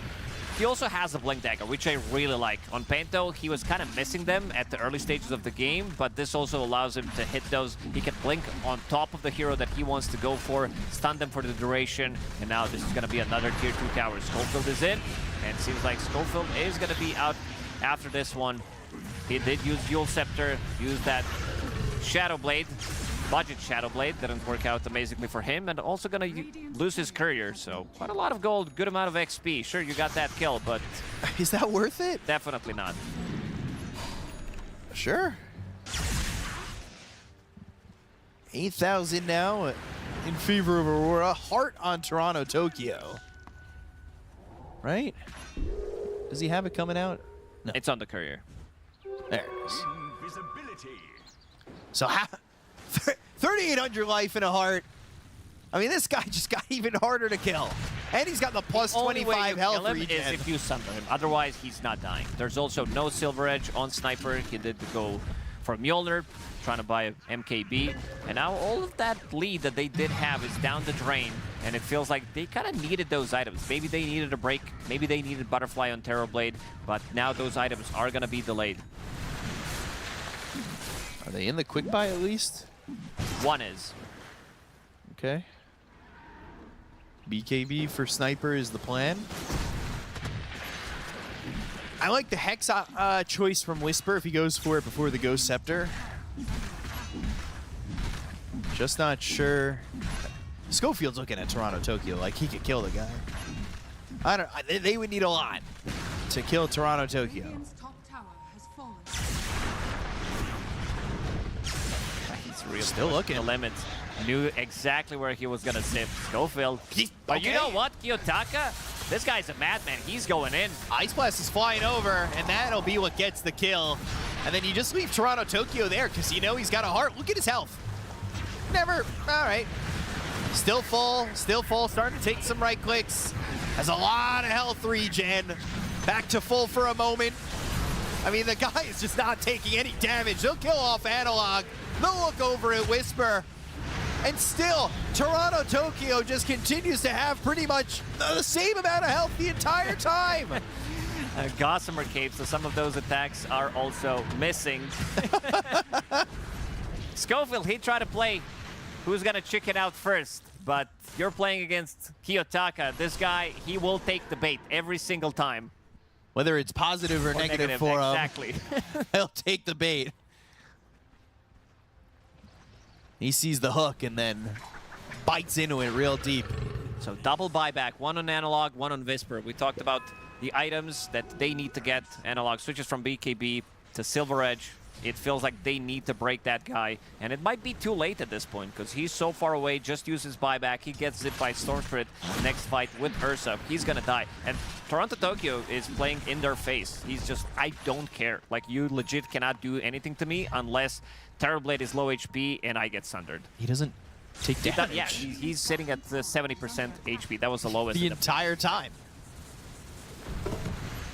Going for an AC next. How do you pierce the armor? How do you pierce the back of Bristleback? I don't know if this guy dies from this point on. And I did say it on purpose because I'm going to make it harder for him by putting the Caster's Curse on there. You know, you say something's impossible, within the next 5 minutes it ends up being a reality. They need Silver Edge again, or they need Terrorblade to sunder him in the middle of a fight. That's the only way to kill him. Just the damage coming out from Tusk, Tiny, Kunkka, it's not there. Kunkka doesn't deal any damage. He's more of a utility. Got a game plan for the next Roche. But I don't don't know if Aurora are going to let you get to that timing. They are pinching on 3 lanes. Yuma not near the base. Toronto Tokyo, I don't know if that's the guy you want to... He would walk away, and also has Ogre Seal Totem, so it was definitely fine. But when you make that decision for him, he may not even want to walk away, right? They'll just throw the quills out.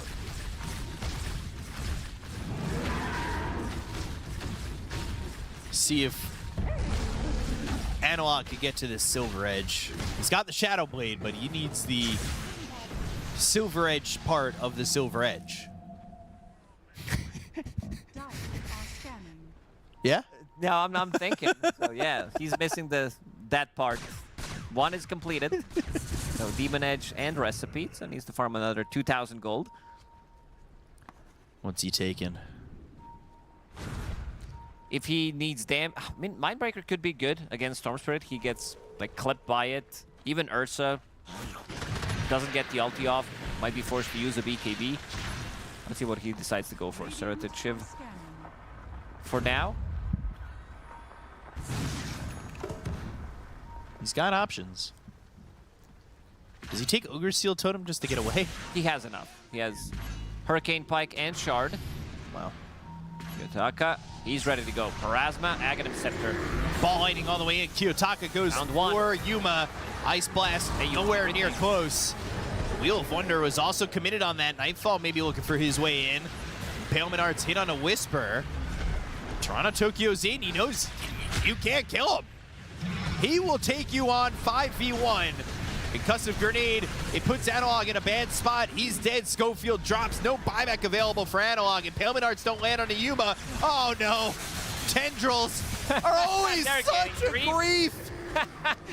Don't bring the numbers. Kroger! And one more. Oh no! This might just be it.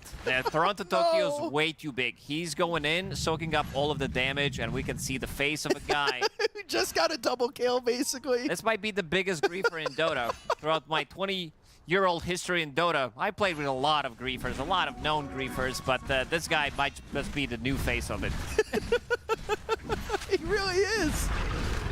How many times are we going to see players get just tendrilled? And now with 25 talent, damage is going to be pretty insane. 7 stacks. Still got to look at that face.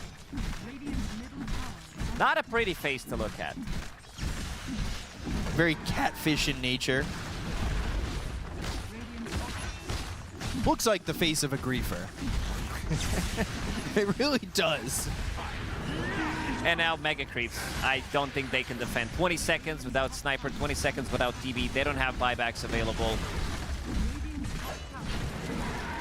Way too much damage coming up from Bristleback. AC also completed. Toronto Tokyo went fully ham this game, and now they're about to go in. Even though like the first initiation wasn't that good, TB gets out of Ancient Apparitions Blast, gets out of Wheel of Wonder. He zipped in, used the pool and BKB. It's still more than enough. And Nightfall is like, Kiyotaka, you are the guy. This is the guy that we want to have. Something crazy. In Ice Blast, making sure it catches them on the back end. So when they try to retreat, they'll get hit. Oh, look, it's the face of a griefer. Yeah. They did you dirty. Don't look at my recent games. I think the last one's an Abandon. Oh, no. Throne is exposed. They need a perfect initiation here. And I don't know if it exists. It needs to be tossed back into Tidal Wave, into the fountain. They had that picture ready, by the way.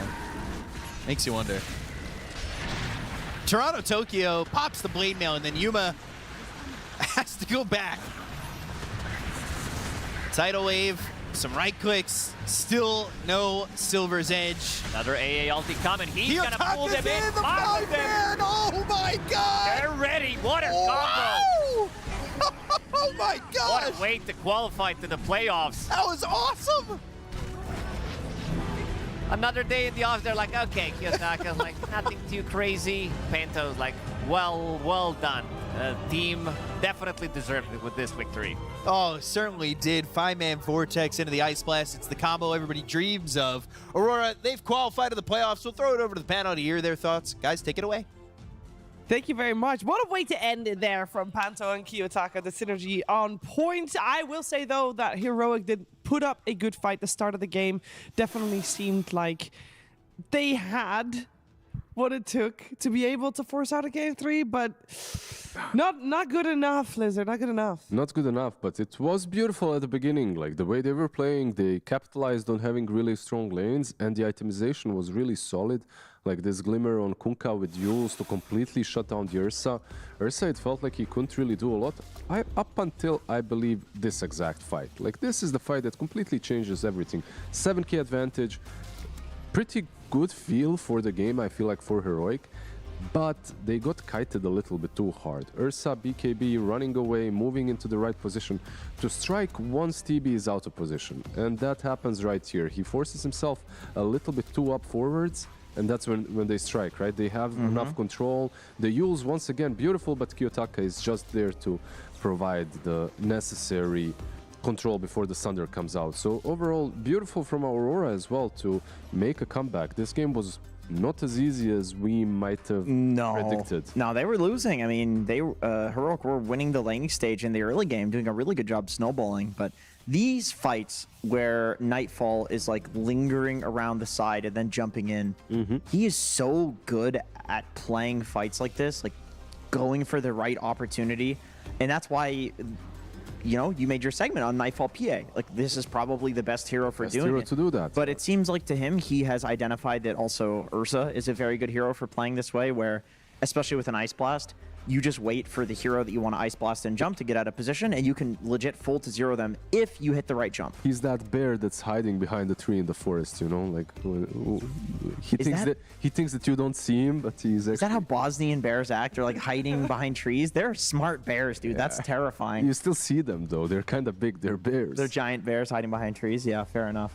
But the bear that wasn't behind the tree, Kiyotaka, oh my god, he was putting on a clinic, and there was no tree in the way of us seeing the gameplay coming from him. His Storm Spirit, when he does get it, looks absolutely fantastic. I think we saw in the Storm versus Anti-Mage game yesterday, he was doing a shit ton of work. I think they did end up losing that one. Yeah, he had that one... he had that one bad... no, they won versus the AF. Oh, that's the one they won, yeah. He had that one bad death on the Arcane Rune where he got baited by it. He goes in, then gets used, instantly dispelled and killed off, but the team wasn't nearby to help him. However, overall, he had an amazing performance. He dodged so many spells, and he always created the space. But I have to say as well, who was creating the space was the Bristleback. Toronto Tokyo was unkillable. At some point, I feel like he could have just went to hit the throne and they wouldn't be able to kill him. Like that Heart Blade Mail, he was way too big. Yeah, Sanjin Yasha on top as well to boost the regen coming from the Heart. AC so they can do tower damage. Like, they legit waited for the Bristle level 25 timing in order to hit the buildings.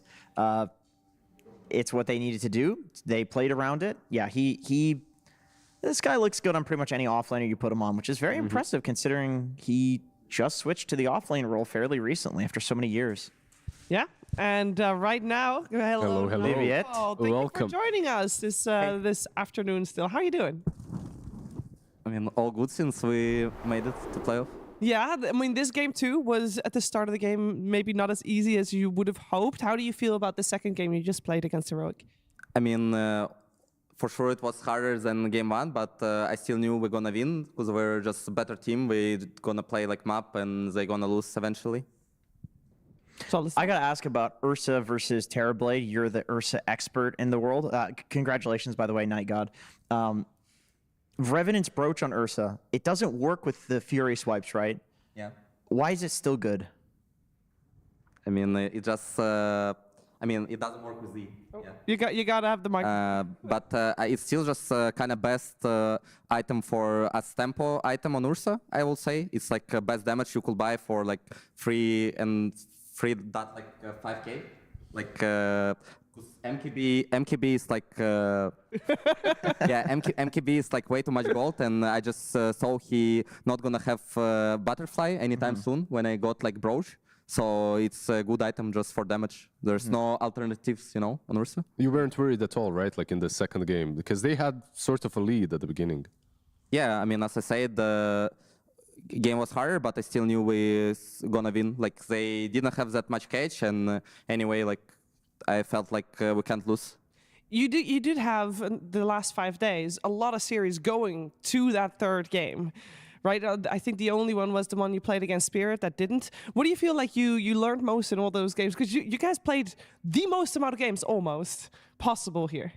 I mean, we just I can't like say what did we learn because it's kind of like secret info. But it's for sure we played like last 3 days. We played I think top four like 3 out of 4 best teams in the world. So we like learned from we learned something from each series. Like sometimes on draft, sometimes about gameplay, sometimes about hero matchups, and yeah. Is there any of these top 4 teams that you look forward to playing against, like the most, that puts you in a comfortable position? Let's put it that way. That you think you're gonna win against them. I mean, I think besides all teams, I guess only surprised that NAVI made it and Falcons didn't. So, but besides all other teams, I think each team, like right now, Dota in kind of the states that like each of these like 7 teams can win each other in like their good day. So don't think we're like. I mean, yeah, don't think we like it's gonna be just games on edge. So yeah. So Nightfall, a lot of people want to get into your head and know how you think as one of the best carry players in the world. So I want to do a little bit of a psychological test with you. I've got some pictures that I want to show you on my iPad here, not sponsored, of course. And we're going to get your reaction to the pictures, right? So what shall I do? You're going to look at the picture, and then I'm going to show it to the camera, and then you can just react to it and tell me what your first thought is. Okay, so here's the first one. Childhood. What, yeah, you got to show the pictures to us as well. That's a SpongeBob, guys. Childhood? Yeah, childhood, school times. Who is your favorite character in SpongeBob SquarePants? It's probably like it's probably I mean the most funny ones was kind of Squidward, so was kind of meme about him, yeah. I mean, not like I like him, but it was fun character. Is it true that they called the in Russian the Krabby Patties are called Krabs Burgers? Is that what it's called? Yeah, I think so. Okay, we'll move on to the second picture.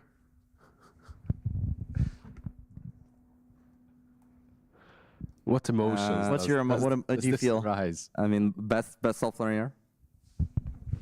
How is it that he slotted into the offlane so well after being a mid and a 5 position for so many years? What did he do? I mean, I think Dota right now, it's like if you have a good Dota knowledge, I think you can kind of play any role. And for position 3, I think it's somewhat similar right now to like position 1 and 2. It's like all like kind of core roles.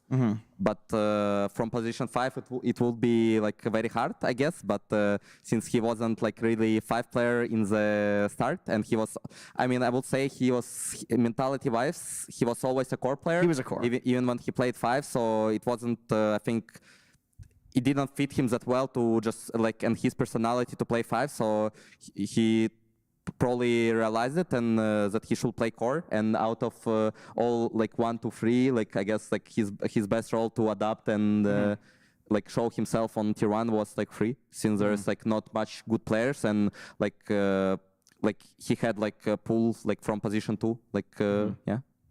Okay, we're gonna move on to the next picture here.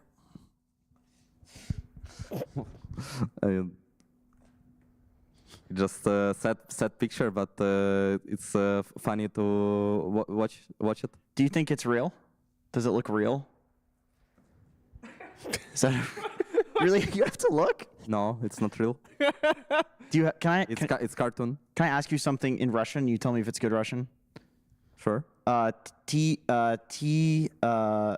No. У тебя есть кошки?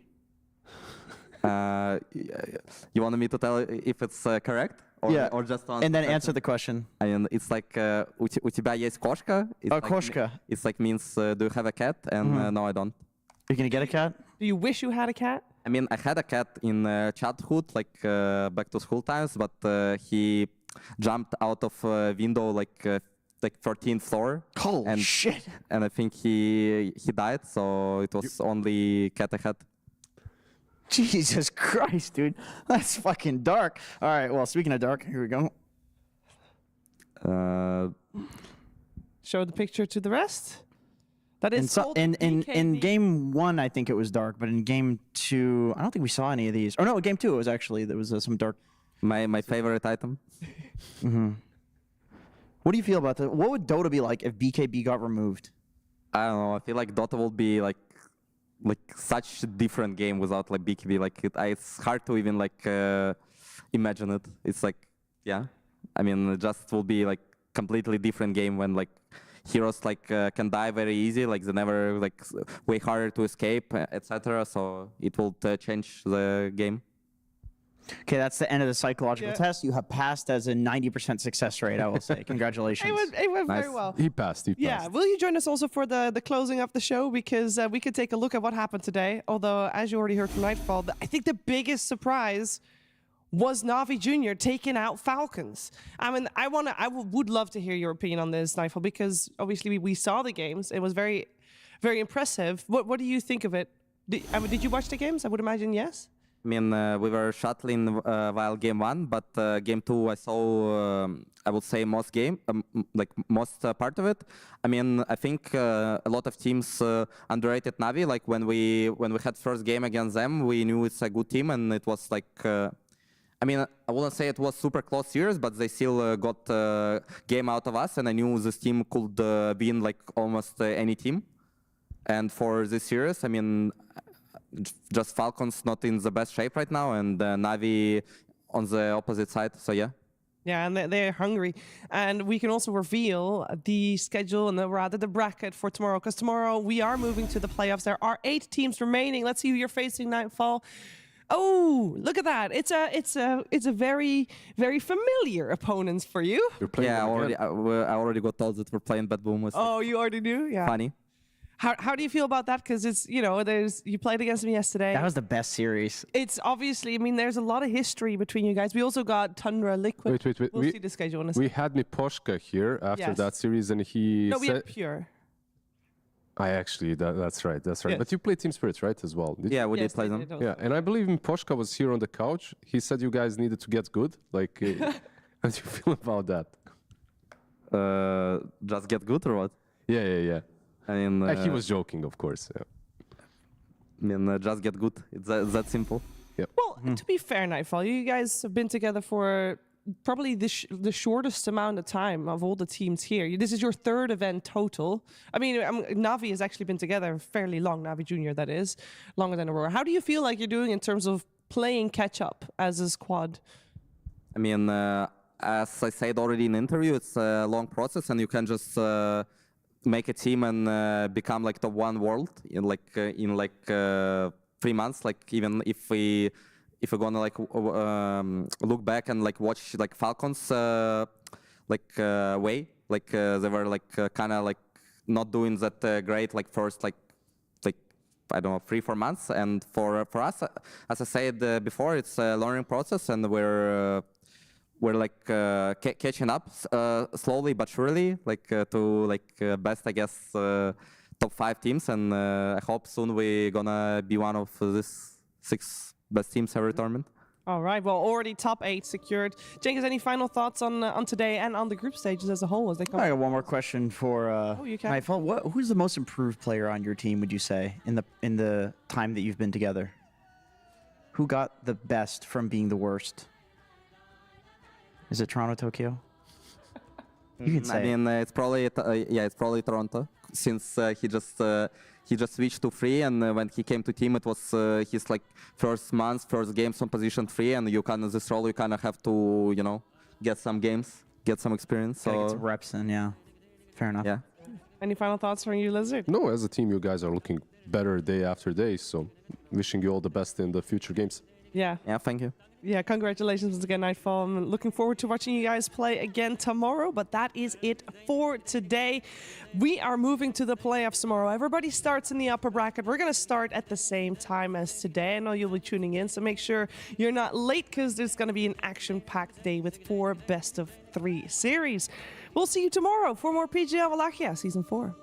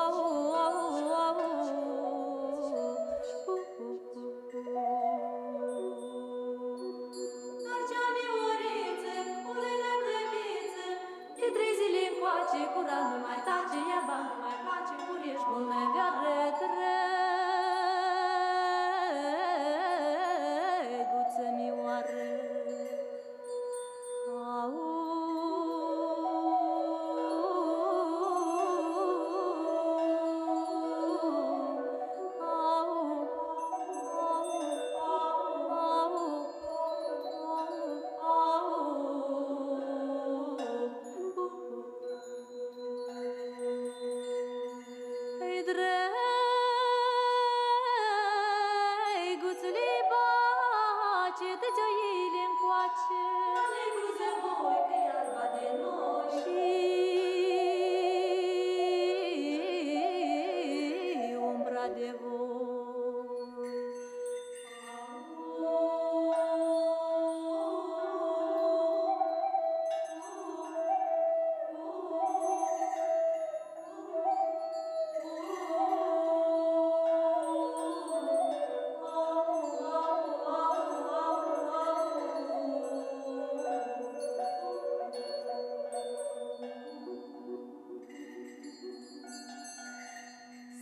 Stăpâniți, cheamă și-un câine cel mai bărbătesc și cel mai prețesc. Că la pus de soare vreau să-mi dă mare baciu.